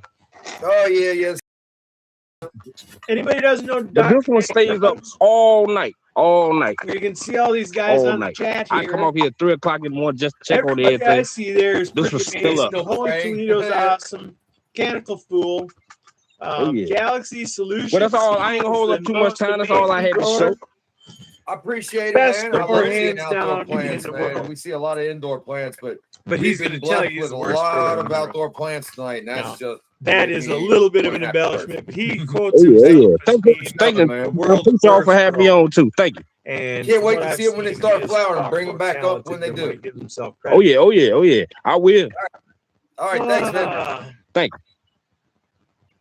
That voice sounds Right, man. familiar as hell, but anyways, Awesome outdoors tonight, to dude. I the love it. actual page Um, there. Yeah, Let's that say was hi a to great Galaxy show. and cut out again. Holy. Come back. Can't end the show. John, goodbye, man. He's been such a wonderful guest and put up with us all. And hope y'all made a new friend because he's an awesome guy. I actually got to meet him up at the Goat Cup when I went up there. Aaron and all those guys, man, and Macho, like that was just the coolest thing. Getting to on here, and it's the truth. They're more awesome in person than they even are on here. It's pretty cool. It's none of that Yeah, fake you should be shit seeing where that pop you know, up on you the screen there. in meet the somebody chat. and then they don't turn out to be.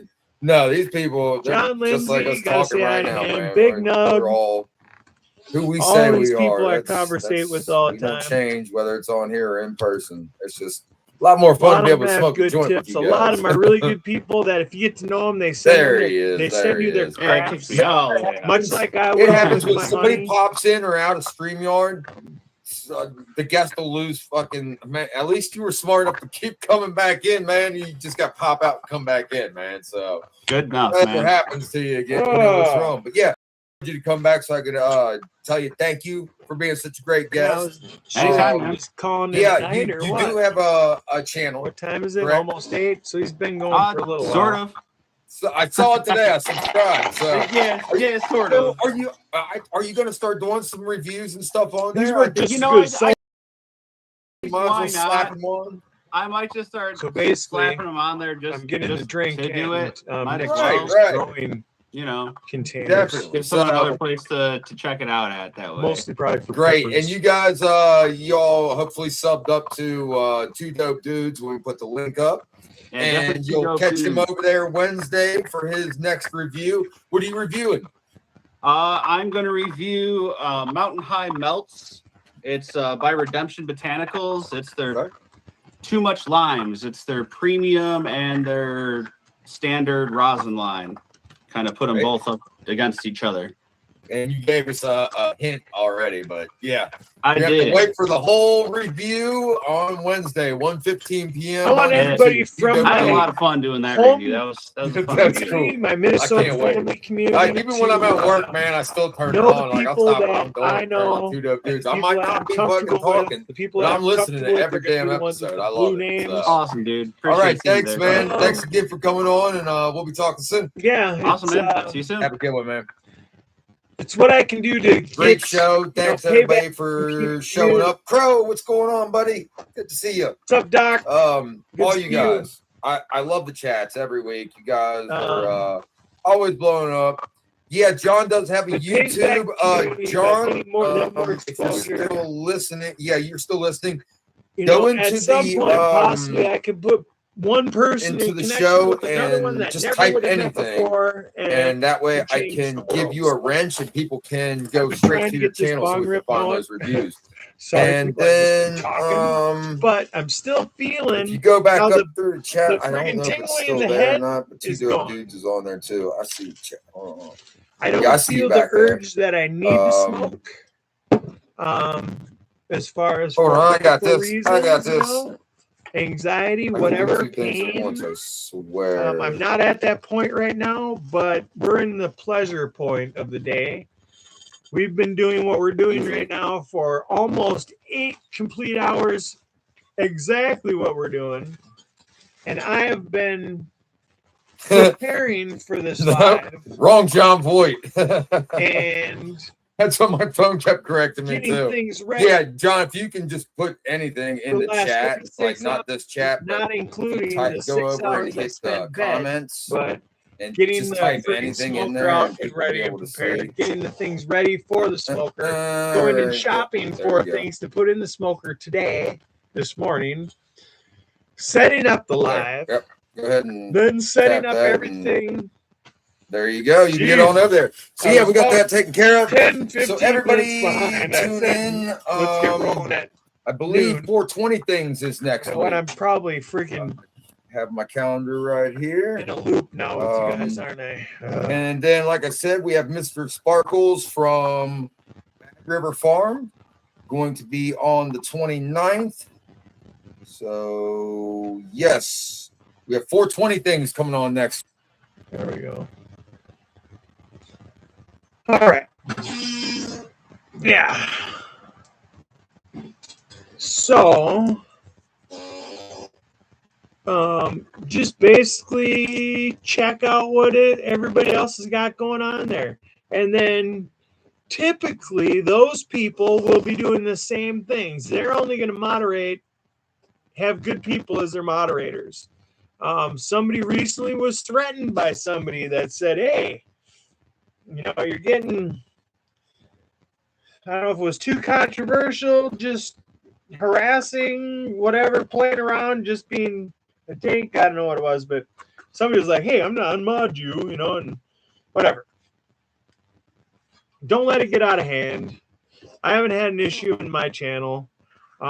Predominantly, I don't give a fuck what anybody says. Nope, Dr. Dank Nugs is over. We're going to get rid of that. Stop zoom.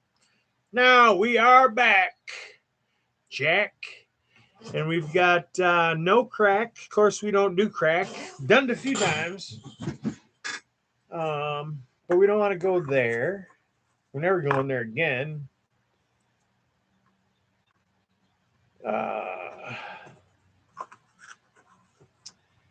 Okay, so that's your third run on a Gorilla Glue. That's where I plan on getting with the White Widow. I'm on my second run, not consecutive, but second run with the ice cream cake. I'll be on the consecutive run of the blueberry sprinkle, which was very good. It was a hashy tasting flour, so it tasted like other plant material that I would make flour rosin out of. Its flour tasted like flour rosin, and it coated the inside of your mouth. It gave you the hash coughs, the half sweats. It made me want to freaking cough just now thinking of it. This stuff in its form right now is more like weed light to me. Though my tolerance has come down again because I ran out of the Gubble Bum. So this is has more an effect on me. Thankfully, it still does. It's got the right combination of things to give it a lot of legs with its effectiveness, let's say. After this bong rip, we're going to head outside again for a minute. Feels like the temperature's come down immensely. The wind is calmed a little bit. We got a little bit of a sprinkle, but that was it. So we're going to run out and check our pork. See if we need to get some more charcoal in there. We're keeping our temperature right at 225. And bongs up. Anyone that is here to bongs up with me. Ooh, turn down that flame. Like I said, it's reverse my old lighter.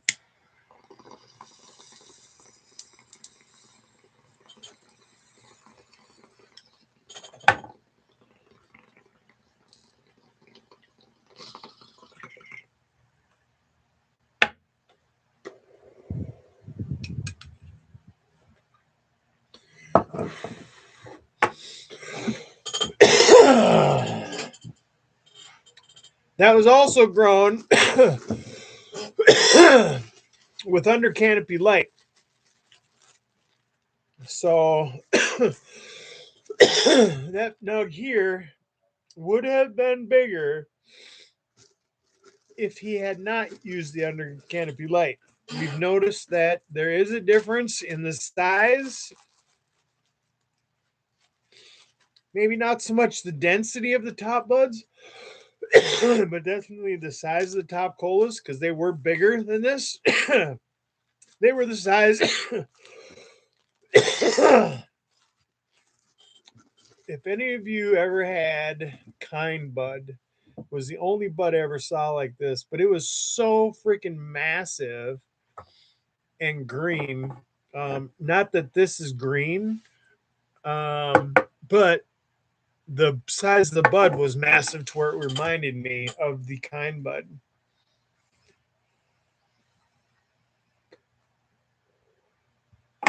Woo.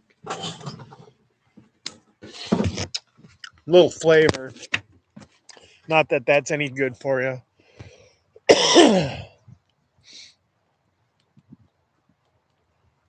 Still a slight drop here or there of rain.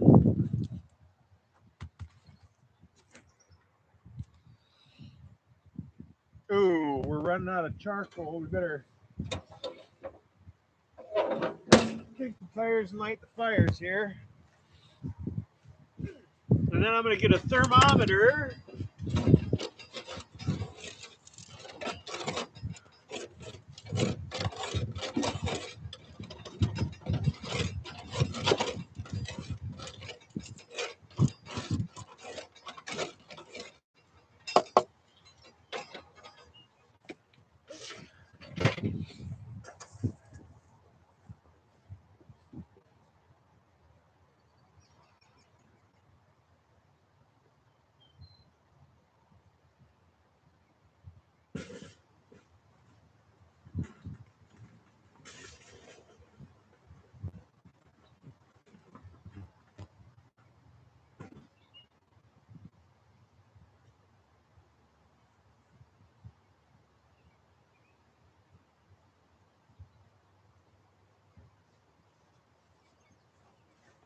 We went from hot and muggy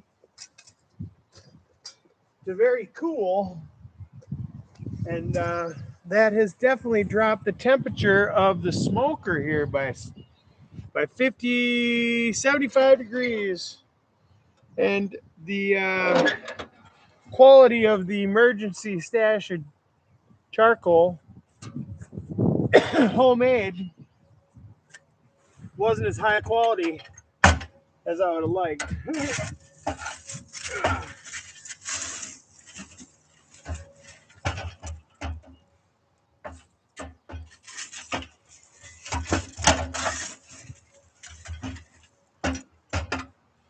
It's all right. While we're making this other stuff, we'll chuck extra in here.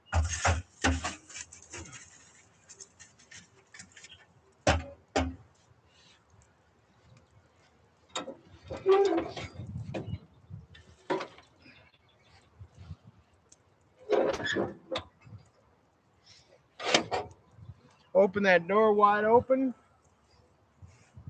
Get some more going in here.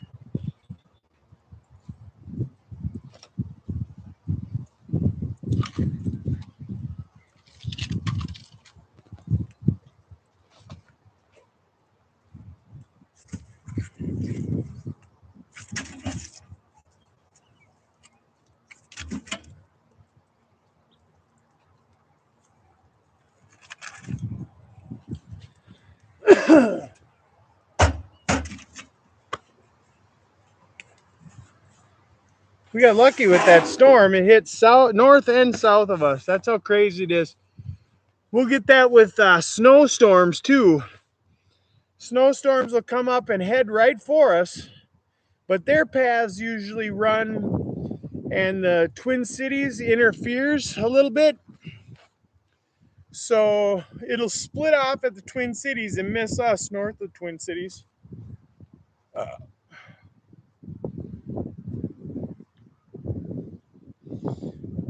You can get those barrel stoves and make them pretty easily with a drill, with some good tips, some good bits.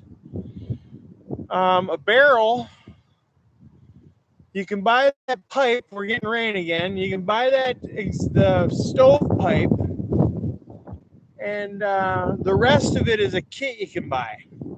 All you have to do is knock a hole in the front, 2 holes, one for the vent in the bottom, and one for the door, and then one in the side there for the chimney to come out. Then it's all bolts. You just bolt it all together. You got to screw 4 holes, or let's see, 16 holes in the bottom to put the feet on. And then just kind of manufacture your own grates inside. This doesn't even have a grate in it right now. Let's see, we're getting back up to temperature. And since we've lost temperature already, that's hotter than shit. The air coming out of there. I'm going to stir this up a little bit.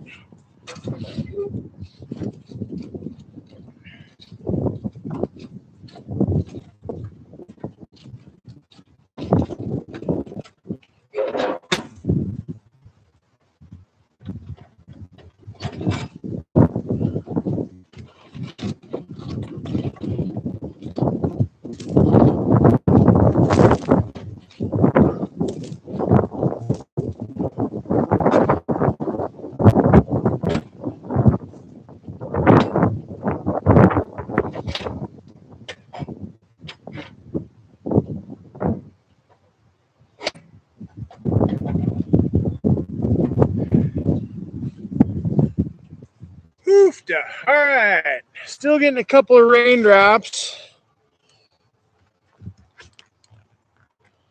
Oh, yeah, that's good. Oops. Now it's camera kind of goes wonky. There we go. Or maybe it's a screen. Maybe you guys can see, but I just can't.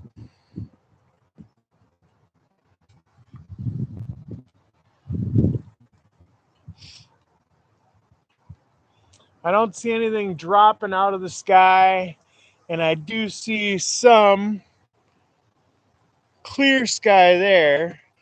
It's 8 o'clock. The sun's going to be setting here in an hour. So predict that basically this is going to fall apart. Now we've seen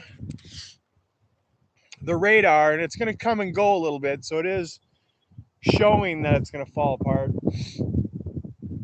But it'll be an hour before this is worked through the area. And we now went from hot and humid to where the breeze has picked up enough and the temperature's dropped, the humidity's dropped.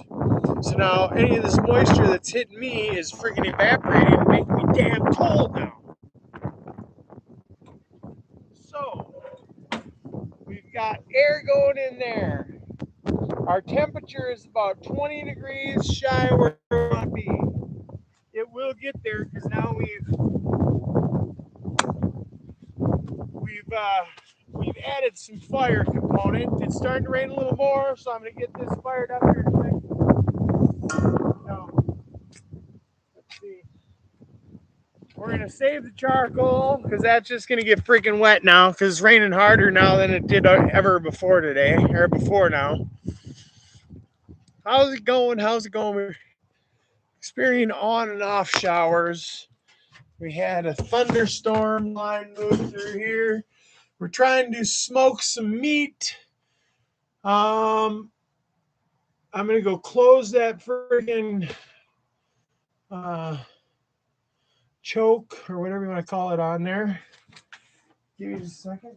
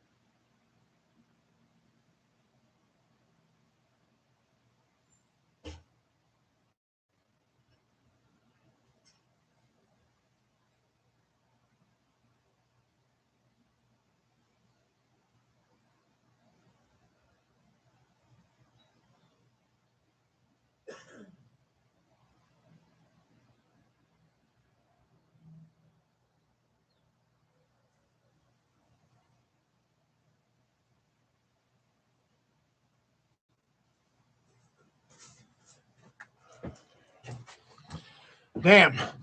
Well, keep washing my hands, but I keep dealing with so much sooty shit. They're starting to get a black hue. I don't know, does that show up on there? Yeah, kind of. On this one. Have to get some soap and get it off.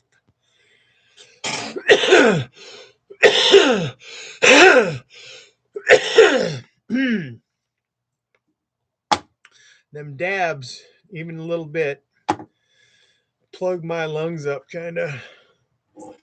I don't hit them much, and when I do dabs on the bong,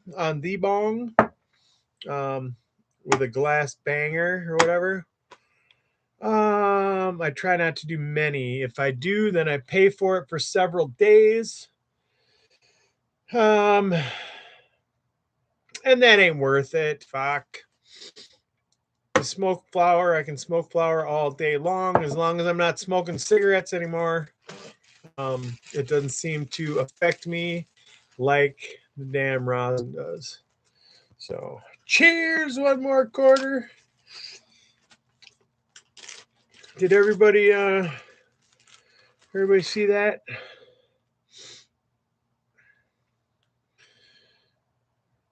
My buddy grew that. That's the plant I'm growing now. That plant's been around for 21 years. You're going to get as sick of me as saying that by the end of the year as I am.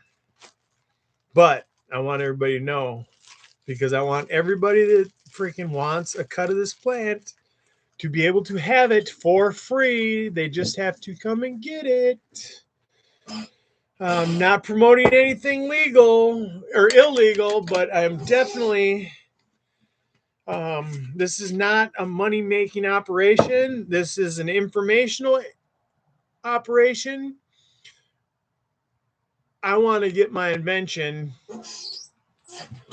made, and that's when we'll talk money, and then that's when we're going to talk big-ass motherfucking party. And just because Ganix can't come to the United States, and it's pretty unlikely Canada's going to want me. I don't know, but I'm pretty sure. We're gonna get a big ass boat and go out to international waters. We're gonna have a big ass party, but it's only gonna be in international waters so we can be together and party, not because there's gonna be nefarious shit going on. We're gonna smoke our trees, commingle, have a great time.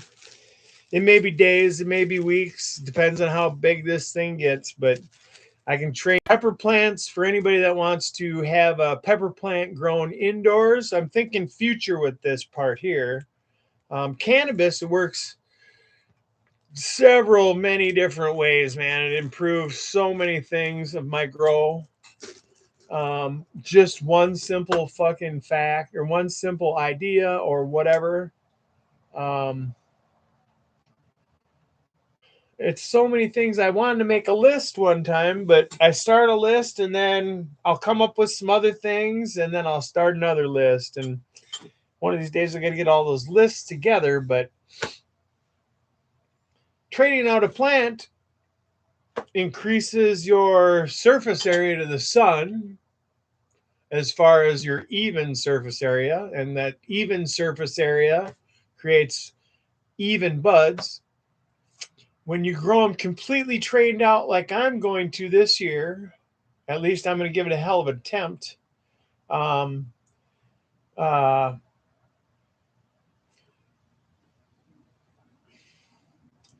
There's no stripping off of material that you spent so much time growing. That's the part I don't like. So that's why everything's mainlined. Now I use mainline because everything is laid fucking out. They are not topped. They're clones, but they're not topped. I may end up topping them at some point, but I topped them last year. They did go wide, but I had an issue with the motherfucker splitting where I topped it. Just on the main stem. I'm messing around with the height of that apical dominant point. we'll see what happens. Right now, I let it up a little bit because it seemed like it wasn't growing like too many of the ones were going to the side branches and not enough of them were going to the tip of the plant, which I want the tip to keep extending in my latitude and longitude south. And then I want the side branches to go east and west.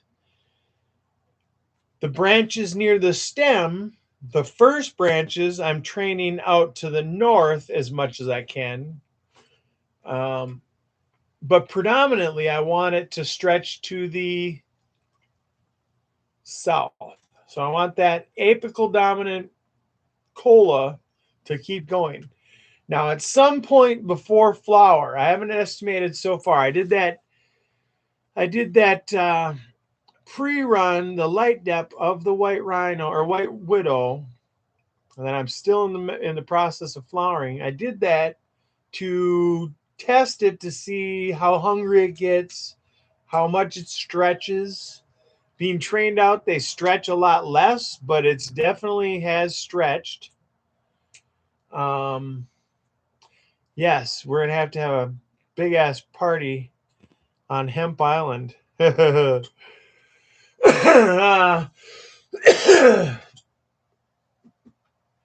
being trained out like that, I'm not stripping anything off.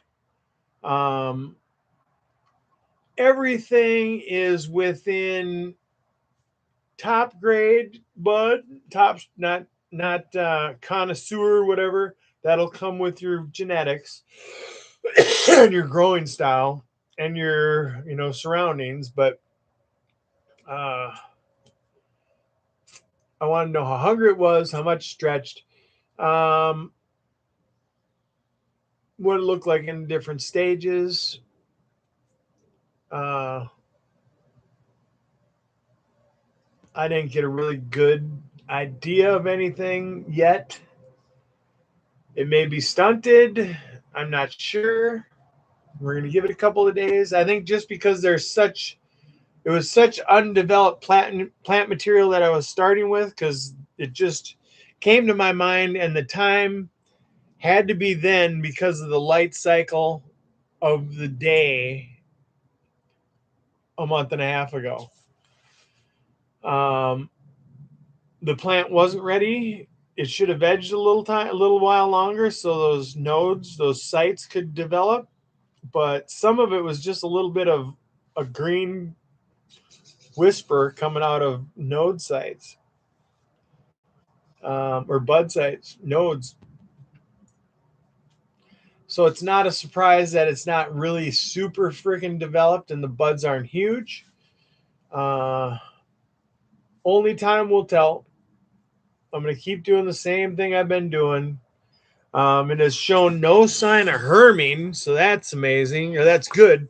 I mean, it's not surprising to me either, though. They're older genetics. They haven't gotten all muddled up. This cross was made by professionals, though maybe not really starting out, but they may not have had the technology we have today. The people that created this plant itself were some of the people that created the bases for every strain we have today. Or I shouldn't even say strain, every cultivar variety. Expression of those cultivar varieties are pretty much individual to the person growing them and the place they're at.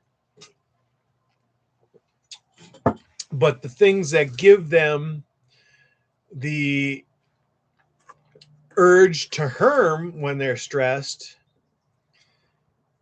have been amplified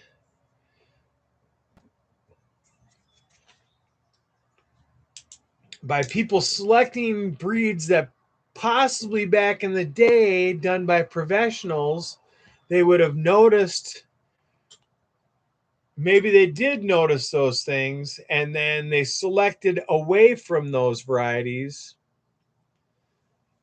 which left it wide open for people now to discover and maybe stumble into selecting plants that herm.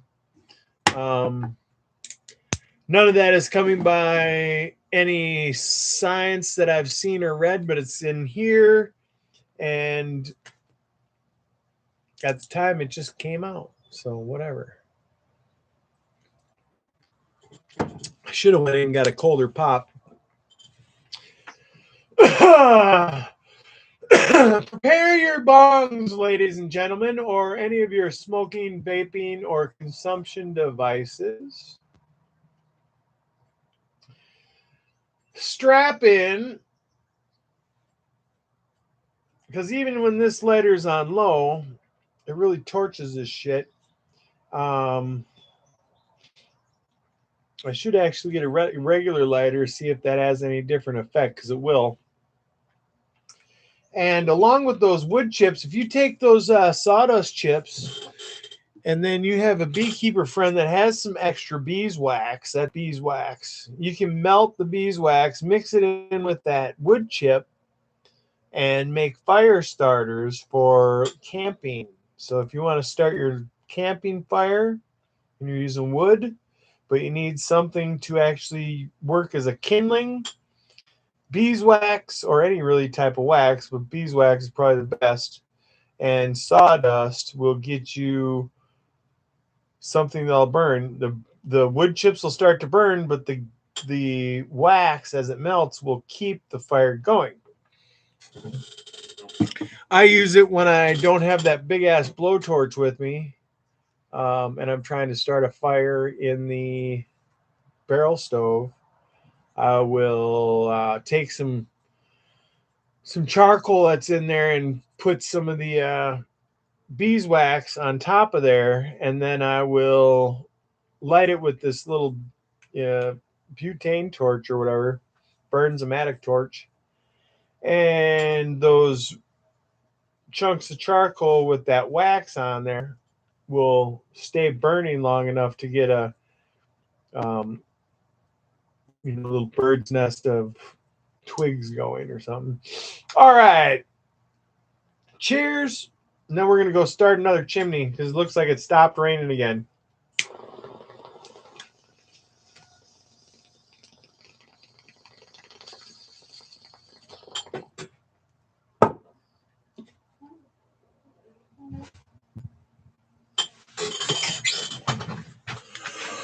It's white out.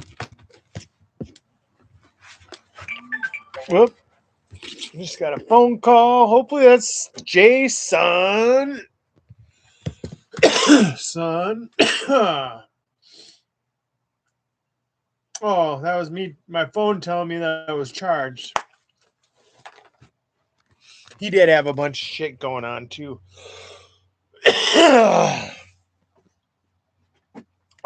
And he said it might be later in the evening. It's still raining, damn it. Oh well, fire will keep what little rain is going right now evaporating. And for the most part, you guys hang out down here underneath the smoker. And it's raining harder now. Son of a bitch. What the hell? How come? All right, that ain't gonna fly because it's getting wet now. That's all right. If you're looking behind me and you're new to the channel, new to the freaking show today, we've got that barrel stove back there going with wood in it. I'm gonna go check the temperature of the smoker. It should still be around 225, but I'll be right back.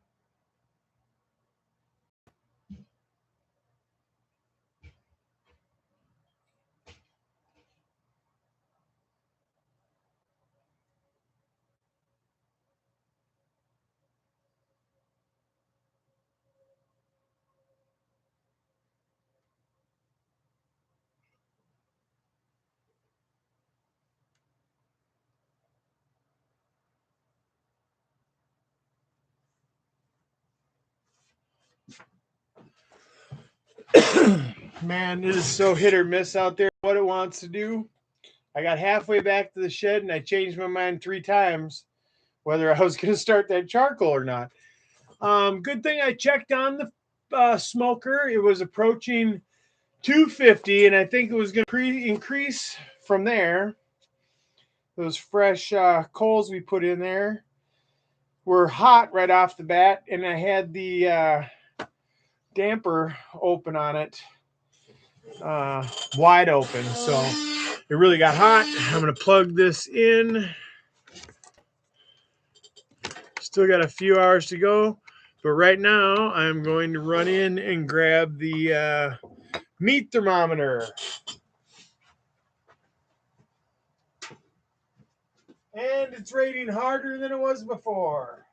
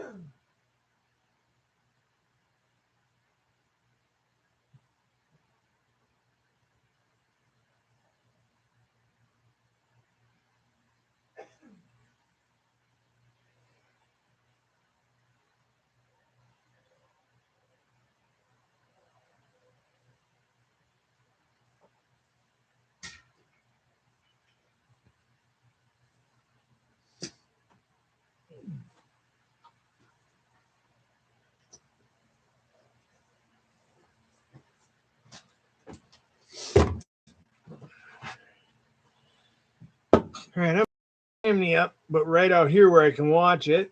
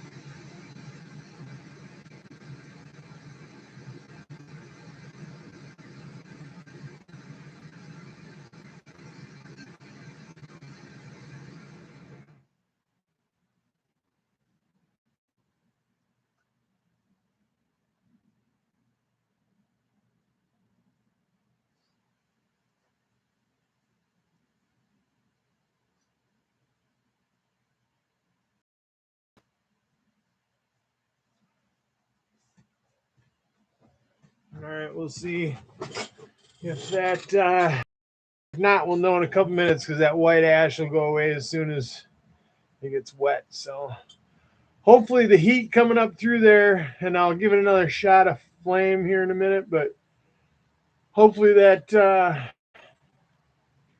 moisture it's getting from the rain right now evaporates. I did stock up the barrel stove, so we'll have some more charcoal coming out of that soon. But we needed one more chimney to get us through, probably. And we'll be able to get more charcoal, a bunch more out of the barrel stove. On top of which, we'll be able to cook some hot dogs if we want.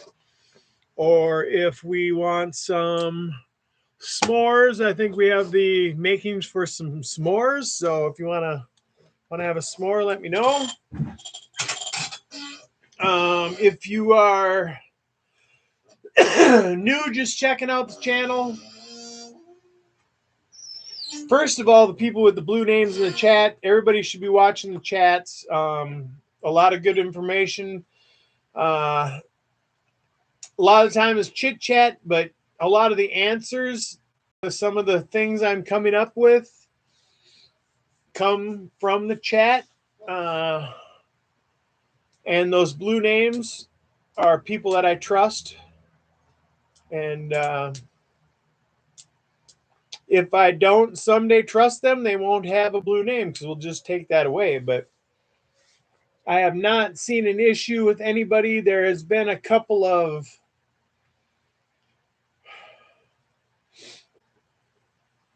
generational gap issues that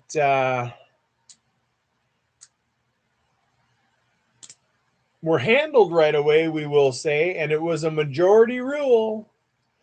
I don't know that the circumstances were intentional or malicious. I believe that it was just whatever. It lets everybody just get behind everybody, okay? And even though a couple of them are harsh, I don't see a whole lot of maliciousness going on in our community. They wouldn't be here engaging in our chats. Well,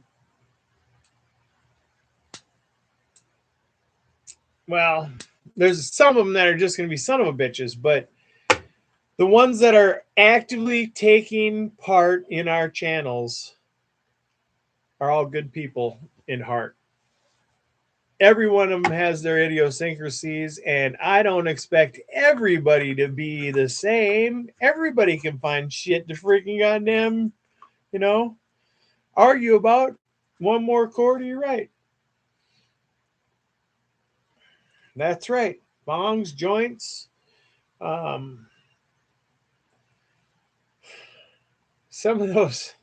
some of the people with like Chiefin in his gas mask, and now he can be a gruff person, and it's all or nothing, it seems, with some people.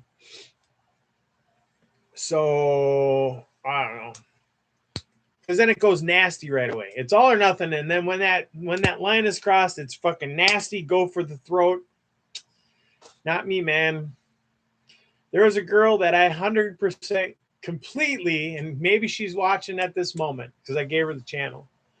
We fucking completely on a political level, completely 100% agree. But then to another aspect, I look at the other side, and as long as it's not the ones that are malicious or just downright say the evil out of the whole world, as long as it's not them, the ones that is causing, a lot of it is media, for Christ's sakes. The media is made, the only people that can afford to produce mainstream media, no matter what is the mainstream whatever, the only ones that can afford to do it are the ones with the money, and the only ones that have a real vested interest, or that have the power, or that even have the thought of we're going to freaking control the minds of people, are the ones that are trying to get power out of it. And there are few and far between people. There's more of us on both sides, or every side, because there's more than just two sides. There's more of us together that agree about the cumulative freaking cause. We could wipe out the ones in power. And I don't want to say that, but because it'll make you a target, right? You start talking about this and you become a target. So that's one reason why I don't want to talk about it. 2, I'm sick and tired of it. 3, the more you fucking listen to that shit, the more power you give them. If everybody quit fucking watching this bullshit, they wouldn't have a goddamn lick of power. Say my name, say my name, say my name. I don't care if it's good or bad. Say my name.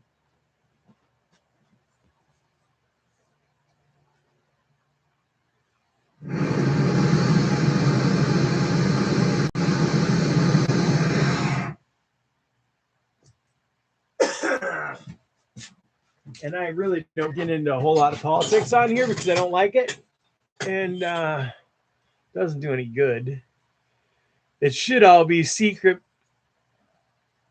100%. We shouldn't freaking talk about politics, especially people in the general public should not bring up politics to people that are at their jobs working, regardless of what the other person's freaking views are.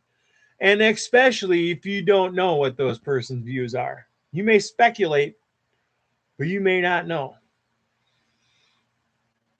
Don't bring up fucking politics at somebody's work, especially when you're a member of the public and that person has a job to do.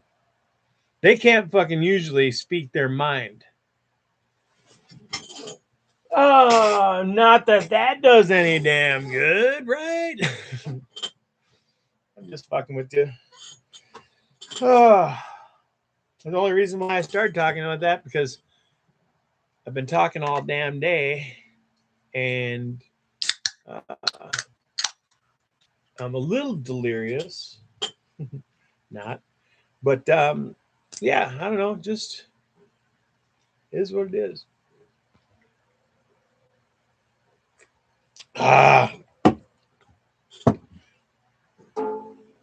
We'll dig ourselves out of whatever hole. It's just gonna go whatever. But what we're doing right now, like I was saying before, is we now have an opportunity. We have our opportunity in this world Why is everything all of a sudden blurry? Has it always been blurry? Did a raindrop fall on there? I don't know what, we still got to deal with laws and stuff like that, but laws can be changed. Laws are changing. Laws have been changed. Laws were created. We just have to find the pathways through. And I see big opportunities for some. I see middle of the road opportunities for others. It's going to create jobs. It's going to create tax money. Whether it's used smart or not, or just fucking swindled away from us is another thing.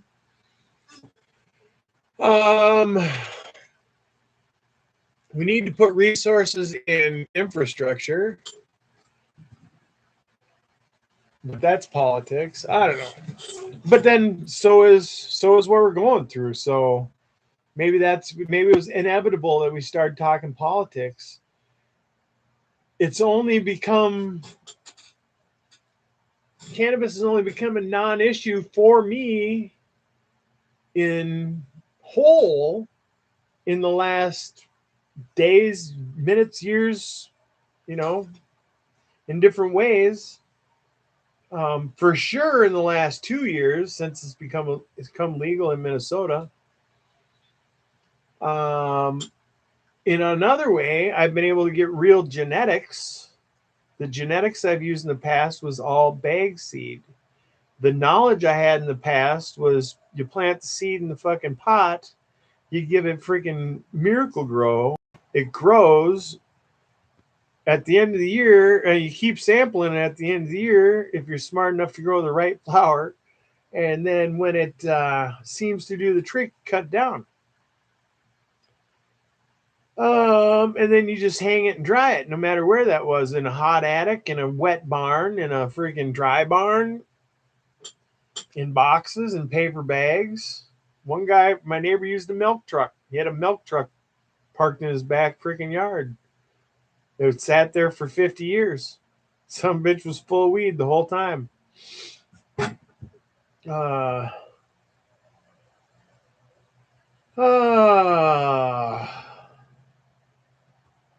There's opportunities right now. And shit, can I come up with reasons? Sit here and come up with the reasons freaking why the training method in the gadget works so well.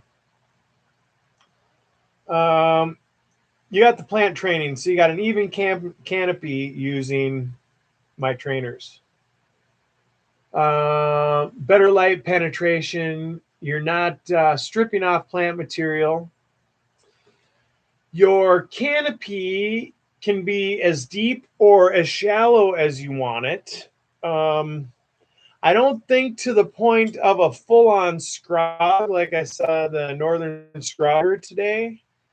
But that's a little too far, possibly. I don't exactly understand. I have not looked at that, so I know basically his bud sites are getting light, so it's not like they're a bunch of tops of branches. It's more like a branch that's bent around, and all those branches are bent around, and just the little tips of the bud sites are going to get the light.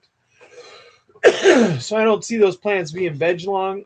I'm dealing with what I have here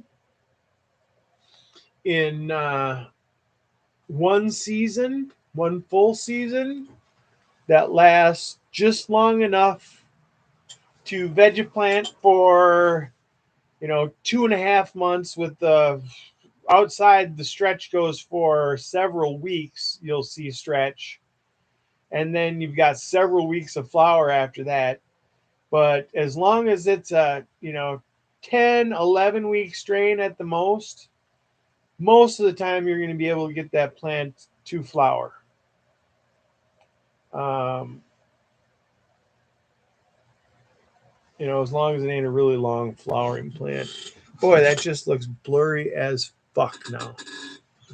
I don't know if it's because that camera got wet. I don't even know if I'm hitting. Oh yeah, I'm hitting the camera because my thumb's covering it up.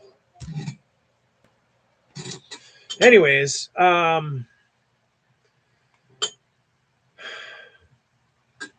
you don't have this big ass plant that you have to climb a ladder to look at. One of the main things is you're not stripping off material. And when you grow them big balls, now the big ball that I grew, the freaking 9 foot tall, 14 foot wide, not the one from last year, but the one from the year before, the power plant. That thing, the tops and the tips were amazing, but everything else, especially on the back of the plant and the lowers, was food grade bud at best. You could smoke it, but it was just food grade. When they're trained out like this, it's all within the top 2 tiers of quality.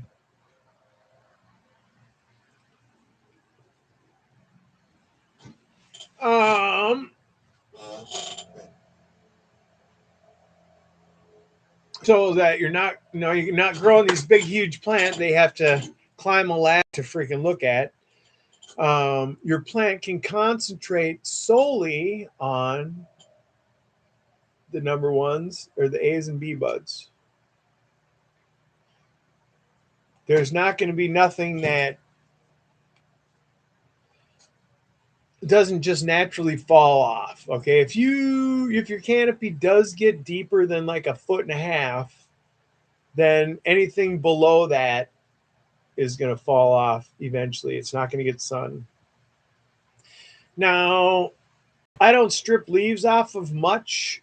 Up to date, I've stripped probably 20 leaves off, and it was all leaves that were touching the ground. And right now, because the plant has spread out again, there's more leaves touching the ground, but they're not going to get mildewy or anything like that right away. So they're good solar panels yet, and they're on the outside perimeter of the plant. That does not increase the airflow, but right now we're not super humid. It's keeping the airflow down under the plant so the soil isn't drying out.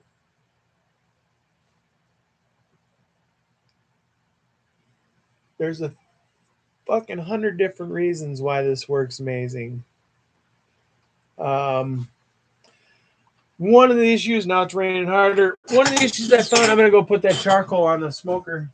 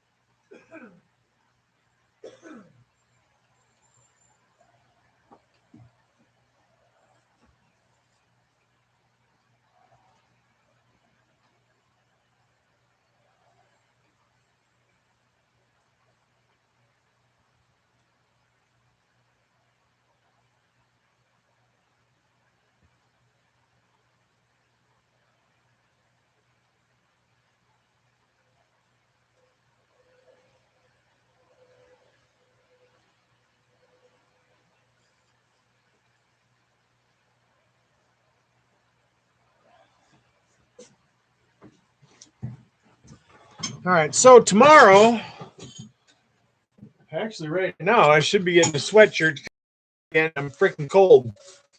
Tomorrow, I'm going to be setting the hives up, the beehive. It used to be beehives, but I got too busy now. Beehive is going to be set up to evacuate the bees from the honey portion of the hive. And it'll take about a day. The bees will evacuate. I'm putting in a one-way door so they can get out, but they can't get back in to that part of the hive.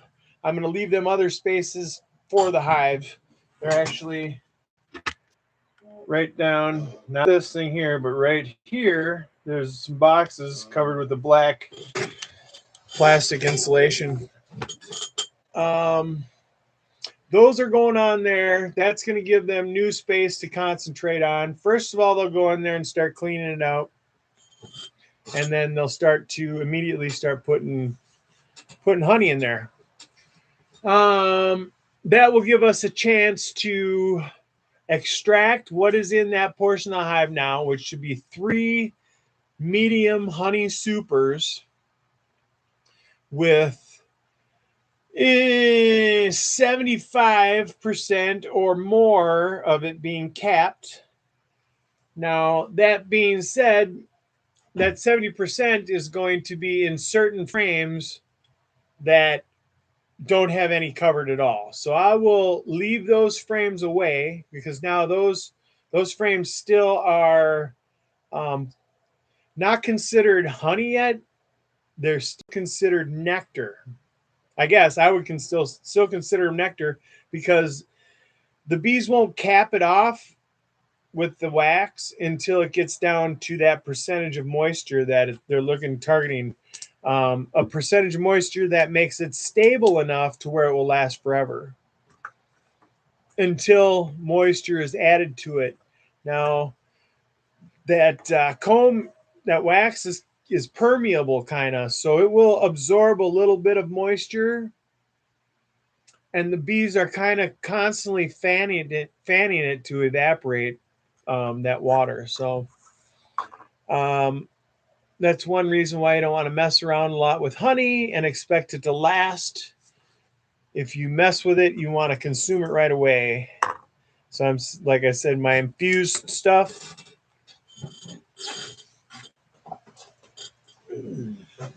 This stuff here, that's my infused honey. Works like a charm. And you can see that it's green through there. That stuff, I don't expect to be shelf stable for more than, well, for sure, if I smell anything, if it smells like it's fermenting, I'll get it out of there. But because it's an oil, I don't think we're going to have a lot of issues with it immediately. I guarantee at some point that shit will spoil.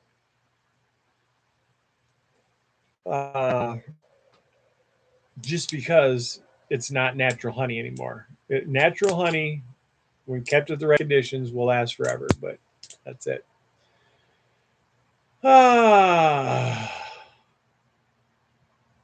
Anyways, there's so many things that I've thought of over the last couple of years. Now, you're not using any trellising anymore. If anything, if you're doing any weaving of any branches, you're weaving them within themselves, but it's not really weaving. So you're not using that trellising anymore. So anybody that has a large grow that is constantly going through trellis netting, not to mention the freaking, instead of growing, 3 to 5 foot tall plants, you can out to cover the same amount. I don't have enough experience in major grows or this is only true, I guess, too, if you have a plant count. you can grow 1,000 plants and flower them in however long it takes, however many days it takes to flower plants and get top grade buds. But do all the pots you have to have and the time it takes to do that, short of having it mechanically done, you can run that fertilizer in there, do fertigation. But if you just had one plant in a 30 gallon and you stretched that thing out sideways so it was a canopy that was 5 feet wide, flowered it, by the time it was done stretching, as you're training it out, okay, so now you're flowering it and it wants to stretch up, but you're training it out, that's going to go out and up in a way. By the time it's done flowering, you could fill a 10 by 10 room with one plant. I couldn't say how long of a bed it would take to get to that 4 by 4 size, or I mean a 5 by 5 size. Indoors, but outdoors, I am almost to a 5 by 5 in 6 weeks. So I don't know if that's beneficial or not to run a 6-week with, say, well, I don't know, what is a 8-week or 6 to 8 week flowering cycle, a really good one. So 12 weeks, 3 cycles a freaking year.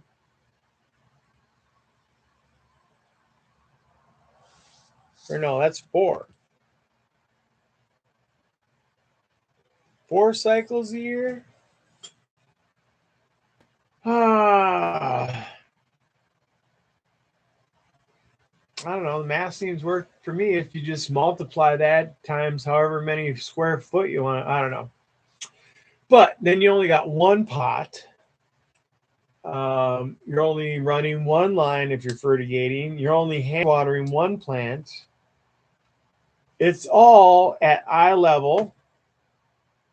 No matter how long you veg it, you can keep it at eye level. My plants have been vegging since, well, I received them probably sometime around my birthday. It's online, or it's on YouTube here, so we can go back and find it. But say March, okay? So my plants have been vegging since March.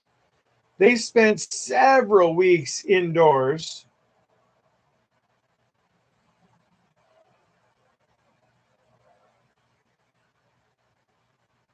It might even been late February. But they've been vegging. They have not been topped. They have not been trellised. It was a slow veg at first with just low light because I was just trying to keep them contained while they're inside, but they were still growing. They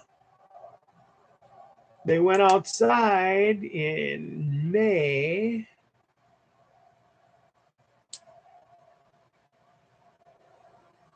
Early May. So I think they've been outside for probably 6 weeks, vegging for 6 weeks. And only because I let them grow up a little bit, they're a little taller than 12 inches high. But they're at 4 feet wide right now. And it's going to be like that. I'm going to let them grow up a little bit, and then I'm going to knock it down with my trainers. My trainers do not stress the plants out. Now, I did freaking break a freaking branch off my pepper plant because I was trying to train them with one freaking hand today.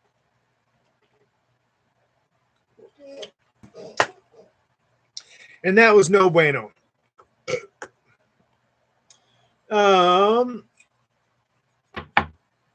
So they don't, oops, shit. So they don't stress out your plants.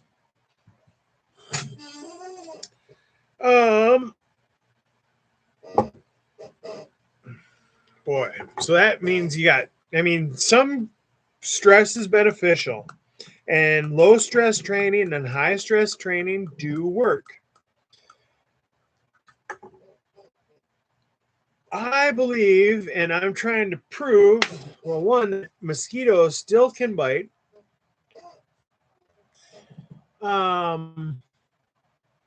Shit, where's I was going with that? That even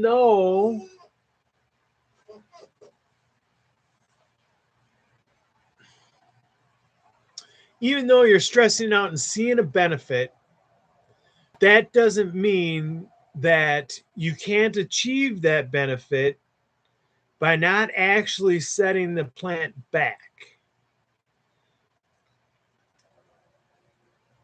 I did at prior times do some super cropping on a large plant.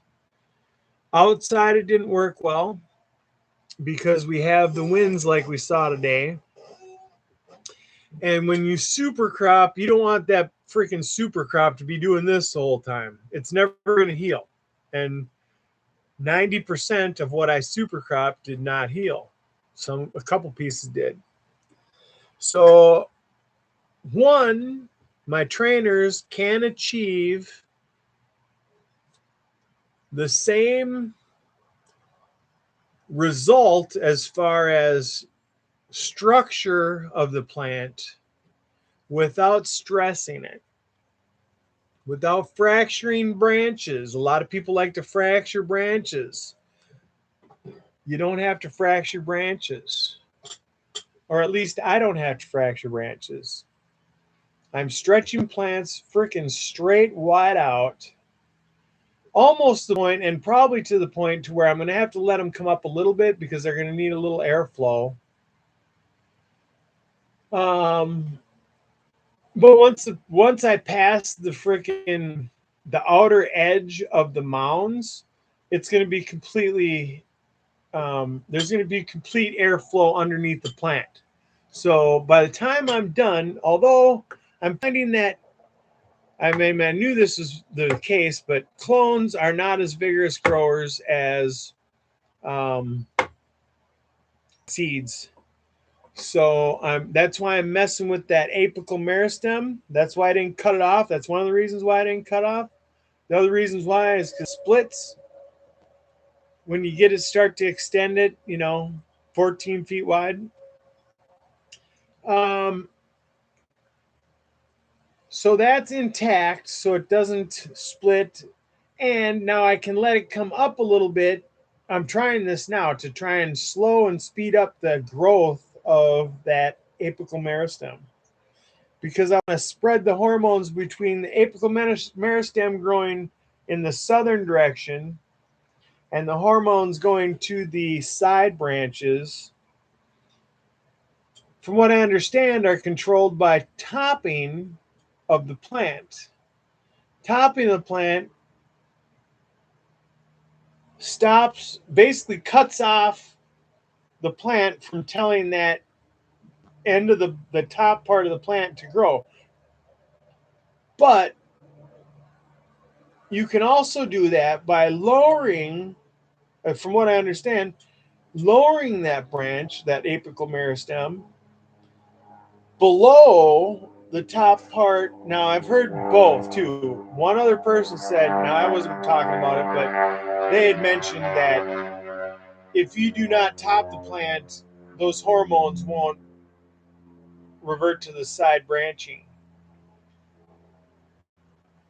I don't know if that's the case. It's possible, but when I lowered the top apical meristem past even the branches nearest the top of the plant, what is considered the top of the plant, I'm just going to call it the apical meristem.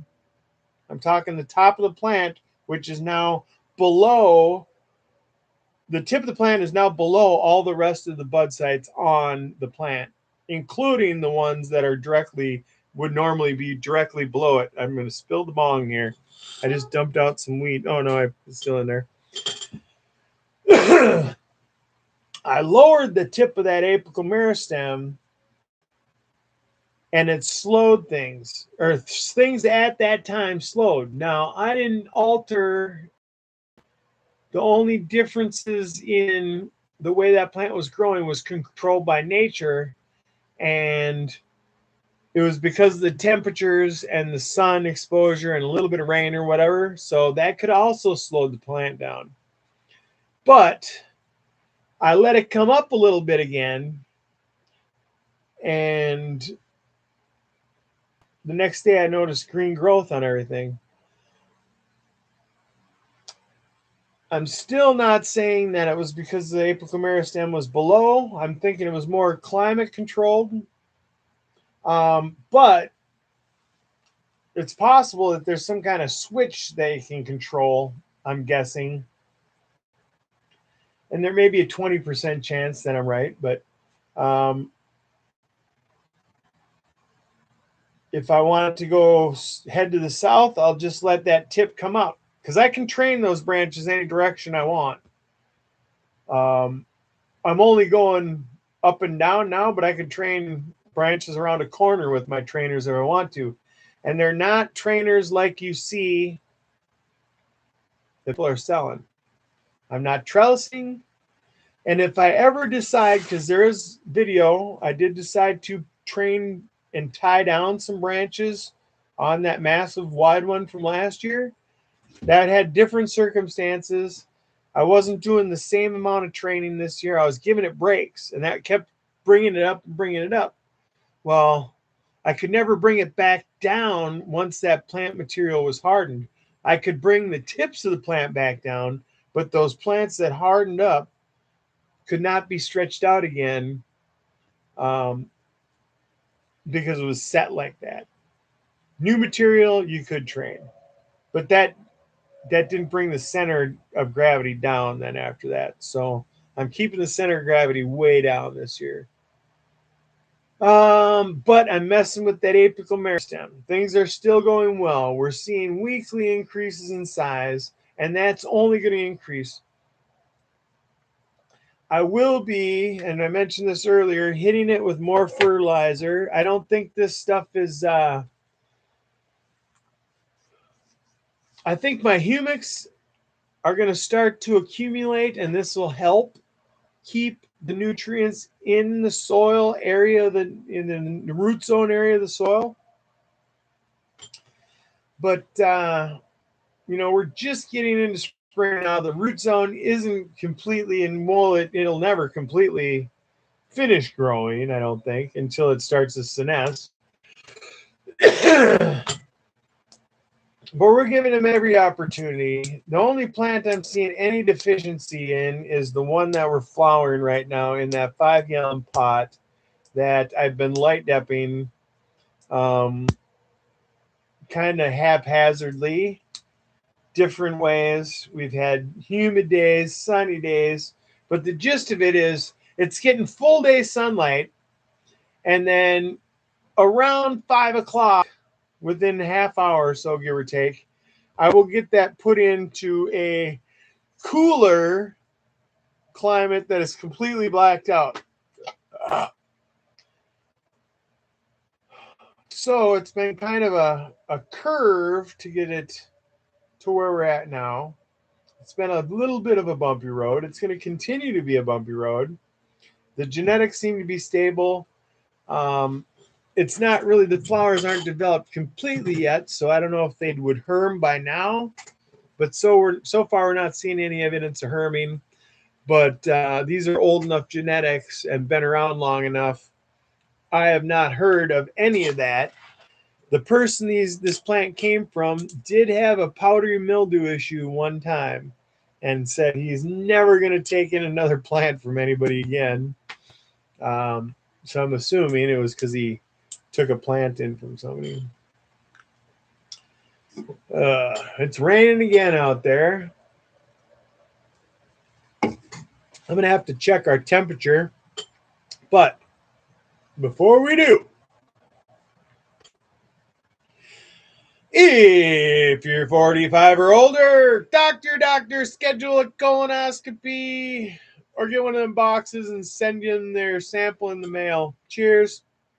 Bongs up, everybody. Everybody with the blue name is a part of the murder. That's my community. It's the murder. Crow's got a community of murderers.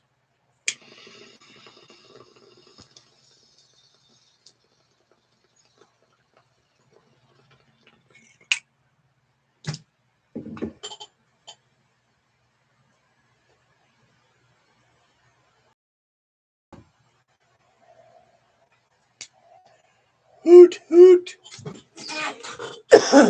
All right, now I'm going to get wet, so I'm going to go grab a sweatshirt too.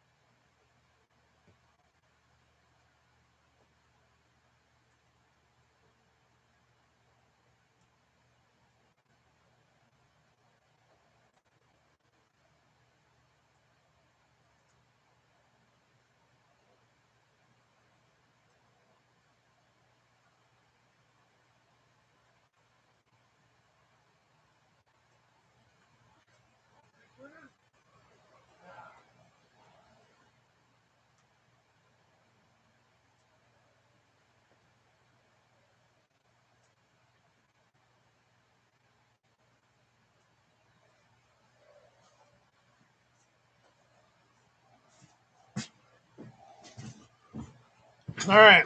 Ugh. The girls are back from bingo. No money, no money, no money, no money.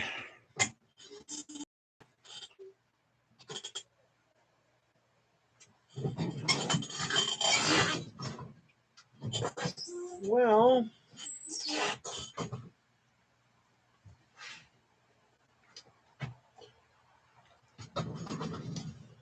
the only power out here is what I freaking haul in on an extension cord.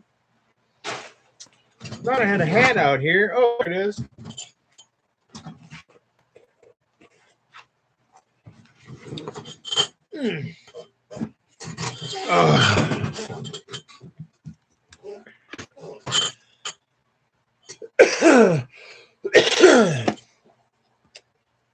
All right. So I should have grabbed the got a little rosin pen that has actual rosin in it, and compared to these things, it has none of the flavoring stuff or whatever. It's just I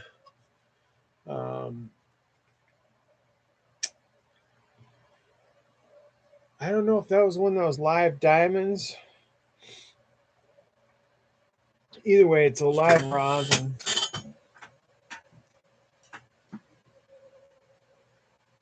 That to me tastes amazing.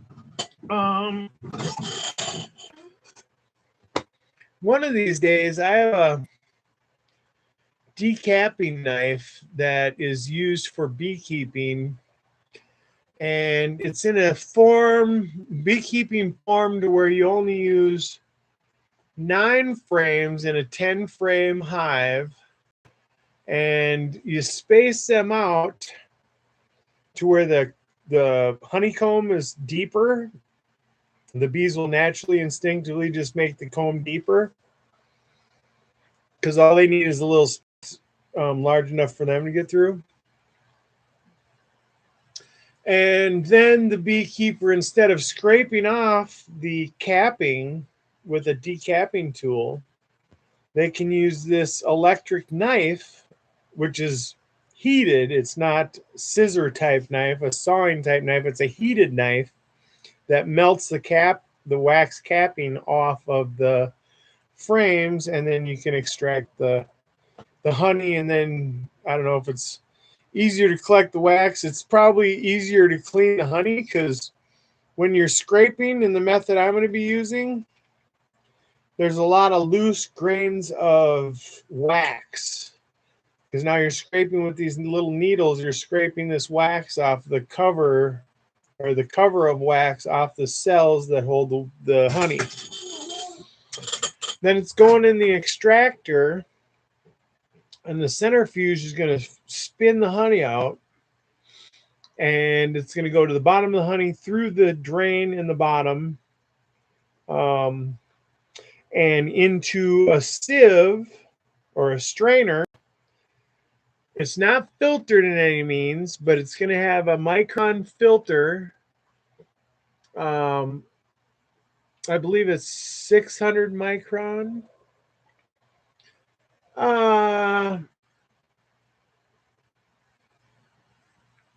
Is it 600? Yeah, I'll have to refresh my memory, but it's a certain size micron that keeps the wax particles out. It'll let some small wax particles through, but what it'll also let through is pollen. We want the pollen to come through the wax. We're not trying to strain the pollen out. Or we want the pollen to come through the strainer, not the wax. We want the wax to stay out. Some of the wax will be in there, which is beneficial.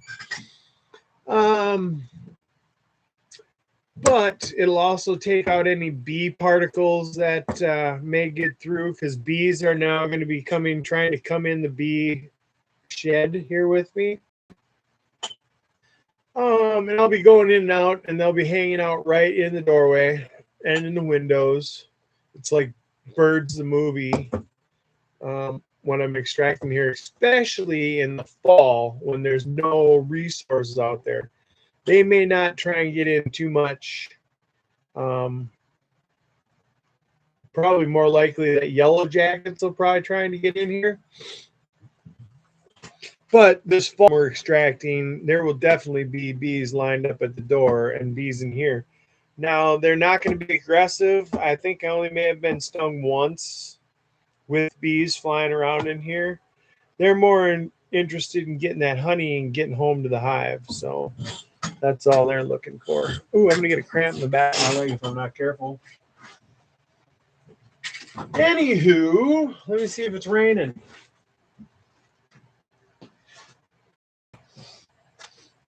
It stopped for the moment, and I don't think I have one of my lights out here, so I'm going to go grab a light.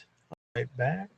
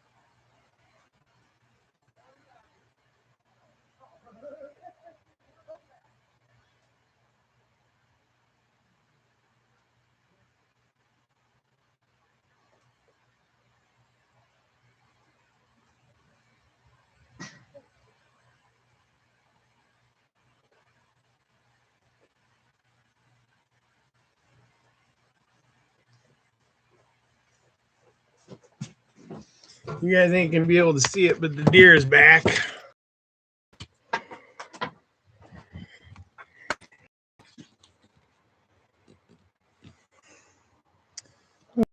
Right in the camera. Right back there, right above that ladder on the ground.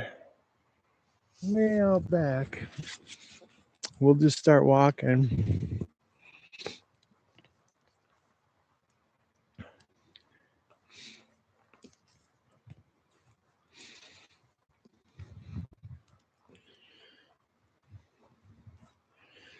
I said as soon as we got a way to where he couldn't see us, he'd be back.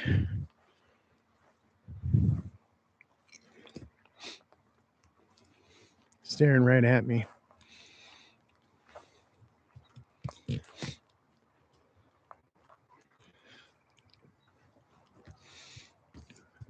I've been out here at my spot before, and he's gone by and smelled me several times and snorted at me a bunch.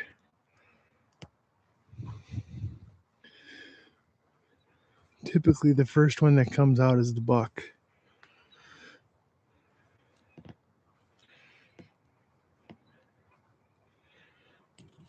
I'm going to get my camera out and try and take a picture, or my phone out.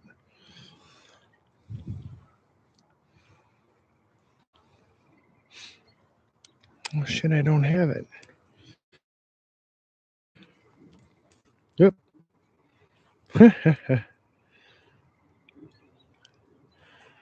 Oh yeah, I do. I just didn't get out in time.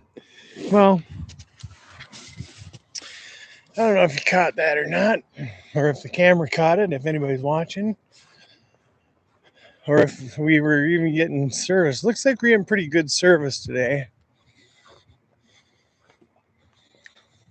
Got pretty close to it. Within probably 60, 70 yards. Could have easily plugged him with an arrow. Could have probably hit him with a golf ball. You know, that kind of interaction on a regular basis is not uncommon for me because I've been out in that, and usually up until the time I started recording all the time, I wasn't making a lot of noise out there. I was thinking to myself, coming up with plans, fucking moving shit around. So sometimes I'd hear them coming. Other times I'd hear them leaving. Whatever. We could probably go back and look and see if that even showed up. Let's see. Oh, this is the Dr. Dank Nugs there still. Right at the moment, people, I'm going through back channels to look at what's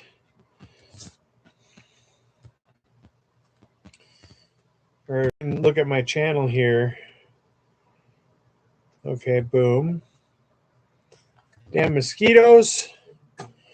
Back up. Yep, that was a while ago.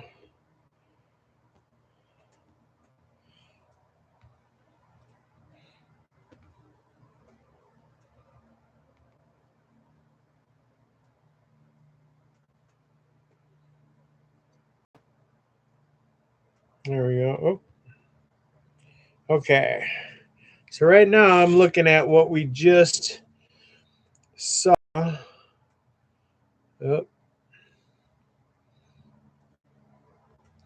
I don't think it picked up the deer though.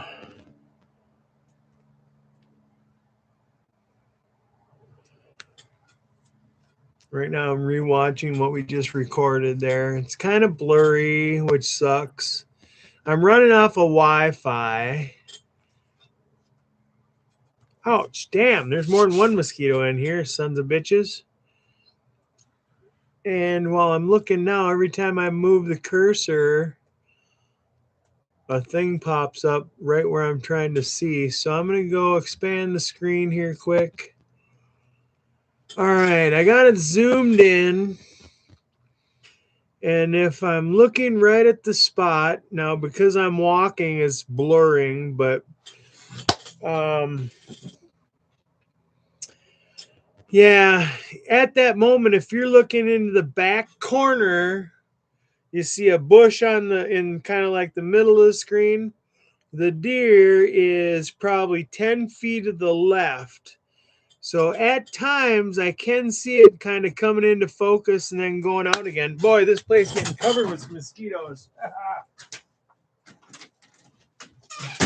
All right, we're gonna close that off. I might get my bee smoker going in here to kind of ward them off, but I'm gonna go close up the garage too. Anyways, we can't see no deer there, but I couldn't see no horns, but there really ain't no horns on them.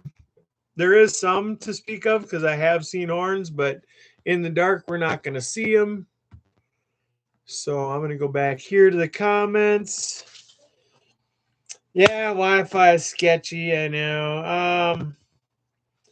Travis is on right now. That's cool. He's awesome. I love that dude. I don't fault anybody for coming and going from the channel here, brothers, sisters, whatever. This is just for informational and educational purposes and to log what I'm doing. I can remember most of it vaguely, you know. I remember I put a compost tea in here. I can remember I did a freaking magnesium sulfate freaking foliar spray there. Most of it's on a freaking regular basis, you know.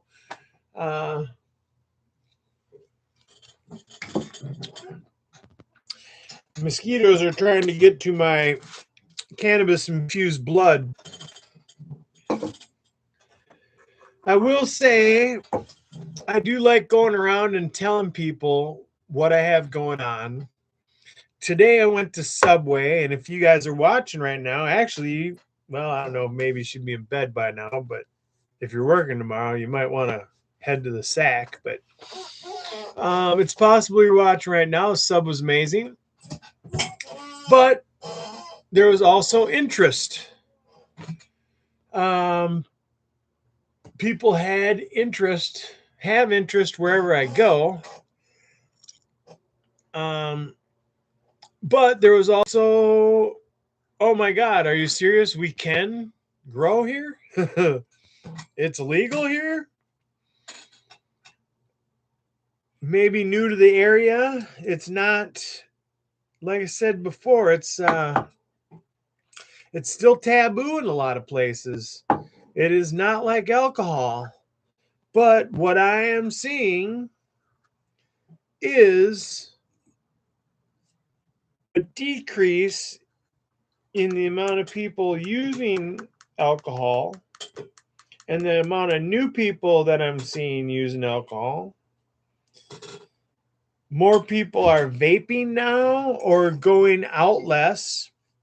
And when they do go out, they're actually consuming the, I consider subpar grade cannabis drinks that are out in my area right now.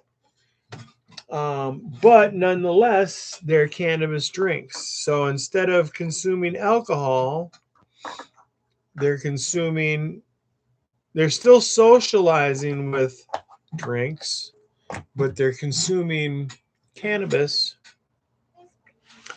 or THC, because it's more THC now than cannabis. And I don't really think this stuff right now, since it's hemp derived, unless it's hemp that was 1% or 2%, because now it's only hemp still, because less than 3%. Either it's super refined 3% up to, you know, a consumable amount of THC, or which more likely it's converted from another cannabinoid to THC. which then makes it Delta 8 or whatever. I'm not even sure which one. I think Delta 9 is the real Delta 8's the converted, but which does not match up to the receptors like the real stuff. You know what I mean? Yeah, the THC. Right.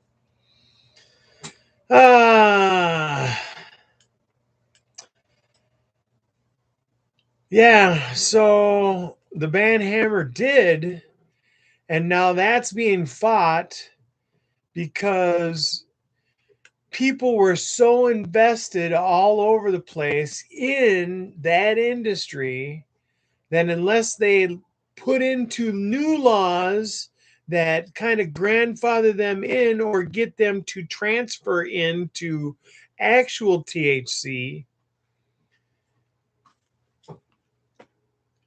they're going out of business, or they have to change the laws that they changed to make it illegal again. I don't know. It's back and forth. Like I said 2 hours ago, it's the Wild West right now. Opportunity is everywhere. Laws are sketchy, but they're coming down. They're cracking down on places. THCA is one of them. Seeds quite possibly are another one. Clones may somehow be involved in there at some point. Now, is that just seeds between states that the state don't agree that seeds could be legal? Because right now, as far as I know, in Minnesota, seeds are legal. And in the future, they'll be legal because the state says, or the state law does not say that seeds are illegal. But the transportation of them across state lines is what I'm assuming would be the factor, and the ability to mail them in the mail. Because what I'm seeing right now, they're able to be mailed. Cheers.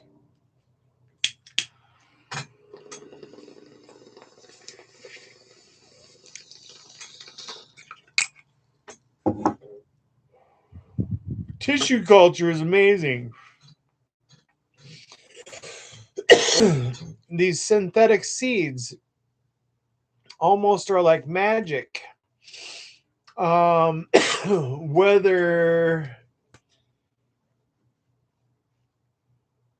they're a natural, I don't think they are. I think the synthetic seed is pretty much going to be, you're guaranteed what you're going to get as far as genetics. The only variable will be your growing capabilities, style, area, the surroundings, whatever you want to call it. I know there's a name that's commonly used. Oh, it's on the tip of my tongue, kind of. Anyways, got a couple mosquitoes coming in here, still in here with me, but let's go talk some pork butt if it ain't raining, right? Okay, I'm not hearing much rain, and I'm not feeling any rain. What time is it? Yeah, you know what? Pretty much right on course. There's going to be probably a scattered drop or two, and it's still, the cloud is still, or the sky is still cloudy, but they're broken. This is what's headed towards us. This is what just went past us and is going past us. That's where the rain was. This will be splotchy. I think we're probably safe to bring out an extension cord. We can open up our fire here. We can hang out by a fire, watch some meat, smoke some smoke. I'm going to go get my light.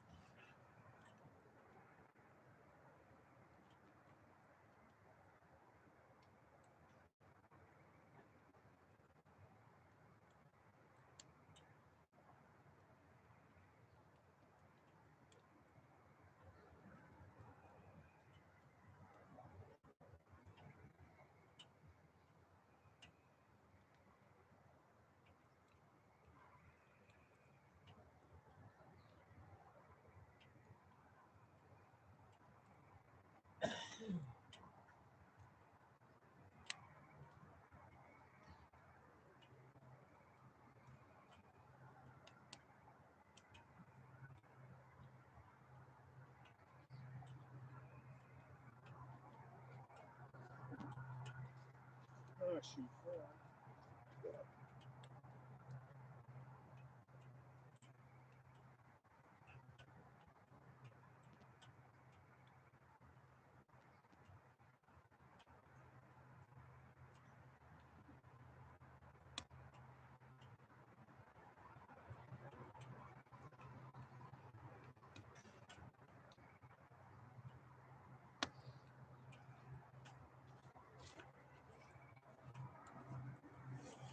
So like I said before, I don't have power out here. So I got to run extension cords. So my laptop is going to run as a battery for the moment. It's mostly charged. We'll use the light intermittently. If we come down to where it's not raining for a while, I'll work on getting some power back out here.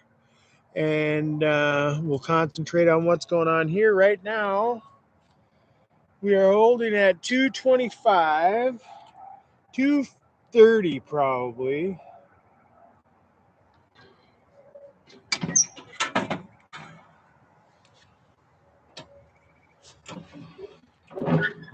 We still got a good base of coals going. What are we at?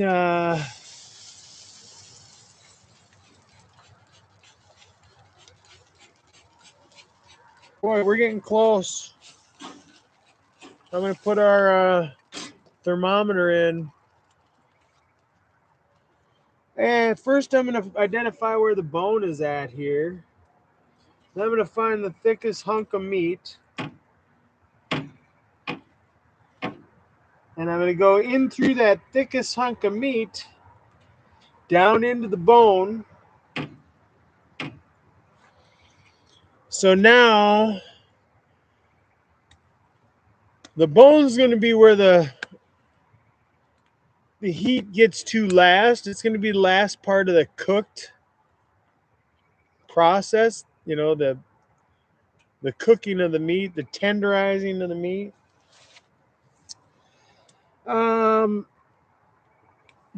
And then we're going from the side of the most meat because that's going to take the longest time to get to that bone on that side of the bone. Let me wash my hands.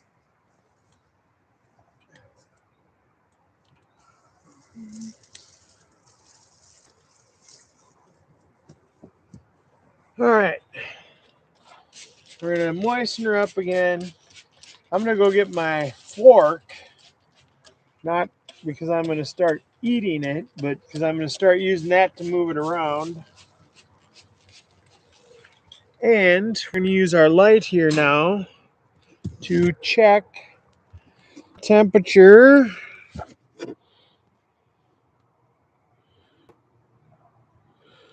Right now, I can't see a damn thing on there. All right. Damn, just give me a vague idea. Okay, here's a vague idea. 150. All right, and we're shooting for a rough number of 180.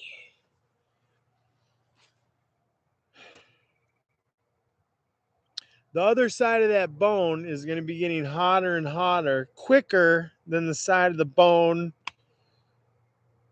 that I have the thermometer in. So it's going to start cooking a little faster now. And because the outer part of that meat is hot, intensely hot, the little part of the center where this thermometer's tip is, it's going to take less and less time. So it took 14 hours, yeah. Let's see, no, not 14 hours. When did we start? I was thinking we started at 7, but that's what time we left earlier. We started at noon, midnight, or noon. We've got probably 3.5 hours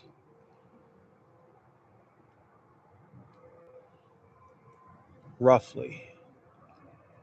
Because that temperature went up for a little while, it cut off a little bit. But right now it's taking a little while to get back up to that temperature. So we'll add some more coals. It is starting to get down there. We'll get the temperature back up to 225. It'll be up there probably by the time I'm done getting some coals ready. But by that time too, the coals inside there are going to break down in the next couple of minutes. Right now I'm going to stir up this barrel stove and maybe go get some marshmallows or something. I don't know. Let's see. Oh, you can see over there? Yeah, you can see. It's a little blurry.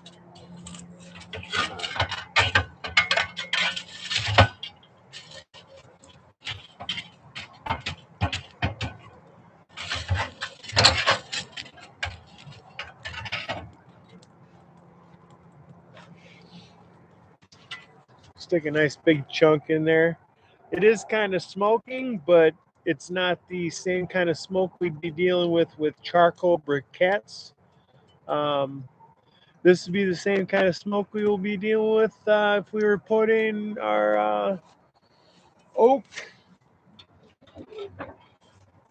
smoking wood or soaked wood chips or whatever you want to call it. Same thing. Only this will create some heat for a while. So boom, with that, we got another hour.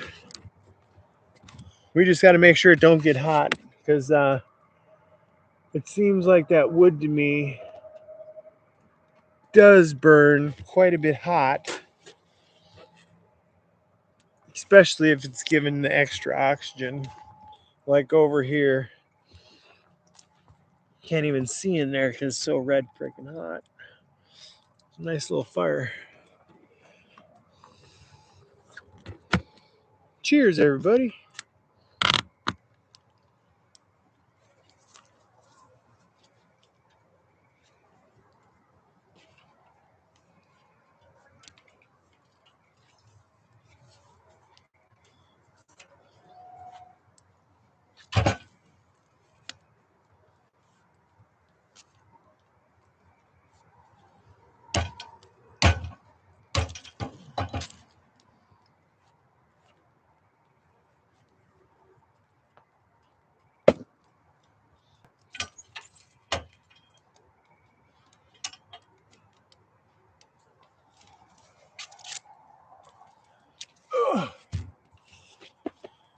If it don't fit, force it.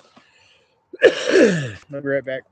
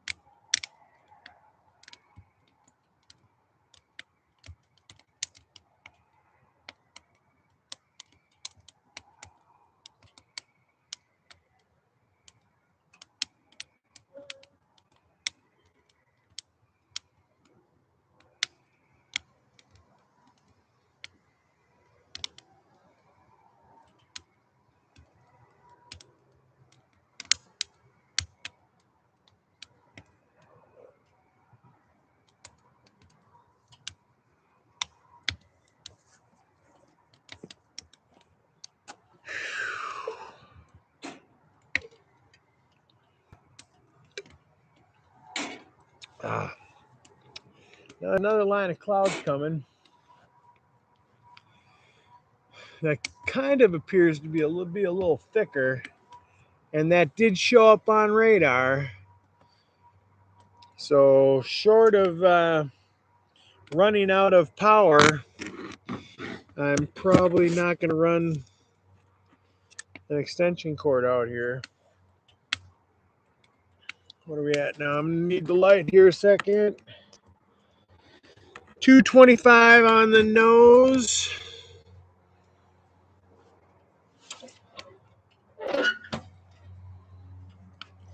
Got roughly, I'd say there's 45 minutes to an hour's worth of charcoal there yet.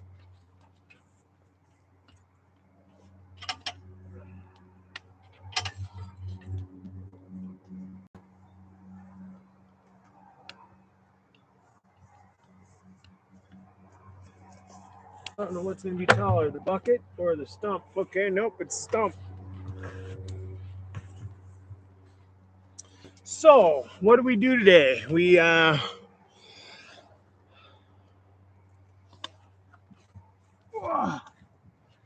started live. We started the, now I'm getting smoke right in my face. We started the live, then we started the pork roast. Then we went in the garden with our fermented plant juice. We've got a activated aerated compost tea going.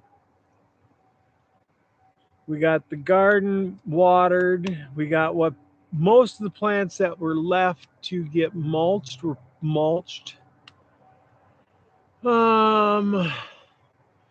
We got our cannabis plant light depth. Now, since it's dark now, I'm gonna go get it, and then I'm gonna go put it out in the spot so I don't have to get up before dawn and put it outside. So that's kind of the method. 5 o'clock, it goes into dark, and then when dark comes around, whatever time that is, depending on weather, mostly depending on the sun, but tonight it would have been dark a little bit sooner than it has been lately. So I'm going to go get that. I'll pass it by here real quick as I'm headed out there so you guys can see it. It's nothing special. We just got a plant that was probably a little undeveloped. Started flowering. We let it naturally try and flower. We did have other plants out, but we were light supplementing them. So we had supplemental light, which was just LED sidewalk lights, solar powered LED sidewalk lights at my plants, and that kept them with enough light to keep them from going into flower. The one I didn't was the one that I'm flowering now. I kept that away from these, and that started the slow process of going into flower. Then once the days started getting longer, I shut that off and started light depping it. So that's what I've been doing now. Once again, what's our temperature at? 225. I'll be right back.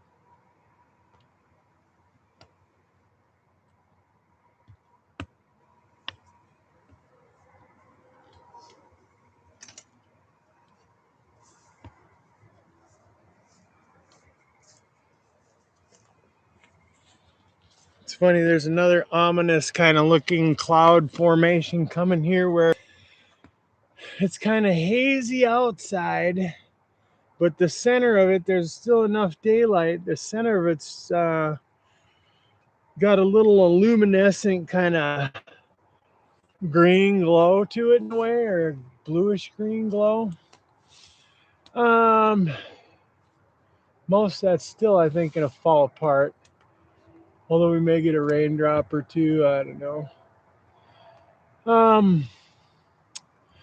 But that brings up the nutrients factor of what I was saying before about watering a little bit every day with nutrients, especially in the vegetable garden here where there's no real humic structure in there. It's all depleted topsoil and sand, kind of, with a clay component. I'm trying to add back the darkness and fertility of the soil. Right now, it's going to be a little bit at a time, and really, it's probably still not enough, short of going out in the peat and digging up peat. Now, over the course of the next few weeks, it's possible that we dry up enough. Like right now, I'm next couple of times I go out to my spot, I'm going to be shoveling up some spots around my well that are saturated right now, but when it dries out, it's really good peat. Mosquitoes. We got a lot of them in Minnesota. Mosquitoes are terrible. But then I can slowly add that into the rows if I want to, because predominantly I have them in the rows in the same area every year. And then in the future, after those rows get built up, then I'll start spilling it into the aisles. But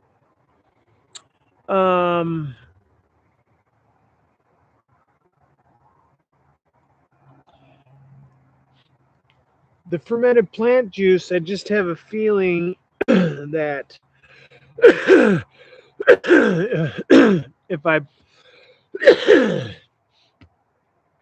if I go on the heavier side of, call it the ppm, I guess it would be the same thing, but go on the heavier side of the nutrients, we get rains like this constantly, or super dry days to where the water gets baked out of the soil, and either I'm getting rain naturally or watering typically without food, I would prefer, someday. As that's happening, is that nutrients washing right away from the root zone. As of right now, I haven't been top dressing anything on my vegetables. I have to water enough to where I'm pretty sure I can just keep watering nutrients in. But that's kind of the cheap way out. Every chance I get, I'm going to be adding nightcrawler castings to the spots actually that I'm growing in as soon as I get a chance to. Everything's been mulched with grass clippings and wood chips. So we are adding stuff back. My pumpkin mound is a hugelkultur, so it's got a green component as far as like a green manure, which is plant material that you cut down and stack up. And decomposing logs, cut up logs, in a circle made into a mound, and fertilized with the rabbit crap and the deer crap. It will be getting, and it has been getting, compost teas, fermented plant juices.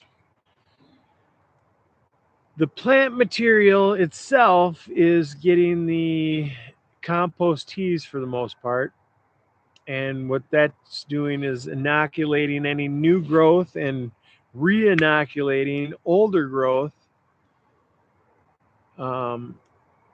to prevent powdery mildew. We're going to see how well that works again this year. Last year it worked well, especially considering we had all that rain.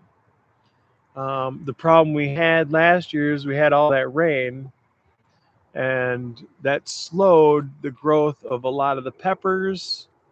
I'm hoping that's the case. Either that or I wasn't feeding them enough of my homemade fertilizer. I've been told 20-1. That's what I've been feeding them. I have been cutting back a little bit, like I said, because I'm feeding them more often with every water now. Rather than last year, I was doing it like once a week, probably. Somewhere around there. I think it's been about a half hour. We're going to check our temperature.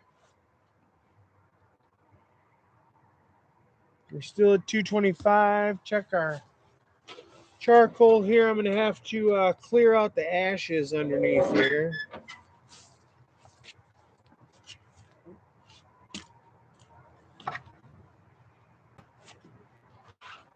Where'd my ash clearing stick go? Oh, that's right. There it is.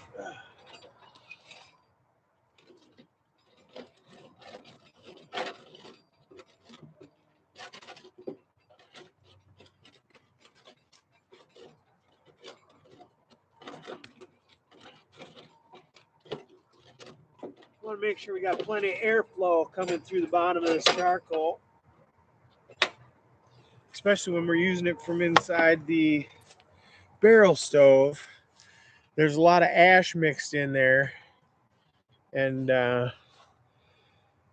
when I dump it in there, the charcoal and the ash kind of conglom together and suffocates a little bit. So I will tap on it a little bit to kind of get some of that to go through, but you got to be on top of everything. 5 minutes can freaking jack the temperature up too much to where it starts to sweat so much that you're losing moisture. And then if it goes too low, 10-20 minutes can make it go too low, to where you're fighting to get back up. Right now we're fighting that bone.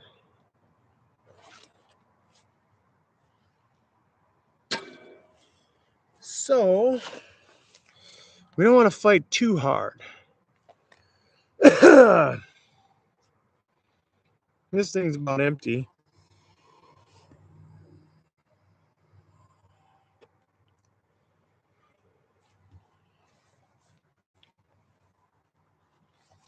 Whoa. So we'll load one up. We're going to do a spritz here shortly. Actually, we're probably right on course to do it again, but I think the last look in on it was a couple minutes late, so we're going to give it a minute.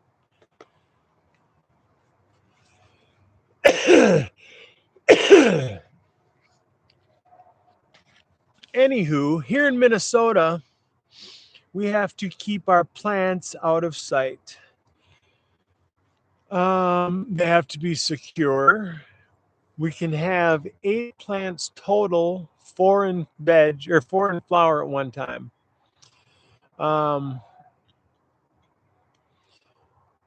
That brings up the issue of big plants. Okay, that's one of the reasons why. Another reason why the gadget works so well is your plants will, once you learn how to use them, your plants won't grow any taller than you want them to. Anybody in the chat have anything to say? Oh yeah, the mosquitoes are trying to get me.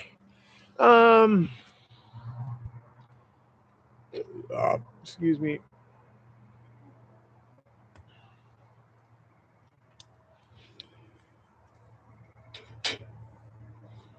Reason after reason after reason. One of these days I'll sit down and write down what I've been saying over the last 9 hours, right? No, 10 hours.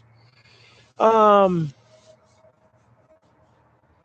that's just another reason. Okay, it keeps them below the fence line. Whether you want that 6 feet, 3 feet, whatever, as long as you have enough of them, I will say.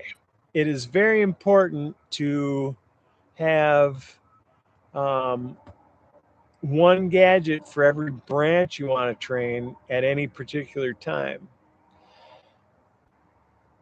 Right now, earlier today, that plant that I showed you just a minute ago was being trained. I took them off for filming reasons.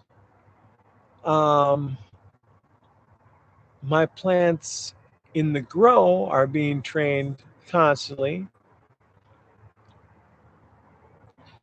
And there's times you want your canopy to grow up, and then there's times when you're going to knock it back down again, I guess. RRJS 42, good to see you. Thanks for stopping by. We're just about ready to take a look inside here. Yeah, the wind has definitely calmed down. I haven't had a raindrop in 20 minutes probably, so that's nice. Not that I'm ruling it out, but it's quite possible that we can get our extension cord going back out here. I had to run it to the shed a little while ago so we could have power in there. That light is tapping out my laptop here, so that's what I'm going to do. I'm going to go grab the extension cord. Give me just a second. I'll go grab the weed too and whatever else we need. Probably, I don't need the bar stool yet, but I'll be right back. Thanks for stopping by. If you're 45 or older, talk to your doctor. Schedule a colonoscopy. The fireflies are out tonight, guys, so we'll go check those out too. You might see them flying by here anytime.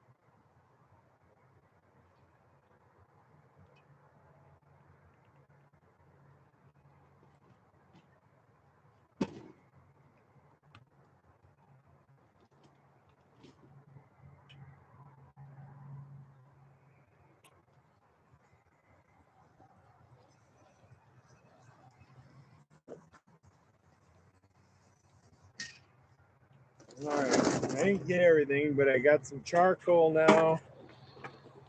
Just got to find a dry place to put it.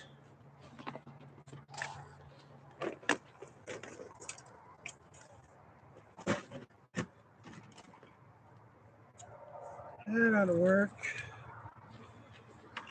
We got our extension cord with our plug in it. Oh no, what happened? Oh, it got too dark. Sorry.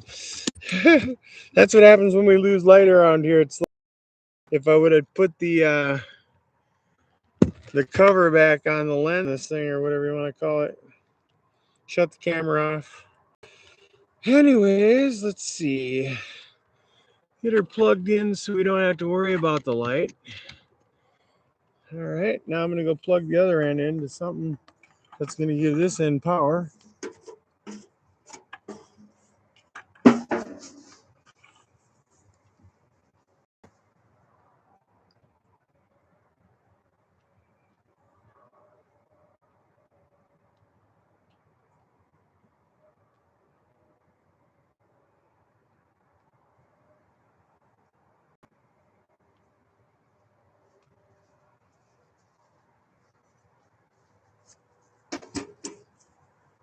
Boy, for the time being, we are resourced up. We got power now.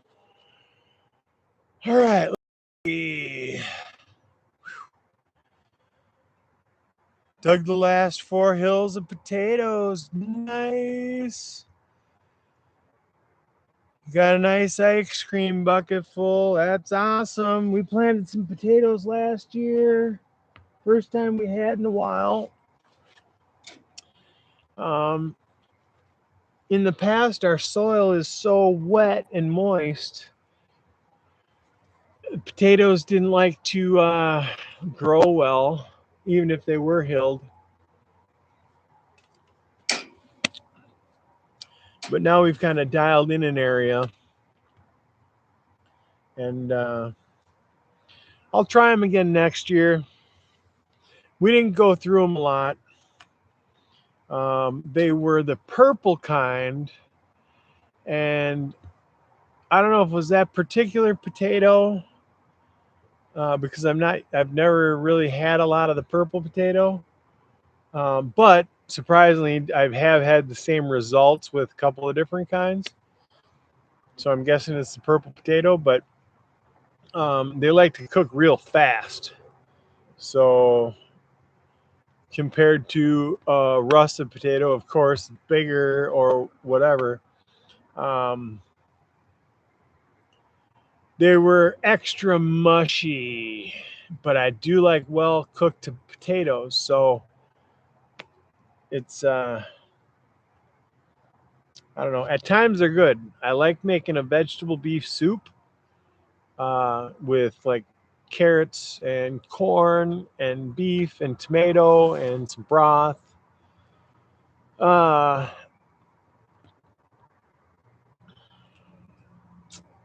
And some barley. I like barley in my soup. When you do that, you got to add a lot of salt. All right, let's take a look. I just forgot where I was going with that comment there, but now that it's dark, I got to make sure I'm not getting my cords caught up in nothing. So, of course, I automatically would right off the bat. Would have if I didn't double check. All right. Yep, we're going to need to because our temp is lowering. So we're going to open up and get some charcoal in there. And we could actually, for the moment, just open up the freaking airflow. Ooh, dang, that was hot. All right, so we got our airflow open. Boom.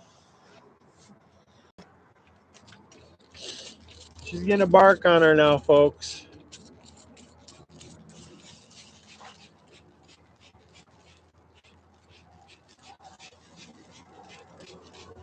And I think we're close to 160, so our time is going by.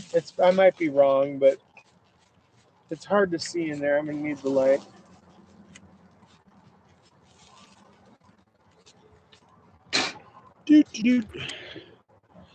Let me see. Yes, we've just hit 160, so that time's going to go fast now.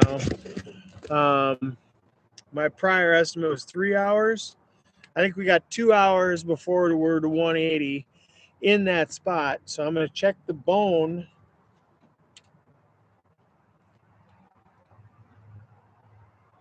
primary. I can't even find it. Okay, there we go. Okay, I'm not seeing the bone retract, the meat pull away from it yet, so we're definitely still 2 hours. But we're getting close.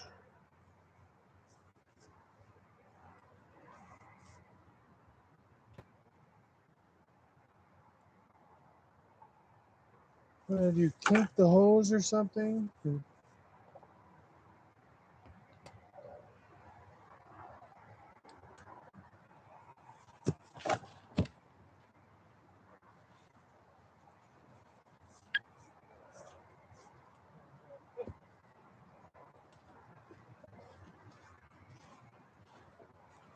That's funny. I think I know what it is. This thing gets me every time. If the tip of the sprayer is in between options, you won't get any water out of it.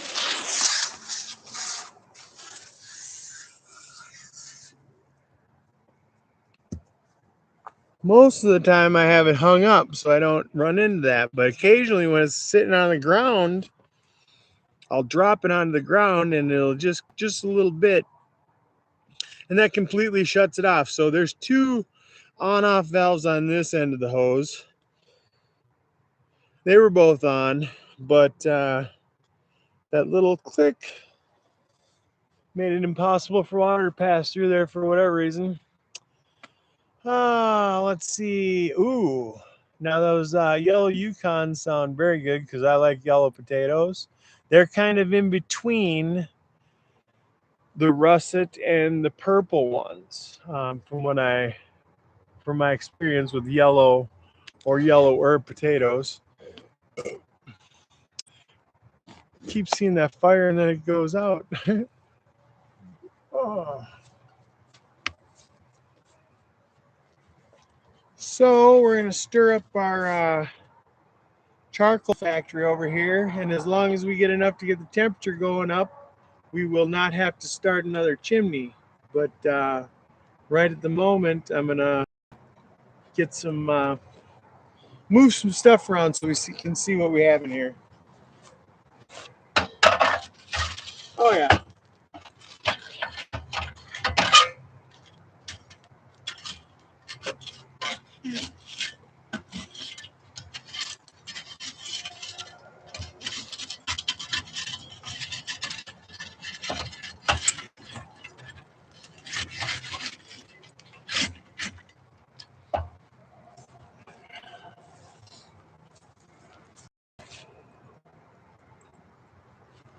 We'll get a couple of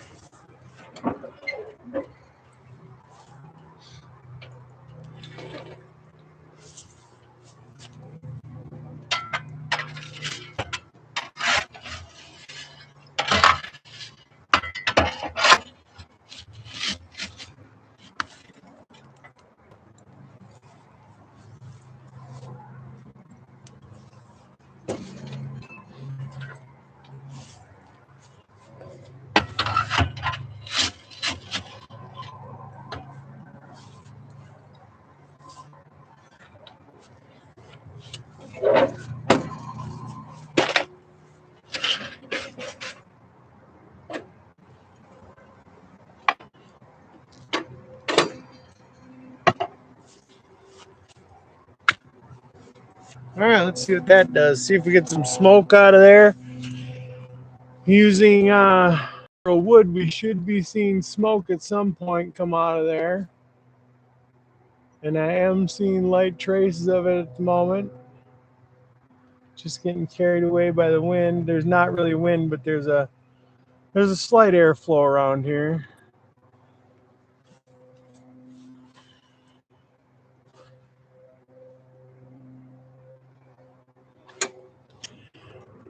At this point, I'm going to flip it over now. Start the half-hour timer again. And then I need to get some more apple juice. That's right there.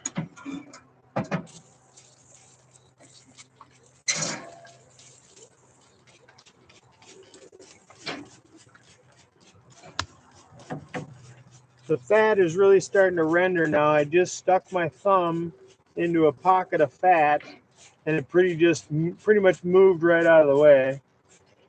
Here's a chunk of burnt tip that friggin' fell off.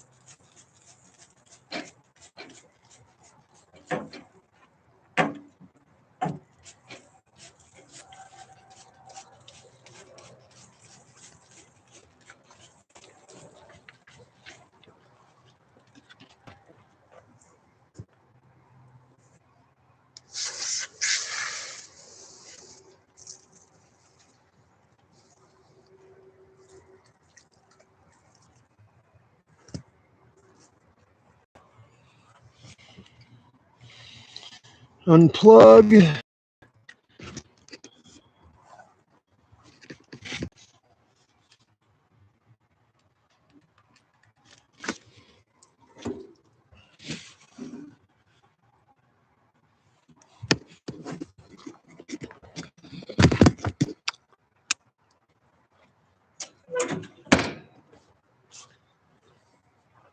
Oh.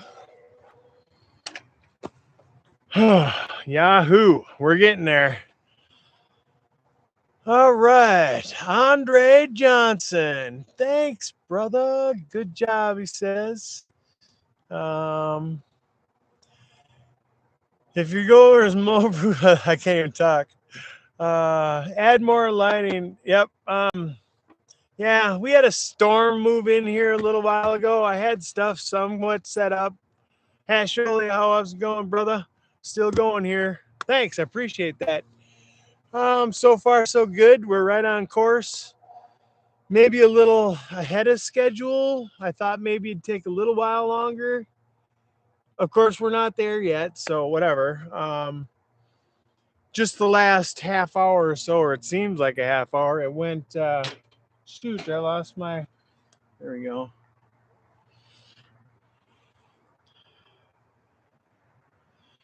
So what I mean then is everything went back into the shed. I can go get another light now, but right now I'm running off an extension cord. I'm just at the farthest extent of the Wi-Fi here. But I'm not looking for a bunch of viewers. I'm looking for one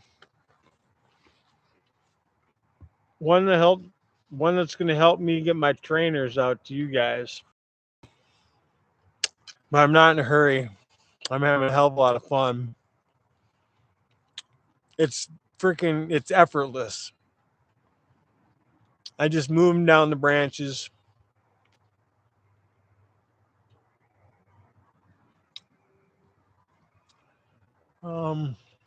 Yeah, so they're low enough to where we had those winds move in today. I'm not worried about them.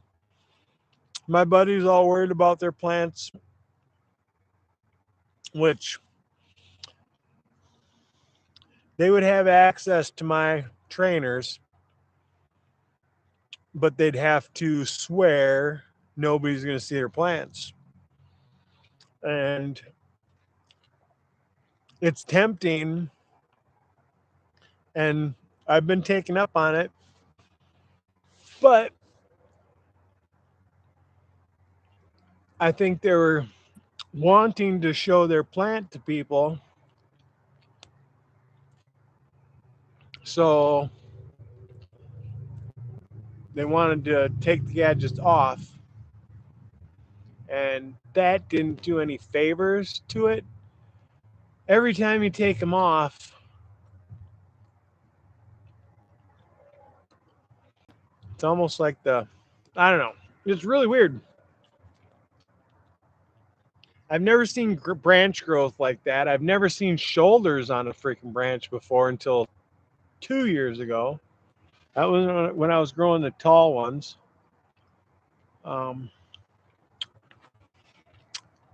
Anyways, Andrew A. Johnson, let's see. Where you from? I'm pretty familiar with everybody else. You can see everybody in blue here. I know some people I have given my channel out to some people. It's hard to find my channel sometimes. Anyways, somebody emailed me a while back, and we could probably bring it up if we wanted to. I didn't click on it to investigate. I want somebody else that has more knowledge in the internet world than I do. My brain for the internet world is freaking 2 years old. So before I click on anything, I want either a buddy of mine to look at it or one of my brothers or sisters. Said this person is affiliated with this other person that has, I think they said millions of viewers, or maybe it was hundreds of thousands, whatever. It was in at least the hundreds of thousands, but I think they said millions. Or I think it was. They have 1 million viewers, let's say. And this person that is affiliated to this person that has all the viewers watched my video and said they think I would be a good match for whatever they have going on. Just vaguely said, gave me the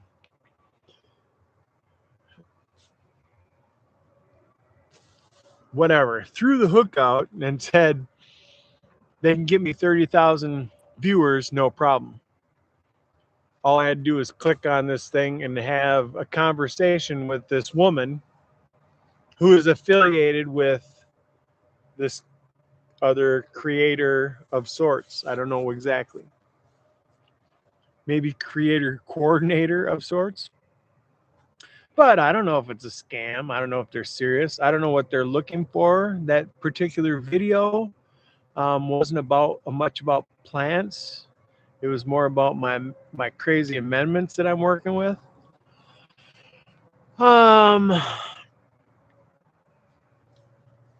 So I don't know if that was the catch or if it was just a freaking shotgun thing that everybody gets. So that's why I'm asking people now if they've received that email before. It wasn't in the chats here. It wasn't in the comments. It was an email to my email, which I know very little about. I just learned how to send an email almost reliably. I still can't do it on 100%.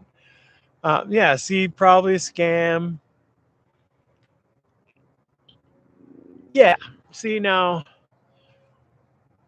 I didn't even read anything into it. Like I said, I didn't click on it. It's just highlighted in blue.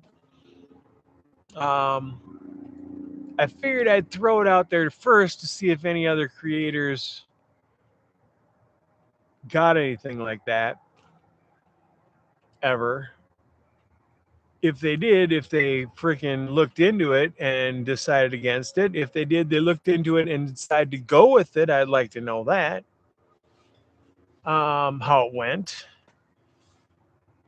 That's kind of how I'm going to look at it. I'm going to investigate when I do get help interpreting what I'm seeing right now.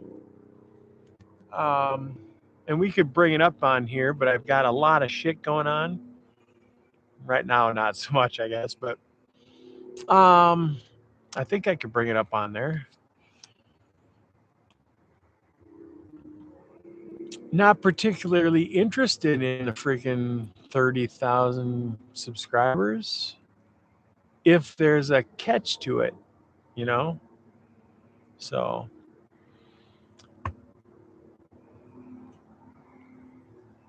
see, there you go. That's exactly, and that's same thing with QR codes. I mean, unless there's somebody that you absolutely trust, you better not take any pictures, any QR codes, as far as I know, or put any of them on your channel. Those things are dangerous. Everything's freaking dangerous these days. But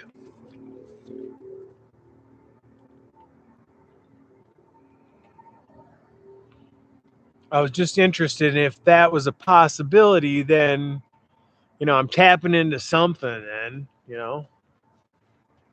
I don't know. But it could be somebody looking to invest in the gadget and just going a roundabout way of doing it. Or somebody saying, okay, this person may be able to help you. I wasn't willing to make that conversation yet. I think they wanted to do a phone call or a live chat. We're not pressed for time, so we're just going to take our time. Right now, I'm busy as fuck. 2, right now, the world ain't in a place to freaking even start a business. So,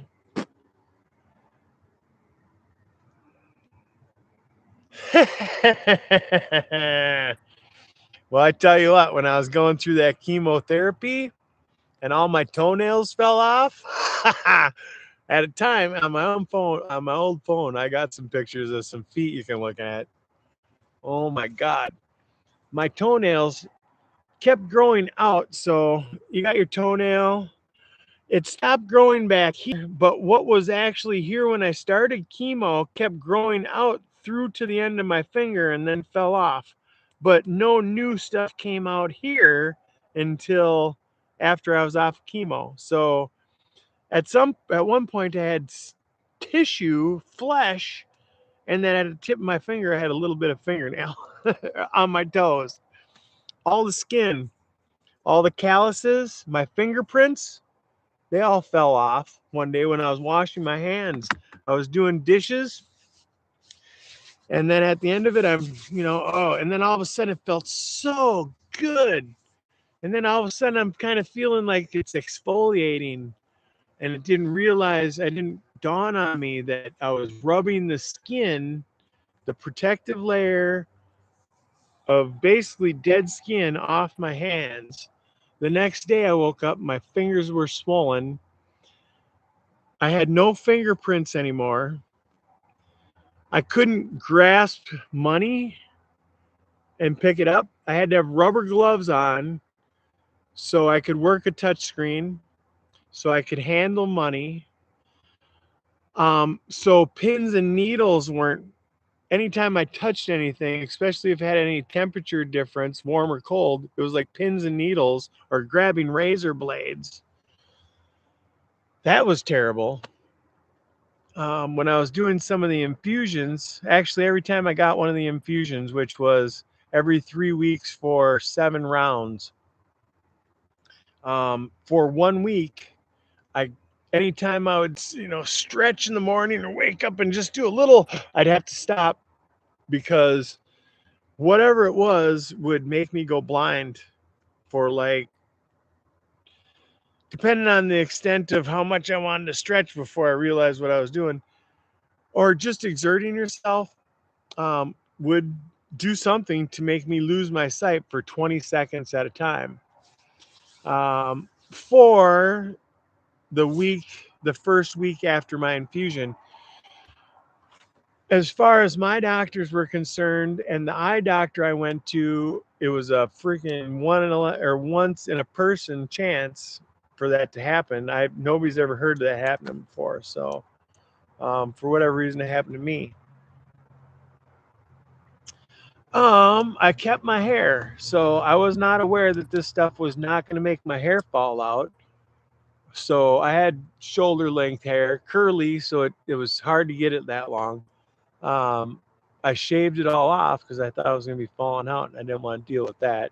That never happened, so that was a blessing and a curse. During treatments, your wife's mother had, the same thing happen. Fingernails falling off and just whatever.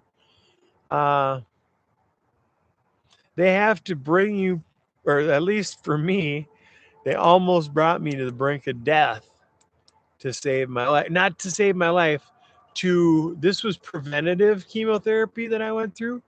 When I came out of surgery, I was cancer free. I went in to surgery with late stage 3 colon cancer that had spread to my lymph nodes, to 22 of 24 or whatever, 26 lymph nodes, however many you have there. They removed all of them, over a foot of colon, and whatever else was in the area, I guess. So when I came out of surgery, I was key. but there was still a 60% chance that it would come back. So I had this option to take 2 different kinds of chemotherapy to prevent or to help litigate the effects or the chances that it was going to come back. But it only flipped the numbers around. So now it's a 40% chance that it'll ever come back and a 60% chance that I will live the rest of my life without it ever recurring. So it was a preventative measure. It was suggested that I do it. It sucked ass, but I did it. Rumors are that chemo treatment makes your body too toxic for cancer to live. Yeah, it makes it too toxic for cells in general to live, to multiply. So that's everything. I mean, I couldn't have a colonoscopy after the chemo treatment for like 6 months or something like that because my insides had to heal. My internal everything had to heal. My outside was still in the process of healing. So the inside had to heal so they could go in and look and get an accurate picture of what was going on in there because nothing was replicating, and your body is constantly replicating new cells, and your body is constantly, like your skin, losing old cells. None of them are permanent. They're all, I mean, I don't know about bone, but your muscle tissue and your skin and all that, it's just constantly cycling. When you're on that chemo, it got to the point to where I was taking too much, and they actually gave me the last 1 round off of the pills because I was getting too much, and I just was taking all this punishment and not. I mean, I knew there was going to be side effects, so I was taking the side effects no matter how hard they were, and I didn't want to trouble anybody by complaining. They were saving my life, so I was going to take what happened, you know. And then one day they saw my fingers were all swollen, and they're like, "What the hell is going on with your hands?" I'm like, "What do you mean? That's my skin. It fell off. Of course, it's like my toenails. They fell off." Well, we expected your toenails to fall off. We didn't expect your skin to fall off your hands. So I was getting a little too much. If I would have spoke up prior, it wouldn't have gotten so bad. But short of the colonoscopy I had right after surgery, before treatment, I had, because I had to heal up after surgery before I could have the cancer treatment. So after the healing was confirmed, I got the cancer treatment. It effed me up again. And then I had to be heal again before you could look in again.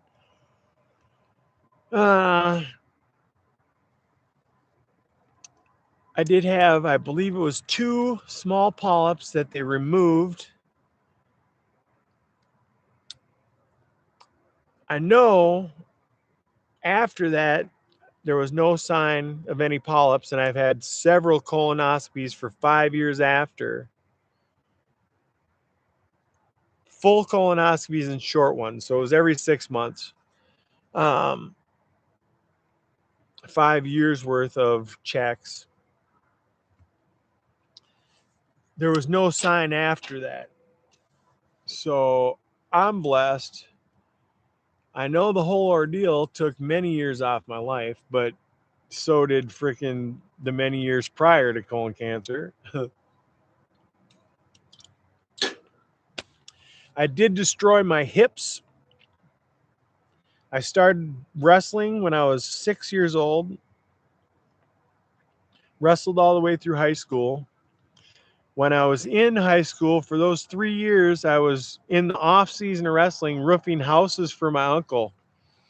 And basically what that consisted of was freaking throwing 2 bundles of shingles on your shoulder, which ends up being 150 pounds, and climbing up freaking up to 2 stories of freaking ladder.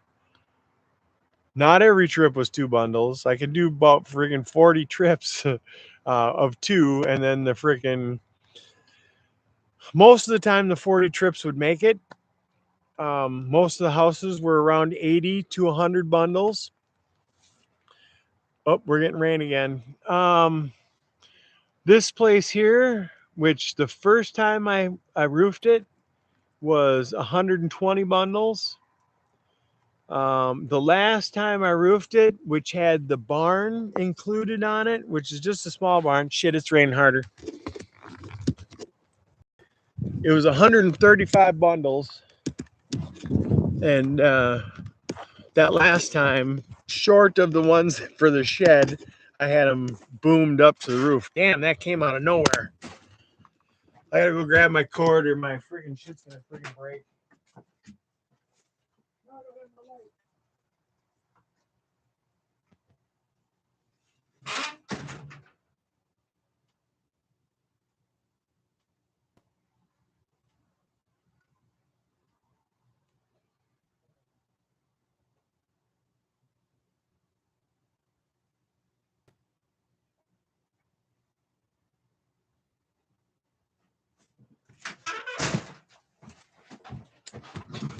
All right, for anybody that's hanging out here, we did get a little bit rain just, but oddly enough, it stopped. But because that's going to keep happening over here over the next course of a little while, and I got people headed to bed, I'm going to batten down the hatches quick. Anybody wants to hang out, I appreciate it. Anybody that takes off, I appreciate you a hell of a lot. It's going to take probably 5 minutes, I suppose. But by then it should be, if it's not raining, we'll go back outside. If it is, we'll move shit back in here. But right now, to be safe, I'm going to leave you right in here. And you know what I can do? No, we don't want to leave site. We want to go here. And then we'll go here.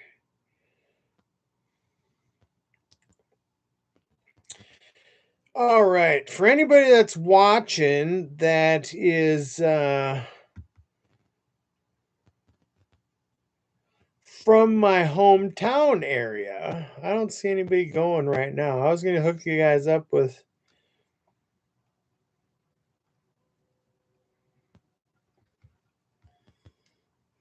well, we'll go here then. And then here. Mendo Dope Boys. They're my competition. If I was still growing big ass trees, I would be getting a hold of the Mendo Dope Boys. And I would probably be getting a hold of some synthetics because I would want to grow a big ass motherfucker. But I would also hit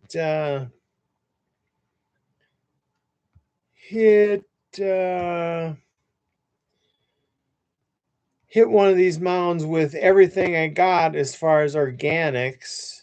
I'm trying not to go overboard, but I would take the chance just to get a plant big enough to beat out the Mendo Dope Boys. But I'm going to hit this right now, and I'm going to pause it in just a second, and then I'm going to get it brought up there. Right now I'm looking at let's pause it here once. Now, for all intents and purposes, this is what the White Widow looks like. Now, this plant that I'm going to be showing you in a second, let me get it on the big screen here. This plant was the blueberry sprinkle. It was in a 20-gallon pot. Oh,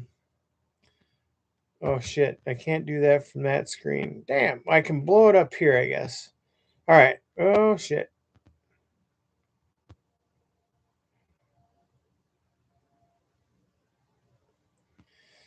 All right, it was in a 30-gallon pot. I think I don't remember if I said 20 or 30, but it was in a 30-gallon pot.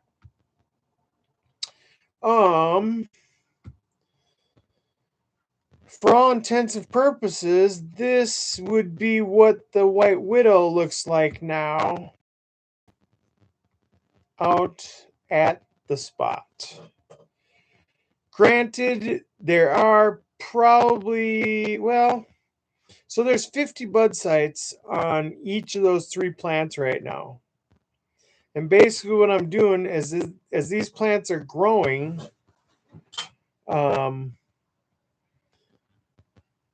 they're kind of unfolding in a way. And as that happens, every time we pass a new node space, that's 2 more branches on the outer perimeter of every one of those branches you see. So you look at the left part of this plant. Let me go over this screen here. Let's see. Yeah, I need to be here. No, I'm already.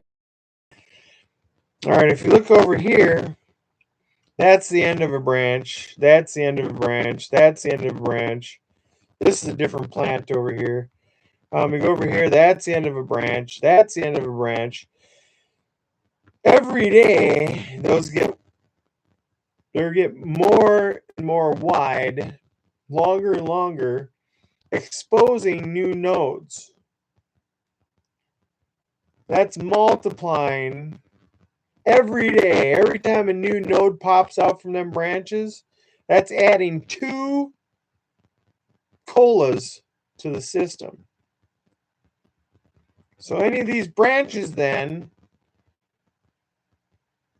that are the 2 branches also get trained out, usually at 3 nodes, which means 6 branches. Right now, what I'm doing is letting them grow up. Those, not side branches, but the node spacing on those outer branches are growing up right now.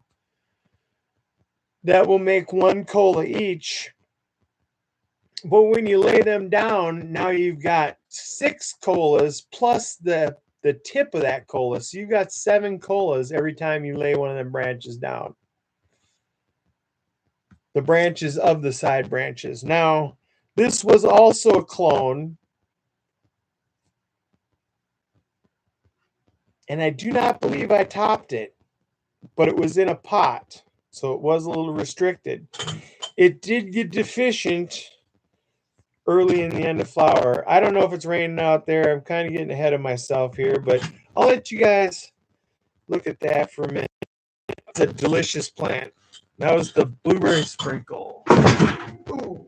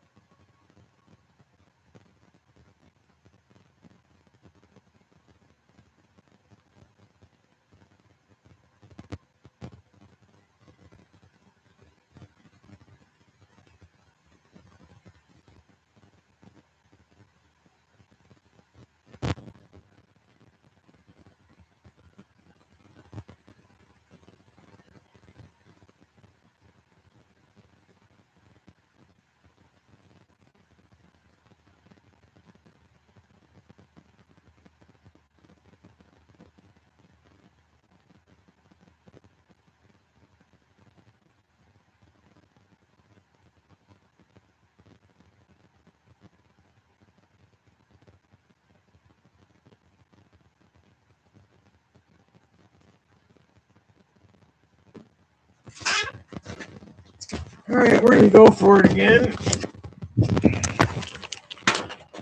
Quit raining for the most part. We got the dog out here for a few minutes. Let him out so he can go to bed.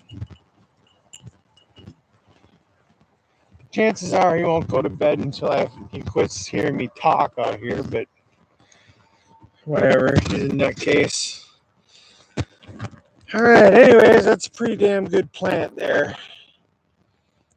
It was not the biggest. Let's see.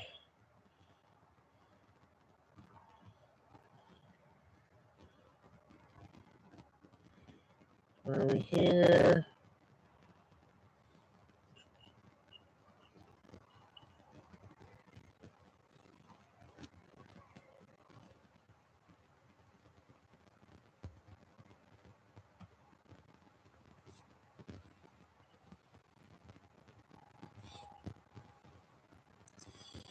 If we go back in time,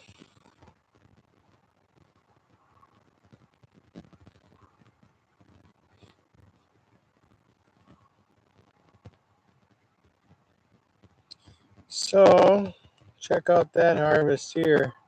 That was my first official harvest of the power plant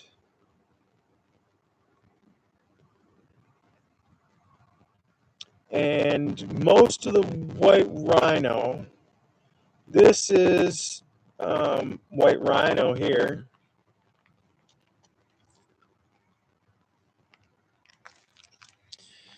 And that, for that massive amount, is the only place I had at that moment to dry.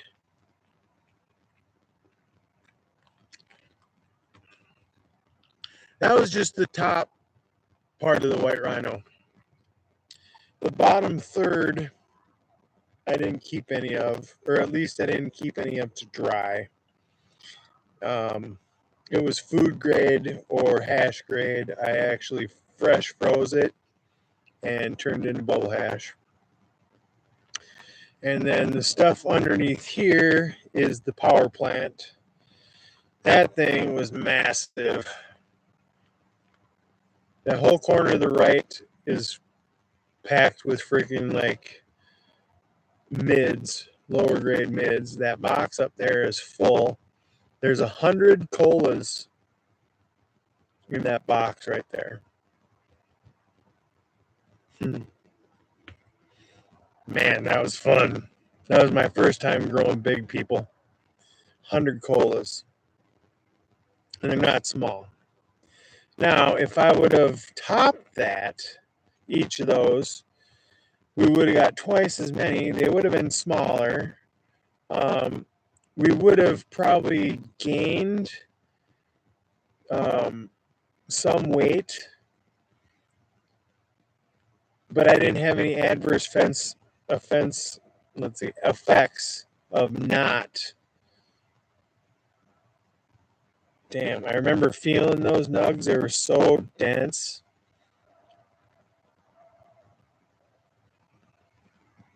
Yeah. Anyways, so that's what's left of the power plant after that. This one right here is the power plant's little sister that didn't get cut until, I don't know, it was like a week later. I let that one go. It was way smaller. It was probably 1.5 pounds. I never weighed the big one, but it was probably approaching, when it was dry, between 5 and 7 pounds. This is the white rhino, what was left. I just cut off the top 3 feet of that one. So the top 3 feet of that plant is what covered what was underneath that tarp. And the rest of it got turned into fresh frozen. And that was really good hash too. I really like that. That one senesced pretty well. That was in that 30-gallon pot that the blueberry sprinkle was in last year. And that this year it has the Dr. Dank Nugs Landrace. Blueberry sprinkle bubblegum offspring. Christ, I keep unplugging that thing. Ugh. And forgetting to plug you guys at some point, I'm sure, because the battery is damaged now. It just warned me that I am down to like 1%. Surprised shit ain't shutting down. We're going to check our temperatures again here.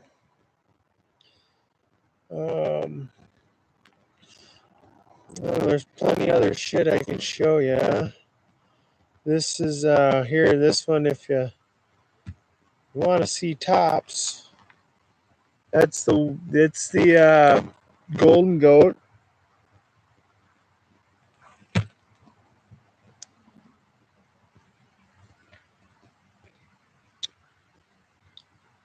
That's the bubblegum.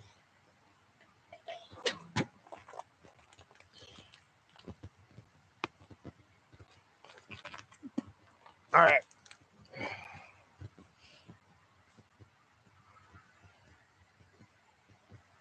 Oop, I think we dropped below our 200 mark, or 225 mark.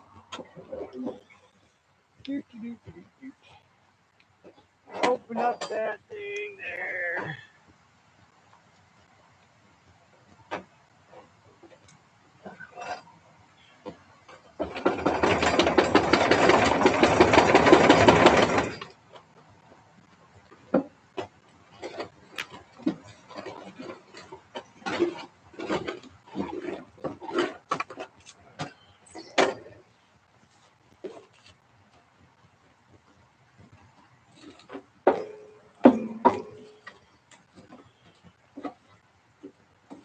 All right, that should help a little bit. We're going to get some of our flavored wood back in there.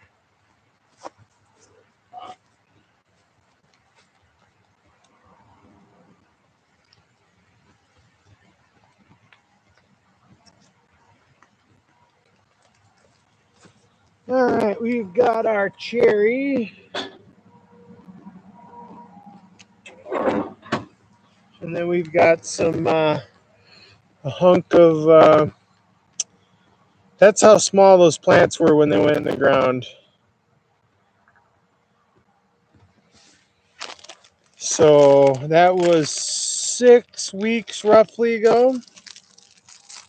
And it was still during short light cycle, so I didn't want them to go into flower, so I put out light, supplemental light. So that was 5/14. So that was 1 month ago, 4 weeks ago. So they'd actually been prior to that. These are one of my guilty.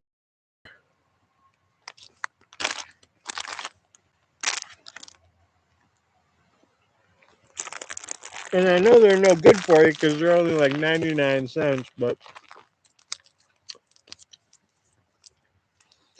So right now, those plants are to the edge, the back edge of this mound here, right to the top edge of the mound, all the way around. And within a week, we'll be to the outside here, provided nothing goes wrong. Then we'll really be stretching them out, suspended in air, have the airflow we need.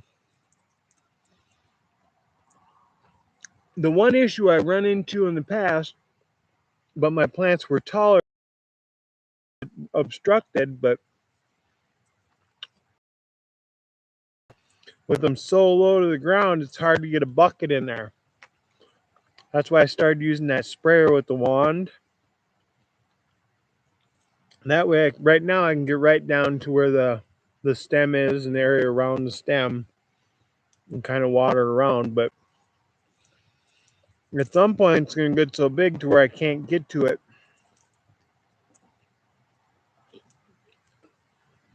Someone make some kind of troughing system to just set down in there and it can funnel the water where I need it.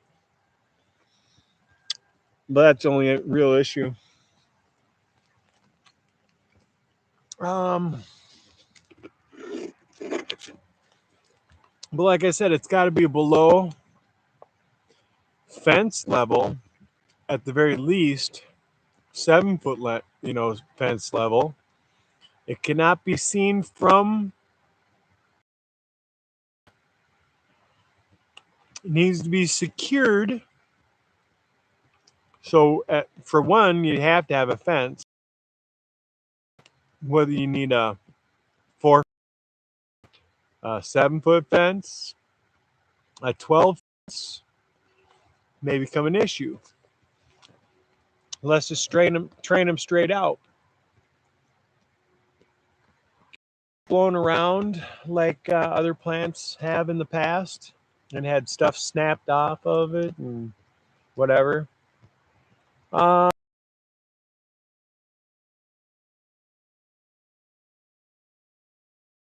the conditions, but now prior I would have worried about heavy rains and that stuff, the rain hitting the peat, splashing up on the plant material itself. I'm less worried about that. Good.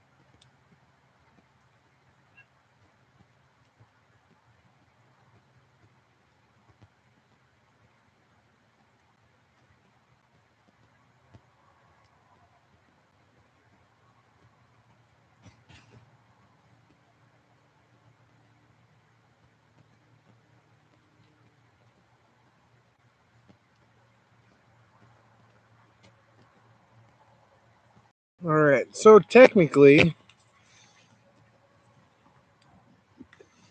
get this going here.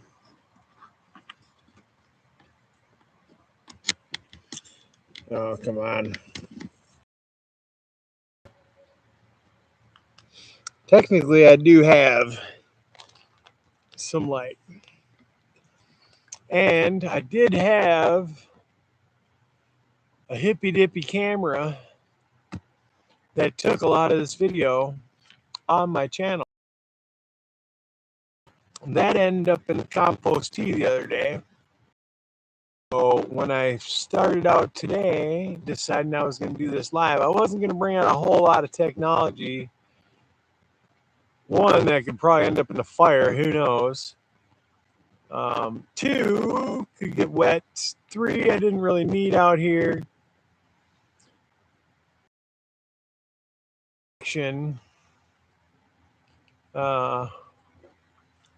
So, oh no, no audio.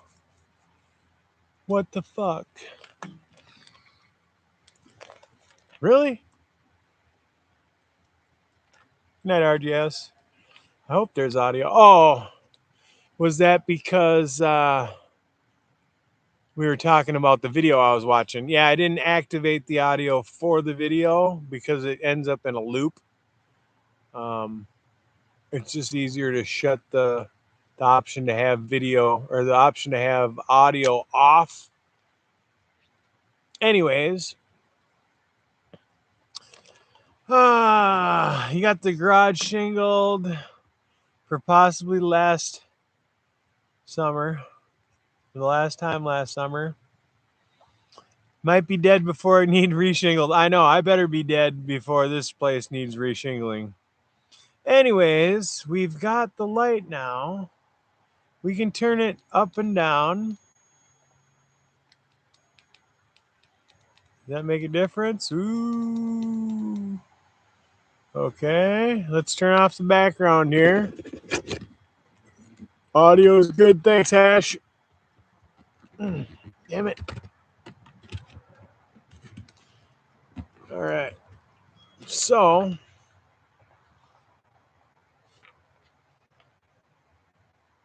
what about that? Do I look like I'm turning colors? What about now? Do I look like a talking, floating head? Hello!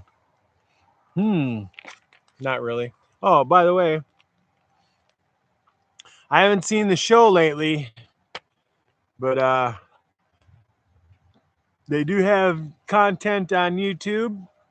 Has to do with men's health and Minnesota cannabis issues and cannabis technology in Minnesota. And they gifted me this hat and at one time some seeds and some really good gummies. Called Skal. SKAL. So it's similar to skull, but SKAL. They were like in terpene enhanced or something like that, full spectrum.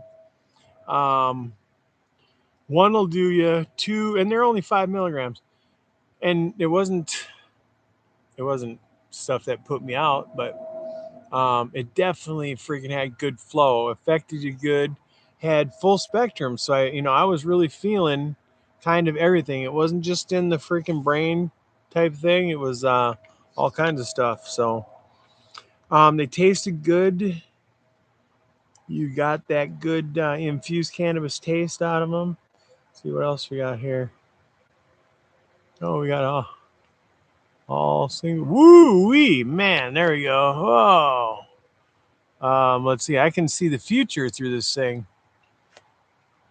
Damn, we're gonna grow some good weed this year. Boy, sorry if that puts anybody into a seizure. If I was watching this, it would do that to me probably. But now I can read your mind. You're saying, hey, dumbass, you better check that temperature. Because we can't be here all fucking night.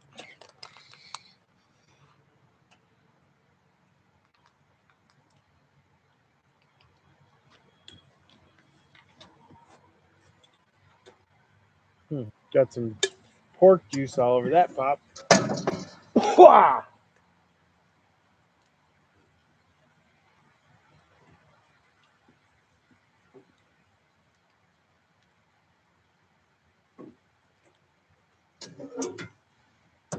We're going to make up another batch of that charcoal.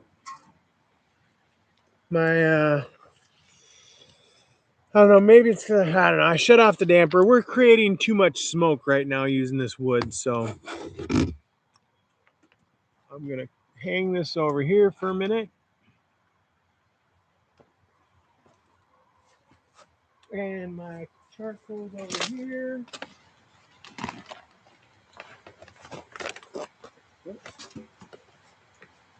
And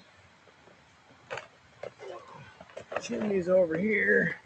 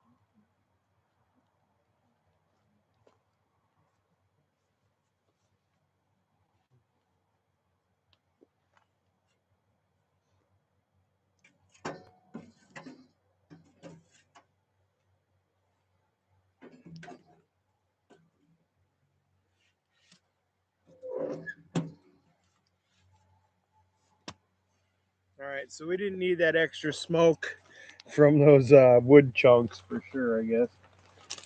Which that was predominantly the reason why it dried out. It was going to dissipate fast. But when I opened that lid and you heard me cough, that was all the smoke rushing out of there. And basically, my rule of thumb, if I can't breathe the smoke coming out of the chimney, it's too freaking thick. You won't be able to eat it. So it was only 5 minutes. Could have been worse. Could have been better, but could have been worse. I do like to push the smoke flavor. I'll get a smoke ring 3/4 of an inch thick on them usually.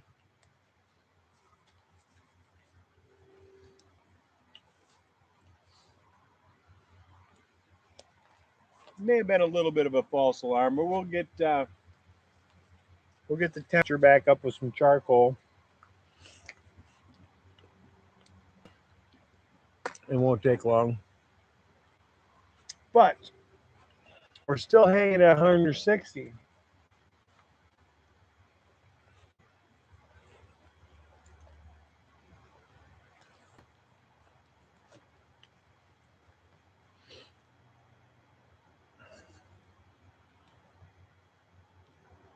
Clearing up a little bit.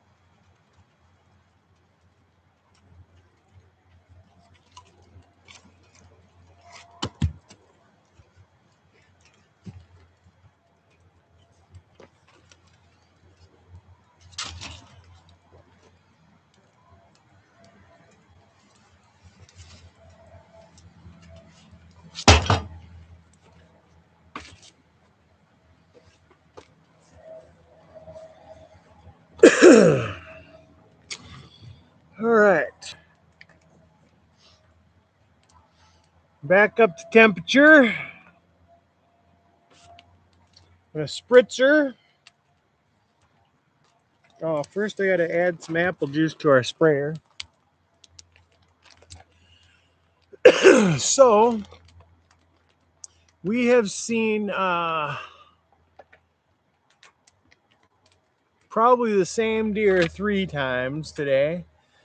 Another deer 1 time with the one deer earliest today. Coyote, if we wouldn't have been out here making all noise, we would have been able to see probably more. It's not uncommon to see that stuff around here. It was uncommon to see the interaction between the coyote and the deer. That you don't get all the time.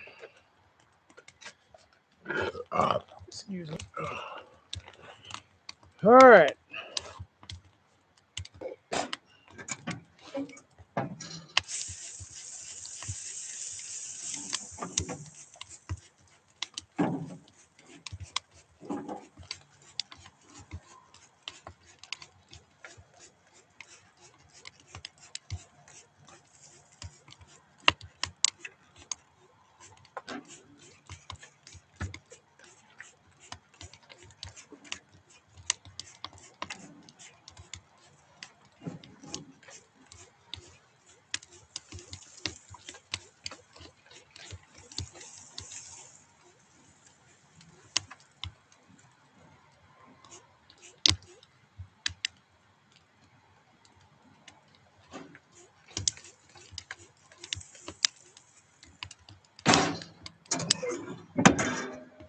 All right, it does seem to be, the meat is starting to pull back from the tip of the bone. That's good to see.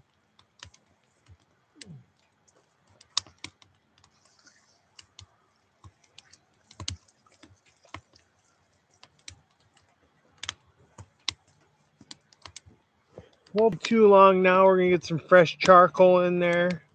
That'll give us a little more consistent heat. Getting a little worn out here. We did get a little bit accomplished. Tomorrow we're going to be making some room in the bee shed for our extraction of honey that we'll be doing on Wednesday. So Wednesday, it's going to be another all day stream. If I stream getting ready to extract, all the extraction, and then all the cleanup, depending on if anybody's hanging out in the chat or whatever. Oops, I already did that. All that streaming that stuff does is just pass time, basically. So it is what it is. I don't need to if nobody wants to hang out. And then I don't need anybody watching anyways, freaking record. Just that sometimes constantly talking to myself, you run out of stuff to talk about.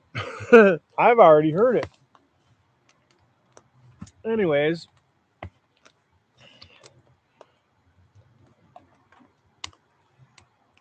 think we got another bull's worth in here. The rest of it's out in the shed, so we can grab that. We're probably down to the last hour or so. Thought I just filled this though.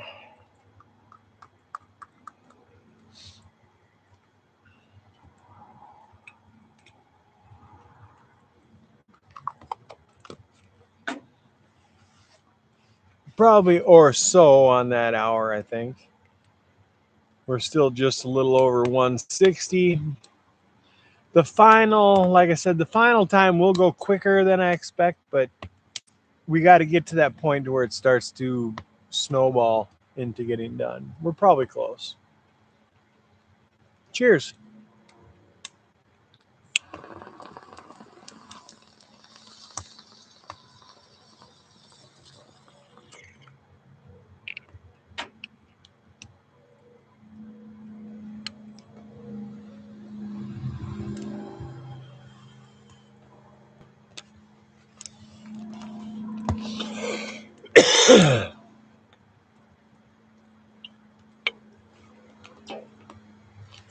I will say what I've had of little samples off this thing. It's pretty good. All right. I was getting up for a reason. Oh, I'm going to go get the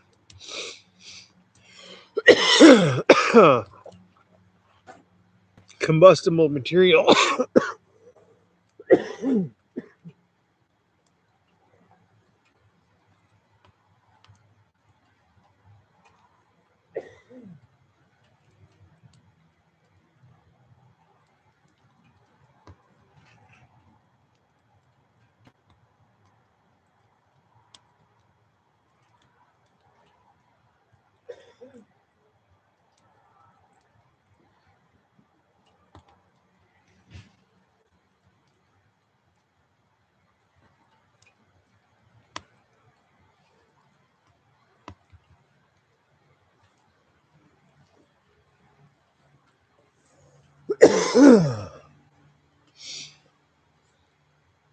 Good.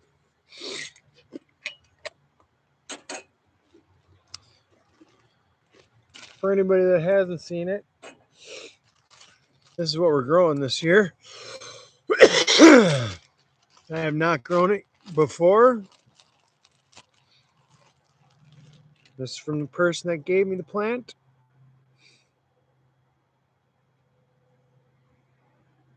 Or the plants and other plants that I gave away.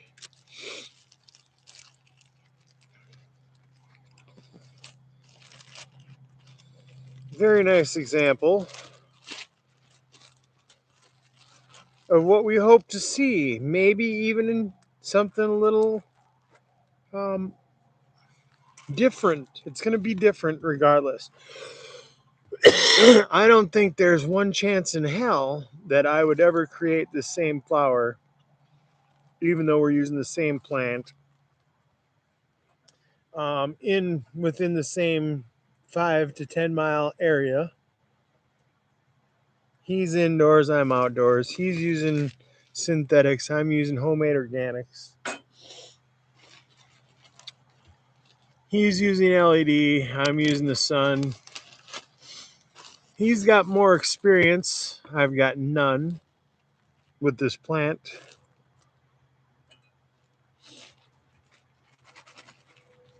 I got plenty of experience smoking it, not growing it. Just what I've accomplished so far this year. We've got a plant that's 4 weeks into flower that I've probably gotten so confused it doesn't know what to do.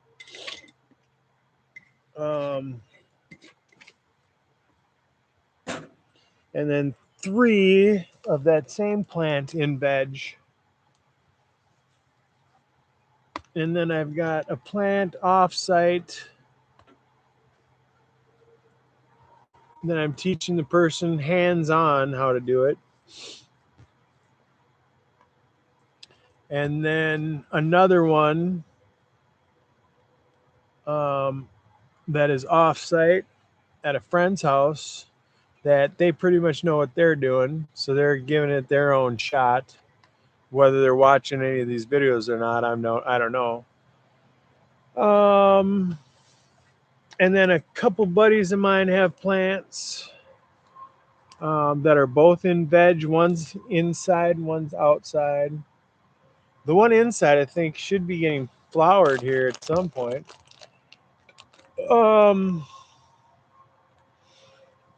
Numerous others around the area that I gave away. Only through the, gracious generosity of a friend of mine was I able to really. We're going to try and keep a few of these around. We've had a couple of different plants around for a couple of years. I want to find somebody else in the area that wants to be a library keeper or genetics bank or whatever you want to call it. that maybe isn't particularly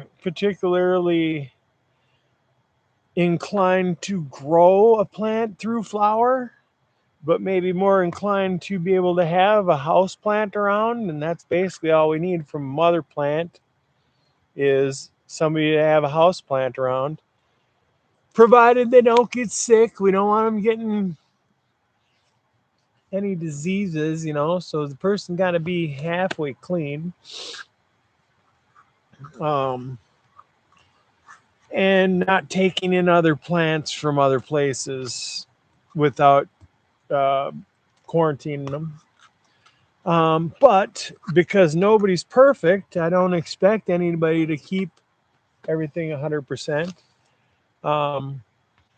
That's the reason why I give these things out to different places then. Because now if 5 people have them and they're planning on trying to keep them around, if 3 of them lose them for whatever reason, or you fall out with those people, you still got 2 to back up. Because I'm flowering as many plants as I can at one time, I'm not keeping genetics around myself. I can do it for a couple of months in veg while we sit and wait for things to happen or whatever, a couple plants, but I can acquire them. I have the connections, not to get whatever I request, but to be able to get what's available in my area. As far as genetics, there's 4 or 5 people in my area that I know personally that I can get genetics from. And then through the YouTube community, I'm sure there's a couple that wouldn't mind. And then I've gotten some from the YouTube community, all seeds, but there's potential in every seed. A lot of the times it's just the right person has to grow that right seed in the right area. That seed was right for somewhere. I'll put it that way. Every seed was perfect for some kind of environment. It just needs to be popped in that environment or under that stress or, whatever. There's potential with every seed. I don't think, and then it depends on what you're looking for too. Maybe you want a higher CB strain or something that has very little THC but high terpenes, or maybe if you're looking for seed because you're going to eat this freaking seeds, you're not going to want a Sensimilla plant. But you wouldn't want to pollinate all your neighbor's stuff either. So pollinating an outdoor plant with open pollination, anybody in your couple mile area is going to have their plants pollinated. I don't have many people around me at all. And the prevailing wind is from a place that I know there is no houses. Now there's a bunch of wilderness, so there's probably some plants. But as the crow flies, like 15 miles away from here was an old military base where back in the 50s they did some experimenting with cannabis. And I don't know what they're exactly doing, but there's still some fields out there that right now at the moment are actually being plowed under, and houses are being constructed on them. But as of last year, there was still some fields there that had cannabis growing. And in some circles, they may consider those land race because they were worked for a while and now they've just sat there stewing in their own genetics. Survival of the fittest, we're directly downwind from that. So it's possible that some of the pollen I've been getting is from some of those experiments or that batch. Or more likely it's just something that's in the area.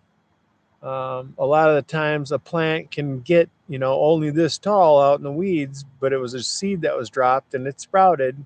It gets this tall and flowers. Now, whether it gets a bud on it because it's a female or male flowers because it's a male, is up to the seed, but all it takes is a plant is that tall to produce pollen. So I could have 10 male plants out there and not know it. Thankfully, I searched the area pretty well, and I don't, first of all, we don't produce a lot of seeds here. Thankfully, there's not a lot of pollen floating around.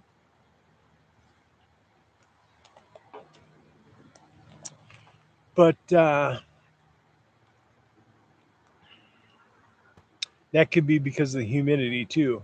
There could be plenty of pollen around here, but there's so much humidity in the air, it has a hard time getting anywhere, and water activates it, as far as I understand.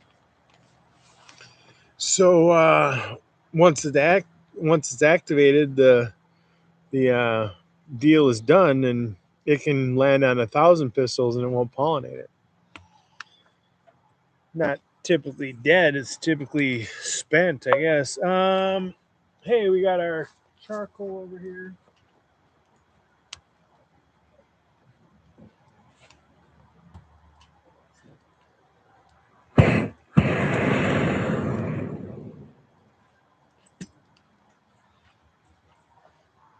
It's hard to tell if there's smoke coming off of this now. I'm assuming not, because there's plenty of flame.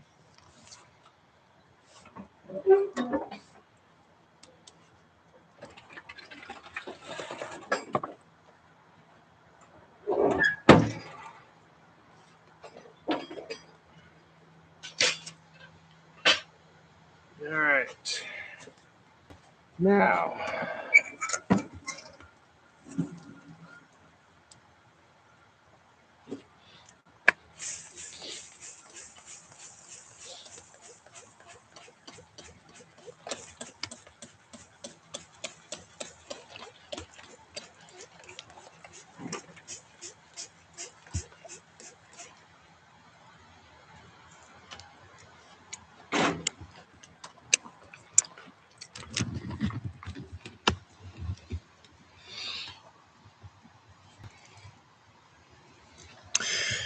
man, we lost a little temperature after that last fiasco, unfortunately. So, just gonna have to let her. Oops.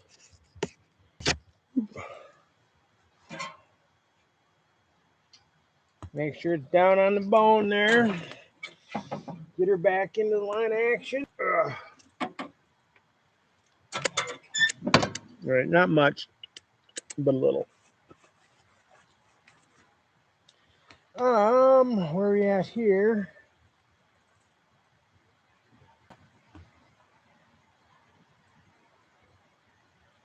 All right, we're at about 235. I'm gonna let that fly, because we lost a little bit of temperature. But it's not raining anymore, so I'm gonna go get that bar stool out again, because this stump, it's hurting my ass.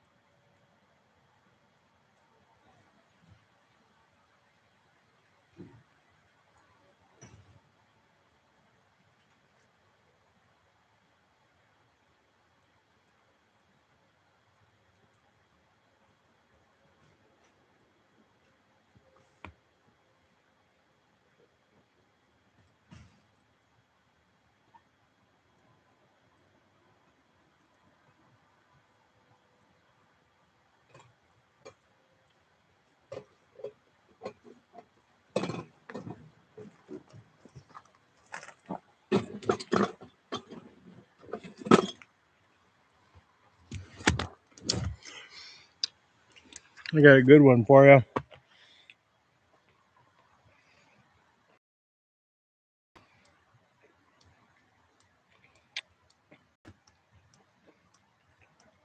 Well, there we go.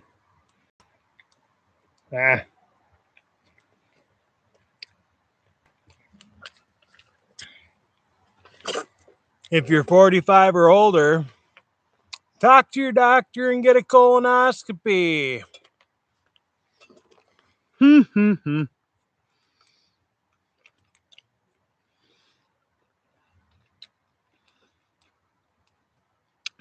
There's too many different options on this thing. That ain't a good one. Oh. I bet there's just one button that does that. All right.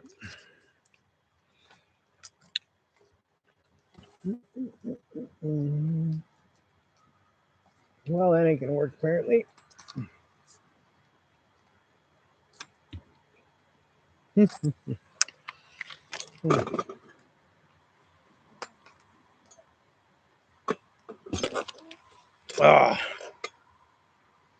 So, for those of you that weren't here, those one of you,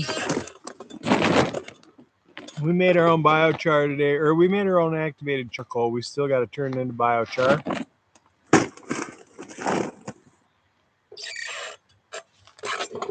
Watered a lot of plants.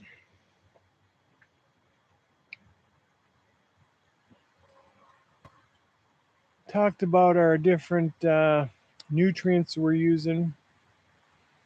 I showed everybody our activated aerated maggot tea, maggot compost tea. You know what? Those lightning bugs must only come out for an hour or so, because now I don't see any of them around. And earlier they were all over the place.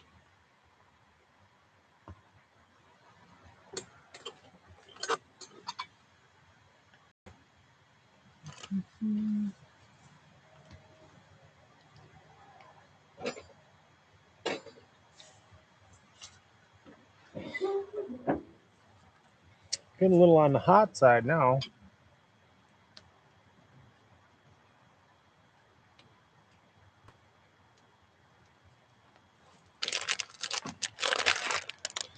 Hope everybody had a good day.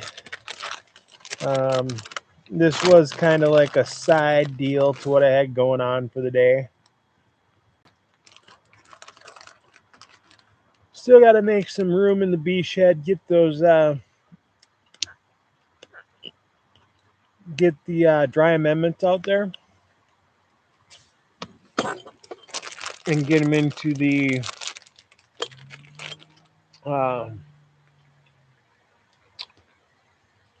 that ice or the chest freezer. And we have to set the hives up with the bee escapes. That's what I'm going to be doing first off in the morning.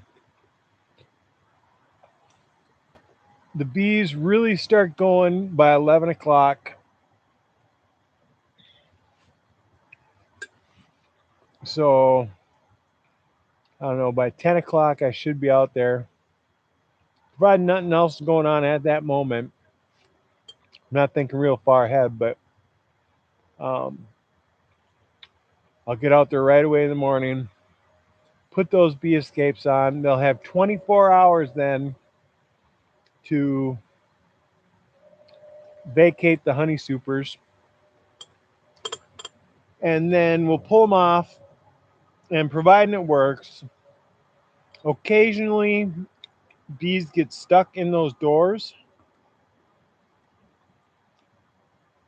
and then other bees can't get by to get past them, so none of them get out. I'm pretty good at spotting that issue now. It has to do with the little whiskers that come to a triangle. Sometimes they're not proportioned right, or occasionally, which if you use a queen excluder, typically you won't have this occurrence, but occasionally your drone will end up in the honey supers. Then trying to get them out of there is a problem because they don't fit through that bee escape well. They can fit through it, but they don't fit well. Sometimes they get stuck, and that blocks everything up.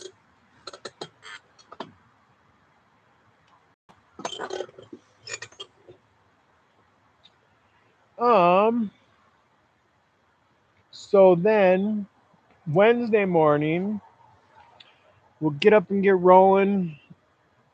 Make sure everybody gets off to where they need to get to. If anything needs to be done, handle that. But we'll pull the honey supers off. The extractor will be ready. All we have to do is set up our live and start decapping some of that stuff. So tomorrow also we will be, now I probably won't do a stream. I'm not going to do a live stream like this for sure. But I was thinking about maybe doing a quick one. For whatever reason, the compost tea, I'll have to feed some compost tea. I'll probably do a foliar spray. So I was going to explain that or whatever. I probably won't, but I might, when everything's done, pop on to show everybody the setup and explain what we'll be doing on Wednesday morning, because really a full explanation is going to be handled on the fly, kind of like today was. What hasn't been on the fly is that has been packed for too long now.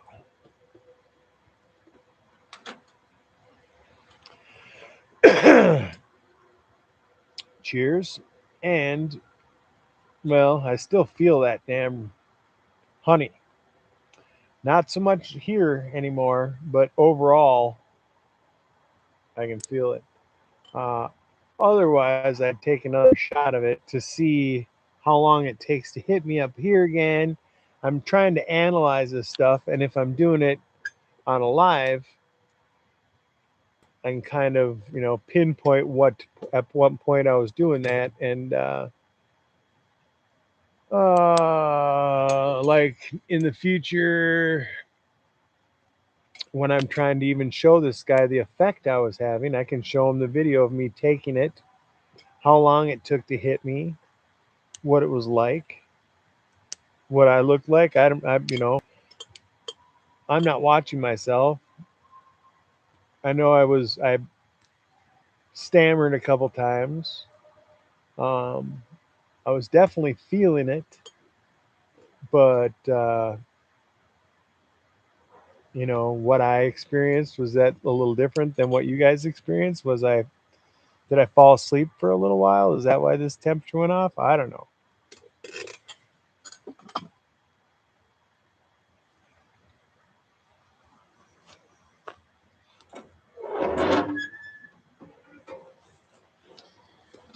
So it's almost been a half hour again. We're going to be spritzing her up. I just closed the lid on the side box, on the burner box, firebox, so we can increase the temperature here a little bit. So when I open it up, the temperature doesn't fall beyond any lower than 225. So now for the end of the rest of the time, as long as we can sit here, I want to keep it at 225 or slightly above. Just as long as we're not losing a lot of moisture from inside. We're going to check that in a minute too. Still feels moist. Cheers.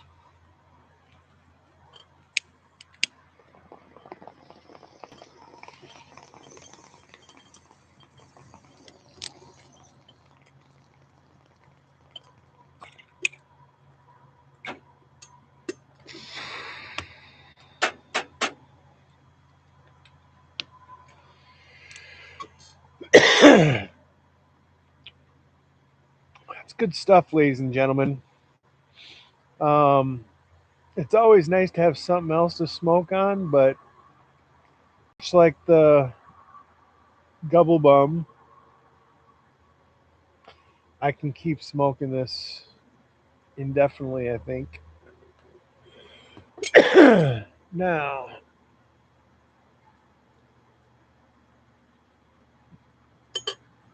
I see a lot of drones around here at times. Something just shot across the sky. I think it was a meteorite. Been a lot of those lately. Burns itself out. It didn't travel completely across the sky or anything. It was just like an inch and a half or so across the sky. Boom, and it was gone.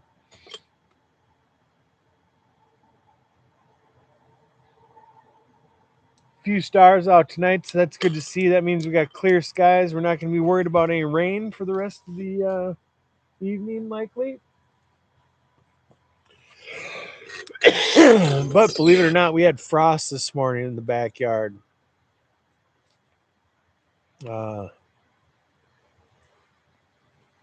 I wasn't expecting that.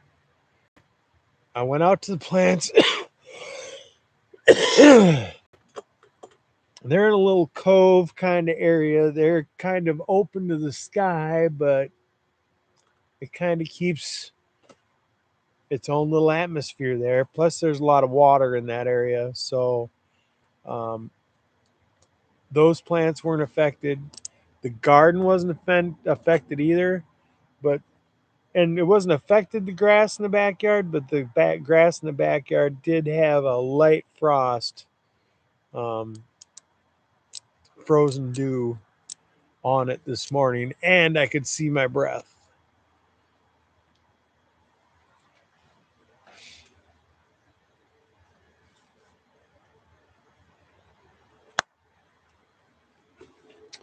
Almost noon, so we've almost been 12 hours. I expected 13, 14. We're going to be right there. Probably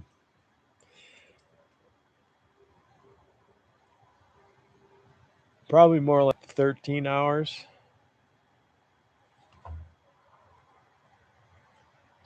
But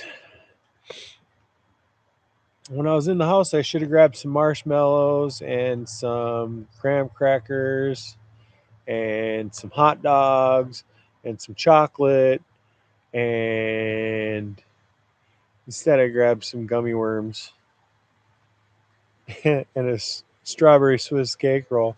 But the strawberry Swiss cake roll was how I was first using for a carrier for the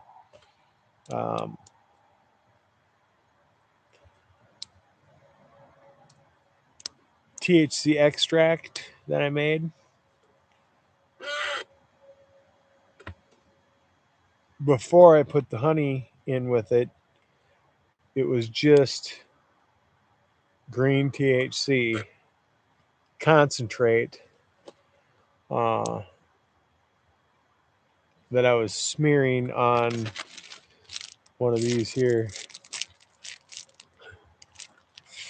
Worked good. Did work real good.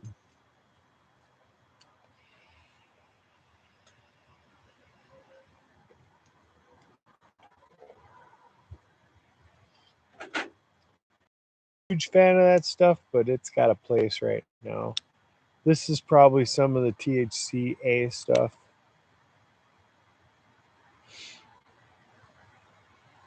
I'm not exactly sure. It's a distillate. I have made my own flower rosin before.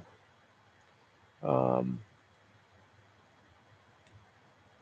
liked it. It destroyed your banger.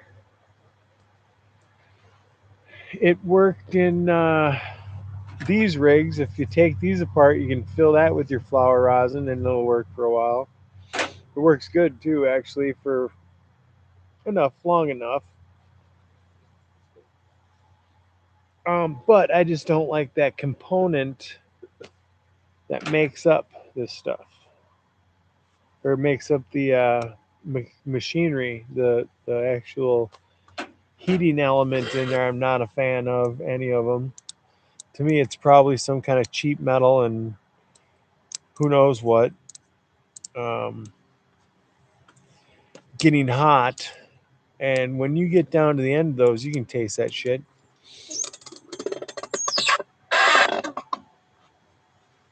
Or you get them real hot.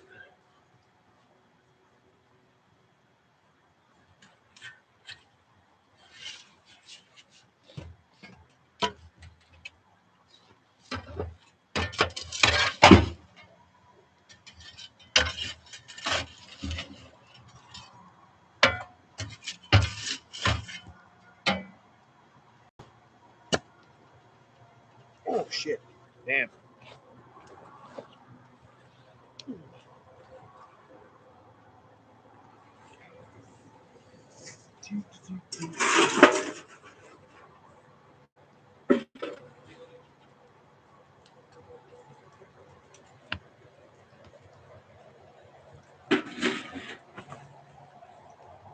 Well, thankfully, the structural integrity of the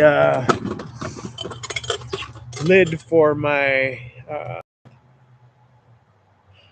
biochar making factory there, popcorn tin, I stepped on the lid and it smashed. Well, thankfully, the integrity of it is weak enough to where I was able to bend it back with my fingers, which is surprising. And it is no worse for wear, but it has only got a couple of fires left before it completely falls apart. So, anyways, pick a bag of raisins at your local convenience store, and then make yourself some homemade pepper flakes, dried pepper flakes, and apply some of them to your convenience store cracker. Make sure it says potato chip and not what the hell was it?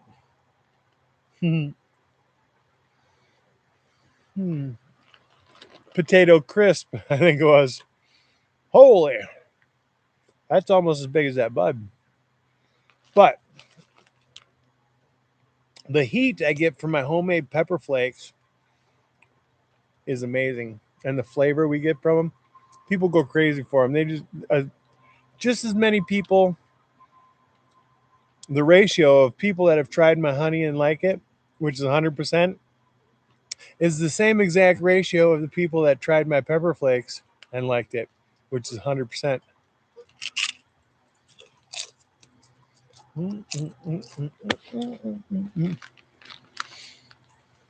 Now, I'm not a fan, surprisingly, of the linden. First year I ever bee kept that I was going to have actual honey come back to me. I was in that shed and I was extracting, and I had this mint smell coming through the air. And I'm like, what the hell is that?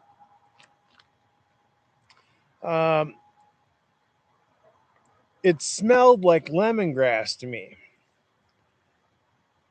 because that's kind of a weird kind of smell, but that's what came to my mind.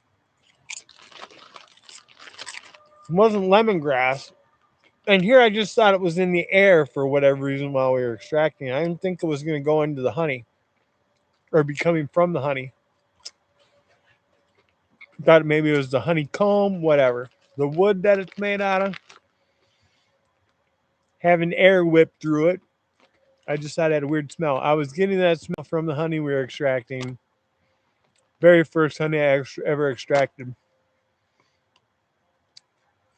Smelled like mint or spearmint or something along those lines.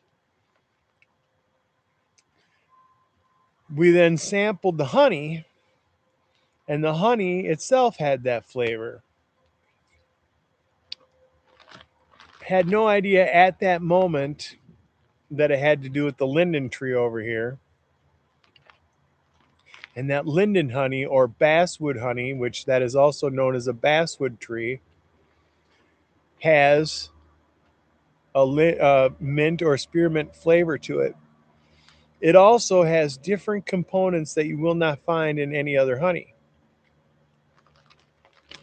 It also, other than the great big vast fields of things, for a single organism, as far as I can recollect, it's probably the most productive single organism of nectar that bees use for the making of honey.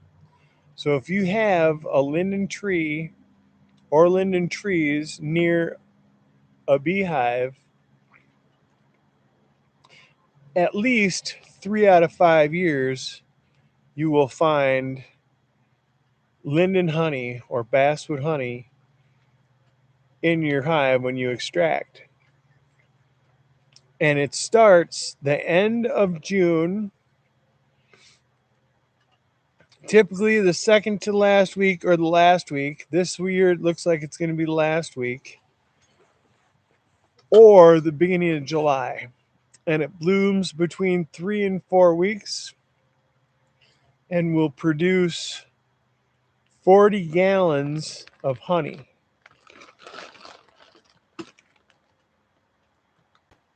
40 gallons ends up being similar to cannabis. When you dry it out, you lose a little over 80% of the water weight. Now the sugar content has a different feel,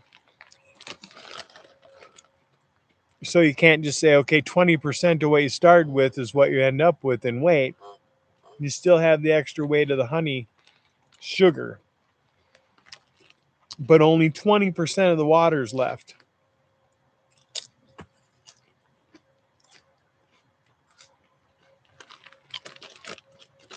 Wherever I was going with that. Oh, so when you're done and you've got 40 gallons of honey, which at 12 pounds a gallon, let's just say 10 pounds a gallon, it's 400 pounds.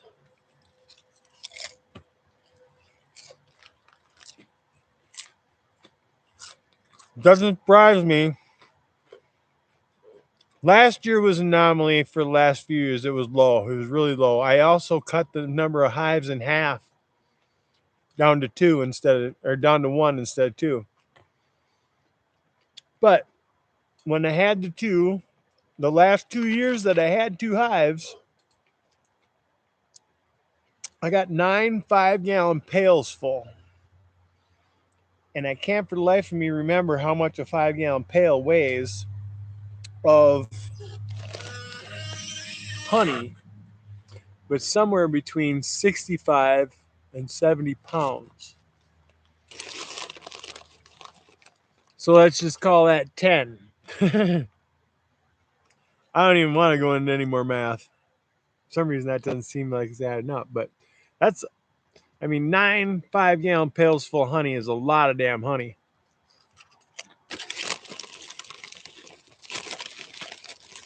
They weren't completely full because the buckets won't take it. They start to bowl. The lids pop off if they're completely full.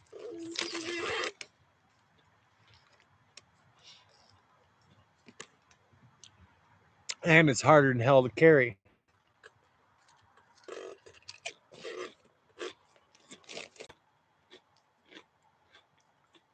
Last year, one hive